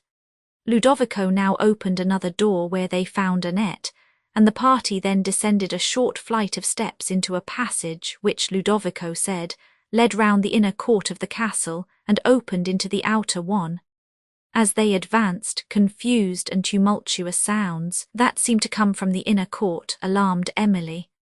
Nay, Signora, said Ludovico, our only hope is in that tumult. While the Signor's people are busied about the men who are just arrived, we may perhaps pass unnoticed through the gates. But hush, he added as they approached the small door that opened into the outer court. If you will remain here a moment, I will go to see whether the gates are open and anybody is in the way. Pray extinguish the light, Signor, if you hear me talking, continued Ludovico, delivering the lamp to Dupont, and remain quite still. Saying this, he stepped out upon the court and they closed the door, listening anxiously to his departing steps. No voice, however, was heard in the court which he was crossing, though a confusion of many voices yet issued from the inner one. We shall soon be beyond the walls, said Dupont softly to Emily. Support yourself a little longer, madam, and all will be well. But soon they heard Ludovico speaking loud, and the voice also of some other person, and Dupont immediately extinguished the lamp. Ah, it is too late, exclaimed Emily. What is to become of us? They listened again, and then perceived that Ludovico was talking with a sentinel, whose voices were heard also by Emily's favourite dog that had followed her from the chamber and now barked loudly. This dog will betray us, said Dupont. I will hold him. I fear he has already betrayed us, replied Emily. Dupont, however, caught him up, and again listening to what was going on without, they heard Ludovico say, I'll watch the gates the while. Stay a minute, replied the sentinel, and you need not have the trouble, for the horses will be sent round to the outer stables. Then the gates will be shut, and I can leave my post. I don't mind the trouble, comrade, said Ludovico. You will do such another good turn for me some time. Go, go, and fetch the wine. The rogues that are just come in will drink it all else. The soldier hesitated, and then called aloud to the people in the second court, to know why they did not send out the horses that the gates might be shut, but they were too much engaged to attend to him even if they had heard his voice. Aye, said Ludovico, they know better than that. They are sharing it all among them. If you wait till the horses come out, you must wait till the wine is drunk. I have had my share already, but since you do not care about yours, I see no reason why I should not have that too. Hold, not so fast, cried the sentinel. Do watch then for a moment, I'll be with you presently. Don't hurry yourself, said Ludovico coolly. I have kept guard before now, but you may leave me your trombone, asterisk that if the castle should be attacked, you know I may be able to defend the pass like a hero, asterisk note, a kind of blunderbuss. There, my good fellow, returned the soldier. There, take it, it has seen service, though it could do little in defending the castle. I'll tell you a good story, though, about this same trombone. You'll tell it better when you have had the wine, said Ludovico. There, they are coming out from the court already. I'll have the wine, though, said the sentinel, running off. I won't keep you a minute. Take your time, I am in no haste, replied Ludovico, who was already hurrying across the court when the soldier came back. Whither so fast, friend, whither so fast? Said the latter. What, is this the way you keep watch? I must stand to my post myself, I see. Aye, well, replied Ludovico, you have saved me the trouble of following you further, for I wanted to tell you, if you have a mind to drink the Tuscany wine, you must go to Sebastian. He is dealing it out, The other that Federico has is not worth having, but you are not likely to have any, I see, for they are all coming out. By St. Peter, so they are, said the soldier, and again ran off, while Ludovico, once more at liberty, hastened to the door of the passage, where Emily was sinking under the anxiety this long discourse had occasioned. But on his telling them the court was clear, they followed him to the gates, without waiting another instant, yet not before he had seized 2 horses that had strayed from the second court, and were picking a scanty meal among the grass, which grew between the pavement of the first. They passed without interruption the dreadful gates, and took the road that led down among the woods, Emily, Monsieur Du Pont and Annette on foot, and Ludovico, who was mounted on one horse, leading the other. Having reached them, they stopped, while Emily and Annette were placed on horseback with their 2 protectors. When Ludovico leading the way, they set off as fast as the broken road, and the feeble light which a rising moon threw among the foliage would permit. Emily was so much astonished by this sudden departure that she scarcely dared to believe herself awake, and she yet much doubted whether this adventure would terminate in escape, a doubt which had too much probability to justify it, for before they quitted the woods they heard shouts in the wind, and on emerging from them saw lights moving quickly near the castle above. Du Pont whipped his horse, and with some difficulty compelled him to go faster. "Ah, poor beast," said Ludovico, "he is weary enough. He has been out all day. But, signor, we must fly for it now, for yonder are lights coming this way." Having given his own horse a lash, they now both set off on a full gallop, and when they again looked back, the lights were so distant as scarcely to be discerned, and the voices were sunk into silence. The travellers then abated their pace, and, consulting whither they should direct their course, it was determined they should descend into Tuscany, and endeavour to reach the Mediterranean, where they could readily embark for France. Thither Du Pont meant to attend Emily, if he should learn that the regiment he had accompanied into Italy was returned to his native country. They were now in the road which Emily had travelled with Hugo and Bertrand, but Ludovico, who was the only one of the party acquainted with the passes of these mountains, said that, a little further on, a by-road branching from this would lead them down into Tuscany with very little difficulty, and that at a few leagues' distance was a small town where necessaries could be procured for their journey. "But I hope," added he, "we shall meet with no straggling parties of banditti. Some of them are abroad, I know. However, I have got a good trombone which will be of some service if we should encounter any of those brave spirits. You have no arms, signor." "Yes," replied Du Pont, "I have the villain's stiletto who would have stabbed me. But let us rejoice in our escape from Udolpho, nor torment ourselves with looking out for dangers that may never arrive." The moon was now risen high over the woods that hung upon the sides of the narrow glen through which they wandered, and afforded them light sufficient to distinguish their way, and to avoid the loose and broken stones that frequently crossed it. They now travelled leisurely and in profound silence, for they had scarcely yet recovered from the astonishment into which this sudden escape had thrown them. Emily's mind especially was sunk, after the various emotions it had suffered, into a kind of musing stillness, which the reposing beauty of the surrounding scene and the creeping murmur of the night breeze among the foliage above contributed to prolong. She thought of Valancourt and of France with hope, and she would have thought of them with joy, had not the first events of this evening harassed her spirits too much, to permit her now to feel so lively a sensation. Meanwhile, Emily was alone the object of Du Pont's melancholy consideration. Yet with the despondency he suffered, as he mused on his recent disappointment, was mingled a sweet pleasure, occasioned by her presence, though they did not now exchange a single word. Annette thought of this wonderful escape, of the bustle in which Montoni and his people must be now that their flight was discovered, of her native country, whither she hoped she was returning, and of her marriage with Ludovico, to which there no longer appeared any impediment, for poverty she did not consider such.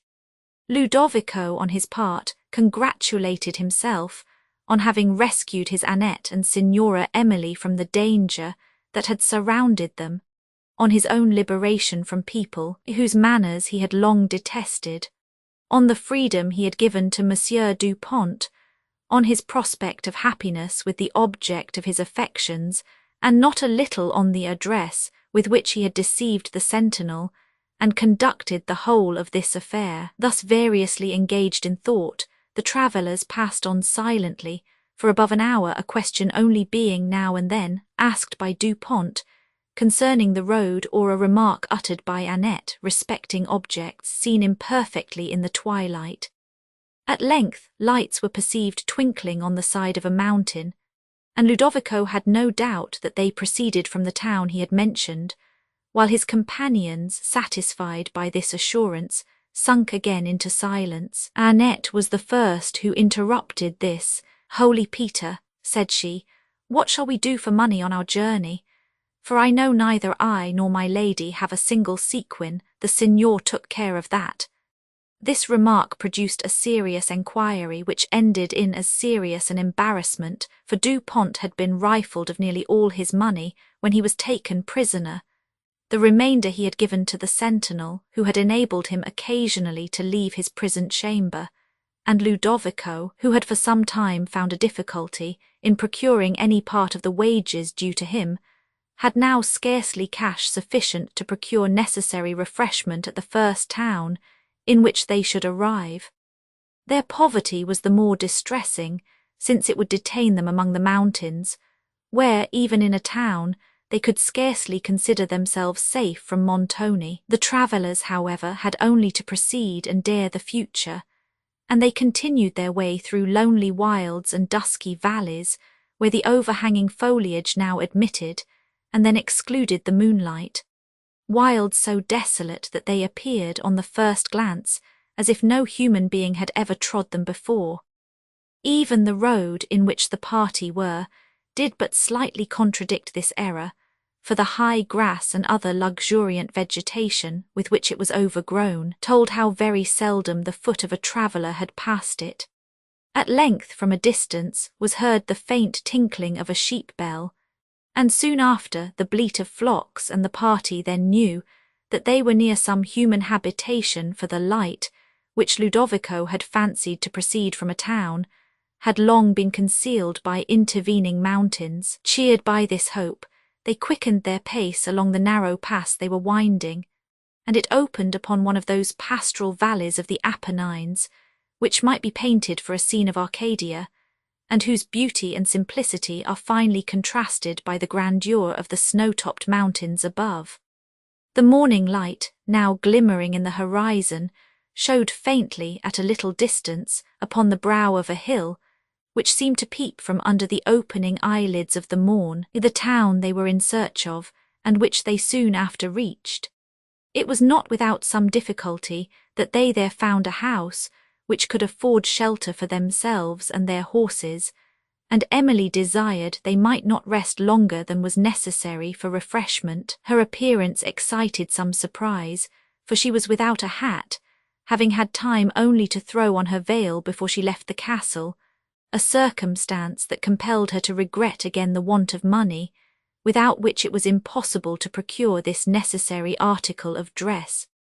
Ludovico, on examining his purse, found it even insufficient to supply present refreshment, and Du Pont at length ventured to inform the landlord, whose countenance was simple and honest, of their exact situation, and requested that he would assist them to pursue their journey, a purpose which he promised to comply with as far as he was able, when he learned that they were prisoners escaping from Montoni, whom he had too much reason to hate. But though he consented to lend them fresh horses to carry them to the next town, he was too poor himself to trust them with money, and they were again lamenting their poverty, when Ludovico, who had been with his tired horses to the hovel, which served for a stable, entered the room, half frantic with joy, in which his auditors soon participated.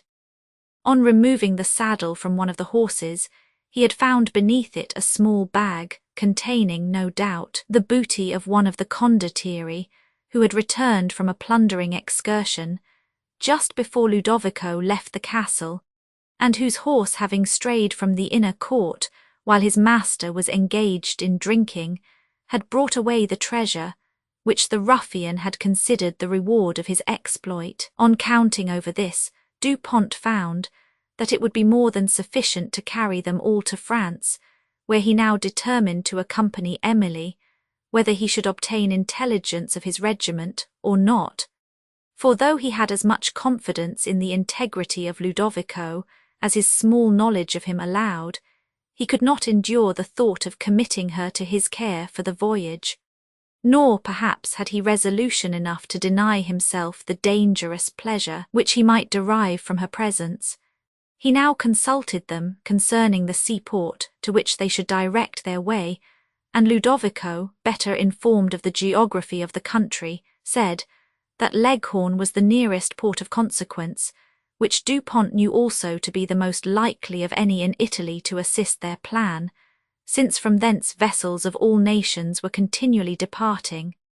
Thither, therefore, it was determined that they should proceed, Emily having purchased a little straw hat, such as was worn by the peasant girls of Tuscany, and some other little necessary equipments for the journey, and the travellers, having exchanged their tired horses for others better able to carry them, recommenced their joyous way, as the sun was rising over the mountains, and after travelling through this romantic country for several hours, began to descend into the Vale of Arno, and here Emily beheld all the charms of sylvan and pastoral landscape united, adorned with the elegant villas of the Florentine nobles, and diversified with the various riches of cultivation. How vivid the shrubs that embowered the slopes with the woods that stretched amphitheatrically along the mountains, and above all, how elegant the outline of these waving Apennines, now softening from the wildness which their interior regions exhibited. At a distance in the east, Emily discovered Florence, with its towers rising on the brilliant horizon, and its luxuriant plain spreading to the feet of the Apennines, speckled with gardens and magnificent villas, or coloured with groves of orange and lemon, with vines, corn, and plantations of olives and mulberry, while to the west the vale opened to the waters of the Mediterranean, so distant that they were known only by a bluish line that appeared upon the horizon and by the light marine vapour, which just stained the ether above. With a full heart Emily hailed the waves that were to bear her back to her native country, the remembrance of which, however, brought with it a pang, for she had there no home to receive, no parents to welcome her, but was going, like a forlorn pilgrim, to weep over the sad spot, where he who was her father lay interred. Nor were her spirits cheered, when she considered how long it would probably be before she should see Valancourt, who might be stationed with his regiment in a distant part of France, and that, when they did meet, it would be only to lament the successful villainy of Montoni. Yet still she would have felt inexpressible delight at the thought of being once more in the same country with Valancourt, had it even been certain that she could not see him. The intense heat, for it was now noon, obliged the travellers to look out for a shady recess, where they might rest for a few hours, and the neighbouring thickets, abounding with wild grapes, raspberries, and figs, promised them grateful refreshment. Soon after they turned from the road into a grove, whose thick foliage entirely excluded the sunbeams, and where a spring gushing from the rock gave coolness to the air, and having alighted and turned the horses to graze, Annette and Ludovico ran to gather fruit from the surrounding thickets, of which they soon returned with an abundance. The travellers, seated under the shade of a pine and cypress grove and on turf, enriched with such a profusion of fragrant flowers as Emily had scarcely ever seen, even among the Pyrenees, took their simple repast, and viewed with new delight, beneath the dark umbrage of gigantic pines, the glowing landscape stretching to the sea. Emily and Dupont gradually became thoughtful and silent, but Annette was all joy and loquacity, and Ludovico was gay, without forgetting the respectful distance which was due to his companions. The repast being over, Dupont recommended Emily to endeavour to sleep during these sultry hours, and desiring the servants would do the same, said he would watch the while. But Ludovico wished to spare him this trouble, and Emily and Annette, wearied with travelling, tried to repose, while he stood guard with his trombone. When Emily, refreshed by slumber, awoke, she found the sentinel asleep on his post and Dupont awake, but lost in melancholy thought, as the sun was yet too high to allow them to continue their journey, and as it was necessary that Ludovico, after the toils and trouble he had suffered, should finish his sleep. Emily took this opportunity of enquiring by what accident Dupont became Montoni's prisoner, and he, pleased with the interest this enquiry expressed, and with the excuse it gave him for talking to her of himself, immediately answered her curiosity. "I came into Italy, madam," said Dupont, "in the service of my country. In an adventure among the mountains our party, engaging with the bands of Montoni, was routed, and I, with a few of my comrades, was taken prisoner. When they told me whose captive I was, the name of Montoni struck me, for I remembered that Madame Cheron, your aunt, had married an Italian of that name, and that you had accompanied them into Italy. It was not, however, till some time after that I became convinced this was the same Montoni, or learned that you, madam, was under the same roof with myself. I will not pain you by describing what were my emotions upon this discovery, which I owed to a sentinel, whom I had so far won to my interest, that he granted me many indulgences, one of which was very important to me, and somewhat dangerous to himself, but he persisted in refusing to convey any letter or notice of my situation to you, for he justly dreaded a discovery and the consequent vengeance of Montoni. He however enabled me to see you more than once. You are surprised, madam, and I will explain myself. My health and spirits suffered extremely from want of air and exercise, and at length I gained so far upon the pity or the avarice of the man that he gave me the means of walking on the terrace. Emily now listened with very anxious attention to the narrative of Dupont, who proceeded. In granting this indulgence he knew that he had nothing to apprehend from a chance of my escaping from a castle, which was vigilantly guarded, and the nearest terrace of which rose over a perpendicular rock. He showed me also, continued Dupont, a door concealed in the cedar wainscot of the apartment where I was confined, which he instructed me how to open, and which, leading into a passage, formed within the thickness of the wall that extended far along the castle, finally opened in an obscure corner of the eastern rampart.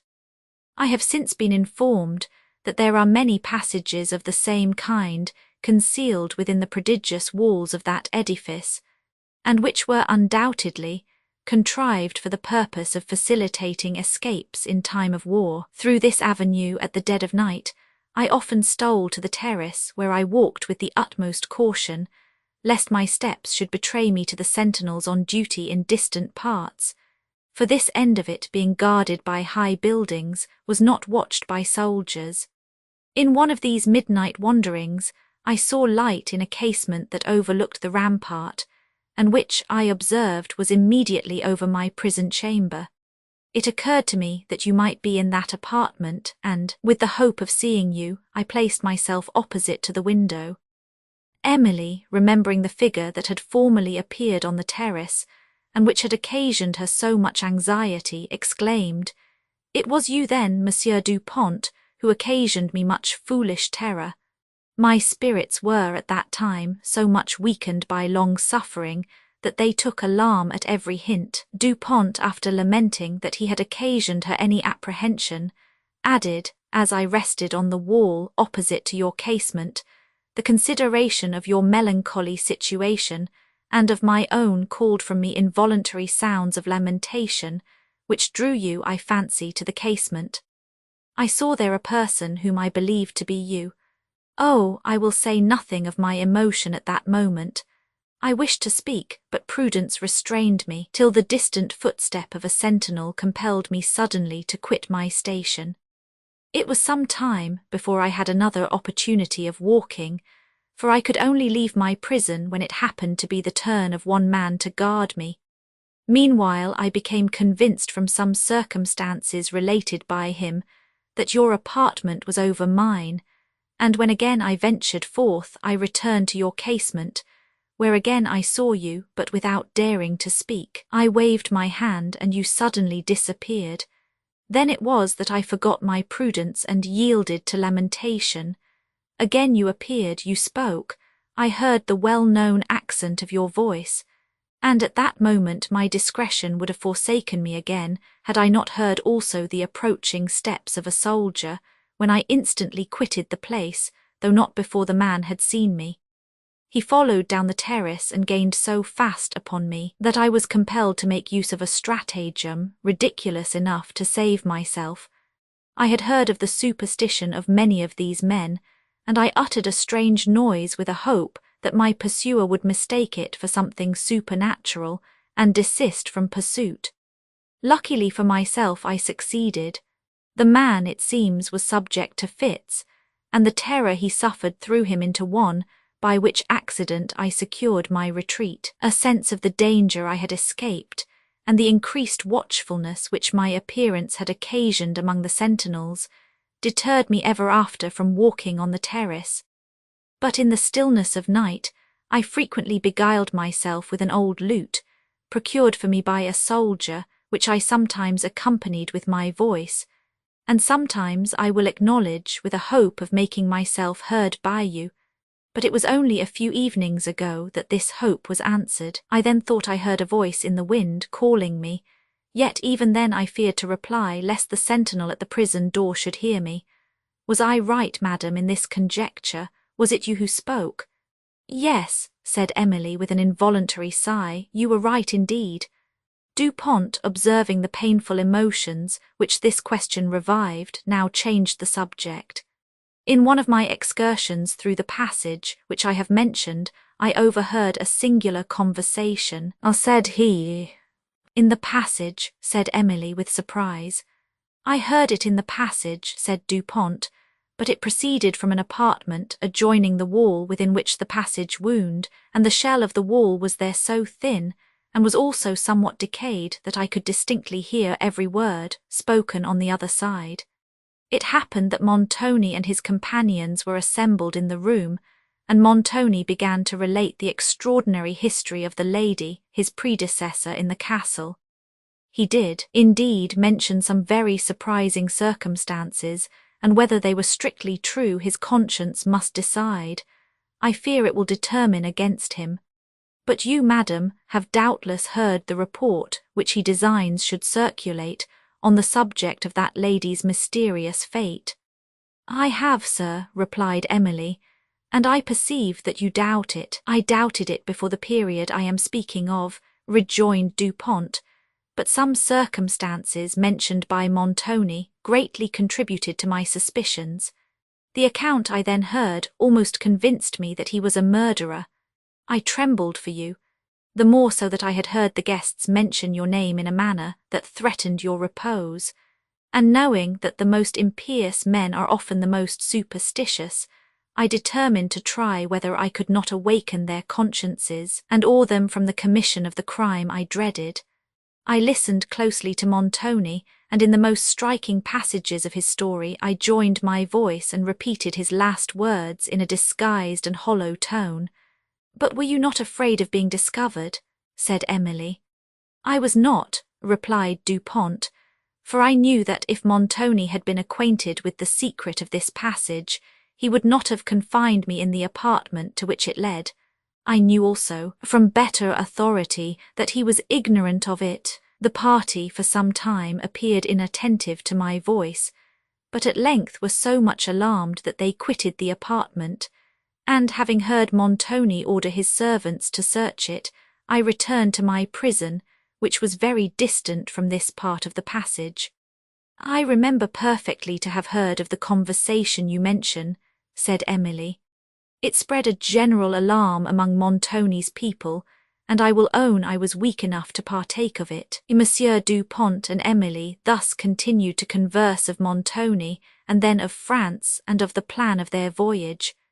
When Emily told him that it was her intention to retire to a convent in Languedoc, where she had been formerly treated with much kindness, and from thence to write to her relation Monsieur Quesnel, and inform him of her conduct. There she designed to wait till La Vallée should again be her own, whither she hoped her income would some time permit her to return. For Du Pont now taught her to expect that the estate of which Montoni had attempted to defraud her was not irrecoverably lost, and he again congratulated her on her escape from Montoni, who, he had not a doubt, meant to have detained her for life. The possibility of recovering her aunt's estates for Valancourt and herself lighted up a joy in Emily's heart, such as she had not known for many months, but she endeavoured to conceal this from Monsieur Du Pont, lest it should lead him to a painful remembrance of his rival. They continued to converse till the sun was declining in the west, when Du Pont awoke Ludovico, and they set forward on their journey. Gradually descending the lower slopes of the valley, they reached the Arno and wound along its pastoral margin for many miles, delighted with the scenery around them and with the remembrances which its classic waves revived. At a distance they heard the gay song of the peasants among the vineyards, and observed the setting sun tint the waves with yellow lustre, and twilight draw a dusky purple over the mountains, which at length deepened into night. Then the Luciola, the firefly of Tuscany, was seen to flash its sudden sparks among the foliage, while the cicala with its shrill note became more clamorous than even during the noonday heat, loving best the hour when the English beetle, with less offensive sound, winds his small but sullen horn, as oft he rises midst the twilight path, against the pilgrim borne in heedless hum. Collins the travellers crossed the Arno by moonlight at a ferry, and learning that Pisa was distant only a few miles down the river, they wished to have proceeded thither in a boat, but as none could be procured, they set out on their wearied horses for that city. As they approached it, the vale expanded into a plain, variegated with vineyards, corn, olives, and mulberry groves, but it was late before they reached its gates, where Emily was surprised to hear the busy sound of footsteps and the tones of musical instruments, as well as to see the lively groups that filled the streets, and she almost fancied herself again at Venice. But here was no moonlight sea, no gay gondolas dashing the waves, no Palladian palaces to throw enchantment over the fancy and lead it into the wilds of fairy story. The Arno rolled through the town, but no music trembled from balconies over its waters. It gave only the busy voices of sailors on board vessels just arrived from the Mediterranean, the melancholy heaving of the anchor and the shrill boatswain's whistle. Sounds which, since that period, have there sunk almost into silence. They then served to remind Du Pont that it was probable he might hear of a vessel sailing soon to France from this port, and thus be spared the trouble of going to Leghorn. As soon as Emily had reached the inn, he went therefore to the quay to make his enquiries, but after all the endeavours of himself and Ludovico, they could hear of no bark, destined immediately for France, and the travellers returned to their resting place. Here also Du Pont endeavoured to learn where his regiment then lay, but could acquire no information concerning it. The travellers retired early to rest after the fatigues of this day, and on the following rose early, and without pausing to view the celebrated antiquities of the place or the wonders of its hanging tower, pursued their journey in the cooler hours through a charming country, rich with wine and corn and oil. The Apennines, no longer awful or even grand, here softened into the beauty of sylvan and pastoral landscape, and Emily, as she descended them, looked down delighted on Leghorn and its spacious bay, filled with vessels and crowned with these beautiful hills.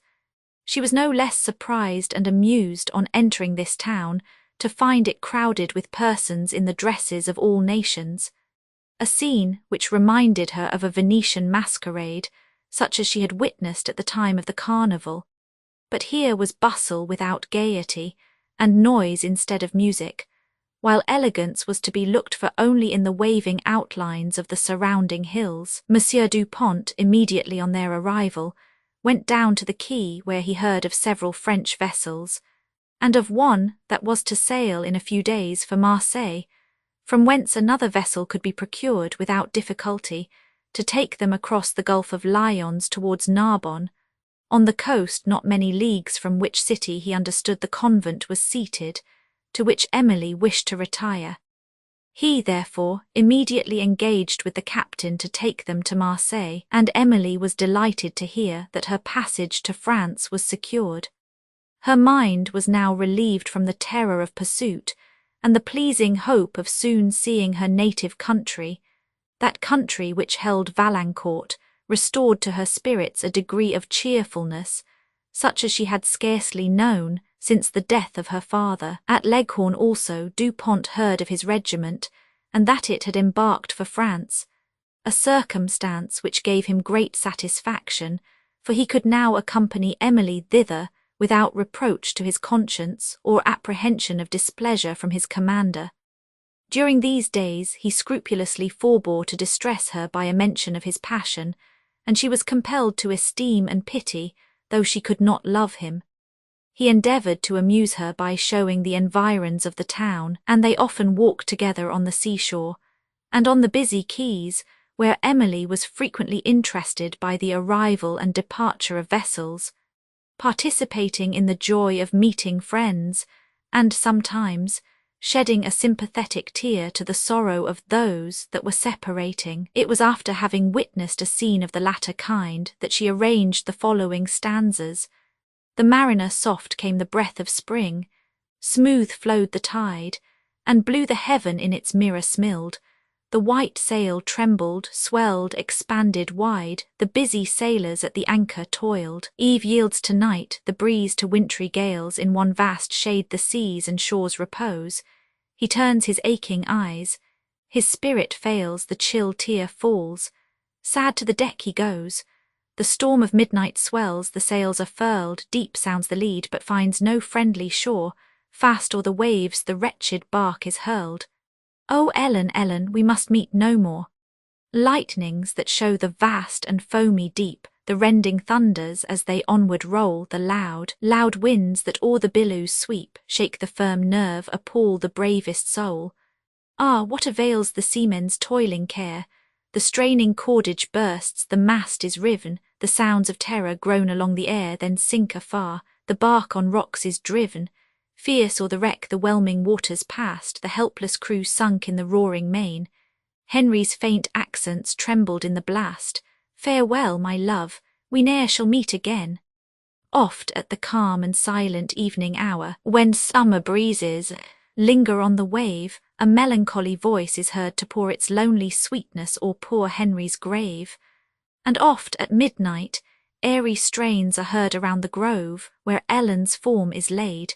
Nor is the dirge by village maidens feared, for lovers' spirits guard the holy shade. With anxious friends that shed the parting tear, the deck was thronged. How swift the moments fly!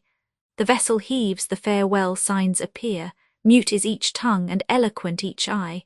The last dread moment comes. The sailor youth hides the big drop, then smiles amid his pain, soothes his sad bride, and vows eternal truth. Farewell, my love, we shall meet again. Long on the stern with waving hand he stood. The crowded shore sinks lessening from his view, as gradual glides the bark along the flood. His bride is seen no more. Adieu, adieu. The breeze of eve moans low, her smile is o'er, dim steals her twilight down the crimsoned west. He climbs the topmost mast, to seek once more the far-seen coast where all his wishes rest. He views its dark line on the distant sky, and fancy leads him to his little home. He sees his weeping love, he hears her sigh. He soothes her griefs and tells of joys to come. Chapter 36. Oh, the joy of young ideas painted on the mind in the warm glowing colours fancy spreads on objects not yet known, when all is new and all is lovely. Sacred dramas, we now return to Languedoc, and to the mention of Count de Villefort, the nobleman who succeeded to an estate of the Marquis de Villeroy situated near the monastery of St. Clair.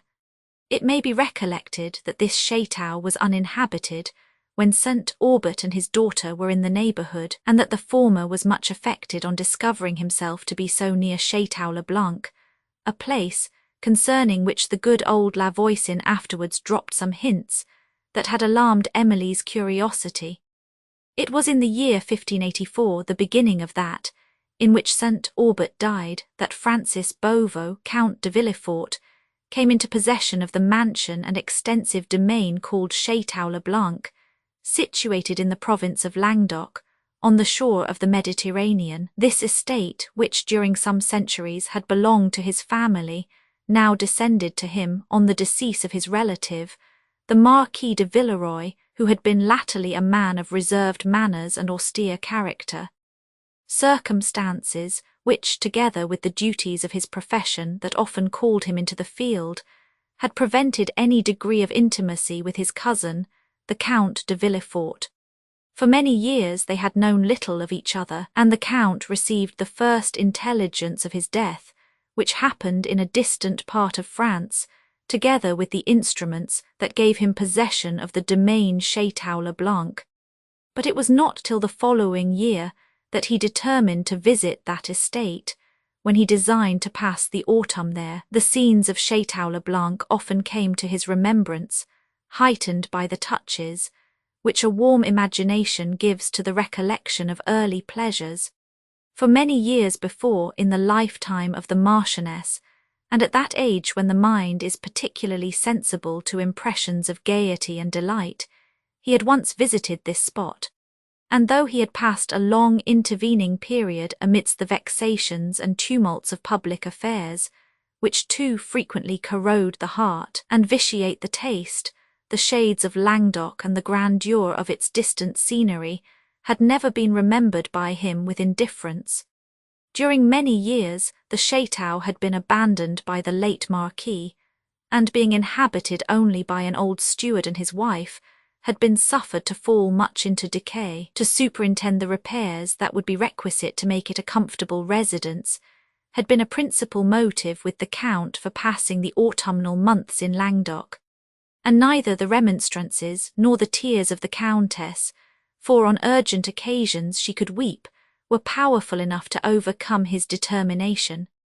She prepared, therefore, to obey the command, which she could not conquer, and to resign the gay assemblies of Paris, where her beauty was generally unrivalled and won the applause to which her wit had but feeble claim, for the twilight canopy of woods, the lonely grandeur of mountains and the solemnity of Gothic halls and of long, long galleries, which echoed only the solitary step of a domestic or the measured clink that ascended from the great clock, the ancient monitor of the hall below. From these melancholy expectations she endeavoured to relieve her spirits by recollecting all that she had ever heard concerning the joyous vintage of the plains of Languedoc.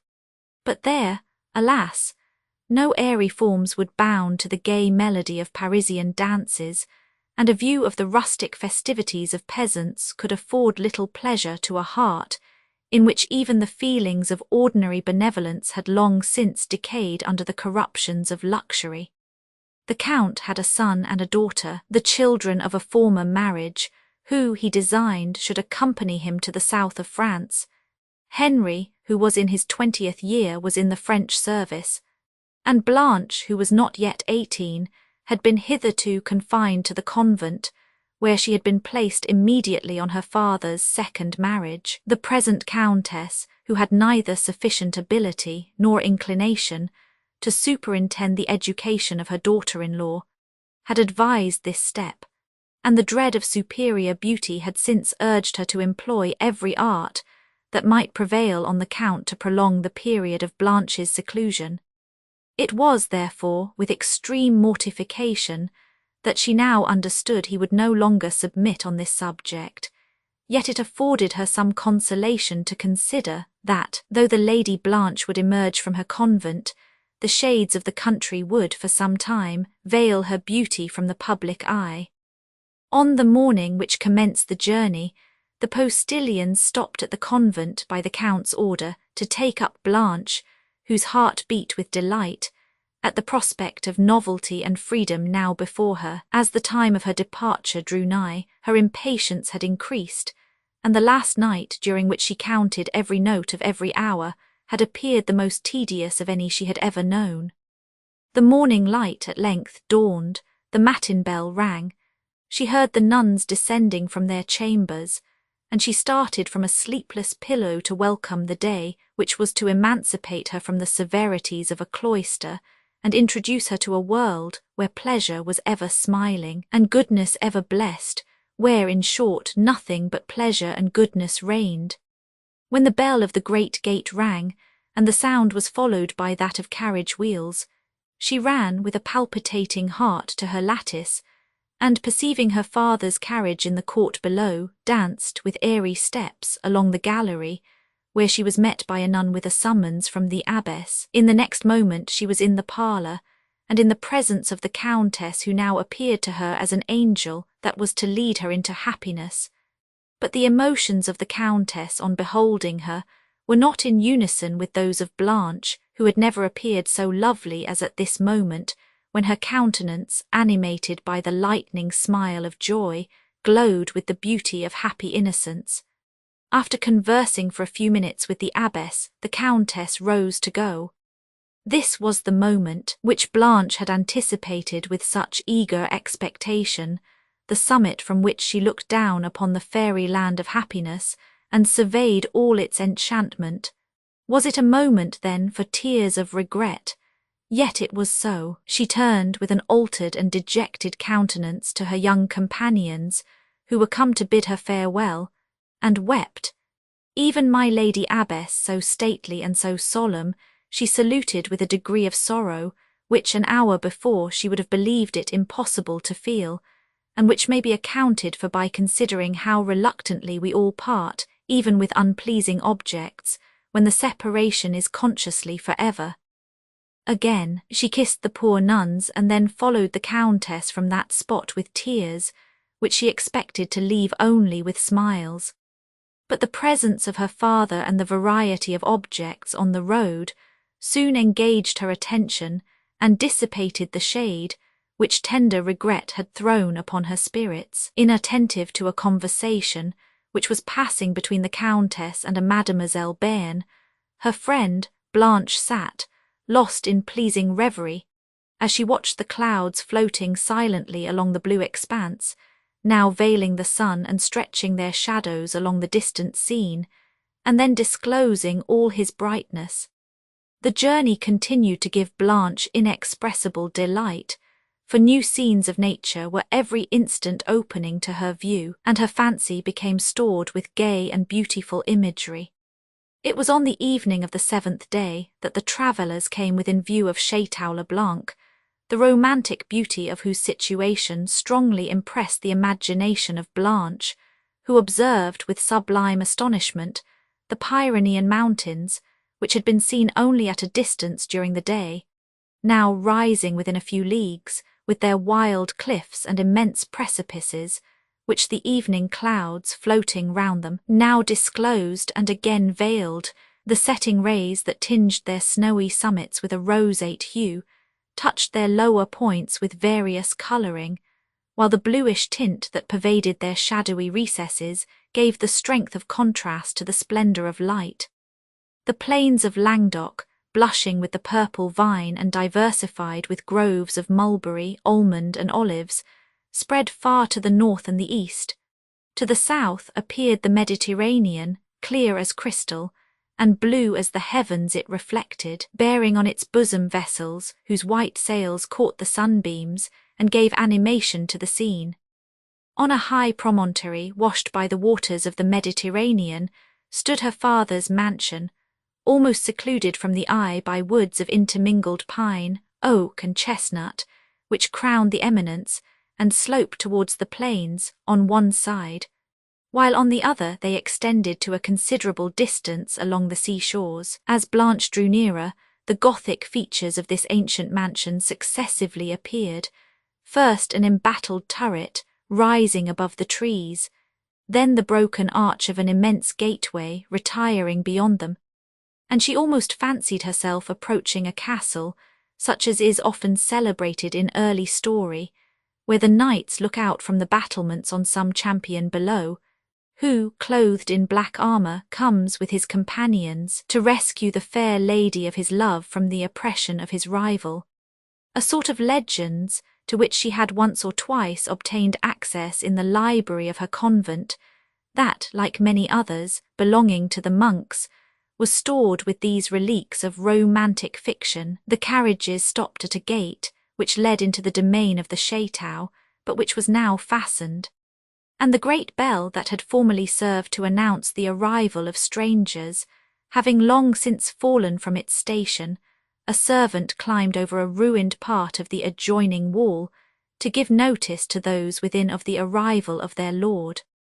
As Blanche leaned from the coach window, she resigned herself to the sweet and gentle emotions which the hour and the scenery awakened. The sun had now left the earth, and twilight began to darken the mountains, while the distant waters, reflecting the blush that still glowed in the west, appeared like a line of light, skirting the horizon. The low murmur of waves breaking on the shore came in the breeze, and now and then the melancholy dashing of oars was feebly heard from a distance. She was suffered to indulge her pensive mood, for the thoughts of the rest of the party were silently engaged upon the subjects of their several interests. Meanwhile the Countess, reflecting with regret upon the gay parties she had left at Paris, surveyed with disgust what she thought the gloomy woods and solitary wildness of the scene, and, shrinking from the prospect of being shut up in an old castle, was prepared to meet every object with displeasure. The feelings of Henry were somewhat similar to those of the Countess. He gave a mournful sigh to the delights of the capital, and to the remembrance of a lady who, he believed, had engaged his affections, and who had certainly fascinated his imagination. But the surrounding country and the mode of life on which he was entering had, for him at least, the charm of novelty, and his regret was softened by the gay expectations of youth. The gates being at length unbarred, the carriage moved slowly on under spreading chestnuts that almost excluded the remains of day, following what had been formerly a road, but which now, overgrown with luxuriant vegetation, could be traced only by the boundary, formed by trees on either side, and which wound for near half a mile among the woods before it reached the chateau. This was the very avenue that St. Aubert and Emily had formerly entered on their first arrival in the neighbourhood, with the hope of finding a house that would receive them for the night, and had so abruptly quitted, on perceiving the wildness of the place, and a figure which the postilion had fancied was a robber. "What a dismal place is this!" exclaimed the Countess, as the carriage penetrated the deeper recesses of the woods. "Surely, my lord, you do not mean to pass all the autumn in this barbarous spot. One ought to bring hither a cup of the waters of Lethe, that the remembrance of pleasanter scenes may not heighten, at least, the natural dreariness of these." "I shall be governed by circumstances, madam," said the Count. "This barbarous spot was inhabited by my ancestors." The carriage now stopped at the chateau, where at the door of the great hall appeared the old steward and the Parisian servants who had been sent to prepare the chateau, waiting to receive their lord. Lady Blanche now perceived that the edifice was not built entirely in the Gothic style, but that it had additions of a more modern date. The large and gloomy hall, however, into which she now entered, was entirely Gothic, and sumptuous tapestry, which it was now too dark to distinguish, hung upon the walls, and depictured scenes from some of the ancient Provençal romances. A vast Gothic window, embroidered with clematis and eglantine that ascended to the south, led the eye, now that the casements were thrown open, through this verdant shade over a sloping lawn to the tops of dark woods that hung upon the brow of the promontory. Beyond appeared the waters of the Mediterranean, stretching far to the south and to the east, where they were lost in the horizon, while to the northeast they were bounded by the luxuriant shores of Languedoc and Provence, enriched with wood and gay with vines and sloping pastures, and to the southwest by the majestic Pyrenees, now fading from the eye beneath the gradual gloom. Blanche, as she crossed the hall, stopped a moment to observe this lovely prospect, which the evening twilight obscured, yet did not conceal, but she was quickly awakened from the complacent delight which this scene had diffused upon her mind, by the Countess, who, discontented with every object around, and impatient for refreshment and repose, hastened forward to a large parlour, whose cedar wainscot, narrow, pointed casements, and dark ceiling of carved cypress wood gave it an aspect of peculiar gloom, which the dingy green velvet of the chairs and couches, fringed with tarnished gold, had once been designed to enliven. While the Countess enquired for refreshment, the Count, attended by his son, went to look over some part of the chateau, and Lady Blanche reluctantly remained to witness the discontent and ill humour of her stepmother. "How long have you lived in this desolate place?" said her ladyship to the old housekeeper who came to pay her duty. "Above 20 years, your ladyship, on the next feast of St. Jerome. How happened it that you have lived here so long, and almost alone too? I understood that the chateau had been shut up for some years." "Yes, madam, it was for many years after my late lord the Count went to the wars, but it is above 20 years since I and my husband came into his service. The place is so large, and has of late been so lonely that we were lost in it, and after some time we went to live in a cottage at the end of the woods, near some of the tenants, and came to look after the chateau every now and then. When my lord returned to France from the wars, he took a dislike to the place, and never came to live here again, and so he was satisfied with our remaining at the cottage. Alas, alas, how the chateau is changed from what it once was! What delight my late lady used to take in it! I well remember when she came here a bride, and how fine it was. Now it has been neglected so long, and is gone into such decay. I shall never see those days again." The Countess, appearing to be somewhat offended by the thoughtless simplicity with which the old woman regretted former times, Dorothée added, "But the chateau will now be inhabited and cheerful again. Not all the world could tempt me to live in it alone." "Well, the experiment will not be made, I believe," said the Countess, displeased that her own silence had been unable to awe the loquacity of this rustic old housekeeper, now spared from further attendance by the entrance of the Count, who said he had been viewing part of the chateau, and found that it would require considerable repairs and some alterations before it would be perfectly comfortable as a place of residence. "I am sorry to hear it, my lord," replied the Countess. "And why sorry, madam? Because the place will ill repay your trouble, and were it even a paradise, it would be insufferable at such a distance from Paris." The Count made no reply, but walked abruptly to a window. "There are windows, my lord, but they neither admit entertainment nor light, they show only a scene of savage nature."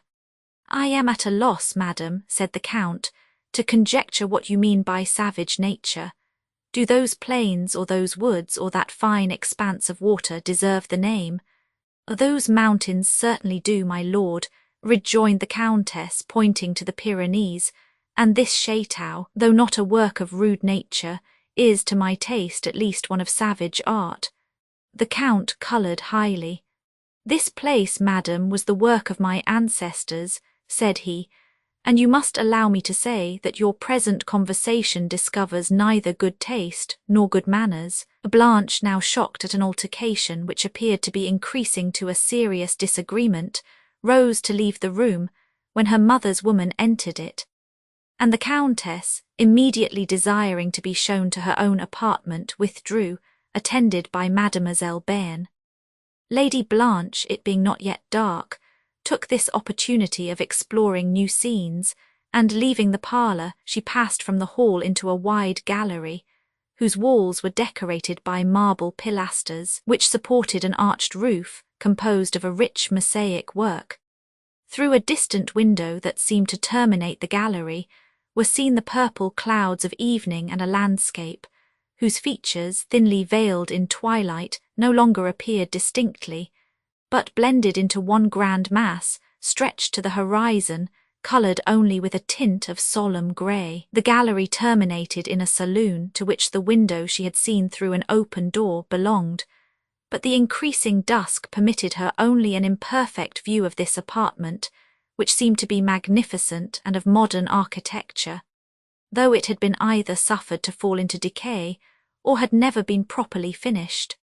The windows, which were numerous and large, descended low, and afforded a very extensive, and what Blanche's fancy represented to be, a very lovely prospect, and she stood for some time, surveying the grey obscurity and depicturing imaginary woods and mountains, valleys and rivers on this scene of night, her solemn sensations rather assisted than interrupted by the distant bark of a watch-dog and by the breeze as it trembled upon the light foliage of the shrubs. Now and then appeared for a moment among the woods a cottage light, and at length was heard afar off the evening bell of a convent dying on the air. When she withdrew her thoughts from these subjects of fanciful delight, the gloom and silence of the saloon somewhat awed her, and having sought the door of the gallery and pursued for a considerable time a dark passage, she came to a hall, but one totally different from that she had formerly seen. By the twilight, admitted through an open portico, she could just distinguish this apartment to be of very light and airy architecture, and that it was paved with white marble, pillars of which supported the roof that rose into arches built in the Moorish style. While Blanche stood on the steps of this portico, the moon rose over the sea, and gradually disclosed in partial light the beauties of the eminence on which she stood, whence a lawn, now rude and overgrown with high grass, sloped to the woods, that, almost surrounding the chateau, extended in a grand sweep down the southern sides of the promontory to the very margin of the ocean. Beyond the woods on the north side appeared a long tract of the plains of Languedoc, and to the east the landscape she had before dimly seen, with the towers of a monastery, illumined by the moon, rising over dark groves. The soft and shadowy tint that overspread the scene, the waves, undulating in the moonlight, and their low and measured murmurs on the beach, were circumstances that united to elevate the unaccustomed mind of Blanche to enthusiasm. "And have I lived in this glorious world so long," said she, "and never till now beheld such a prospect, never experienced these delights? Every peasant girl on my father's domain has viewed from her infancy the face of nature, has ranged at liberty her romantic wilds, while I have been shut in a cloister from the view of these beautiful appearances, which were designed to enchant all eyes and awaken all hearts. How can the poor nuns and friars feel the full fervour of devotion if they never see the sun rise or set? Never, till this evening, did I know what true devotion is, for never before did I see the sun sink below the vast earth. Tomorrow, for the first time in my life, I will see it rise. Oh, who would live in Paris, to look upon black walls and dirty streets, when in the country they might gaze on the blue heavens and all the green earth." This enthusiastic soliloquy was interrupted by a rustling noise in the hall, and while the loneliness of the place made her sensible to fear, she thought she perceived something moving between the pillars. For a moment she continued silently observing it, till, ashamed of her ridiculous apprehensions, she recollected courage enough to demand who was there. "Oh, my young lady, is it you?" said the old housekeeper, who was come to shut the windows. "I am glad it is you." The manner in which she spoke this with a faint breath rather surprised Blanche, who said, "You seemed frightened, Dorothée, what is the matter?" "No, not frightened, ma'amselle," replied Dorothée, hesitating and trying to appear composed, "but I am old, and a little matter startles me." The Lady Blanche smiled at the distinction. "I am glad that my lord the Count is come to live at the chateau, ma'amselle," continued Dorothée, "for it has been many a year deserted, and dreary enough. Now the place will look a little as it used to do when my poor lady was alive." Blanche inquired how long it was since the Marchioness died. "Alas, my lady," replied Dorothée, "so long that I have ceased to count the years. The place, to my mind, has mourned ever since, and I am sure my lord's vassals have. But you have lost yourself, ma'amselle. Shall I show you to the other side of the château? Blanche inquired how long this part of the edifice had been built. Soon after my lord's marriage, ma'am, replied Dorothée. The place was large enough without this addition, for many rooms of the old building were even then never made use of, and my lord had a princely household too. But he thought the ancient mansion gloomy, and gloomy enough it is. Lady Blanche now desired to be shown to the inhabited part of the château, and as the passages were entirely dark, Dorothée conducted her along the edge of the lawn to the opposite side of the edifice, where, a door opening into the great hall, she was met by Mademoiselle Bearn. "Where have you been so long?" said she. "I had begun to think some wonderful adventure had befallen you, and that the giant of this enchanted castle, or the ghost which no doubt haunts it, had conveyed you through a trap-door into some subterranean vault, whence you were never to return." "No," replied Blanche laughingly. "You seem to love adventures so well that I leave them for you to achieve. Well, I am willing to achieve them, provided I am allowed to describe them."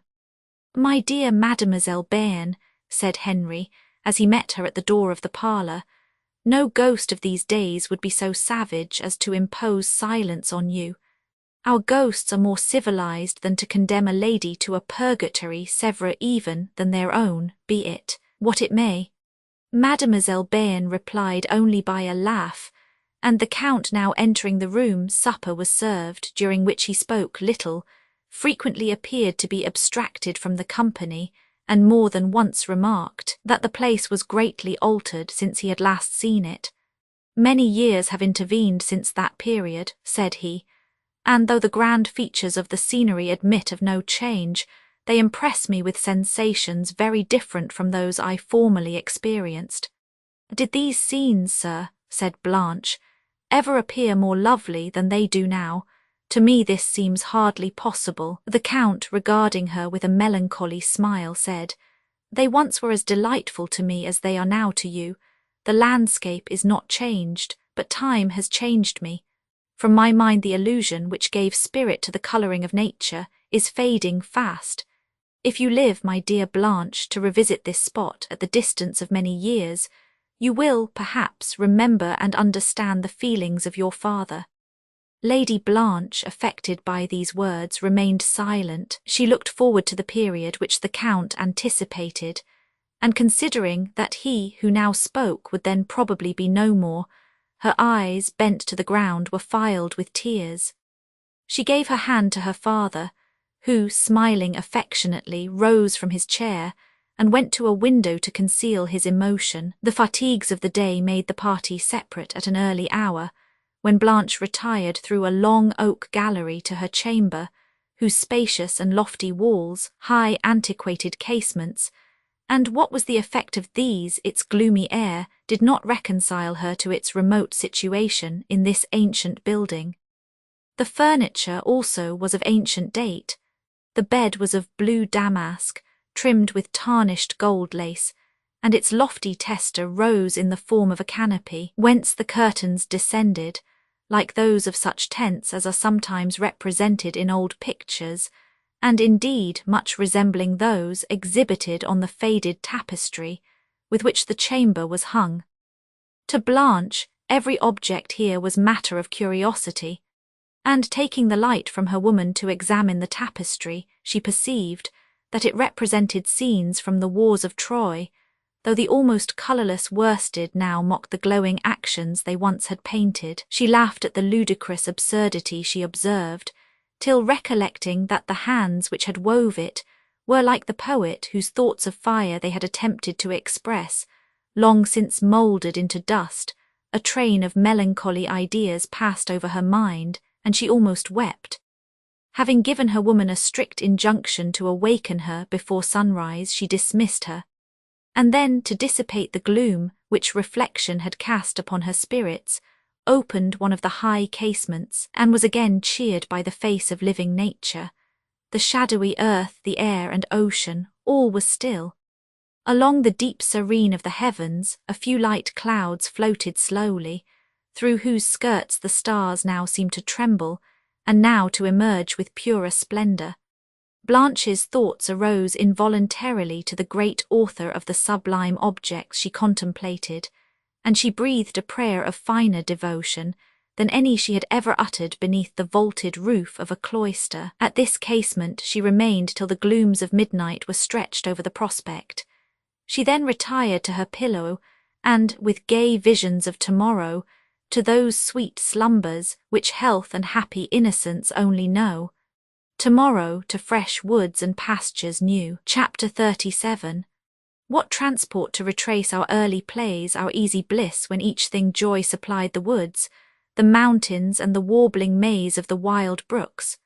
Thomson Blanche's slumbers continued, till long after the hour which she had so impatiently anticipated, for her woman, fatigued with travelling, did not call her, till breakfast was nearly ready. Her disappointment, however, was instantly forgotten, when on opening the casement she saw on one hand the wide sea sparkling in the morning rays with its stealing sails and glancing oars, and on the other the fresh woods, the plains far stretching and the blue mountains, all glowing with the splendour of day. As she inspired the pure breeze, health spread a deeper blush upon her countenance, and pleasure danced in her eyes. Henry, and soon after, the Countess with Mademoiselle Bearn appeared, and the whole party seemed to acknowledge the influence of the scene. Even the Countess was so much reanimated as to receive the civilities of her husband with complacency, and but once forgot her good humour, which was when she asked whether they had any neighbours, who were likely to make this barbarous spot more tolerable, and whether the Count believed it possible for her to exist here without some amusement. Soon after breakfast the party dispersed. The Count, ordering his steward to attend him in the library, went to survey the condition of his premises and to visit some of his tenants. Henry hastened with alacrity to the shore to examine a boat that was to bear them on a little voyage in the evening and to superintend the adjustment of a silk awning, while the Countess, attended by Mademoiselle Bearn, retired to an apartment on the modern side of the chateau, which was fitted up with airy elegance, and as the windows opened upon balconies that fronted the sea, she was there saved from a view of the horrid Pyrenees. Who could first invent convents, said she, and who could first persuade people to go into them, and to make religion a pretence too, where all that should inspire it is so carefully shut out? God is best pleased with the homage of a grateful heart, and when we view his glories we feel most grateful. I never felt so much devotion, during the many dull years I was in the convent, as I have done in the few hours that I have been here, where I need only look on all around me, to adore God in my inmost heart. Saying this, she left the window, bounded along the gallery, and in the next moment was in the breakfast room, where the Count was already seated. The cheerfulness of a bright sunshine had dispersed the melancholy glooms of his reflections. A pleasant smile was on his countenance, and he spoke in an enlivening voice to Blanche, whose heart echoed back the tones. Here, while she reclined on a sofa, and, casting her languid eyes over the ocean which appeared beyond the wood tops, indulged in the luxuries of ennui, her companion read aloud a sentimental novel on some fashionable system of philosophy, for the Countess was herself somewhat of a philosopher, especially as to infidelity, and among a certain circle her opinions were waited for with impatience and received as doctrines.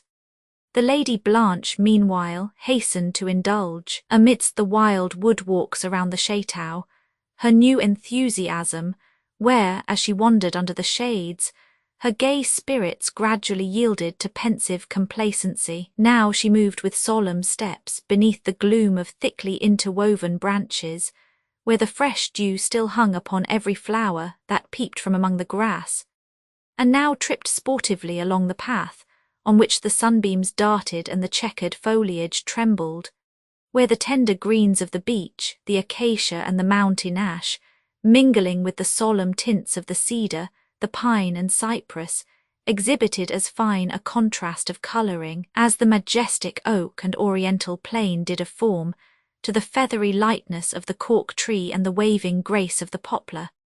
Having reached a rustic seat within a deep recess of the woods, she rested a while, and as her eyes caught through a distant opening a glimpse of the blue waters of the Mediterranean, with the white sail gliding on its bosom, or of the broad mountain glowing beneath the midday sun, her mind experienced somewhat of that exquisite delight which awakens the fancy and leads to poetry. The hum of bees alone broke the stillness around her, as with other insects of various hues they sported gaily in the shade or sipped sweets from the fresh flowers, and while Blanche watched a butterfly flitting from bud to bud, she indulged herself in imagining the pleasures of its short day, till she had composed the following stanzas. The butterfly to his love what bowery dell with fragrant breath courts thee to stay thy airy flight, nor seek again the purple heath, so oft the scene of gay delight. Long I've watched the lily's bell, whose whiteness stole the morning's beam. No fluttering sounds thy coming tell, no waving wings at distance gleam.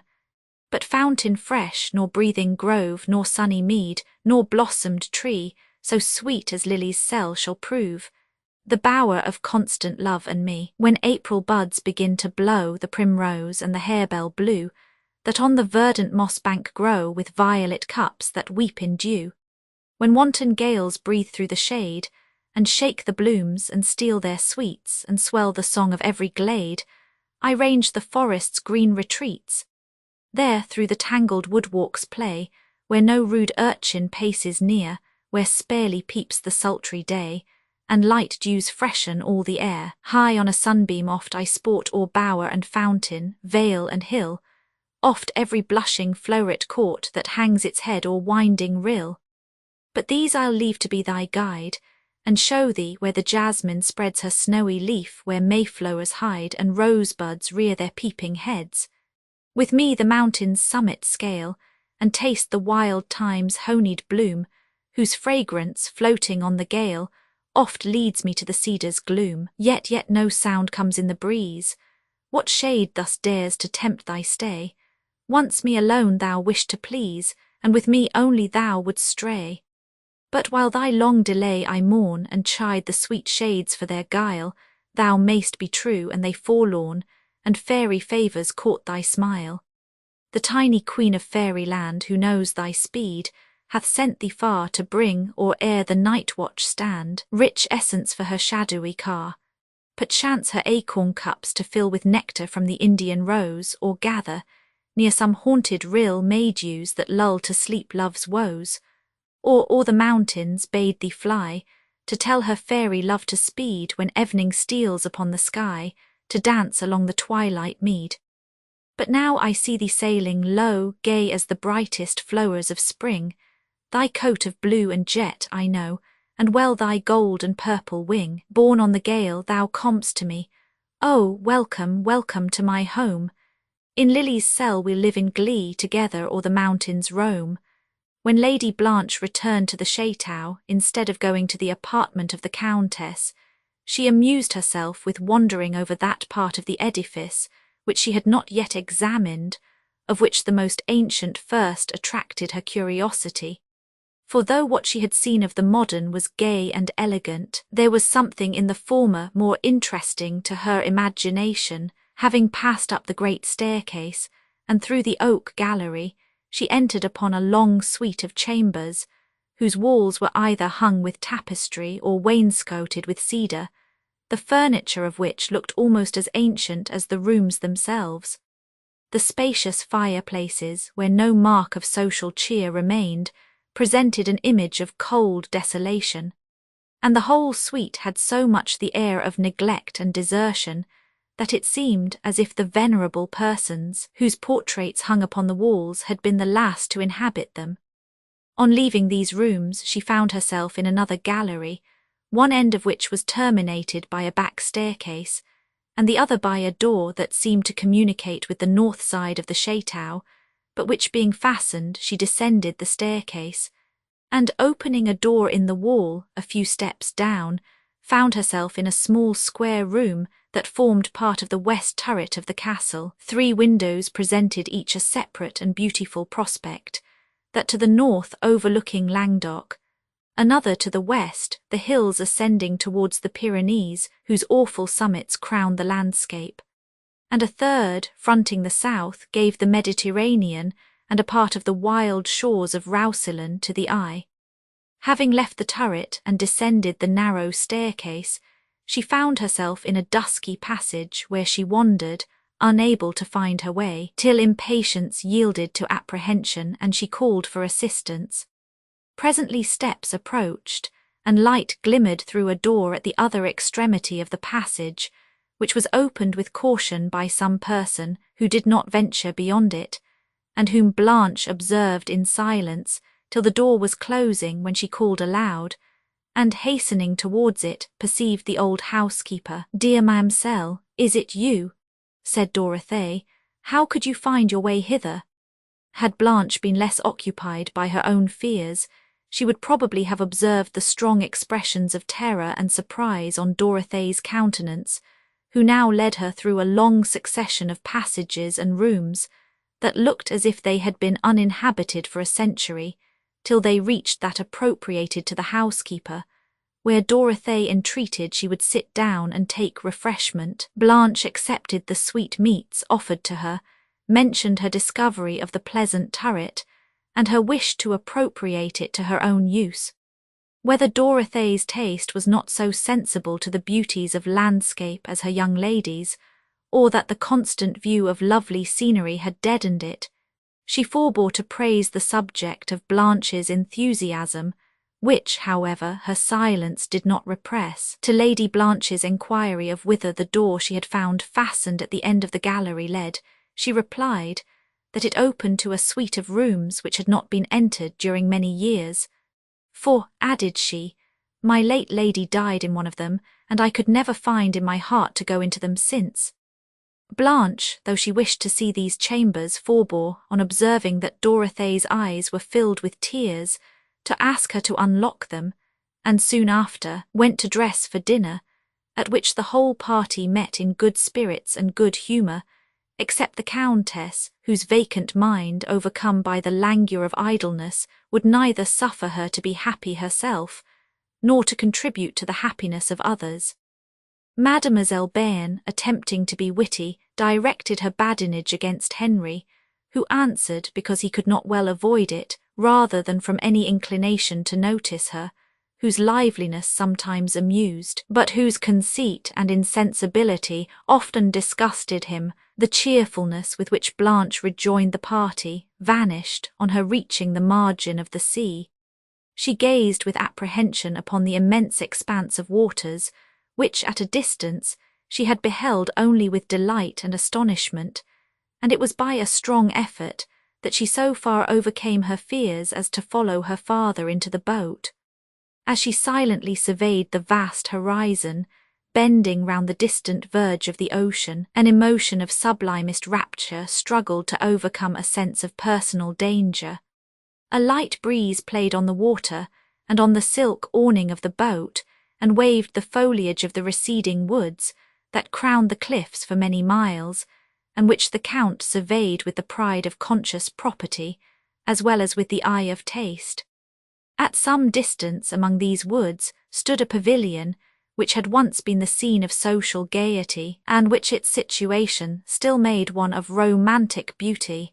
Thither the Count had ordered coffee and other refreshment to be carried, and thither the sailors now steered their course, following the windings of the shore round many a woody promontory and circling bay, while the pensive tones of horns and other wind instruments, played by the attendants in a distant boat, echoed among the rocks and died along the waves. Blanche had now subdued her fears. A delightful tranquillity stole over her mind and held her in silence, and she was too happy even to remember the convent or her former sorrows as subjects of comparison with her present felicity. The Countess felt less unhappy than she had done since the moment of her leaving Paris, for her mind was now under some degree of restraint. She feared to indulge its wayward humours, and even wished to recover the Count's good opinion. On his family and on the surrounding scene he looked with tempered pleasure and benevolent satisfaction, while his son exhibited the gay spirits of youth, anticipating new delights and regretless of those that were past. After near an hour's rowing, the party landed and ascended a little path, overgrown with vegetation. At a little distance from the point of the eminence within the shadowy recess of the woods, appeared the pavilion which Blanche perceived, as she caught a glimpse of its portico between the trees, to be built of variegated marble.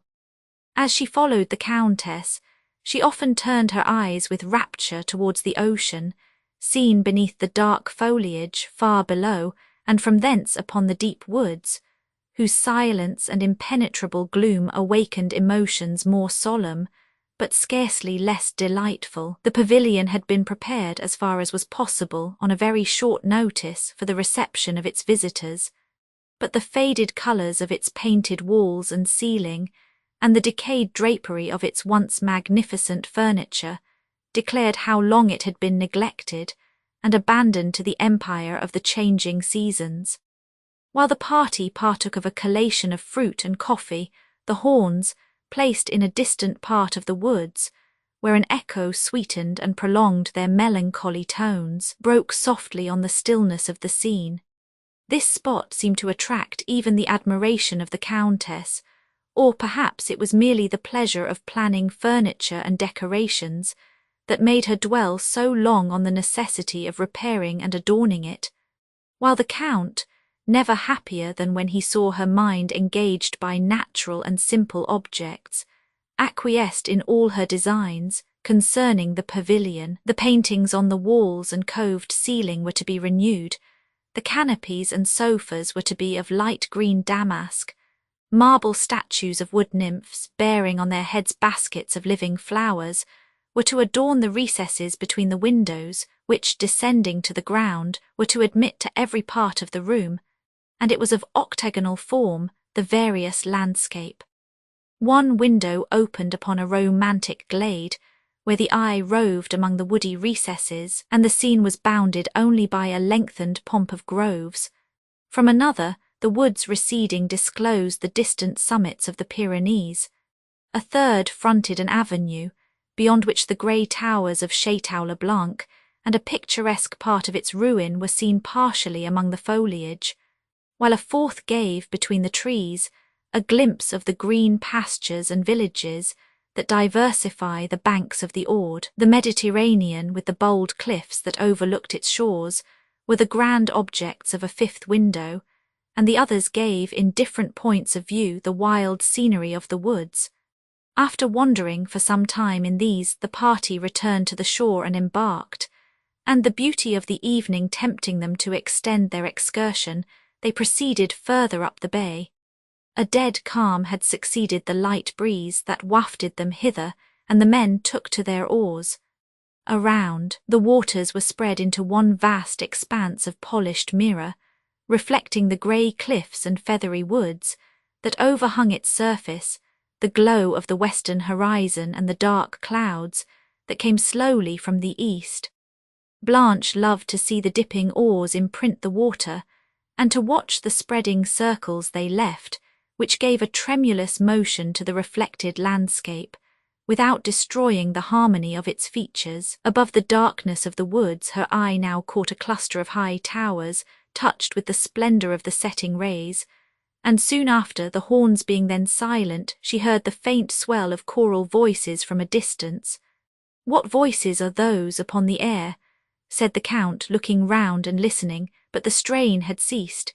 "It seemed to be a vesper hymn which I have often heard in my convent," said Blanche. "We are near the monastery, then," observed the Count, and, the boat soon after doubling a lofty headland, the monastery of St. Clare appeared, seated near the margin of the sea, where the cliffs, suddenly sinking, formed a low shore within a small bay, almost encircled with woods, among which partial features of the edifice were seen. The great gate and Gothic window of the hall, the cloisters and the side of a chapel more remote, while a venerable arch which had once led to a part of the fabric, now demolished, stood a majestic ruin detached from the main building, beyond which appeared a grand perspective of the woods. On the grey walls the moss had fastened, and round the pointed windows of the chapel the ivy and the briony hung in many a fantastic wreath. All without was silent and forsaken, but while Blanche gazed with admiration on this venerable pile, whose effect was heightened by the strong lights and shadows thrown athwart it by a cloudy sunset, a sound of many voices, slowly chanting, arose from within. The Count bade his men rest on their oars, the monks were singing the hymn of Vespers, and some female voices mingled with the strain, which rose by soft degrees, till the high organ and the choral sounds swelled into full and solemn harmony. The strain, soon after, dropped into sudden silence, and was renewed in a low and still more solemn key, till at length the holy chorus died away and was heard no more. Blanche sighed, tears trembled in her eyes, and her thoughts seemed wafted with the sounds to heaven, while a rapt stillness prevailed in the boat. A train of friars and then of nuns, veiled in white, issued from the cloisters, and passed under the shade of the woods to the main body of the edifice. The Countess was the first of her party to awaken from this pause of silence. "These dismal hymns and friars make one quite melancholy," said she. "Twilight is coming on. Pray let us return, or it will be dark before we get home." The Count, looking up, now perceived that the twilight of evening was anticipated by an approaching storm. In the east a tempest was collecting. A heavy gloom came on, opposing and contrasting the glowing splendour of the setting sun. The clamorous sea-fowl skimmed in fleet circles upon the surface of the sea, dipping their light pinions in the wave as they fled away in search of shelter. The boatmen pulled hard at their oars, but the thunder that now muttered at a distance and the heavy drops that began to dimple the water made the Count determined to put back to the monastery for shelter, and the course of the boat was immediately changed. As the clouds approached the west, their lurid darkness changed to a deep ruddy glow, which, by reflection, seemed to fire the tops of the woods and the shattered towers of the monastery. The appearance of the heavens alarmed the Countess and Mademoiselle Bearn, whose expressions of apprehension distressed the Count and perplexed his men, while Blanche continued silent, now agitated with fear, and now with admiration as she viewed the grandeur of the clouds and their effect on the scenery, and listened to the long, long peals of thunder that rolled through the air. The boat having reached the lawn before the monastery, the Count sent a servant to announce his arrival and to entreat shelter of the superior, who soon after appeared at the great gate, attended by several monks, while the servant returned with a message expressive at once of hospitality and pride, but of pride disguised in submission. The party immediately disembarked, and having hastily crossed the lawn, for the shower was now heavy, were received at the gate by the superior, who, as they entered, stretched forth his hands and gave his blessing, and they passed into the great hall, where the Lady Abbess waited, attended by several nuns, clothed like herself in black, and veiled in white. The veil of the abbess was, however, thrown half back, and discovered a countenance, whose chaste dignity was sweetened by the smile of welcome with which she addressed the Countess, whom she led with Blanche and Mademoiselle Bearn into the convent parlour, while the Count and Henry were conducted by the superior to the refectory. The Countess, fatigued and discontented, received the politeness of the abbess with careless haughtiness, and had followed her with indolent steps to the parlour, over which the painted casements and wainscot of larchwood threw at all times a melancholy shade, and where the gloom of evening now lured almost to darkness. While the Lady Abbess ordered refreshment and conversed with the Countess, Blanche withdrew to a window, the lower panes of which, being without painting, allowed her to observe the progress of the storm over the Mediterranean, whose dark waves that had so lately slept now came boldly swelling in long succession to the shore, where they burst in white foam, and threw up a high spray over the rocks. A red sulphureous tint overspread the long line of clouds that hung above the western horizon, beneath whose dark skirts the sun looking out illumined the distant shores of Languedoc, as well as the tufted summits of the nearer woods, and shed a partial gleam on the western waves. The rest of the scene was in deep gloom, except where a sunbeam, darting between the clouds, glanced on the white wings of the sea-fowl that circled high among them, or touched the swelling sail of a vessel which was seen labouring in the storm. Blanche for some time anxiously watched the progress of the bark as it threw the waves in foam around it, and as the lightnings flashed, looked to the opening heavens, with many a sigh for the fate of the poor mariners. The sun at length set, and the heavy clouds which had long impended dropped over the splendour of his course. The vessel, however, was yet dimly seen, and Blanche continued to observe it, till the quick succession of flashes, lighting up the gloom of the whole horizon, warned her to retire from the window, and she joined the abbess, who, having exhausted all her topics of conversation with the Countess, had now leisure to notice her. But their discourse was interrupted by tremendous peals of thunder, and the bell of the monastery soon after ringing out, summoned the inhabitants to prayer. As Blanche passed the window, she gave another look to the ocean where, by the momentary flash that illumined the vast body of the waters, she distinguished the vessel she had observed before, amidst a sea of foam, breaking the billows, the mast now bowing to the waves, and then rising high in air. She sighed fervently as she gazed, and then followed the Lady Abbess and the Countess to the chapel. Meanwhile, some of the Count's servants, having gone by land to the Château for carriages, returned soon after vespers had concluded, when, the storm being somewhat abated, the Count and his family returned home. Blanche was surprised to discover how much the windings of the shore had deceived her, concerning the distance of the Château from the monastery, whose vesper bell she had heard on the preceding evening from the windows of the west saloon, and whose towers she would also have seen from thence, had not twilight veiled them. On their arrival at the Château, the Countess, affecting more fatigue than she really felt, withdrew to her apartment, and the Count with his daughter and Henry went to the supper-room, where they had not been long, when they heard, in a pause of the gust, a firing of guns, which the Count, understanding to be signals of distress from some vessel in the storm, went to a window that opened towards the Mediterranean to observe further. But the sea was now involved in utter darkness, and the loud howlings of the tempest had again overcome every other sound. Blanche, remembering the bark which she had before seen, now joined her father with trembling anxiety. In a few moments the report of guns was again borne along the wind, and as suddenly wafted away, a tremendous burst of thunder followed, and in the flash that had preceded it, and which seemed to quiver over the whole surface of the waters, a vessel was discovered, tossing amidst the white foam of the waves at some distance from the shore. Impenetrable darkness again involved the scene, but soon a second flash showed the bark, with one sail unfurled, driving towards the coast. Blanche hung upon her father's arm, with looks full of the agony of united terror and pity, which were unnecessary to awaken the heart of the Count, who gazed upon the sea with a piteous expression, and perceiving that no boat could live in the storm, forbore to send one.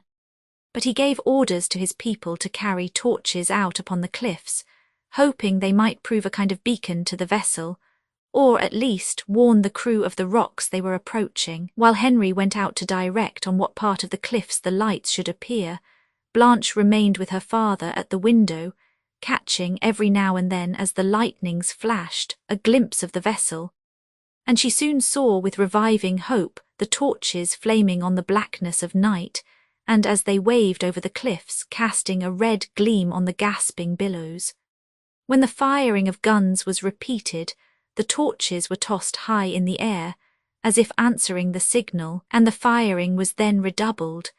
But though the wind bore the sound away, she fancied, as the lightnings glanced, that the vessel was much nearer the shore. The Count's servants were now seen, running to and fro on the rocks, some venturing almost to the point of the crags, and bending over held out their torches fastened to long poles, while others, whose steps could be traced only by the course of the lights, descended the steep and dangerous path that wound to the margin of the sea, and with loud halloos hailed the mariners, whose shrill whistle and then feeble voices were heard at intervals, mingling with the storm. Sudden shouts from the people on the rocks increased the anxiety of Blanche to an almost intolerable degree.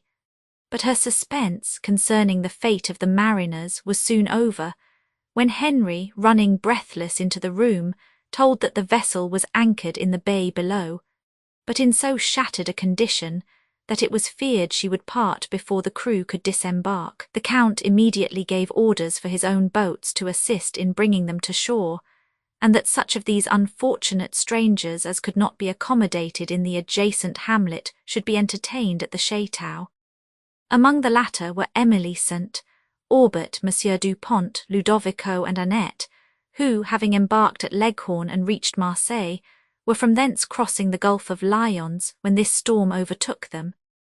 They were received by the Count with his usual benignity, who, though Emily wished to have proceeded immediately to the monastery of St.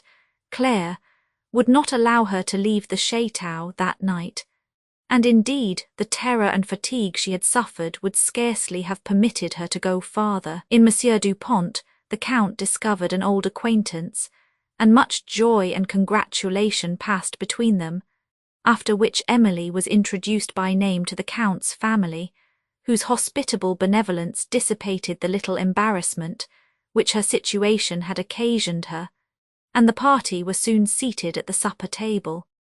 The unaffected kindness of Blanche and the lively joy she expressed on the escape of the strangers, for whom her pity had been so much interested, gradually revived Emily's languid spirits, and Dupont, relieved from his terrors for her and for himself, felt the full contrast between his late situation on a dark and tremendous ocean, and his present one in a cheerful mansion, where he was surrounded with plenty, elegance and smiles of welcome. Annette, meanwhile, in the servants' hall, was telling of all the dangers she had encountered, and congratulating herself so heartily upon her own and Ludovico's escape, and on her present comforts, that she often made all that part of the Chateau ring with merriment and laughter. Ludovico's spirits were as gay as her own, but he had discretion enough to restrain them, and tried to check hers, though in vain, till her laughter at length ascended to my lady's chamber, who sent to enquire what occasioned so much uproar in the Chateau, and to command silence. Emily withdrew early to seek the repose she so much required, but her pillow was long a sleepless one. On this her return to her native country, many interesting remembrances were awakened. All the events and sufferings she had experienced since she quitted it came in long succession to her fancy, and were chased only by the image of Valancourt, with whom to believe herself once more in the same land, after they had been so long and so distantly separated, gave her emotions of indescribable joy, but which afterwards yielded to anxiety and apprehension when she considered the long period that had elapsed since any letter had passed between them, and how much might have happened in this interval to affect her future peace. But the thought that Valancourt might be now no more, or, if living, might have forgotten her, was so very terrible to her heart, that she would scarcely suffer herself to pause upon the possibility. She determined to inform him on the following day of her arrival in France, which it was scarcely possible he could know but by a letter from herself, and after soothing her spirits with the hope of soon hearing that he was well and unchanged in his affections, she at length sunk to repose. Chapter 38. Oft wooed the gleam of Cynthia, silver bright, in cloisters dim, far from the haunts of folly, with freedom by my side, and soft-tide melancholy. Grey the Lady Blanche was so much interested for Emily, that upon hearing she was going to reside in the neighbouring convent, she requested the Count would invite her to lengthen her stay at the Chateau. "And you know, my dear sir," added Blanche, "how delighted I shall be with such a companion, for at present I have no friend to walk or to read with, since Mademoiselle Bearn is my mamma's friend only." The Count smiled at the youthful simplicity with which his daughter yielded to first impressions, and though he chose to warn her of their danger, he silently applauded the benevolence that could thus readily expand in confidence to a stranger. He had observed Emily with attention on the preceding evening, and was as much pleased with her as it was possible he could be with any person on so short an acquaintance. The mention made of her by Mons.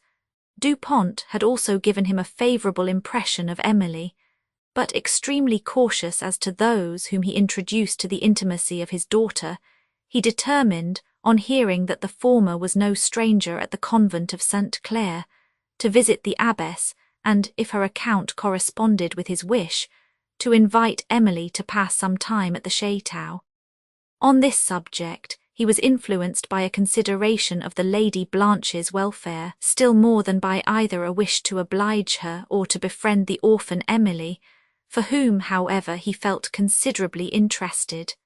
On the following morning, Emily was too much fatigued to appear, but Mons. Dupont was at the breakfast table when the Count entered the room, who pressed him as his former acquaintance and the son of a very old friend to prolong his stay at the Château, an invitation which Dupont willingly accepted since it would allow him to be near Emily, and though he was not conscious of encouraging a hope that she would ever return his affection, he had not fortitude enough to attempt at present to overcome it. Emily, when she was somewhat recovered, wandered with her new friend over the grounds belonging to the Château, as much delighted with the surrounding views as Blanche, in the benevolence of her heart, had wished.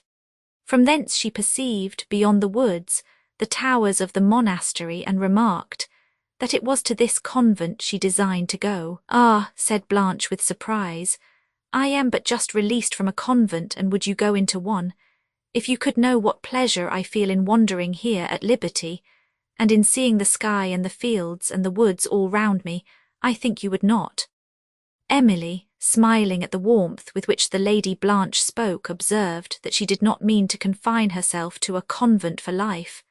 "No, you may not intend it now," said Blanche, "but you do not know to what the nuns may persuade you to consent. I know how kind they will appear and how happy, for I have seen too much of their art." When they returned to the Château, Lady Blanche conducted Emily to her favourite turret, and from thence they rambled through the ancient chambers, which Blanche had visited before. Emily was amused by observing the structure of these apartments, and the fashion of their old but still magnificent furniture, and by comparing them with those of the Castle of Udolpho, which were yet more antique and grotesque. She was also interested by Dorothée the housekeeper, who attended them, whose appearance was almost as antique as the objects around her, and who seemed no less interested by Emily, on whom she frequently gazed with so much deep attention as scarcely to hear what was said to her. While Emily looked from one of the casements, she perceived with surprise some objects that were familiar to her memory. The fields and woods with the gleaming brook which she had passed with La Voisin one evening soon after the death of Monsieur St.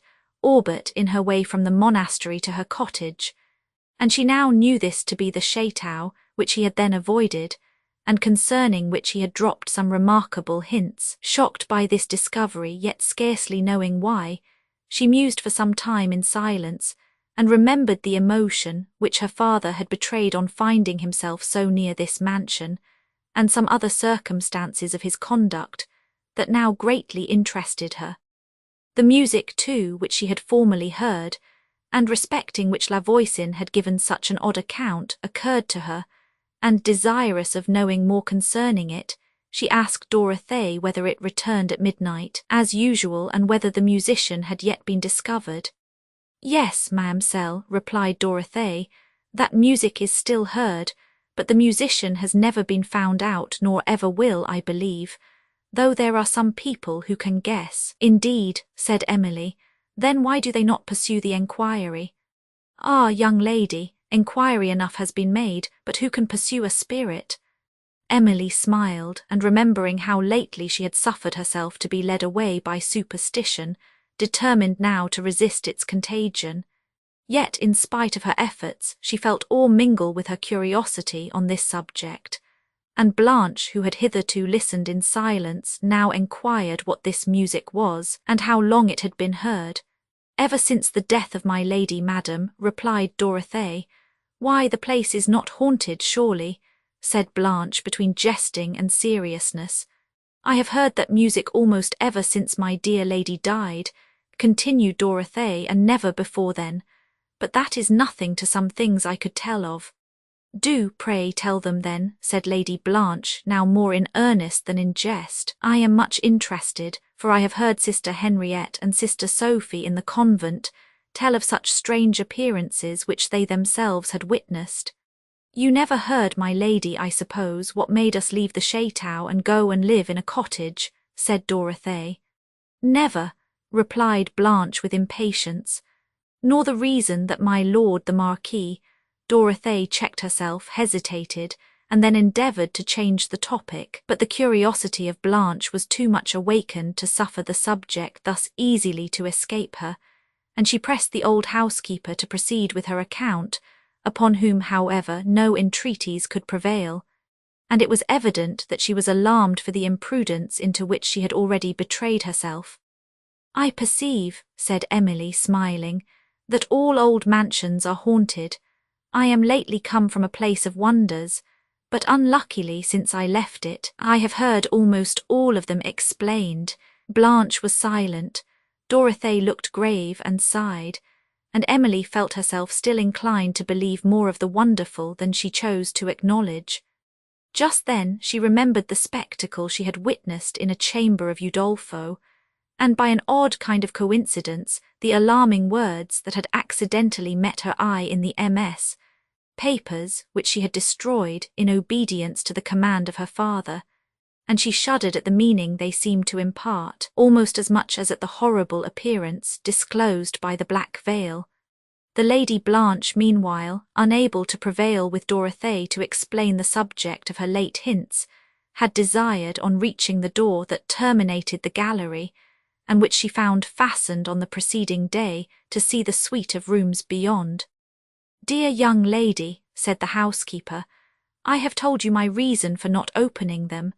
I have never seen them since my dear lady died, and it would go hard with me to see them now. Pray, madam, do not ask me again."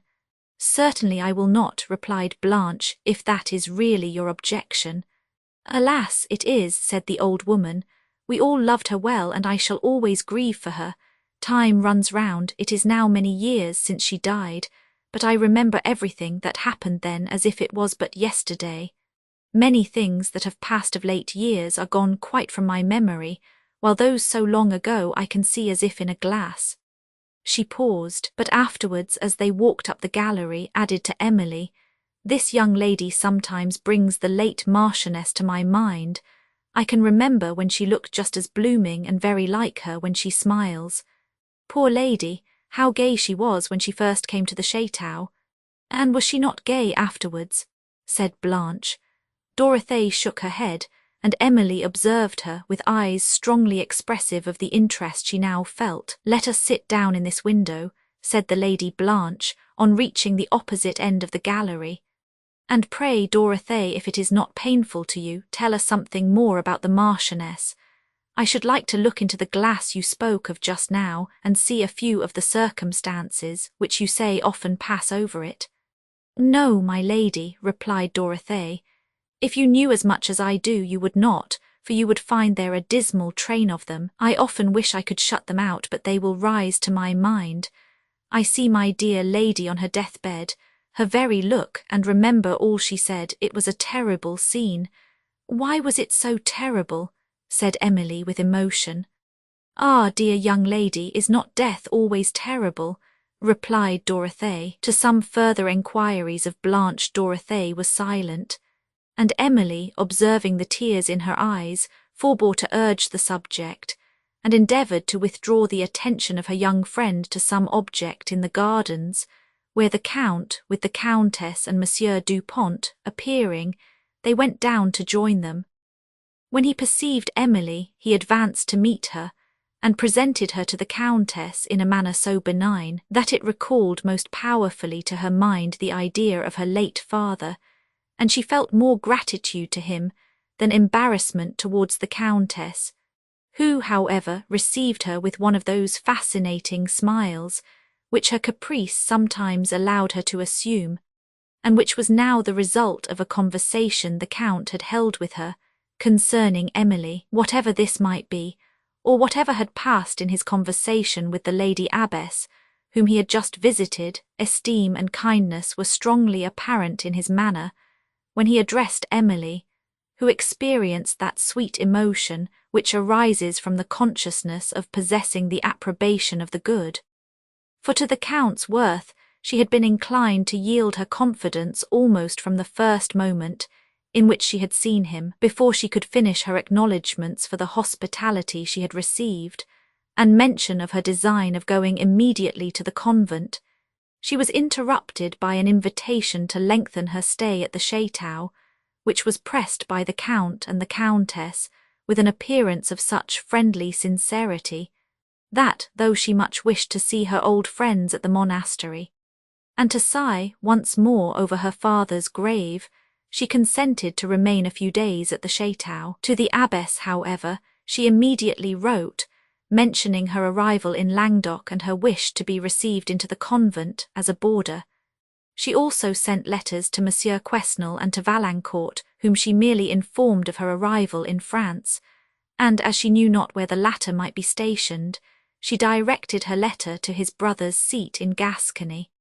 In the evening, Lady Blanche and Mons, Du Pont walked with Emily to the cottage of La Voisin, which she had now a melancholy pleasure in approaching, for time had softened her grief for the loss of St. Aubert, though it could not annihilate it, and she felt a soothing sadness in indulging the recollections which this scene recalled. La Voisin was still living, and seemed to enjoy as much as formerly the tranquil evening of a blameless life. He was sitting at the door of his cottage, watching some of his grandchildren playing on the grass before him, and now and then with a laugh or a commendation encouraging their sports. He immediately recollected Emily, whom he was much pleased to see, and she was as rejoiced to hear that he had not lost one of his family since her departure. "Yes, ma'amselle," said the old man, "we all live merrily together still, thank God, and I believe there is not a happier family to be found in Languedoc than ours." Emily did not trust herself in the chamber where St. Aubert died, and after half an hour's conversation with La Voisin and his family, she left the cottage. During these the first days of her stay at Chateau le Blanc, she was often affected by observing the deep but silent melancholy which at times stole over Du Pont, and Emily, pitying the self-delusion which disarmed him of the will to depart, determined to withdraw herself as soon as the respect she owed the Count and Countess de Villefort would permit.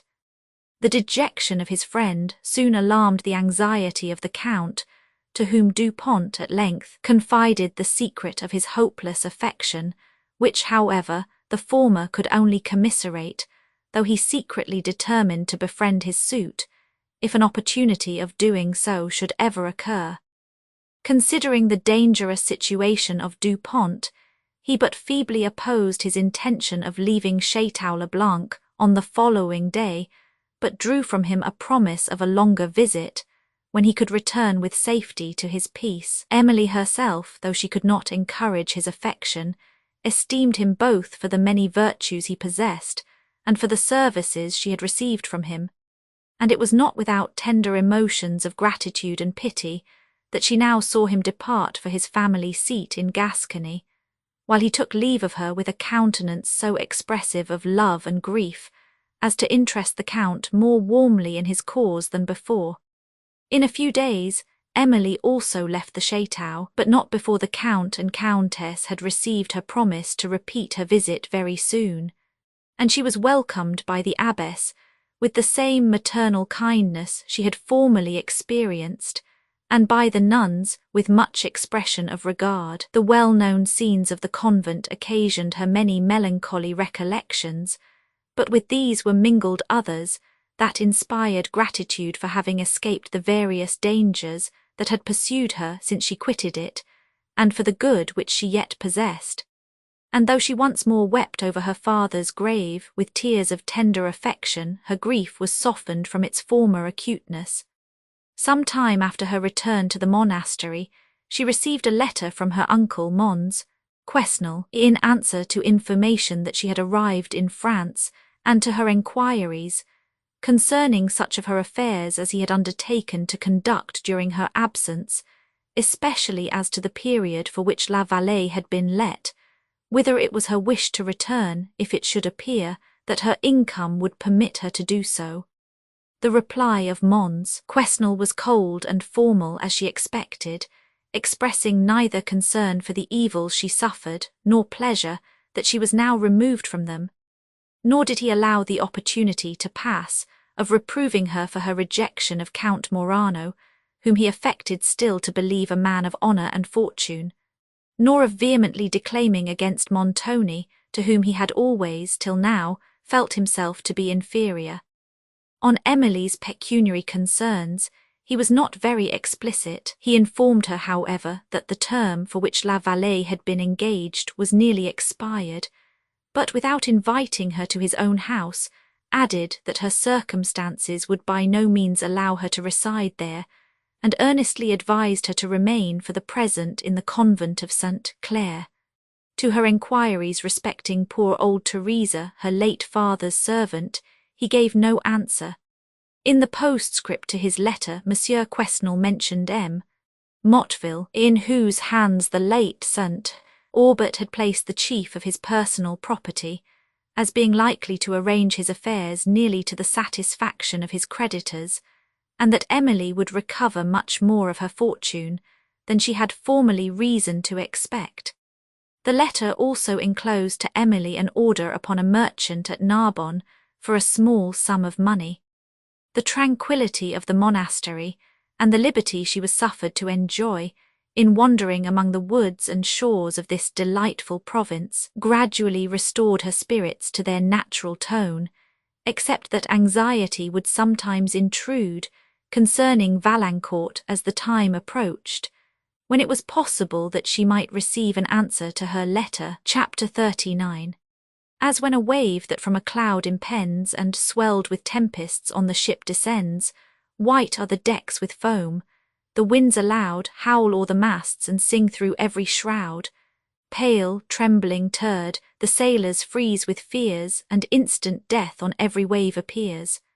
Pope's Homer, the Lady Blanche, meanwhile, who was left much alone, became impatient for the company of her new friend, whom she wished to observe sharing in the delight she received from the beautiful scenery around. She had now no person to whom she could express her admiration and communicate her pleasures, no eye that sparkled to her smile or countenance that reflected her happiness, and she became spiritless and pensive. The Count, observing her dissatisfaction, readily yielded to her entreaties, and reminded Emily of her promised visit. But the silence of Valancourt, which was now prolonged far beyond the period when a letter might have arrived from Estuvière, oppressed Emily with severe anxiety, and rendering her averse to society, she would willingly have deferred her acceptance of this invitation till her spirits should be relieved.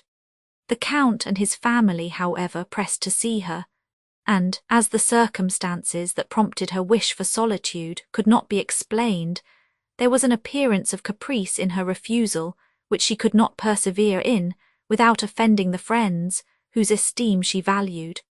At length, therefore, she returned upon a second visit to Château-le-Blanc. Here the friendly manner of Count de Villefort encouraged Emily to mention to him her situation, respecting the estates of her late aunt, and to consult him on the means of recovering them. He had little doubt that the law would decide in her favour, and advising her to apply to it, offered first to write to an advocate at Avignon, on whose opinion he thought he could rely. His kindness was gratefully accepted by Emily, who, soothed by the courtesy she daily experienced, would have been once more happy, could she have been assured of Valancourt's welfare and unaltered affection.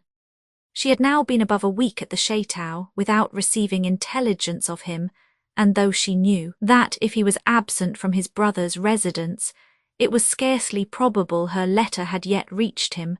She could not forbear to admit doubts and fears that destroyed her peace. Again she would consider of all that might have happened in the long period since her first seclusion at Udolpho, and her mind was sometimes so overwhelmed with an apprehension that Valancourt was no more, or that he lived no longer for her, that the company even of Blanche became intolerably oppressive, and she would sit alone in her apartment for hours together, when the engagements of the family allowed her to do so, without incivility. In one of these solitary hours she unlocked a little box which contained some letters of Valancourt, with some drawings she had sketched during her stay in Tuscany, the latter of which were no longer interesting to her. But in the letters she now, with melancholy indulgence, meant to retrace the tenderness that had so often soothed her, and rendered her for a moment insensible of the distance which separated her from the writer. But their effect was now changed.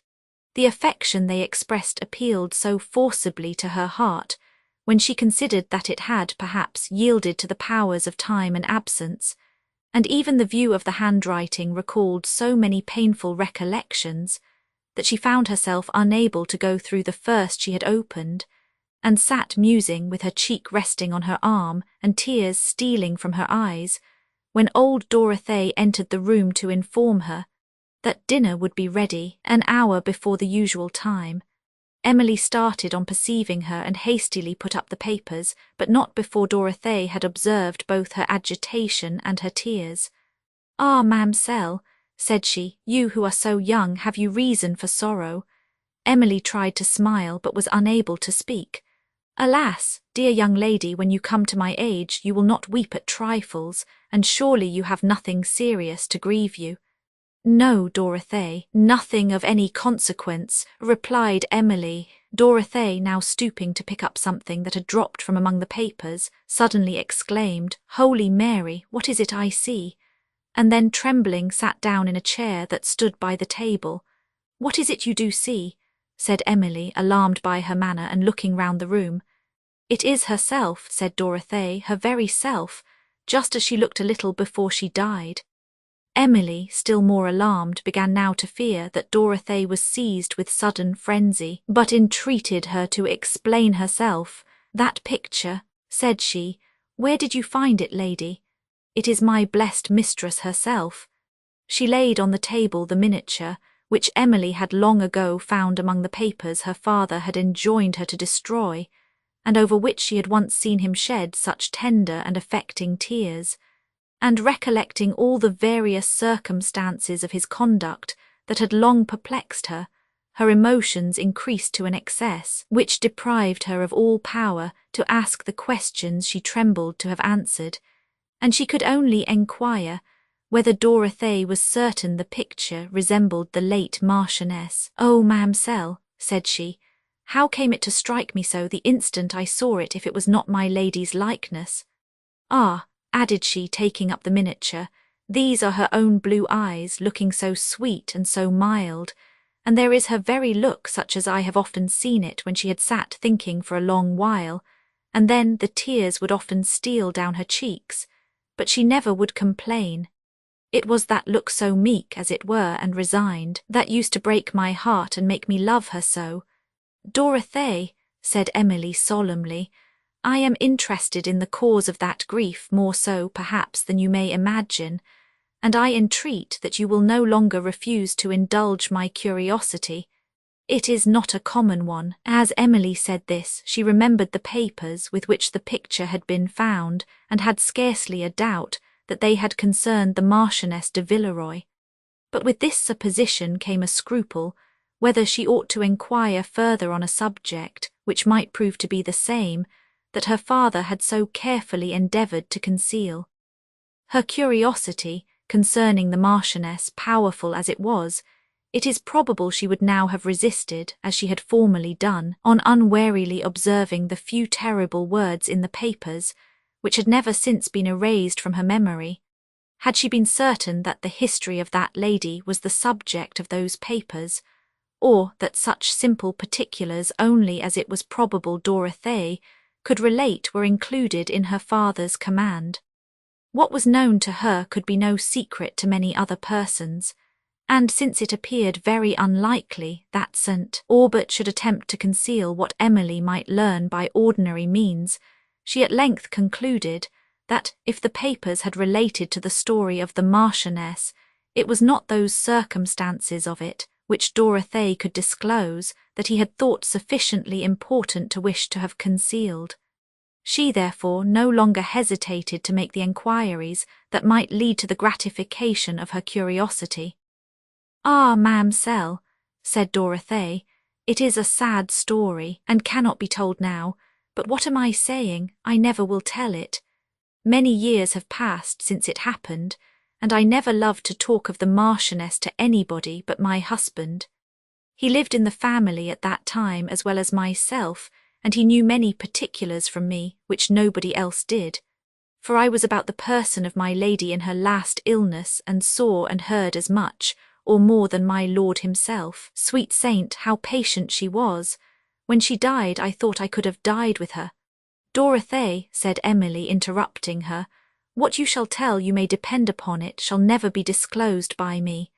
I have, I repeat it, particular reasons for wishing to be informed on this subject, and am willing to bind myself in the most solemn manner never to mention what you shall wish me to conceal."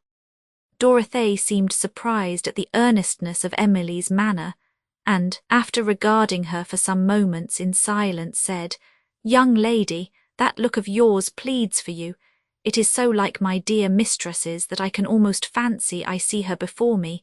If you were her daughter, you could not remind me of her more. But dinner will be ready. Had you not better go down?" "You will first promise to grant my request," said Emily, "and ought not you first to tell me, ma'amselle, how this picture fell into your hands, and the reasons you say you have for curiosity about my lady?" "Why, no, Dorothée," replied Emily, recollecting herself. "I have also particular reasons for observing silence, on these subjects at least, till I know further.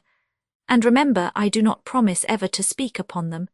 Therefore, do not let me induce you to satisfy my curiosity from an expectation that I shall gratify yours. What I may judge proper to conceal does not concern myself alone, or I should have less scruple in revealing it. Let a confidence in my honour alone persuade you to disclose what I request." "Well, lady," replied Dorothée after a long pause during which her eyes were fixed upon Emily, "you seem so much interested, and this picture and that face of yours make me think you have some reason to be so, that I will trust you, and tell some things that I never told before to anybody but my husband, though there are people who have suspected as much. I will tell you the particulars of my lady's death, too, and some of my own suspicions, but you must first promise me by all the saints." Emily, interrupting her, solemnly promised never to reveal what should be confided to her without Dorothee's consent. "But there is the horn, ma'amselle, sounding for dinner," said Dorothée. "I must be gone." "When shall I see you again?" enquired Emily. Dorothée mused and then replied, "Why, madam, it may make people curious if it is known I am so much in your apartment, and that I should be sorry for. So I will come when I am least likely to be observed. I have little leisure in the day, and I shall have a good deal to say. So, if you please, ma'am, I will come when the family are all in bed." "That will suit me very well," replied Emily. "Remember, then, tonight." "Ay, that is well remembered," said Dorothée. "I fear I cannot come tonight, madam, for there will be the dance of the vintage, and it will be late before the servants go to rest. For when they once set in to dance, they will keep it up in the cool of the air till morning. At least it used to be so in my time." "Ah, is it the dance of the vintage?" said Emily with a deep sigh, remembering that it was on the evening of this festival in the preceding year that St. Aubert and herself had arrived in the neighbourhood of Château-le-Blanc. She paused a moment, overcome by the sudden recollection, and then, recovering herself, added, "But this dance is in the open woods. You, therefore, will not be wanted, and can easily come to me." Dorothée replied that she had been accustomed to be present at the dance of the vintage, and she did not wish to be absent now. "But if I can get away, madam, I will," said she. Emily then hastened to the dining room, where the Count conducted himself with the courtesy which is inseparable from true dignity, and of which the Countess frequently practised little, though her manner to Emily was an exception to her usual habit. But if she retained few of the ornamental virtues, she cherished other qualities which she seemed to consider invaluable. She had dismissed the grace of modesty, but then she knew perfectly well how to manage the stare of assurance.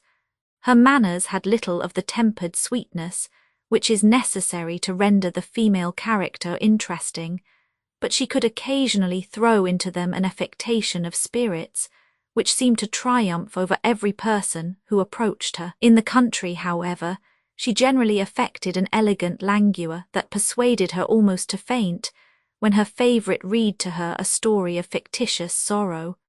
But her countenance suffered no change when living objects of distress solicited her charity, and her heart beat with no transport to the thought of giving them instant relief. She was a stranger to the highest luxury, of which perhaps the human mind can be sensible, for her benevolence had never yet called smiles upon the face of misery. In the evening, the Count, with all his family except the Countess and Mademoiselle Bearn, went to the woods to witness the festivity of the peasants. The scene was in a glade, where the trees opening formed a circle round the turf they highly overshadowed. Between their branches, vines loaded with ripe clusters were hung in gay festoons, and beneath were tables with fruit, wine, cheese, and other rural fare, and seats for the Count and his family. At a little distance were benches for the elder peasants, few of whom, however, could forbear to join the jocund dance, which began soon after sunset, when several of 60 tripped it with almost as much glee and airy lightness as those of 16. The musicians, who sat carelessly on the grass at the foot of a tree, seemed inspired by the sound of their own instruments, which were chiefly flutes and a kind of long guitar. Behind stood a boy flourishing a tambourine and dancing a solo, except that, as he sometimes gaily tossed the instrument, he tripped among the other dancers, when his antic gestures called forth a broader laugh and heightened the rustic spirit of the scene. The Count was highly delighted with the happiness he witnessed, to which his bounty had largely contributed, and the Lady Blanche joined the dance with a young gentleman of her father's party. Dupont requested Emily's hand, but her spirits were too much depressed to permit her to engage in the present festivity, which called to her remembrance that of the preceding year when St. Aubert was living, and of the melancholy scenes which had immediately followed it. Overcome by these recollections, she at length left the spot and walked slowly into the woods, where the softened music, floating at a distance, soothed her melancholy mind. The moon threw a mellow light among the foliage. The air was balmy and cool, and Emily, lost in thought, strolled on without observing whither, till she perceived the sound sinking afar off, and an awful stillness round her, except that sometimes the nightingale beguiled the silence with liquid notes that close the eye of day. At length she found herself near the avenue which, on the night of her father's arrival, Michael had attempted to pass in search of a house, which was still nearly as wild and desolate as it had then appeared. For the Count had been so much engaged in directing other improvements that he had neglected to give orders concerning this extensive approach, and the road was yet broken, and the trees overloaded with their own luxuriance. As she stood surveying it and remembering the emotions which she had formerly suffered there, she suddenly recollected the figure that had been seen stealing among the trees, and which had returned no answer to Michael's repeated calls. And she experienced somewhat of the fear that had then assailed her, for it did not appear improbable that these deep woods were occasionally the haunt of banditti. She therefore turned back and was hastily pursuing her way to the dancers, when she heard steps approaching from the avenue, and being still beyond the call of the peasants on the green, for she could neither hear their voices nor their music, she quickened her pace. But the persons following gained fast upon her, and at length, distinguishing the voice of Henry, she walked leisurely till he came up. He expressed some surprise at meeting her so far from the company, and on her saying that the pleasant moonlight had beguiled her to walk farther than she intended, an exclamation burst from the lips of his companion, and she thought she heard Valancourt speak. It was indeed he, and the meeting was such as may be imagined between persons so affectionate and so long separated as they had been. In the joy of these moments, Emily forgot all her past sufferings, and Valancourt seemed to have forgotten that any person but Emily existed, while Henry was a silent and astonished spectator of the scene. Valancourt asked 1,000 questions concerning herself and Montoni, which there was now no time to answer, but she learned that her letter had been forwarded to him at Paris, which he had previously quitted, and was returning to Gascony, whither the letter also returned, which at length informed him of Emily's arrival, and on the receipt of which he had immediately set out for Languedoc. On reaching the monastery whence she had dated her letter, he found to his extreme disappointment that the gates were already closed for the night, and believing that he should not see Emily till the morrow, he was returning to his little inn with the intention of writing to her, when he was overtaken by Henry, with whom he had been intimate at Paris, and was led to her, whom he was secretly lamenting that he should not see till the following day.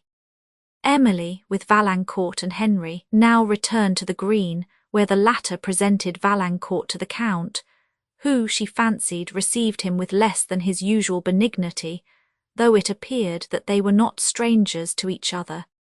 He was invited, however, to partake of the diversions of the evening, and when he had paid his respects to the Count, and while the dancers continued their festivity, he seated himself by Emily, and conversed without restraint. The lights which were hung among the trees under which they sat allowed her a more perfect view of the countenance she had so frequently in absence endeavoured to recollect, and she perceived with some regret that it was not the same as when last she saw it. There was all its wonted intelligence and fire, but it had lost much of the simplicity and somewhat of the open benevolence that used to characterize it. Still, however, it was an interesting countenance, but Emily thought she perceived, at intervals, anxiety contract and melancholy fix the features of Valancourt. Sometimes, too, he fell into a momentary musing, and then appeared anxious to dissipate thought, while at others, as he fixed his eyes on Emily, a kind of sudden distraction seemed to cross his mind. In her he perceived the same goodness and beautiful simplicity that had charmed him on their first acquaintance. The bloom of her countenance was somewhat faded, but all its sweetness remained, and it was rendered more interesting than ever by the faint expression of melancholy that sometimes mingled with her smile. At his request, she related the most important circumstances that had occurred to her since she left France, and emotions of pity and indignation alternately prevailed in his mind, when he heard how much she had suffered from the villainy of Montoni. More than once, when she was speaking of his conduct, of which the guilt was rather softened than exaggerated by her representation, he started from his seat and walked away, apparently overcome as much by self-accusation as by resentment. Her sufferings alone were mentioned in the few words which he could address to her, and he listened not to the account, which she was careful to give as distinctly as possible, of the present loss of Madame Montoni's estates, and of the little reason there was to expect their restoration. At length Valancourt remained lost in thought, and then some secret cause seemed to overcome him with anguish. Again he abruptly left her. When he returned, she perceived that he had been weeping, and tenderly begged that he would compose himself. "My sufferings are all past now," said she, "for I have escaped from the tyranny of Montoni, and I see you well. Let me also see you happy." Valancourt was more agitated than before. "I am unworthy of you, Emily," said he. "I am unworthy of you," words by his manner of uttering which Emily was then more shocked than by their import. She fixed on him a mournful and enquiring eye. "Do not look thus on me," said he, turning away and pressing her hand. "I cannot bear those looks." "I would ask," said Emily in a gentle but agitated voice, "the meaning of your words, but I perceive that the question would distress you now. Let us talk on other subjects. Tomorrow, perhaps, you may be more composed. Observe those moonlight woods, and the towers which appear obscurely in the perspective. You used to be a great admirer of landscape, and I have heard you say that the faculty of deriving consolation under misfortune from the sublime prospects, which neither oppression nor poverty withhold from us, was the peculiar blessing of the innocent. Valancourt was deeply affected. Yes, replied he, I had once a taste for innocent and elegant delights. I had once an uncorrupted heart. Then, checking himself, he added, Do you remember our journey together, in the Pyrenees? Can I forget it? Said Emily. Would that I could, he replied. That was the happiest period of my life. I then loved with enthusiasm whatever was truly great or good. It was some time before Emily could repress her tears and try to command her emotions. If you wish to forget that journey, said she, it must certainly be my wish to forget it also. She paused and then added, You make me very uneasy, but this is not the time for further enquiry. Yet how can I bear to believe even for a moment that you are less worthy of my esteem than formerly? I have still sufficient confidence in your candour to believe that, when I shall ask for an explanation, you will give it me. Yes, said Valancourt, yes, Emily, I have not yet lost my candour. If I had, I could better have disguised my emotions, on learning what were your sufferings, your virtues, while but I will say no more. I did not mean to have said even so much. I have been surprised into the self-accusation.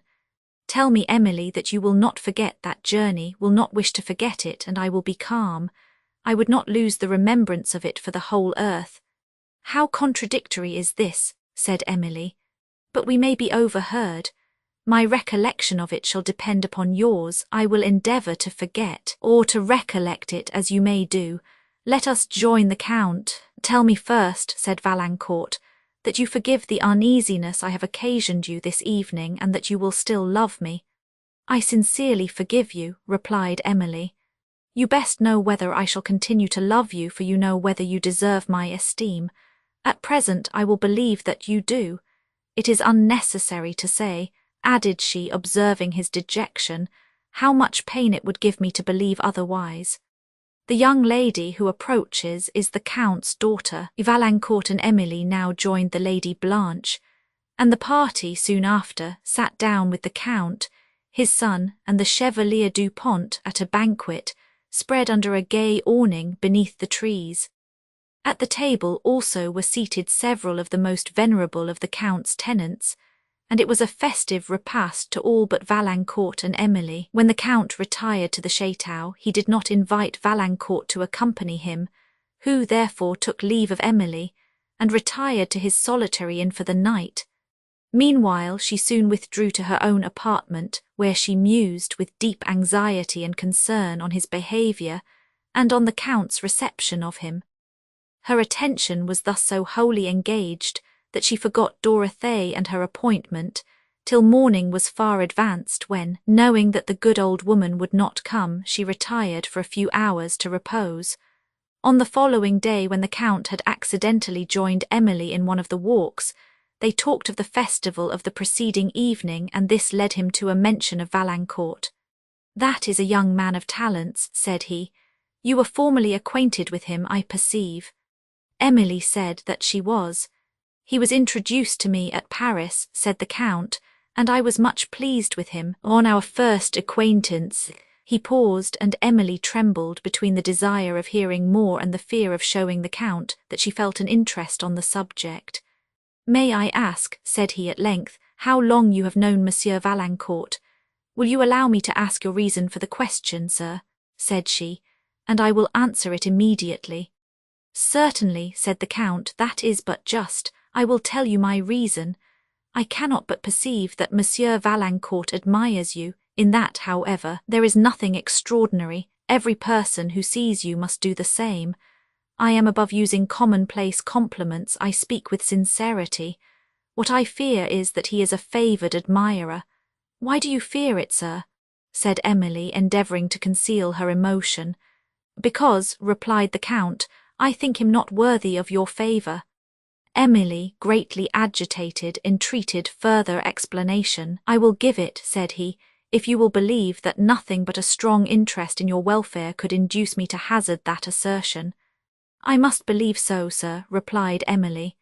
But let us rest under these trees, said the Count, observing the paleness of her countenance.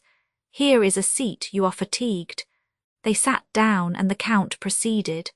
Many young ladies, circumstanced as you are, would think my conduct on this occasion, and on so short an acquaintance, impertinent, instead of friendly. From what I have observed of your temper and understanding, I do not fear such a return from you. Our acquaintance has been short, but long enough to make me esteem you and feel a lively interest in your happiness. You deserve to be very happy, and I trust that you will be so.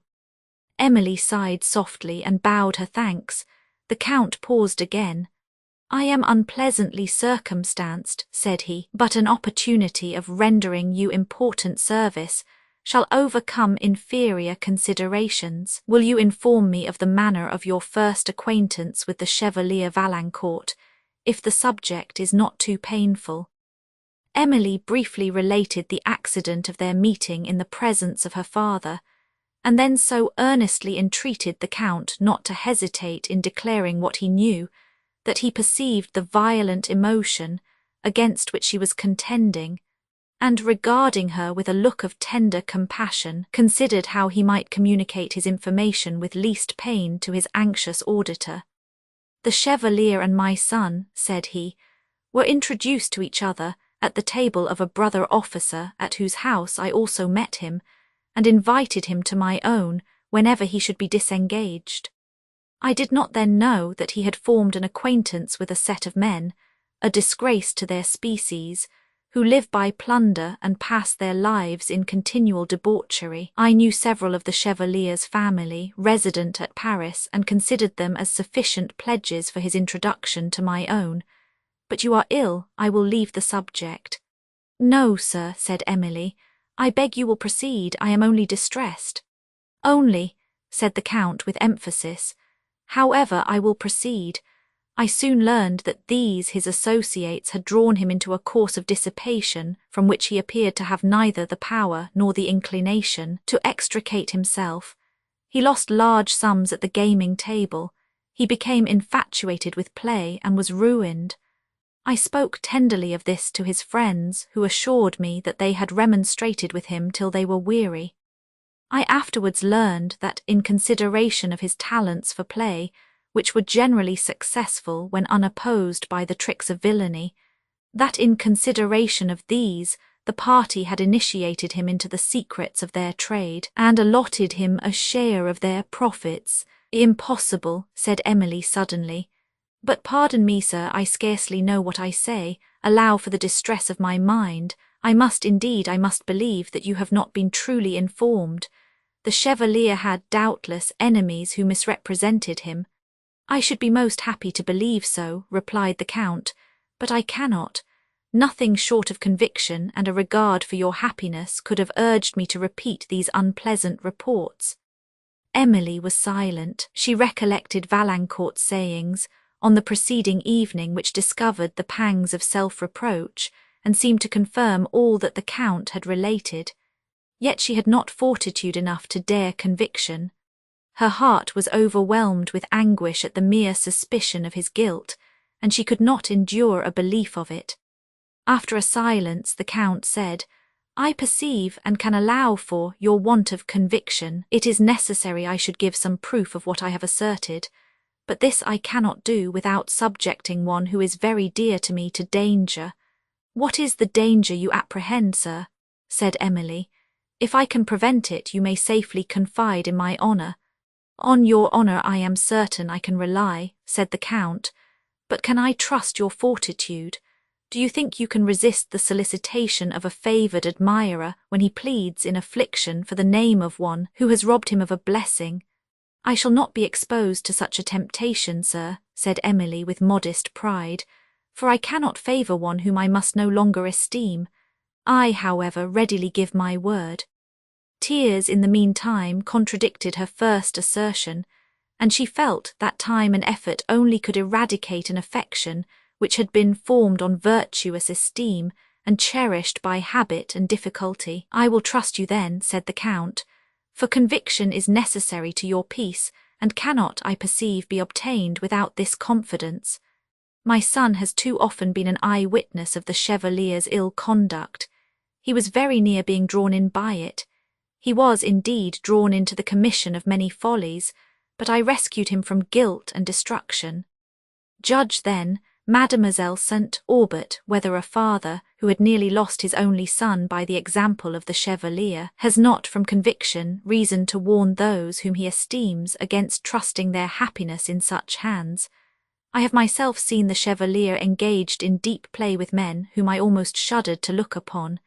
If you still doubt, I will refer you to my son."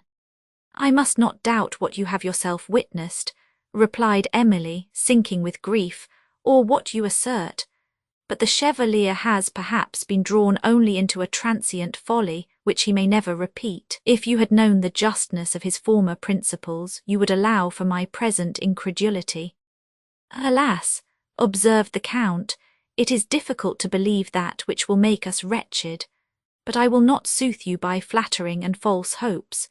We all know how fascinating the vice of gaming is, and how difficult it is also to conquer habits. The Chevalier might perhaps reform for a while, but he would soon relapse into dissipation, for I fear not only the bonds of habit would be powerful, but that his morals are corrupted. And why should I conceal from you that play is not his only vice? He appears to have a taste for every vicious pleasure." The Count hesitated and paused, while Emily endeavoured to support herself, as, with increasing perturbation, she expected what he might further say. A long pause of silence ensued, during which he was visibly agitated. At length he said, "It would be a cruel delicacy that could prevail with me to be silent, and I will inform you that the Chevalier's extravagance has brought him twice into the prisons of Paris, from whence he was last extricated, as I was told upon authority, which I cannot doubt, by a well-known Parisian countess with whom he continued to reside when I left Paris." He paused again, and, looking at Emily, perceived her countenance change, and that she was falling from the seat. He caught her, but she had fainted, and he called loudly for assistance. They were, however, beyond the hearing of his servants at the chateau, and he feared to leave her while he went thither for assistance, yet knew not how otherwise to obtain it, till a fountain at no great distance caught his eye, and he endeavoured to support Emily against the tree under which she had been sitting, while he went thither for water, but again he was perplexed, for he had nothing near him in which water could be brought. But while, with increased anxiety, he watched her, he thought he perceived in her countenance symptoms of returning life. It was long, however, before she revived, and then she found herself supported, not by the Count, but by Valancourt, who was observing her with looks of earnest apprehension, and who now spoke to her in a tone tremulous with his anxiety. At the sound of his well-known voice, she raised her eyes, but presently closed them, and a faintness again came over her. The Count, with a look somewhat stern, waved him to withdraw, but he only sighed heavily, and called on the name of Emily, as he again held the water that had been brought to her lips. On the Count's repeating his action, and accompanying it with words, Valancourt answered him with a look of deep resentment, and refused to leave the place till she should revive, or to resign her for a moment to the care of any person. In the next instant, his conscience seemed to inform him of what had been the subject of the Count's conversation with Emily, and indignation flashed in his eyes, but it was quickly repressed, and succeeded by an expression of serious anguish that induced the Count to regard him with more pity than resentment, and the view of which so much affected Emily when she again revived that she yielded to the weakness of tears. But she soon restrained them, and, exerting her resolution to appear recovered, she rose, thanked the Count and Henry with whom Valancourt had entered the garden for their care, and moved towards the chateau, without noticing Valancourt, who, heart-struck by her manner, exclaimed in a low voice, "Good God, how have I deserved this? What has been said to occasion this change? Emily, without replying but with increased emotion, quickened her steps. What has thus disordered you, Emily? Said he as he still walked by her side. Give me a few moments' conversation, I entreat you. I am very miserable. Though this was spoken in a low voice, it was overheard by the Count, who immediately replied that Mademoiselle St. Aubert was then too much indisposed to attend to any conversation, but that he would venture to promise she would see Monsieur Valancourt on the morrow if she was better. Valancourt's cheek was crimsoned. He looked haughtily at the Count, and then at Emily with successive expressions of surprise, grief, and supplication, which she could neither misunderstand nor resist, and she said languidly, "I shall be better tomorrow, and if you wish to accept the Count's permission, I will see you then." "See me!" exclaimed Valancourt as he threw a glance of mingled pride and resentment upon the Count, and then, seeming to recollect himself, he added, "But I will come. Madam, I will accept the Count's permission." When they reached the door of the chateau, he lingered a moment, for his resentment was now fled, and then, with a look so expressive of tenderness and grief that Emily's heart was not proof against it, he bade her good morning, and, bowing slightly to the Count, disappeared. Emily withdrew to her own apartment under such oppression of heart as she had seldom known, when she endeavoured to recollect all that the Count had told, to examine the probability of the circumstances he himself believed, and to consider of her future conduct towards Valancourt. But when she attempted to think, her mind refused control, and she could only feel that she was miserable. One moment she sunk under the conviction that Valancourt was no longer the same, whom she had so tenderly loved, the idea of whom had hitherto supported her under affliction and cheered her with the hope of happier days, but a fallen, a worthless character whom she must teach herself to despise. If she could not forget, then, unable to endure this terrible supposition, she rejected it, and disdained to believe him capable of conduct such as the Count had described, to whom she believed he had been misrepresented by some artful enemy. And there were moments when she even ventured to doubt the integrity of the Count himself, and to suspect that he was influenced by some selfish motive to break her connection with Valancourt. But this was the error of an instant only.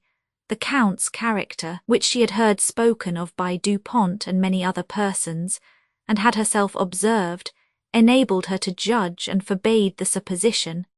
Had her confidence indeed been less, there appeared to be no temptation to betray him into conduct so treacherous and so cruel. Nor did reflection suffer her to preserve the hope that Valancourt had been misrepresented to the Count, who had said that he spoke chiefly from his own observation and from his son's experience. She must part from Valancourt, therefore, for ever, for what of either happiness or tranquillity could she expect with a man whose tastes were degenerated into low inclinations, and to whom vice was become habitual, whom she must no longer esteem, though the remembrance of what he once was, and the long habit of loving him, would render it very difficult for her to despise him.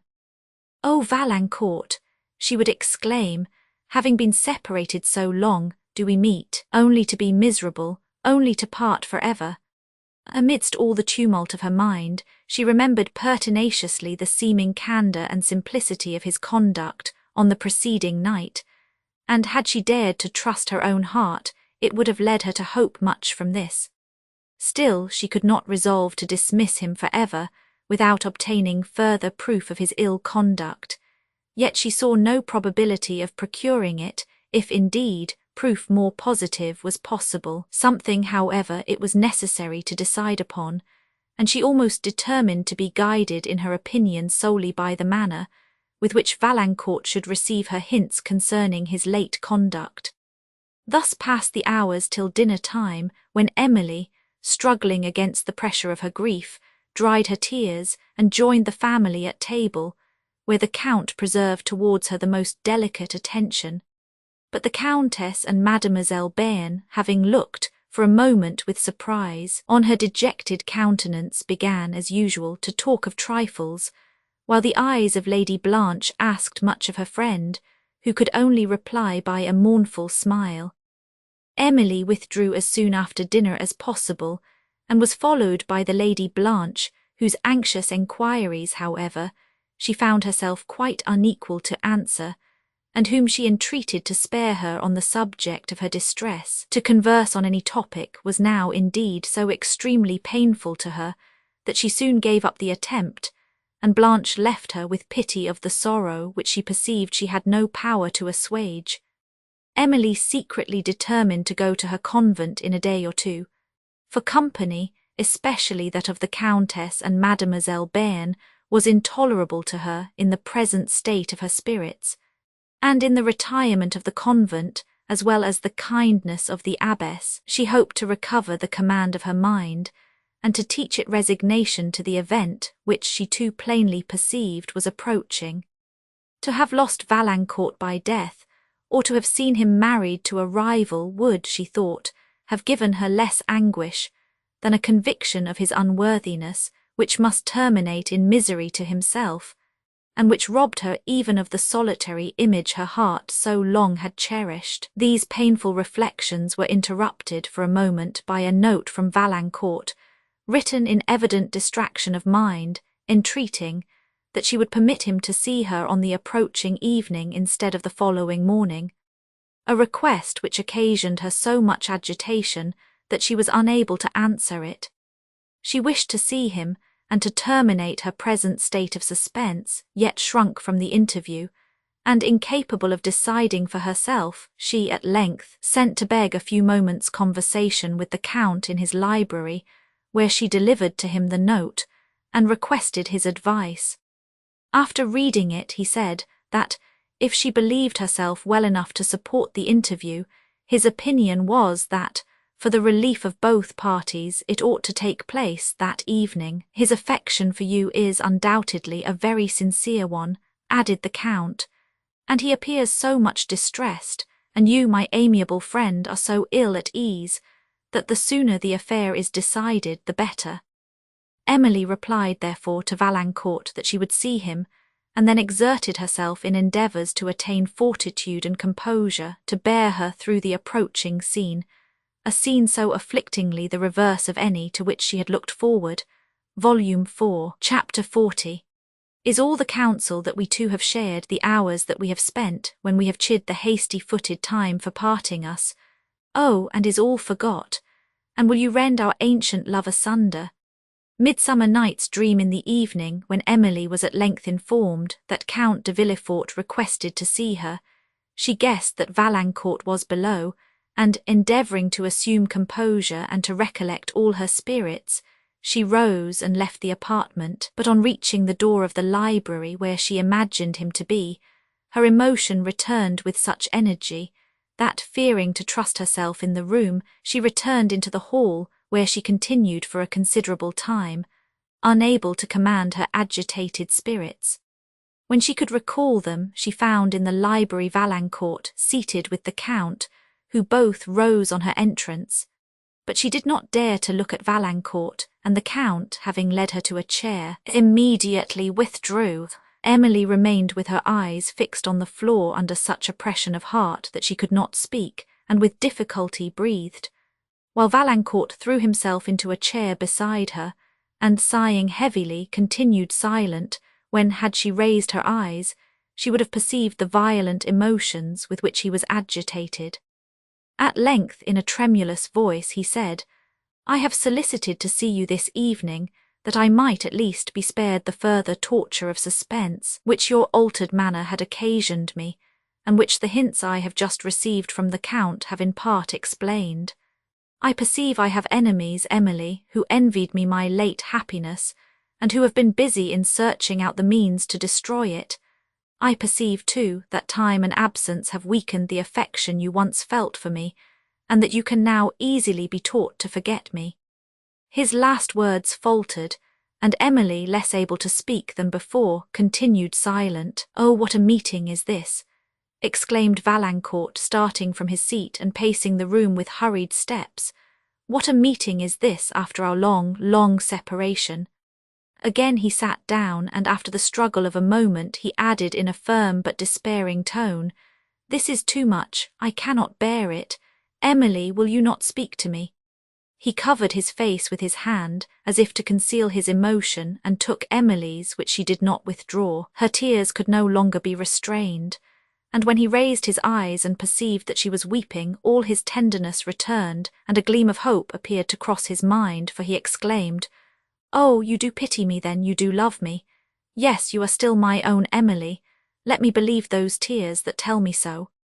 Emily now made an effort to recover her firmness, and hastily drying them, "Yes," said she, "I do pity you, I weep for you, but ought I to think of you with affection?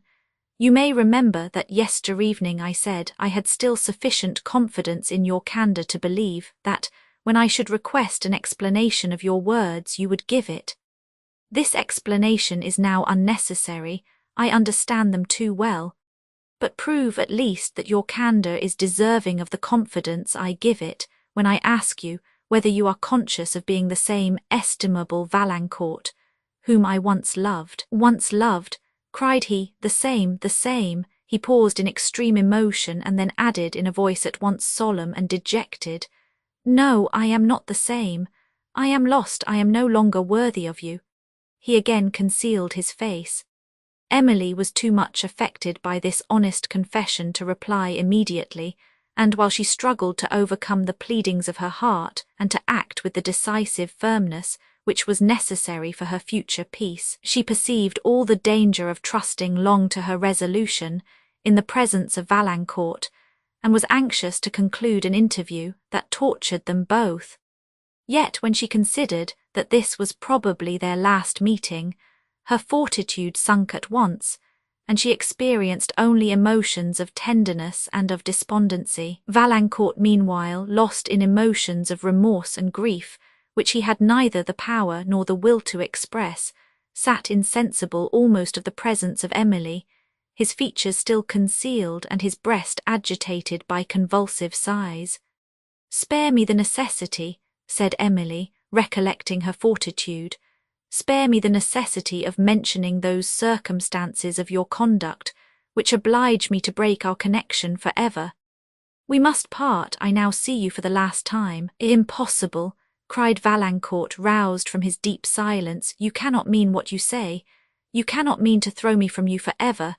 "We must part," repeated Emily with emphasis, "and that for ever. Your own conduct has made this necessary." "This is the Count's determination," said he haughtily, "not yours, and I shall enquire by what authority he interferes between us." He now rose and walked about the room in great emotion. "Let me save you from this error," said Emily, not less agitated. "It is my determination, and if you reflect a moment on your late conduct, you will perceive that my future peace requires it." "Your future peace requires that we should part for ever," said Valancourt. "How little did I ever expect to hear you say so, and how little did I expect that it would be necessary for me to say so," rejoined Emily, while her voice softened into tenderness, and her tears flowed again, "that you, Valancourt, would ever fall from my esteem." He was silent a moment, as if overwhelmed by the consciousness of no longer deserving this esteem, as well as the certainty of having lost it, and then, with impassioned grief, lamented the criminality of his late conduct and the misery to which it had reduced him, till, overcome by a recollection of the past and a conviction of the future, he burst into tears and uttered only deep and broken sighs. The remorse he had expressed and the distress he suffered could not be witnessed by Emily with indifference, and had she not called to her recollection all the circumstances of which Count de Villefort had informed her, and all he had said of the danger of confiding in repentance, formed under the influence of passion, she might perhaps have trusted to the assurances of her heart, and have forgotten his misconduct in the tenderness which that repentance excited. Valancourt, returning to the chair beside her at length, said in a calm voice, "'Tis true, I am fallen from my own esteem, but could you, Emily, so soon, so suddenly resign if you had not before ceased to love me, or if your conduct was not governed by the designs, I will say, the selfish designs of another person? Would you not otherwise be willing to hope for my reformation? And could you bear, by estranging me from you, to abandon me to misery, to myself? Emily wept aloud. No, Emily, no, you would not do this if you still loved me. You would find your own happiness in saving mine.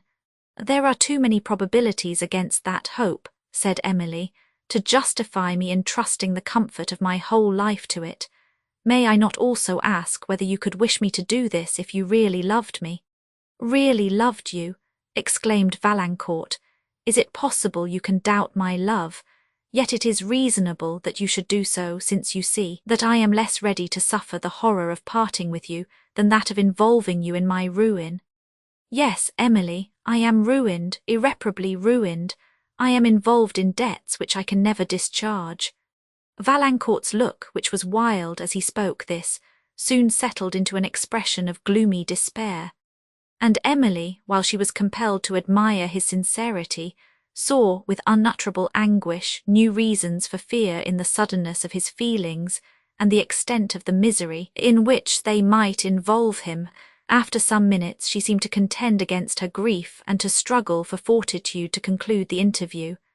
I will not prolong these moments, said she, by a conversation which can answer no good purpose. Valancourt, farewell. You are not going, said he, wildly interrupting her. You will not leave me thus. You will not abandon me even before my mind has suggested any possibility of compromise between the last indulgence of my despair and the endurance of my loss. Emily was terrified by the sternness of his look, and said in a soothing voice, You have yourself acknowledged that it is necessary we should part. If you wish that I should believe you love me, you will repeat the acknowledgment. Never, never, cried he, I was distracted when I made it. Oh, Emily, this is too much. Though you are not deceived as to my faults, you must be deluded into this exasperation against them. The Count is the barrier between us, but he shall not long remain so. You are indeed distracted, said Emily. The Count is not your enemy, on the contrary he is my friend, and that might in some degree induce you to consider him as yours. Your friend, said Valancourt hastily.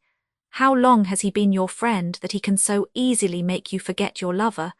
Was it he who recommended to your favour the Monsieur du Pont, who, you say, accompanied you from Italy, and who, I say, has stolen your affections? But I have no right to question you.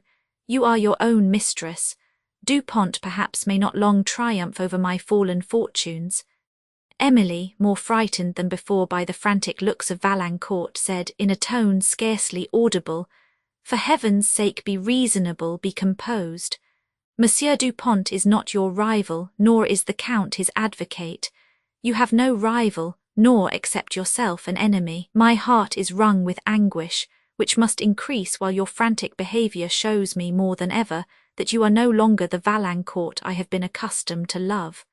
He made no reply, but sat with his arms rested on the table and his face concealed by his hands, while Emily stood, silent and trembling, wretched for herself and dreading to leave him in this state of mind. Oh, excess of misery! He suddenly exclaimed, that I can never lament my sufferings without accusing myself, nor remember you without recollecting the folly and the vice by which I have lost you. Why was I forced to Paris, and why did I yield to allurements which were to make me despicable for ever? Oh, why cannot I look back without interruption to those days of innocence and peace, the days of our early love?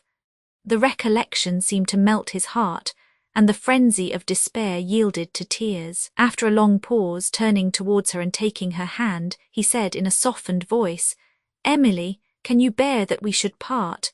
Can you resolve to give up a heart that loves you like mine?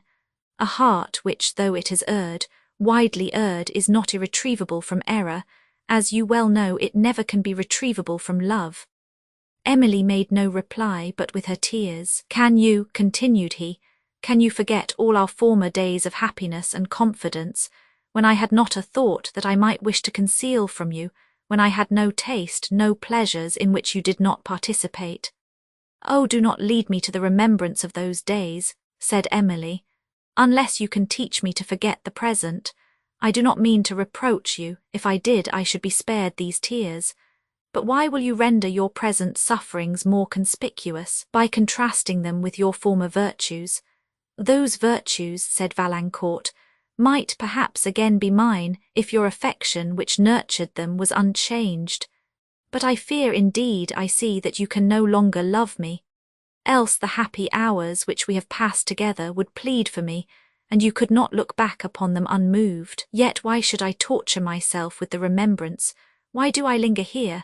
Am I not ruined? Would it not be madness to involve you in my misfortunes, even if your heart was still my own? I will not distress you further. Yet before I go, added he in a solemn voice, let me repeat that whatever may be my destiny, whatever I may be doomed to suffer, I must always love you, most fondly love you. I am going, Emily, I am going to leave you forever. As he spoke the last words, his voice trembled, and he threw himself again into the chair from which he had risen. Emily was utterly unable to leave the room or to say farewell. All impression of his criminal conduct and almost of his follies was obliterated from her mind, and she was sensible only of pity and grief. My fortitude is gone, said Valancourt at length. I can no longer even struggle to recall it. I cannot now leave you. I cannot bid you an eternal farewell. Say at least that you will see me once again. Emily's heart was somewhat relieved by the request, and she endeavoured to believe that she ought not to refuse it. Yet she was embarrassed by recollecting that she was a visitor in the house of the Count, who could not be pleased by the return of Valancourt. Other considerations, however, soon overcame this, and she granted his request on the condition that he would neither think of the Count as his enemy nor Dupont as his rival. He then left her with a heart so much lightened by this short respite that he almost lost every former sense of misfortune. Emily withdrew to her own room, that she might compose her spirits and remove the traces of her tears, which would encourage the censorious remarks of the Countess and her favourite, as well as excite the curiosity of the rest of the family. She found it, however, impossible to tranquillize her mind, from which she could not expel the remembrance of the late scene with Valancourt, or the consciousness that she was to see him again on the morrow. This meeting now appeared more terrible to her than the last, for the ingenuous confession he had made of his ill conduct and his embarrassed circumstances, with the strength and tenderness of affection which this confession discovered, had deeply impressed her, and, in spite of all she had heard and believed to his disadvantage, her esteem began to return.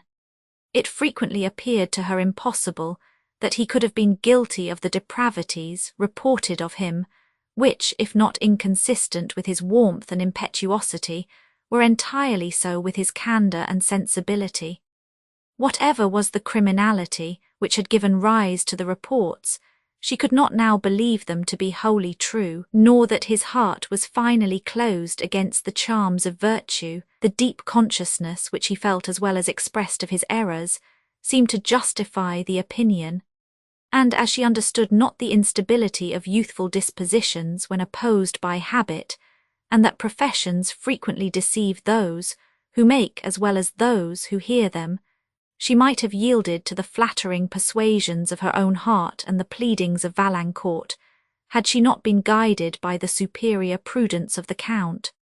He represented to her, in a clear light, the danger of her present situation, that of listening to promises of amendment made under the influence of strong passion, and the slight hope which could attach to a connection whose chance of happiness rested upon the retrieval of ruined circumstances and the reform of corrupted habits.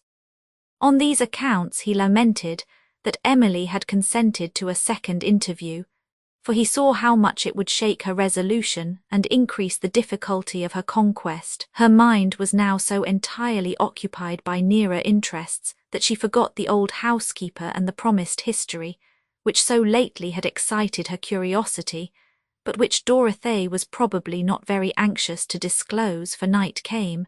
The hours passed, and she did not appear in Emily's chamber. With the latter it was a sleepless and dismal night.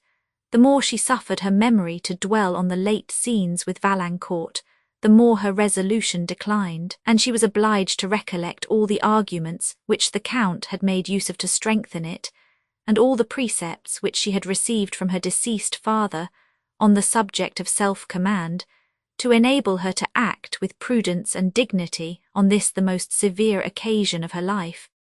There were moments when all her fortitude forsook her, and when, remembering the confidence of former times, she thought it impossible that she could renounce Valancourt. His reformation then appeared certain. The arguments of Count de Villefort were forgotten. She readily believed all she wished, and was willing to encounter any evil rather than that of an immediate separation. Thus passed the night in ineffectual struggles between affection and reason, and she rose in the morning with a mind weakened and irresolute, and a frame trembling with illness. Chapter 41. Come, weep with me, past hope, past cure, past help. Romeo and Juliet Valancourt meanwhile suffered the tortures of remorse and despair. The sight of Emily had renewed all the ardour with which he first loved her, and which had suffered a temporary abatement from absence and the passing scenes of busy life. When, on the receipt of her letter, he set out for Languedoc, he then knew that his own folly had involved him in ruin, and it was no part of his design to conceal this from her, but he lamented only the delay which his ill conduct must give to their marriage, and did not foresee that the information could induce her to break their connection for ever. While the prospect of this separation overwhelmed his mind, before stung with self-reproach, he awaited their second interview, in a state little short of distraction, yet was still inclined to hope that his pleadings might prevail upon her not to exact it. In the morning he sent to know at what hour she would see him, and his note arrived when she was with the Count, who had sought an opportunity of again conversing with her of Valancourt, for he perceived the extreme distress of her mind, and feared more than ever that her fortitude would desert her.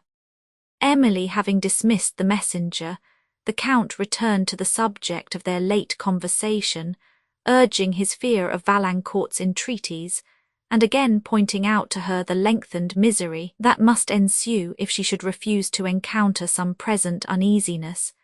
His repeated arguments could, indeed, alone have protected her from the affection she still felt for Valancourt, and she resolved to be governed by them. The hour of interview at length arrived. Emily went to it at least with composure of manner, but Valancourt was so much agitated that he could not speak for several minutes, and his first words were alternately those of lamentation, entreaty, and self-reproach. Afterward he said, "Emily, I have loved you, I do love you better than my life, but I am ruined by my own conduct. Yet I would seek to entangle you in a connection that must be miserable for you, rather than subject myself to the punishment which is my due, the loss of you. I am a wretch, but I will be a villain no longer. I will not endeavour to shake your resolution by the pleadings of a selfish passion. I resign you, Emily, and will endeavour to find consolation in considering that though I am miserable, you at least may be happy. The merit of the sacrifice is indeed not my own, for I should never have attained strength of mind to surrender you if your prudence had not demanded it." He paused a moment, while Emily attempted to conceal the tears which came to her eyes. She would have said, "You speak now as you were wont to do," but she checked herself. "Forgive me, Emily," said he. "All the sufferings I have occasioned you, and sometimes when you think of the wretched Valancourt, remember that his only consolation would be to believe that you are no longer unhappy by his folly." The tears now fell fast upon her cheek, and he was relapsing into the frenzy of despair, when Emily endeavoured to recall her fortitude and to terminate an interview, which only seemed to increase the distress of both. Perceiving her tears and that she was rising to go, Valancourt struggled once more to overcome his own feelings and to soothe hers. "The remembrance of this sorrow," said he, "shall in future be my protection. Oh, never again will example or temptation have power to seduce me to evil, exalted as I shall be by the recollection of your grief for me." Emily was somewhat comforted by this assurance. "We are now parting for ever," said she, But if my happiness is dear to you, you will always remember that nothing can contribute to it more than to believe that you have recovered your own esteem." Valancourt took her hand. His eyes were covered with tears, and the farewell he would have spoken was lost in sighs. After a few moments, Emily said with difficulty and emotion, "Farewell, Valancourt, may you be happy." She repeated her farewell, and attempted to withdraw her hand, but he still held it and bathed it with his tears. "Why prolong these moments?" said Emily in a voice scarcely audible. "They are too painful to us both." "This is too much," exclaimed Valancourt, resigning her hand and throwing himself into a chair, where he covered his face with his hands and was overcome for some moments by convulsive sighs. After a long pause, during which Emily wept in silence, and Valancourt seemed struggling with his grief, she again rose to take leave of him. Then, endeavouring to recover his composure, "I am again afflicting you," said he, "but let the anguish I suffer plead for me." He then added, in a solemn voice which frequently trembled with the agitation of his heart, "Farewell, Emily, you will always be the only object of my tenderness. Sometimes you will think of the unhappy Valancourt, and it will be with pity, though it may not be with esteem. Oh, what is the whole world to me without you, without your esteem?" He checked himself. "I am falling again into the error I have just lamented. I must not intrude longer upon your patience, or I shall relapse into despair." He once more bade Emily adieu, pressed her hand to his lips, looked at her for the last time, and hurried out of the room. Emily remained in the chair where he had left her, oppressed with a pain at her heart which scarcely permitted her to breathe, and listening to his departing steps, sinking fainter and fainter as he crossed the hall. She was at length roused by the voice of the Countess in the garden, and her attention being then awakened, the first object which struck her sight was the vacant chair where Valancourt had sat. The tears, which had been for some time repressed by the kind of astonishment that followed his departure, now came to her relief, and she was at length sufficiently composed to return to her own room. Chapter 42. "This is no mortal business, nor no sound that the earth owes." Shakespeare. We now return to the mention of Montoni, whose rage and disappointment were soon lost in nearer interests than any which the unhappy Emily had awakened. His depredations having exceeded their usual limits, and reached an extent at which neither the timidity of the then commercial Senate of Venice, nor their hope of his occasional assistance would permit them to connive, the same effort, it was resolved, should complete the suppression of his power and the correction of his outrages.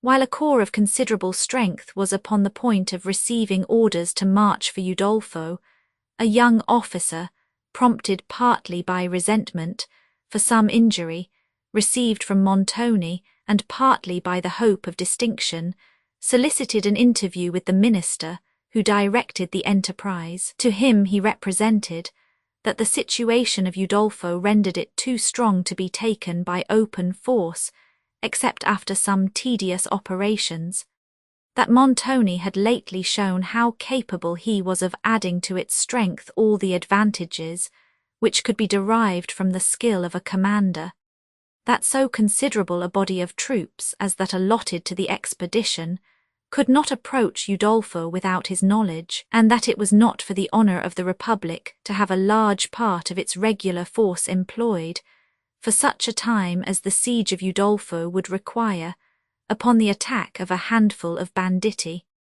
The object of the expedition, he thought, might be accomplished much more safely and speedily by mingling contrivance with force. It was possible to meet Montoni and his party without their walls and to attack them then, or by approaching the fortress with the secrecy consistent with the march of smaller bodies of troops, to take advantage either of the treachery or negligence of some of his party, and to rush unexpectedly upon the whole even in the castle of Udolpho. This advice was seriously attended to, and the officer who gave it received the command of the troops demanded for his purpose. His first efforts were accordingly those of contrivance alone. In the neighbourhood of Udolpho he waited, till he had secured the assistance of several of the condottieri, of whom he found none that he addressed, unwilling to punish their imperious master and to secure their own pardon from the Senate. He learned also the number of Montoni's troops, and that it had been much increased since his late successes. The conclusion of his plan was soon effected, having returned with his party, who received the watchword and other assistance from their friends within.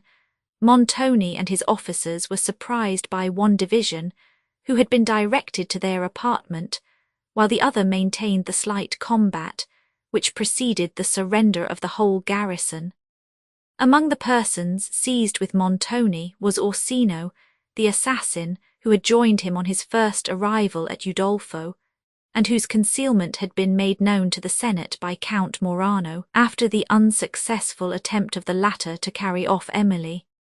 It was, indeed, partly for the purpose of capturing this man, by whom one of the Senate had been murdered, that the expedition was undertaken, and its success was so acceptable to them that Morano was instantly released, notwithstanding the political suspicions which Montoni, by his secret accusation, had excited against him. The celerity and ease with which this whole transaction was completed prevented it from attracting curiosity, or even from obtaining a place in any of the published records of that time, so that Emily, who remained in Languedoc, was ignorant of the defeat and signal humiliation of her late persecutor.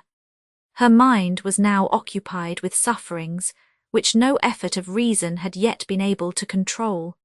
Count de Villefort, who sincerely attempted whatever benevolence could suggest for softening them, sometimes allowed her the solitude she wished for, sometimes led her into friendly parties, and constantly protected her, as much as possible, from the shrewd enquiries and critical conversation of the Countess. He often invited her to make excursions with him and his daughter, during which he conversed entirely on questions suitable to her taste without appearing to consult it, and thus endeavoured gradually to withdraw her from the subject of her grief and to awake other interests in her mind. Emily, to whom he appeared as the enlightened friend and protector of her youth, soon felt for him the tender affection of a daughter, and her heart expanded to her young friend Blanche as to a sister, whose kindness and simplicity compensated for the want of more brilliant qualities. It was long before she could sufficiently abstract her mind from Valancourt to listen to the story, promised by old Dorothée, concerning which her curiosity had once been so deeply interested. But Dorothée at length reminded her of it, and Emily desired that she would come that night to her chamber. Still her thoughts were employed by considerations which weakened her curiosity, and Dorothee's tap at the door soon after 12 surprised her almost as much as if it had not been appointed. "I am come at last, lady," said she. "I wonder what it is makes my old limbs shake so tonight. I thought once or twice I should have dropped as I was a-coming."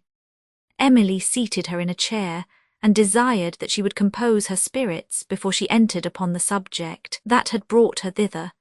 "Alas," said Dorothée, "it is thinking of that, I believe, which has disturbed me so. In my way hither, too, I passed the chamber where my dear lady died, and everything was so still and gloomy about me that I almost fancied I saw her as she appeared upon her death-bed." Emily now drew her chair near to Dorothée, who went on, "It is about 20 years since my Lady Marchioness came a bride to the Château. Oh, I well remember how she looked when she came into the great hall, where we servants were all assembled to welcome her, and how happy my Lord the Marquis seemed. Ah, who would have thought then? But, as I was saying, ma'amselle, I thought the Marchioness, with all her sweet looks, did not look happy at heart, and so I told my husband, and he said it was all fancy. So I said no more, but I made my remarks for all that.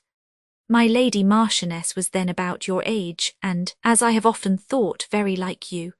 Well, my Lord the Marquis kept open house for a long time, and gave such entertainments, and there were such gay doings as have never been in the Château since. I was younger, ma'amselle, then than I am now, and was as gay at the best of them. I remember I danced with Philip the butler in a pink gown with yellow ribbons and a coif not such as they wear now, but plaited high with ribbons all about it. It was very becoming truly. My lord, the Marquis, noticed me. He was a good-natured gentleman then, who would have thought that he— But the Marchioness Dorothée, said Emily, you were telling me of her. Oh yes, my Lady Marchioness, I thought she did not seem happy at heart, and once, soon after the marriage, I caught her crying in her chamber, but when she saw me she dried her eyes and pretended to smile. I did not dare then to ask what was the matter, but the next time I saw her crying I did, and she seemed displeased, so I said no more. I found out some time after how it was. Her father, it seems, had commanded her to marry my lord the Marquis for his money, and there was another nobleman or else a chevalier that she liked better and that was very fond of her, and she fretted for the loss of him, I fancy, but she never told me so. My lady always tried to conceal her tears from the Marquis, for I have often seen her, after she has been so sorrowful, look so calm and sweet when he came into the room. But my lord, all of a sudden, grew gloomy and fretful, and very unkind sometimes to my lady. This afflicted her very much, as I saw, for she never complained, and she used to try so sweetly to oblige him and to bring him into a good humour that my heart has often ached to see it. But he used to be stubborn and give her harsh answers, and then when she found it all in vain she would go to her own room and cry so. I used to hear her in the ante-room, poor dear lady, but I seldom ventured to go to her. I used sometimes to think my lord was jealous. To be sure, my lady was greatly admired, but she was too good to deserve suspicion. Among the many chevaliers that visited at the chateau there was one that I always thought seemed just suited for my lady. He was so courteous, yet so spirited, and there was such a grace, as it were, in all he did or said. I always observed that whenever he had been there the Marquis was more gloomy and my lady more thoughtful, and it came into my head that this was the chevalier she ought to have married, but I never could learn for certain. What was the chevalier's name, Dorothée? Said Emily. Why, that I will not tell even to you, ma'amselle, for evil may come of it. I once heard from a person who is since dead that the Marchioness was not in law the wife of the Marquis, for that she had before been privately married to the gentleman she was so much attached to, and was afterwards afraid to own it to her father, who was a very stern man. But this seems very unlikely, and I never gave much faith to it. As I was saying, the Marquis was most out of humour, as I thought, when the chevalier I spoke of had been at the chateau, and at last his ill treatment of my lady made her quite miserable. He would see hardly any visitors at the castle, and made her live almost by herself. I was her constant attendant, and saw all she suffered, but still, she never complained. After matters had gone on thus for near a year, my lady was taken ill, and I thought her long fretting had made her so, but alas, I fear it was worse than that. Worse, Dorothée, said Emily, can that be possible? I fear it was so, madam. There were strange appearances, but I will only tell what happened. My lord the Marquis— Hush, Dorothée, what sounds were those? Said Emily. Dorothée changed countenance, and while they both listened they heard on the stillness of the night music of uncommon sweetness. I have surely heard that voice before, said Emily at length. I have often heard it, and at this same hour, said Dorothée solemnly, and if spirits ever bring music, that is surely the music of one. Emily, as the sounds drew nearer, knew them to be the same she had formerly heard at the time of her father's death, and whether it was the remembrance they now revived of that melancholy event, or that she was struck with superstitious awe, it is certain she was so much affected that she had nearly fainted. I think I once told you, madam, said Dorothée, that I first heard this music soon after my lady's death. I well remember the night. Hark, it comes again, said Emily. Let us open the window and listen. They did so, but soon the sounds floated gradually away into distance, and all was again still.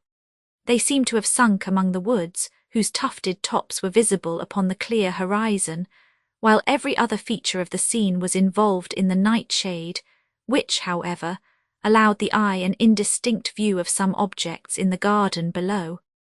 As Emily leaned on the window, gazing with a kind of thrilling awe upon the obscurity beneath, and then upon the cloudless arch above, enlightened only by the stars, Dorothée in a low voice resumed her narrative. "I was saying, ma'amselle, that I well remember when first I heard that music. It was one night, soon after my lady's death, that I had sat up later than usual, and I don't know how it was, but I had been thinking a great deal about my poor mistress, and of the sad scene I had lately witnessed. The chateau was quite still, and I was in the chamber at a good distance from the rest of the servants, and this, with the mournful things I had been thinking of, I suppose, made me low-spirited, for I felt very lonely and forlorn as it were, and listened often, wishing to hear a sound in the chateau, for you know, ma'amselle, when one can hear people moving, one does not so much mind about one's fears.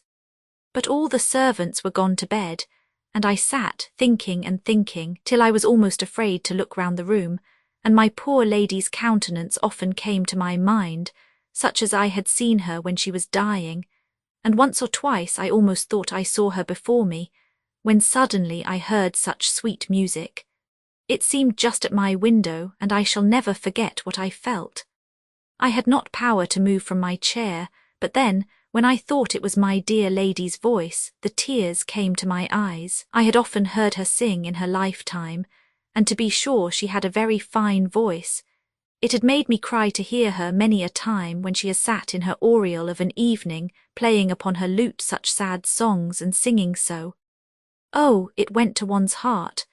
I have listened in the ante-chamber for the hour together, and she would sometimes sit playing with the window open when it was summer time, till it was quite dark, and when I have gone in to shut it, she has hardly seemed to know what hour it was. But as I said, madam, continued Dorothée, when first I heard the music that came just now, I thought it was my late lady's, and I have often thought so again when I have heard it, as I have done at intervals ever since. Sometimes many months have gone by, but still it has returned. It is extraordinary, observed Emily, that no person has yet discovered the musician. Ay, ma'amselle, if it had been anything earthly it would have been discovered long ago, but who could have courage to follow a spirit, and if they had, what good could it do? For spirits, you know, ma'am, can take any shape or no shape, and they will be here one minute, and the next perhaps in a quite different place. Pray resume your story of the Marchioness, said Emily, and acquaint me with the manner of her death. I will, ma'am, said Dorothée, but shall we leave the window? This cool air refreshes me, replied Emily, and I love to hear it creep along the woods, and to look upon this dusky landscape. You were speaking of my lord the Marquis when the music interrupted us. Yes, madam, my lord the Marquis became more and more gloomy, and my lady grew worse and worse, till one night she was taken very ill indeed. I was called up, and when I came to her bedside I was shocked to see her countenance, it was so changed. She looked piteously up at me, and desired I would call the Marquis again, for he was not yet come, and tell him she had something particular to say to him. At last he came, and he did, to be sure, seem very sorry to see her, but he said very little. My lady told him she felt herself to be dying, and wished to speak with him alone, and then I left the room, but I shall never forget his look as I went. When I returned, I ventured to remind my lord about sending for a doctor, for I supposed he had forgot to do so in his grief, but my lady said it was then too late. But my lord, so far from thinking so, seemed to think light of her disorder, till she was seized with such terrible pains. Oh, I never shall forget her shriek. My lord then sent off a man and horse for the doctor, and walked about the room and all over the chateau in the greatest distress, and I stayed by my dear lady, and did what I could to ease her sufferings. She had intervals of ease, and in one of these she sent for my lord again. When he came I was going, but she desired I would not leave her. Oh, I shall never forget what a scene passed. I can hardly bear to think of it now. My lord was almost distracted, for my lady behaved with so much goodness, and took such pains to comfort him, that, if he ever had suffered a suspicion to enter his head, he must now have been convinced he was wrong, and to be sure he did seem to be overwhelmed with the thought of his treatment of her, and this affected her so much that she fainted away. We then got my lord out of the room. He went into his library and threw himself on the floor, and there he stayed and would hear no reason that was talked to him. When my lady recovered, she enquired for him, but afterwards said she could not bear to see his grief, and desired we would let her die quietly. She died in my arms, ma'amselle, and she went off as peacefully as a child, for all the violence of her disorder was past. Dorothée paused and wept, and Emily wept with her, for she was much affected by the goodness of the late Marchioness, and by the meek patience with which she had suffered. When the doctor came, resumed Dorothée, alas, he came too late. He appeared greatly shocked to see her, for soon after her death a frightful blackness spread all over her face. When he had sent the attendants out of the room, he asked me several odd questions about the Marchioness, particularly concerning the manner in which she had been seized, and he often shook his head at my answers and seemed to mean more than he chose to say. But I understood him too well. However, I kept my remarks to myself, and only told them to my husband, who bade me hold my tongue. Some of the other servants, however, suspected what I did, and strange reports were whispered about the neighbourhood, but nobody dared to make any stir about them. When my lord heard that my lady was dead, he shut himself up and would see nobody but the doctor, who used to be with him alone, sometimes for an hour together. And after that the doctor never talked with me again about my lady. When she was buried in the church of the convent, at a little distance yonder, if the moon was up you might see the towers here, ma'amselle, all my lord's vassals followed the funeral, and there was not a dry eye among them, for she had done a deal of good among the poor. My lord the Marquis, I never saw anybody so melancholy as he was afterwards, and sometimes he would be in such fits of violence that we almost thought he had lost his senses. He did not stay long at the chateau, but joined his regiment, and soon after all the servants except my husband and I received notice to go, for my lord went to the wars. I never saw him after, for he would not return to the chateau, though it is such a fine place, and never finished those fine rooms he was building on the west side of it, and it has in a manner been shut up ever since, till my lord the Count came here. The death of the Marchioness appears extraordinary, said Emily, who was anxious to know more than she dared to ask. Yes, madam, replied Dorothée, it was extraordinary. I have told you all I saw, and you may easily guess what I think. I cannot say more, because I would not spread reports that might offend my lord the Count. You are very right, said Emily. Where did the Marquis die? In the north of France, I believe, ma'amselle, replied Dorothée. I was very glad when I heard my lord the Count was coming, for this had been a sad, desolate place these many years, and we heard such strange noises, sometimes after my lady's death, that, as I told you before, my husband and I left it for a neighbouring cottage. And now, lady, I have told you all this sad history and all my thoughts, and you have promised, you know, never to give the least hint about it. I have, said Emily, and I will be faithful to my promise, Dorothée. What you have told has interested me more than you can imagine. I only wish I could prevail upon you to tell the name of the Chevalier, whom you thought so deserving of the Marchioness. Dorothée, however, steadily refused to do this, and then returned to the notice of Emily's likeness to the late Marchioness. There is another picture of her, added she, hanging in a room of the suite which was shut up. It was drawn, as I have heard, before she was married, and is much more like you than the miniature. When Emily expressed a strong desire to see this, Dorothée replied that she did not like to open those rooms, but Emily reminded her that the Count had talked the other day of ordering them to be opened, of which Dorothée seemed to consider much, and then she owned that she should feel less if she went into them with Emily first than otherwise, and at length promised to show the picture. The night was too far advanced, and Emily was too much affected by the narrative of the scenes which had passed in those apartments to wish to visit them at this hour, but she requested that Dorothée would return on the following night, when they were not likely to be observed, and conduct her thither. Besides her wish to examine the portrait, She felt a thrilling curiosity to see the chamber in which the Marchioness had died, and which Dorothée had said remained with the bed and furniture, just as when the corpse was removed for interment. The solemn emotions which the expectation of viewing such a scene had awakened were in unison with the present tone of her mind, depressed by severe disappointment. Cheerful